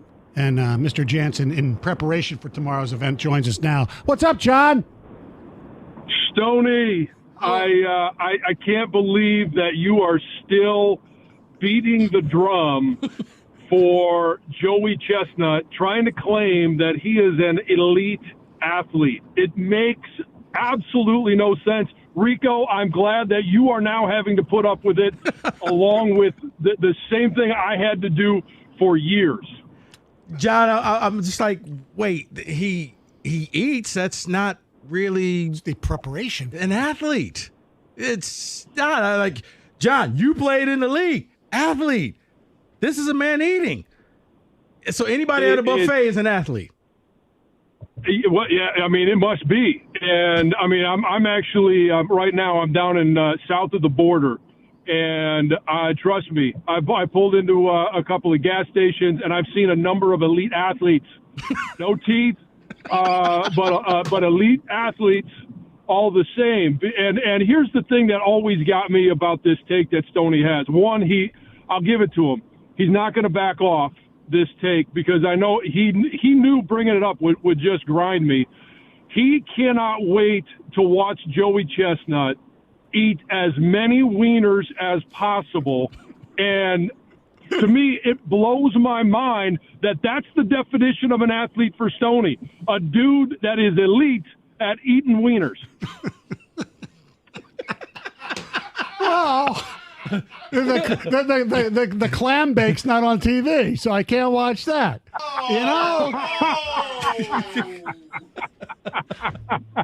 But what's better is David's breaking down draft picks and rounds and everything for what the hell is the name of curling? You don't like the spin rate on the stone for curling? John, I'm sitting here like, what am I listening to? Like, Kenny and I are looking at each other like, is this real life? I enjoy a good curl. It's usually more the 12-ounce version, but it's amazing to me the conversations that happen when Stoney's in. And Jansen, that's why we love having Stoney in. So hey, be safe driving, and thanks for calling in, man. Have a good time, John. All right, we'll see you guys. You need to get in better shape. Enough of that, weight loss crap. Start eating. I do my best. All right, talk to later. You later. 248-539-9797.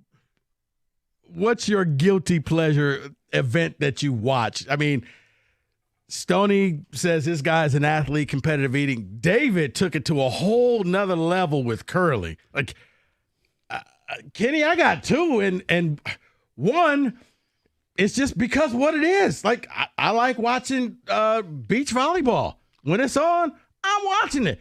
Can't tell you who they are. Don't know the prizes. if it's on in the monitors, David, I'm stopping and like, oh, okay. Okay, that would be the women's beach volleyball you like. Correct. Okay, I just want to make sure. Correct. Because there is men's beach volleyball too. Not watching. Yeah, I understand that. Or now, Stoney, let me ask you, are these guys athletes? The other thing that I like watching are like the barbecue pitmaster shows. Are they athletes? Are the pitmasters athletes? No. Because it takes time. It takes preparation. It takes practice. But they're not doing bodily, they're calisthenics. standing over hot grills. It's a great skill. It's not like competitive eating, what they have to go through before. But they're out there for hours. It's the endurance. It's the marathon. No? No, I don't think so. I don't think so. You know, David mentions curling. What I like to watch, like only during the Olympics, because I don't think it's on any other time, team handball. I don't understand why that's not more popular here and why I don't think we've ever qualified. Yeah, there is a league out there. There is? I don't watch it, but it is. For those who don't know, it's basically soccer. It's with soccer with hands. That's all it is. You throw a ball, and there's a goalie and all that. That's where David draws the line. No handball. Right. But he will watch curling. Yes. Let's go to the phones real quick. 248-539-9797. Aaron, you're on 97 on the ticket. Hey, guys. How you doing? Good. Hey, Hey, so my guilty pleasure sport is Australian rules football. Oh, do they still have the referees who look like they're wearing straitjackets, like the white coats and stuff?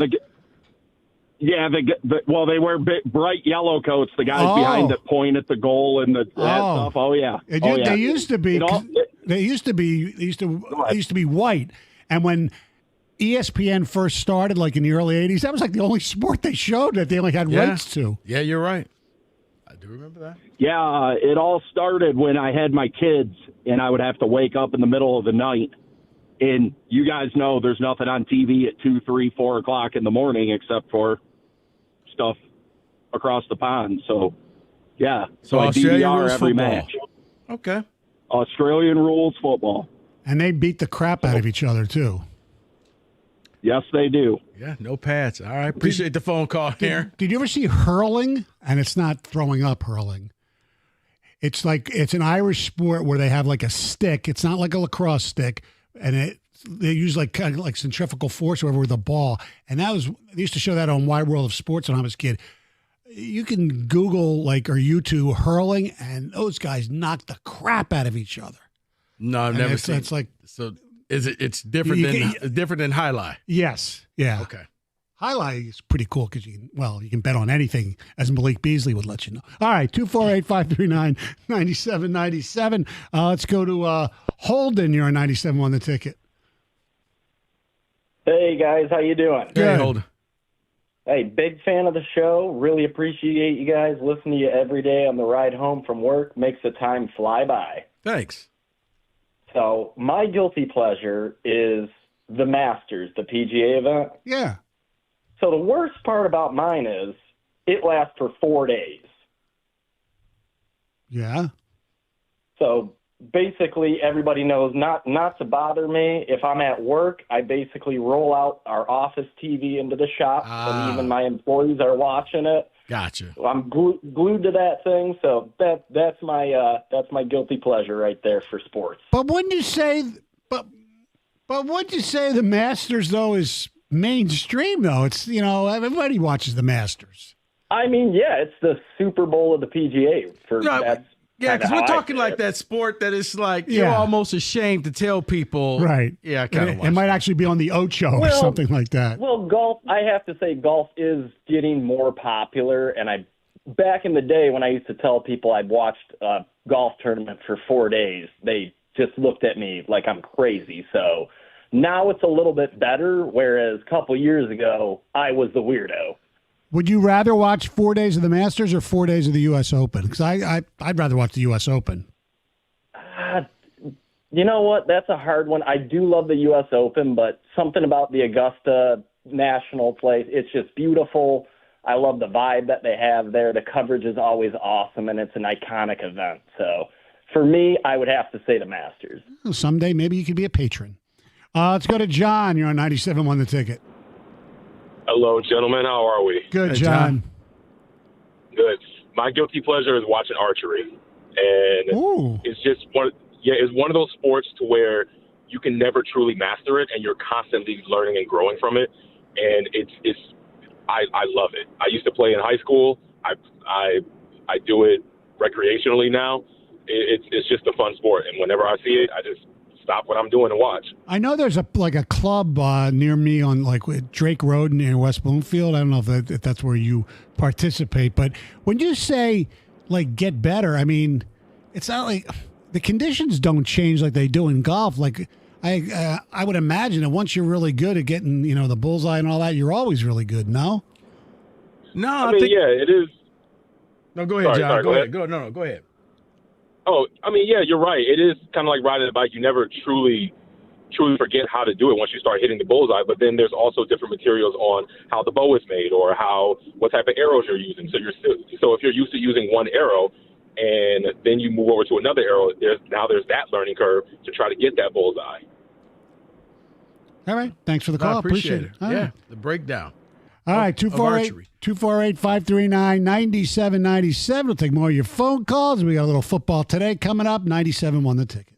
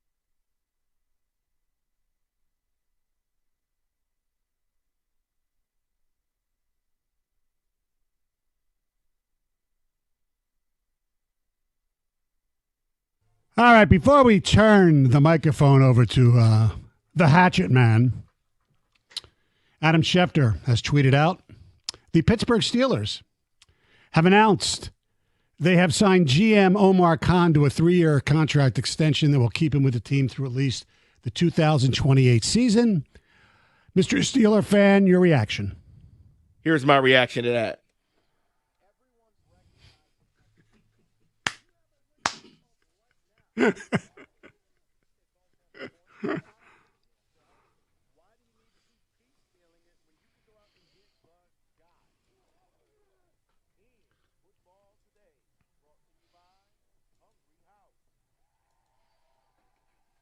We've done nothing with that man. Why extend him?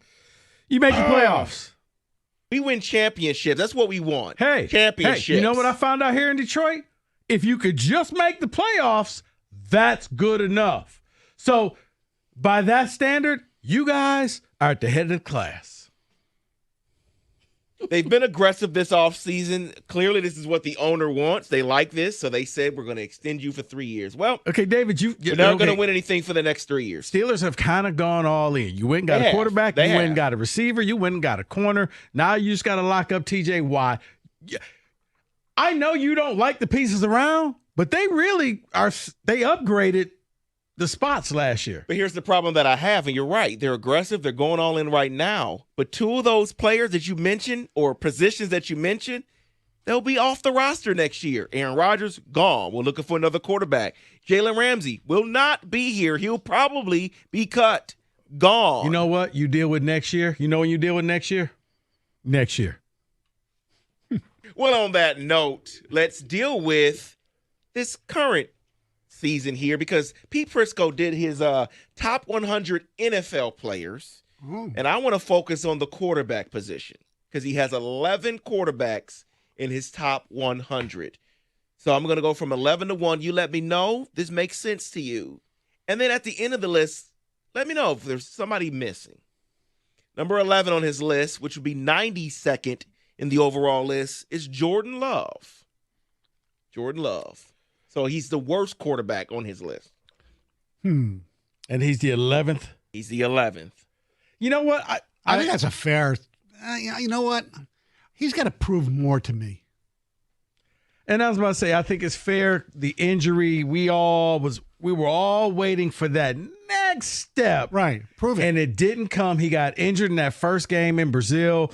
He never really recovered. It was a nagging injury all season long. They won games, but it wasn't because of him. So I do think that we kind of feel that way, similar to, I think, C.J. Stroud, where higher expectations didn't happen. We're going to be looking at Jaden Daniels this year. Higher expectations, you better live up to them. Let me give you the next three because I think all three are similar quarterbacks. Number 10, Dak Prescott. Number 9, Jared Goff. Number 8, Baker Mayfield. So give them again. Dak Prescott, Jared Goff, Baker Mayfield. You know what? Go ahead, Stoney. I would put Goff ahead of Mayfield, but that's just me. See, I honestly, I was going to say the opposite. I don't think that Baker Mayfield really gets his flowers. I think we just kind of look at him like he's the throw-in. And Baker Mayfield too. It's not like he's got this ton of talent around him. But well, he's got great wide receivers. He does, too, so but the Lions. But I'm just saying, he wins. He finds ways to win games. Now, the Goff thing, I mean, to me, yeah, it's close. It is close. Dak Prescott, I think we're forgetting, did he win the MVP or was he real close to winning the MVP 2 years ago? He's never won an MVP. No, he's never won. He put up ridiculous video game yards. Yeah. 2 years ago, he was really good. He put up video game yards.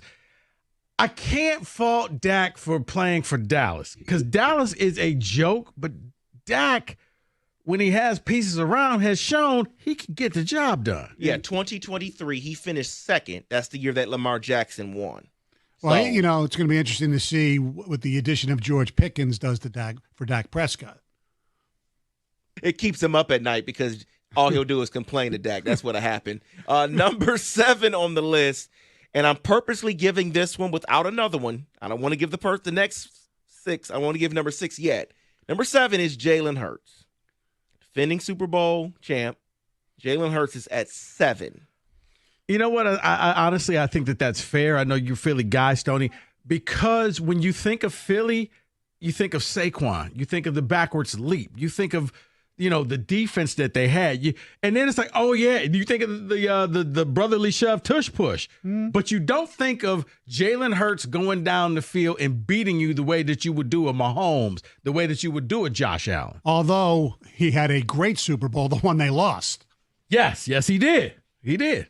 7 is fair depending on where the other 6 are, but I'm not going to dispute that right now. That's why I didn't give number 6 with him, because you're saying perfect position. Number 7, Jalen Hurts. Well, at number 6, Justin Herbert. No! Sorry. No, it's not. No. You know what? In my world, And I like Herbert coming out of college. I did. I was all. You liked him more than Tua. So did Jansen. Yeah. I mean, Jansen loved Justin Herbert. Yeah, because Mike was like, oh, he only scored 6 points against the state team. Like, that's a bowl game. He hasn't done anything. We keep hearing how great he's going to be, but he doesn't do anything to be great. And after a while, your runway ends, and either you can produce or you can't, and he hasn't. Honestly, I wouldn't even have him in the top 100. I would have him at dead last. I would put everybody, I would tell everybody, take one step forward, just back of the line. I wouldn't go that far, but I do think he's overhyped. I'd take Jordan Love over him. Every quarterback that we've met, I'd take Goff over him. Prescott. I'd take Dak over Hurts. him. Yeah, I would take all of these guys over Herbert. Herbert to the back of the line. It's kind of like, in a weird way, the way Stafford was early in his career. You're exactly right. Great talent, great arm talent. Couldn't win. We'll see, though. We'll see what happens with him. So I'm going to give you the top 5 here. Now, you may switch the order. You may want to take someone out. Not sure. 5, Jaden Daniels. 4, Joe Burrow. 3, Lamar Jackson. 1, Josh Allen. I'm sorry, 2, Josh Allen. 1, Patrick Mahomes. It's that Cass Tech education right there. Okay. No, because I have where they are in parentheses overall, Okay. so I'm sorry. All right, the only one I disagree with a little bit, and it's going to sound blasphemous because of what he did at Ford Field, I just think it's a little too early to have Jaden Daniels in the top 5. That's my only. I thought someone would say that. That's my yes. only issue. You know, and you mentioned C.J. Stroud. Is Jaden Daniels going to be C.J.? You know, it's sophomore slumps happen. Jaden Daniels was great his rookie year. So doesn't mean he's right now going to be a better quarterback than Jalen Hurts, who should Jalen probably be Hurts, number 5. who's won a Super Bowl. Yes. I mean, because you look at Jaden Daniels and you see the potential for explosive plays. Yeah. You look at the receiver adding Debo. I'm okay with that. I can live with that. I'm not going to lose any sleep. Here's the problem that I would have. I'm going to go back to Justin Herbert. Really? So I would take Matthew Stafford. I have Justin Herbert right now. Over Justin Herbert. So would I. Okay? And you can say what you want, David. I take Brock Purdy over Justin Herbert. One guy's been to 2 Super Bowls. Well, at least he's been to one Super Bowl. Yeah. And Herbert's been to the playoffs. I'd almost take C.J. Stroud ahead of Herbert. I was would wondering take if C.J. you would put C.J. Stroud on the list. So once again, I'm going back. I think Jaden Daniels is this year's C.J. Stroud. He's or Jordan Love, where you saw what he did that rookie year, and you're like, man, if he could do that again and get all the way to the NFC title game, you know what will happen. Let me ask you a question. If Jaden Daniels, granted he won a playoff game and played pretty good in the one that they lost. He won 2 playoff games and played pretty well in the one he lost, okay? If he's there, which is fine, maybe a little lower, Bo Nix should be in the top 100, right? I mean, if you're going to go take a rookie. Because you know what? But you not ahead of Daniels, don't get me wrong. But he should be on the list. Yes. But I think Daniels did it on the big stage. He came to Detroit. He knocked off the giant. And that's when everybody was just like, oh, my. Because when he beat the Lions, he became more than the quarterback who threw the Hail Mary against the Bears. You're right. You're exactly right about then that. It was like, okay, that was a cute story. And that's when he was at Bo Nix level. Oh, my God. He won 2 playoff games? Because you remember, they won the game before the Lions. Right. So he has won 2 playoff games in his rookie year. I think that's why he's top 5 right now. That's a great conversation because there's some players that can be shifted in here. But, again, this is a top 100 list. So he can only put 11 on here. My guy got no love. No love. Not on the and it could be because he was hurt. He was hurt last year. So I get it. What happens is he'll jump up with more talent and everything. Whatever. Brock Purdy. Who cares? That is in football today.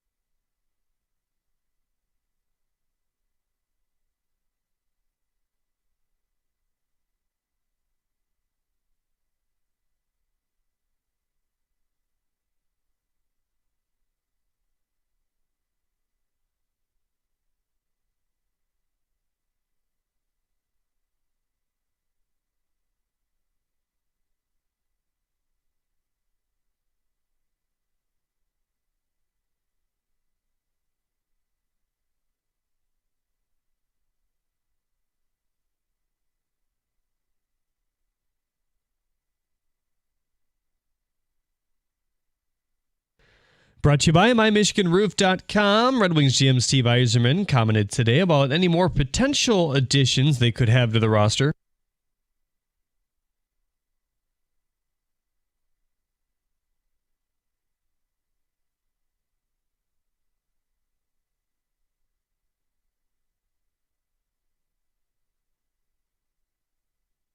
The Hurricanes have signed the last big name on the NHL free agency market. Nick Ehlers gets 6 years and $51 million. The Tigers will look for another series victory tonight against the Nationals. 6:45 the first pitch. Dietrich Enns looks to further his success on the mound in his Tiger debut, where he allowed just 1 hit in 5 innings. Here's start tonight right here on the ticket. Detroit keeping Bailey Horn on the roster after calling him up as the 27th man in the doubleheader yesterday. He did not pitch in either of those games. Tyler Owens, who was just called up yesterday as well, was sent back down to Toledo.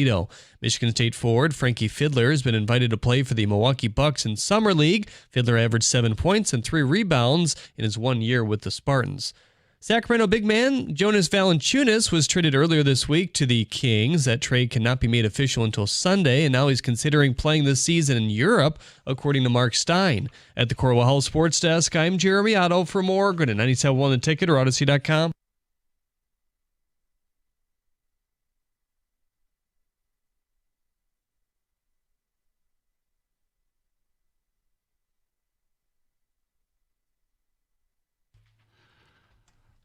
Thank you very much, Jeremy. Obviously, Giannis said, I want Fidler. Yeah. Okay. You know what? Hey, maybe he becomes the next Duncan Robinson. Yeah. Guy I didn't think was going to make it in the league. No, you're right. Got hot shooting threes and turned it into a career. Yeah. You never know. Right. Our telephone number is 248-539-9797. We always have open lines here. I do want to mention we discussed Steve Yzerman's press conference earlier today for about the first hour. So if you'd like to chime in on that, feel free at 248-539-9797, or you can listen to it on the Odyssey app. By the way, the latest episode of Restore the Floor has been released. So wherever you get your podcast, you get to hear the wit and wisdom of one Evan Jenkins, along with me. And based on how this show's gone the first 2 or 3 hours, there's not much wisdom there. And after this show is over and right before Tiger baseball, another edition of Jazzy Cat and the Cone. All right. As they got a caller yesterday, long-time listener, first-time caller. Oh, sweet. Sweet. Yes.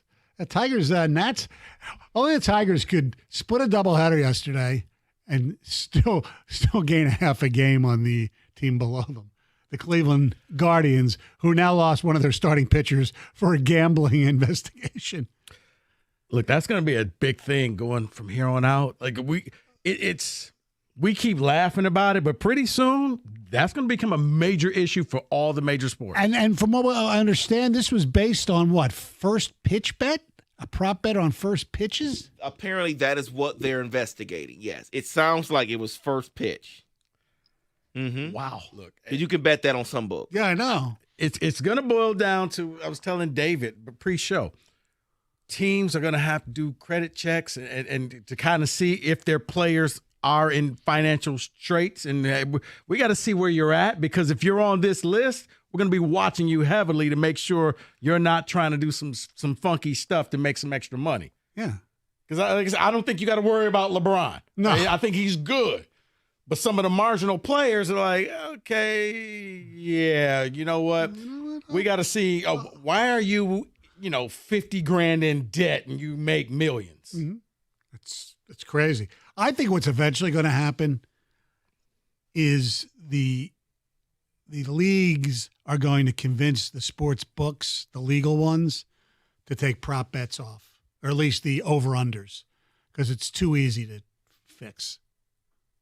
I mean, you do say, 6.5 assists, and, all of a sudden you get a sprained ankle or something after you have 6 assists. It's just too easy to fix. All right, let's get to the calls. What's your favorite non-traditional event / sports. Stoney, tomorrow, hot dog eating contest. Yeah. David is Canadian curling, which is different from Nashville curling, I guess.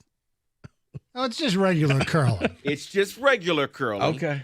Now, David, do you watch the men and the women? Because in the Olympics, let's be honest, with the tight curling outfits, some of the Scandinavian teams, pretty nice.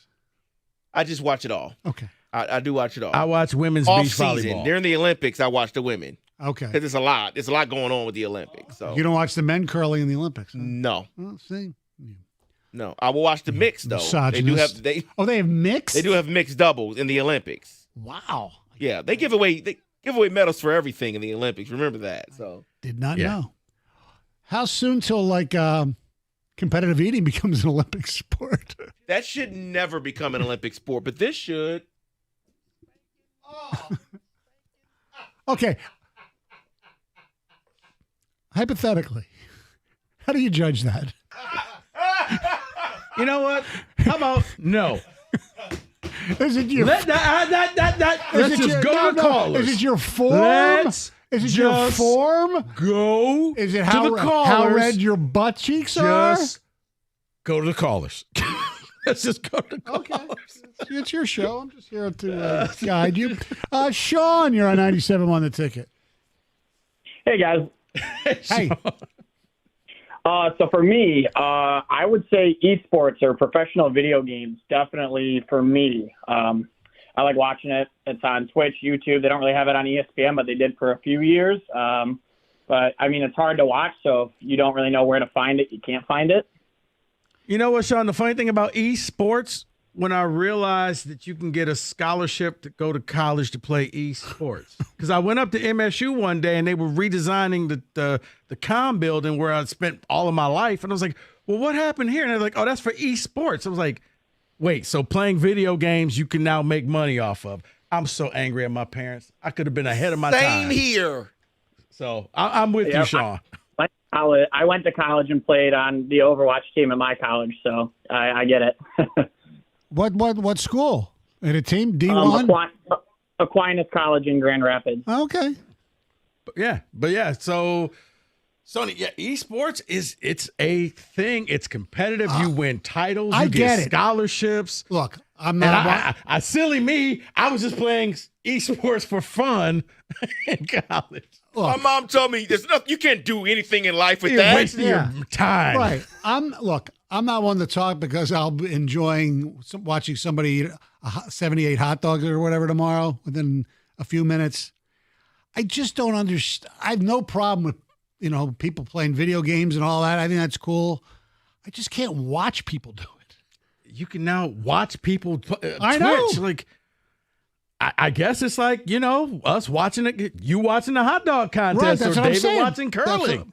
Yeah, but it's wild because they just had the NBA draft. Right. Well, they also just had the NBA 2K draft. What's our team called again? I forget. And I remember when they came out, they made a big deal of it and all that stuff. But you couldn't go and watch them unless you were on your own computer streams. There's a clip, and you can go on Twitter, and there's a clip of a gentleman that gets drafted this year, and he is crying.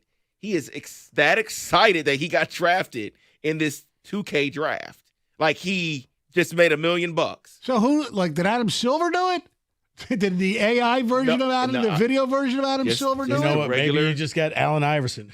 I don't know. Or they had he was a second round pick, and they had the guy Mark Tatum. They bring out of the cedar closet. The for deputy second commissioner. Round. Yeah. Yes, exactly. 248-539-9797. Let's go to Rochester. Tim, what's up? Fellas, how you doing? Good. Hey, Tim. Wasn't a brilliant idea to call before going to the track, so I apologize if I'm huffing and puffing. I actually forgot I was even on the air. You're good. Oh, hey, okay, I'll give you two quick ones. One would be World Series of Poker main event. I would nerd out and watch that at way too late in the evening. And then for more mainstream but less so in its context, golf, the U.S. Amateur. You get to see a few even, I guess, more call it notable courses that you wouldn't otherwise, like Cypress Point, stuff like that. So let me ask you a question about the World Series of Poker, because I watch poker on TV. I got nothing, but it's always, when I watch it, it's always the ones that are basically edited. When you watch it live, doesn't it take forever? I mean, yeah. So I guess it's kind of, you could call it background stuff, perfect background TV, because it could be 10 minutes for a hand. And actually, I'd prefer watching it more so live, because you could, try to, I guess, not seeing the cards, right? Make it a bit more interesting. Otherwise, yeah, because when you see the cards, you're sitting there saying, "Come on, he's got 2 jacks. What are you doing?" But he doesn't know what he has. The other guy has. Yeah, it's like the meme where you see the overweight dude on the couch throwing the remote like, "You idiot," whatever. But you guys have a good holiday. Do you think it needs a pitch clock? Would the old heads get upset if there was a pitch clock? Well, there are clocks in tournaments nowadays. Oh, good. How they're enforced, I don't know. But yeah. Anyways.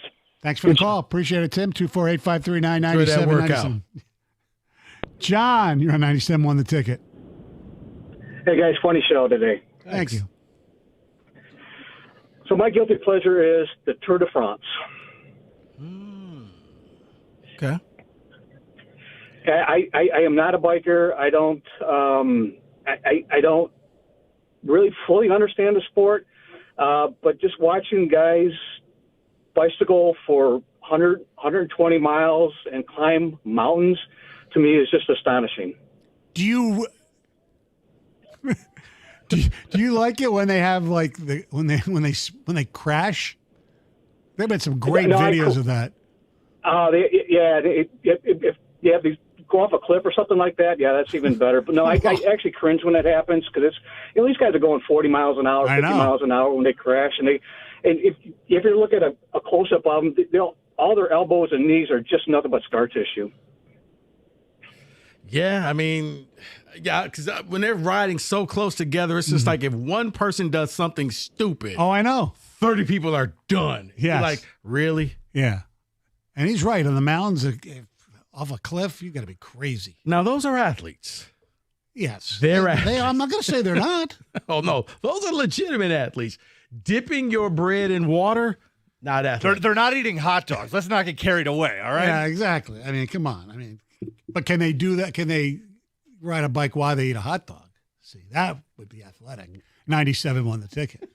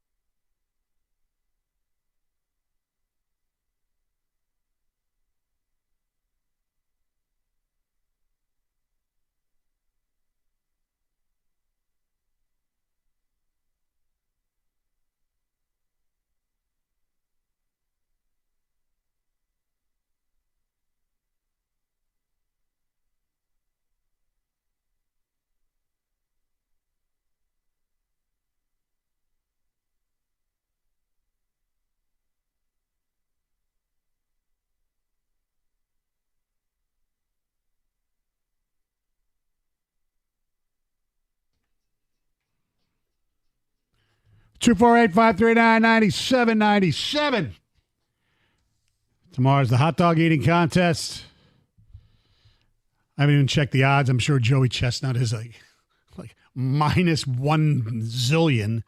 Are there odds for that? Yes, and there's also odds for how many he's going to eat too. Well, now I got to look it up. Oh yeah, absolutely. So see, you can enjoy it tomorrow if you little bet a little bit on it. You know. You think I'm Jeff Rieger? No, but you know, he'll bet on anything. He'll bet on anything. Well, guys will bet on anything. I mean, for the most part, we will. True. Logan, you're on 97.1 The Ticket. What is your guilty sports viewing pleasure?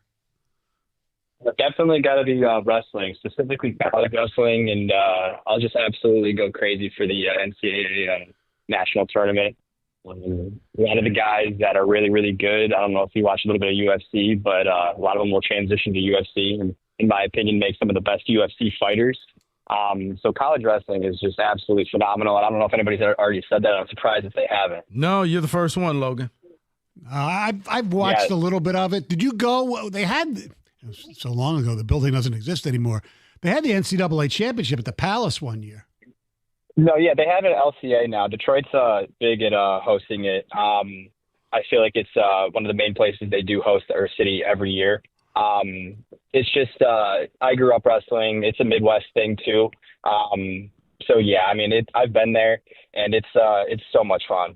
Would you rather have watched collegiate wrestling or the WWE? Oh, that is a joke, man. Growing up, since I actually did do wrestling, it would honestly frustrate me so much when kids would come up and talk about and think I would be doing what John Cena and The Rock were doing, and I'd be like, guys, no, that's a joke. My dad told me that's a joke. So.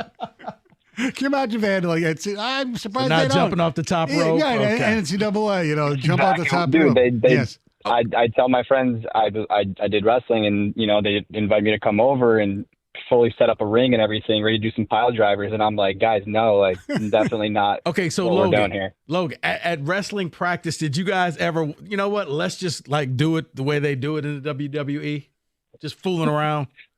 I feel like. I mean, no, just because you actually can hurt each other doing that. I mean, there were a bunch of games that you do at wrestling practice that were kind of I don't know, a little similar to that, but not really. I wouldn't, no, but they keep everything pretty hard nosed because wrestling. I mean, those are some athletes. So when you want to talk about athletes, Tony, that is an athlete. Oh, I know. You know what's amazing, and I want to ask you. How many times wrestlers, because I remember in high school, kids would, starve themselves to make weight. Yep. Mm-hmm. Yep. Yeah. Go into the boiler room and jump rope. Yeah.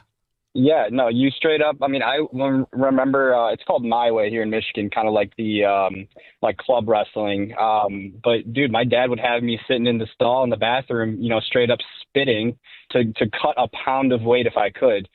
Literally to make weight, so I wouldn't have to necessarily wrestle kids that are a little bit heavier than me necessarily. So it's pretty crazy when you get into high school. They watch you with a pretty hawk eye, just because you're not allowed to I guess cut weight and really endanger yourself. I actually was one of the people who had 6% body weight, so I actually literally could not cut weight. The trainer did not allow me to. Hey, Logan, so who do you think in his prime would win a fight, Dan Gable or Hulk Hogan? Hulk Hogan. Dude, Dan Gable's wiping the floor with him, man. I mean, Logan, I wish. Do you think it's more strenuous on the body for a pro wrestler or an amateur wrestler? I mean, so wait, pro wrestler, amateur wrestler, what do you mean? Like strenuous on the body, who takes bigger bumps? I don't see amateur wrestlers going through tables and stuff during the match. Definitely. I mean, no. But you tell me who's more exhausted after a wrestling match, a pro quote unquote wrestling match, or a legit wrestling match after three 3-minute periods. You are exhausted. I don't care how much you do. Did you not watch the Iron Man match with Bret Hart and Steve Austin? Okay, enough. That was 60 minutes, dude. Hey, Logan, Logan, let me ask WWE. Let me ask you this. It's entertaining. It's like a TV show. Logan, would you be able to take brass knuckles? Show me anybody in the WWE who took a full-fledged brass knuckle shot to the face with full force. Show me. It's not. Yeah, but see, Evan made a great point. The breaking tables. I mean, that's athleticism. It's also That choreographed. That actually might be more athletic than eating hot dogs. Jerry in Flint, you're 97 on the ticket. Hey, Stoney, great to talk to you. Good to talk to you. So my guilty Jerry. pleasure is old-fashioned bowling. Being from Detroit and used to bowl in leagues as a kid, I think it's just still fun to watch. And now they got these cool metrics to show the spin rate, what board they go on. It's pretty fun to watch. With the exit, the velo of the bowling ball now? Yeah, the velo, the loft. I mean, it's pretty fun. And now they got, like, two-handed bowling people by it. It's pretty awesome. That, to me, is unbelievable, the two-handed bowling. You don't even need holes in the bowling ball. That's lame. Well, you need two. You always need two. But other than that, I haven't even tried it. I'd probably break my back if I did. Isn't that just what kids do? I mean, I didn't know that's a real thing. Two-handed bowling. It has become. Yeah. It's stupid. Instead of your thumb, you use your left hand, and you throw them both together on your hip, and you spin it like crazy. Oh, I didn't realize the thumb. I didn't realize the ball was. You still use the thumb. Yeah. Okay.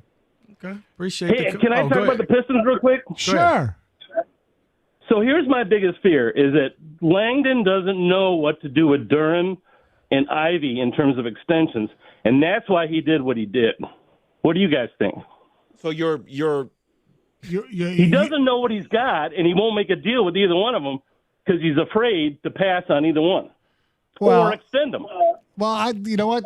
That's a legitimate worry because you don't want to overpay them and then they turn into and then you don't want to not pay them and they turn into stars. So I think they have to make that decision soon. But it is a conundrum. It definitely is. By the way, they're showing on ESPN going across the country to find different things in every state. What about Rubik's Cube? Coming up, the Rubik's Cube, the WCA World Championship. What's WCA stand for? World Cube Association? Yeah, they showed it, and they actually showed a couple guys. They were blindfolded while they were doing it. That's just freaky. Like, wow. I mean, my daughter could do it. One of them could do it like in a minute and a half, which was pretty good. These people are like 15 seconds. That's stupid. It's absurd. It's like a rhythm system type of thing that it is. That if you know what you're doing, once you establish this, then you can figure out the rest. I'll tell you this, Rico. The good son, under a minute. See? Wow. See? Now, does he have to go through training to make sure he gets his wrist correct? That's athletic. To quote, coming to that boy, good. I knew it was coming. Let me read a couple ticket checks here, guys. Yes. Polo and bocce ball are definitely the two whitest sports on the planet, and David must watch them. Yes. I have. Pro darts is my guilty sport. Someone says, this is the funniest stuff I've ever heard on radio. This is Matt and Ida. Guilty pleasures, watching pickleball tournaments. Okay. I watch fishing shows and billiard tournaments, and I think neither are athletes. Aaron from Detroit. And then we have this here. David only eats potato salad with raisins in it when he's watching curling. That is Scott in Carlton. That will be on the menu tomorrow at the whole household. Minus the raisins. David is the whitest guy on the show. David puts cranberries in his. No comment. College Ultimate Frisbee. Antoine in New Haven. That is his guilty pleasure. And then another one. I like this one.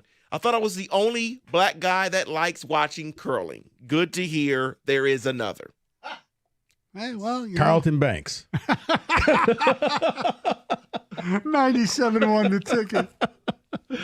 Hey, if you're looking for the best deals on the hottest Chevy models, only one place to go. Hamilton Chevrolet in Warren. Hamilton is leading the way with unbeatable prices, top-notch service, and a commitment to total satisfaction. Why?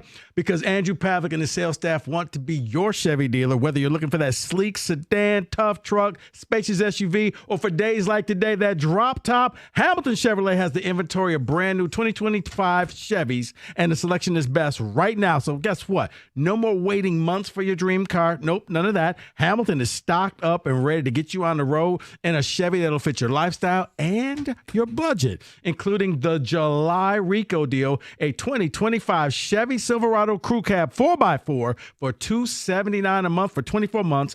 Just walk into Hamilton Chevrolet with $995 down. You drive off with 10,000 miles a year. You know what I say. The best deals are found at 14 Mile and Mound. Go see my guys at Hamilton Chevrolet for details and find out why Hamilton is leading the way. More at HamiltonChevy.com. Chevrolet together, let's drive.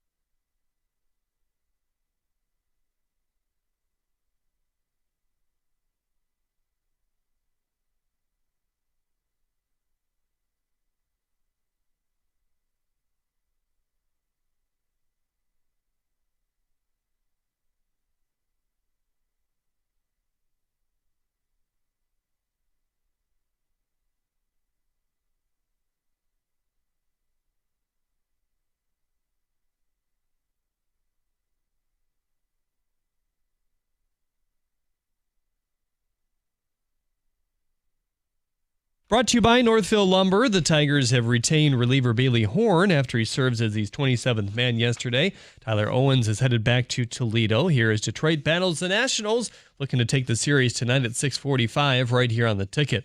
Ex-Tiber arm Michael Fulmer.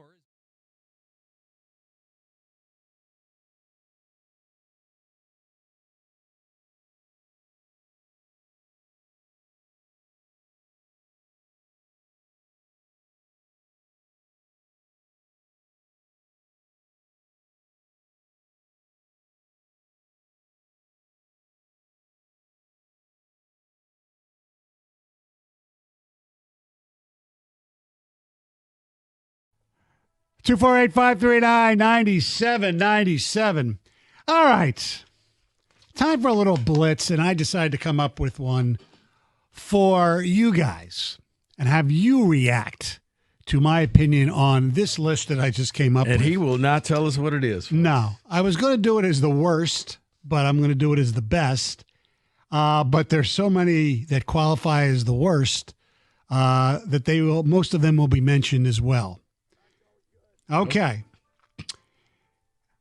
This is my new music. Okay. top 10 of the best general managers for Detroit professional sports, the Big Four this century. The best general managers. Okay. Yeah. Okay. And we're going to do it from the bottom up. So number 10. So number 10. So if you don't even make this list, you're really, really bad. Because a lot of the ones on the list. Right, because we're living in the great days now. Not so great. No? Okay. Number 10. Maybe most infamous for drafting Sekou Doumbouya. We bring you Mr. Ed Stefanski.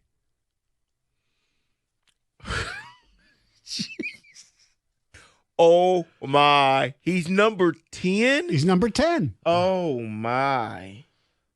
Among other things that he did in a short period of time. Wow. Okay. If that's coming in at 10, I'm just... we're going to be here a long time. At number 9,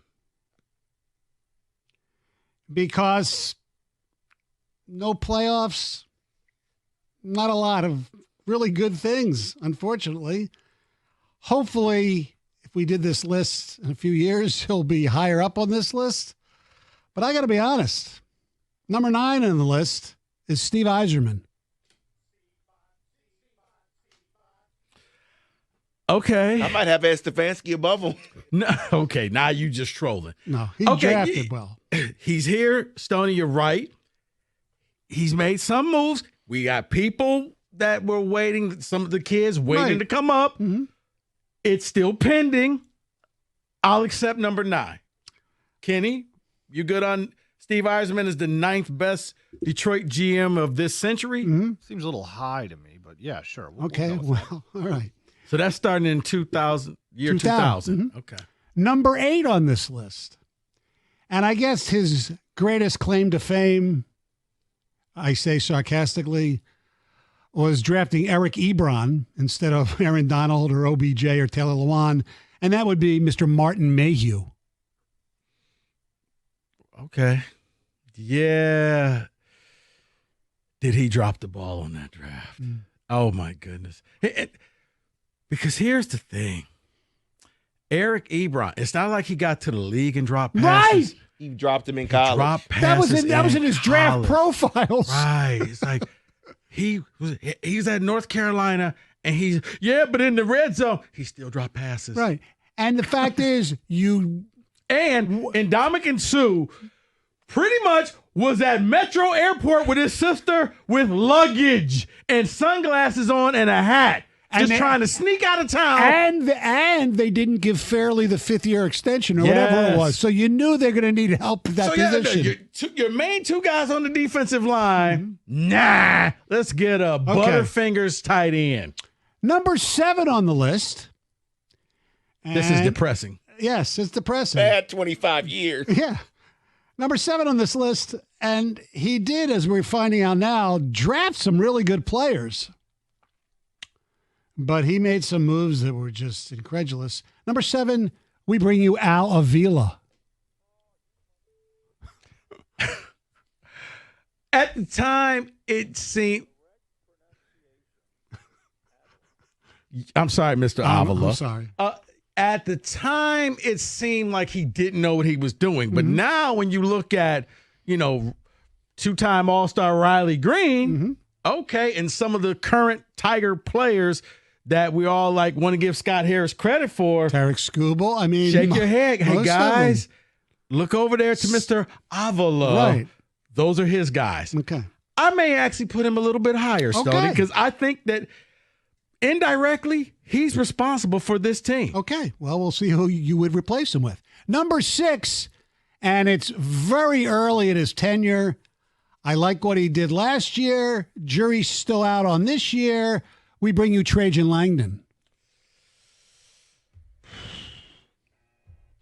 No, right here, I would already swap. I would put Al ahead of Trajan. Trajan made a couple moves, but then Stoney, this summer, I'm like, okay, Trajan, show me that you know what you're doing. And he walks out before the draft. I mean, it was basically Yzerman. We ain't really gonna do much, so don't expect much. We'll get better in the margins and. he kind of got better. Yeah. Your biggest move may have been the guy that you didn't sign because you found out that he may be a little bit of a dirtbag. Maybe. So allegedly. Okay. I wouldn't do that just because playoffs immediately for Trajan Yes. or Avila at the end. I mean, it Yeah. was just. And you could argue that, yeah, this is a team that he has his fingerprints But on. it takes longer for baseball players to come along. Fine enough, but I mean, still, show me the money. Getting Schroeder at the deadline was really good. I mean, so, all right. But then you followed it up with this. Okay. Hey, congratulations. We got Tim Duncan. I mean, not Duncan Robinson. Whoa, Tim Duncan, yes. I think Robinson actually, for what he hopefully will be fine. In other words, a situational player. Number 5 on the list, with a bullet, meaning that's good, Scott Harris.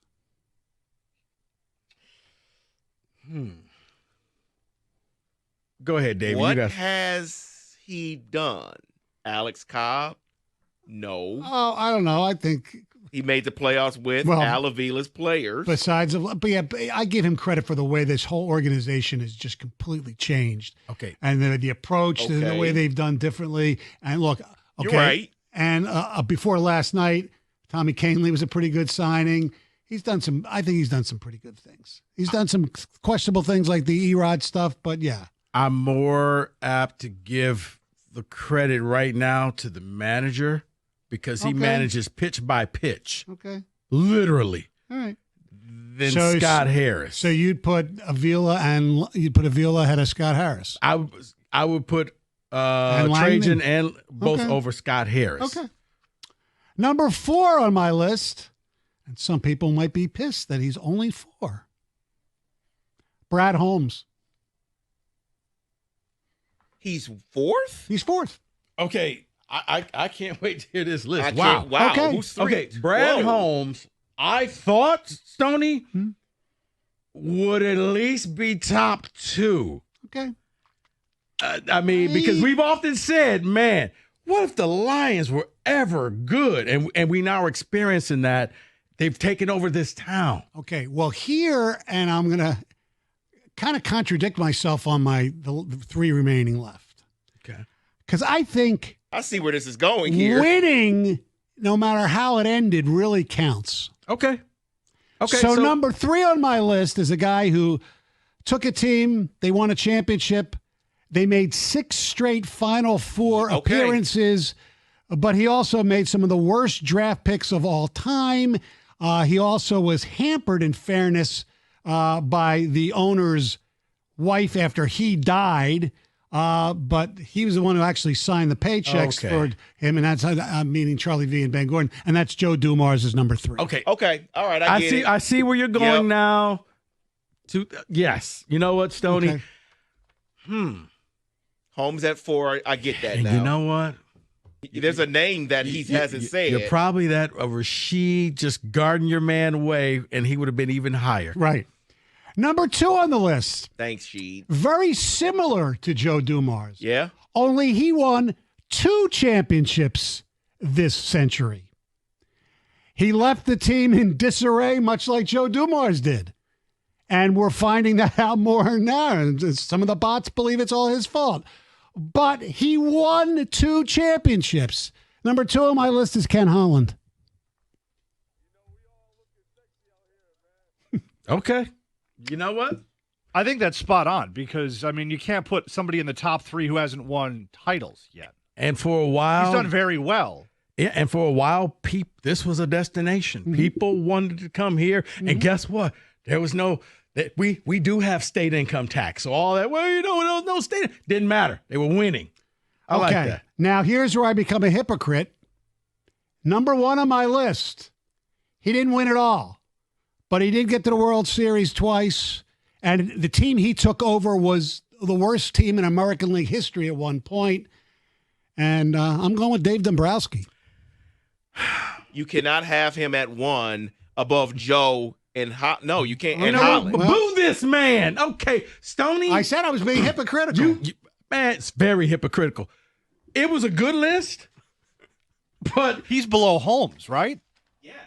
Holmes never got to a World a Super Bowl? Okay, No, all right. No, he's He's three. above Holmes. He's and three. that's it. Joe moves to 2. And Holland moves to 1. How do you? What's your criteria on this list? I have no concept of it My anymore. criteria for most of it is at least winning. Now, they won championships. No, most of it. You have to have a criteria for all of it. What do you How mean about most of it? sustained excellence without crap? So, 2 Stanley Cup, an NBA final over 2 appearances and not winning? I can be guilty as charged. Okay.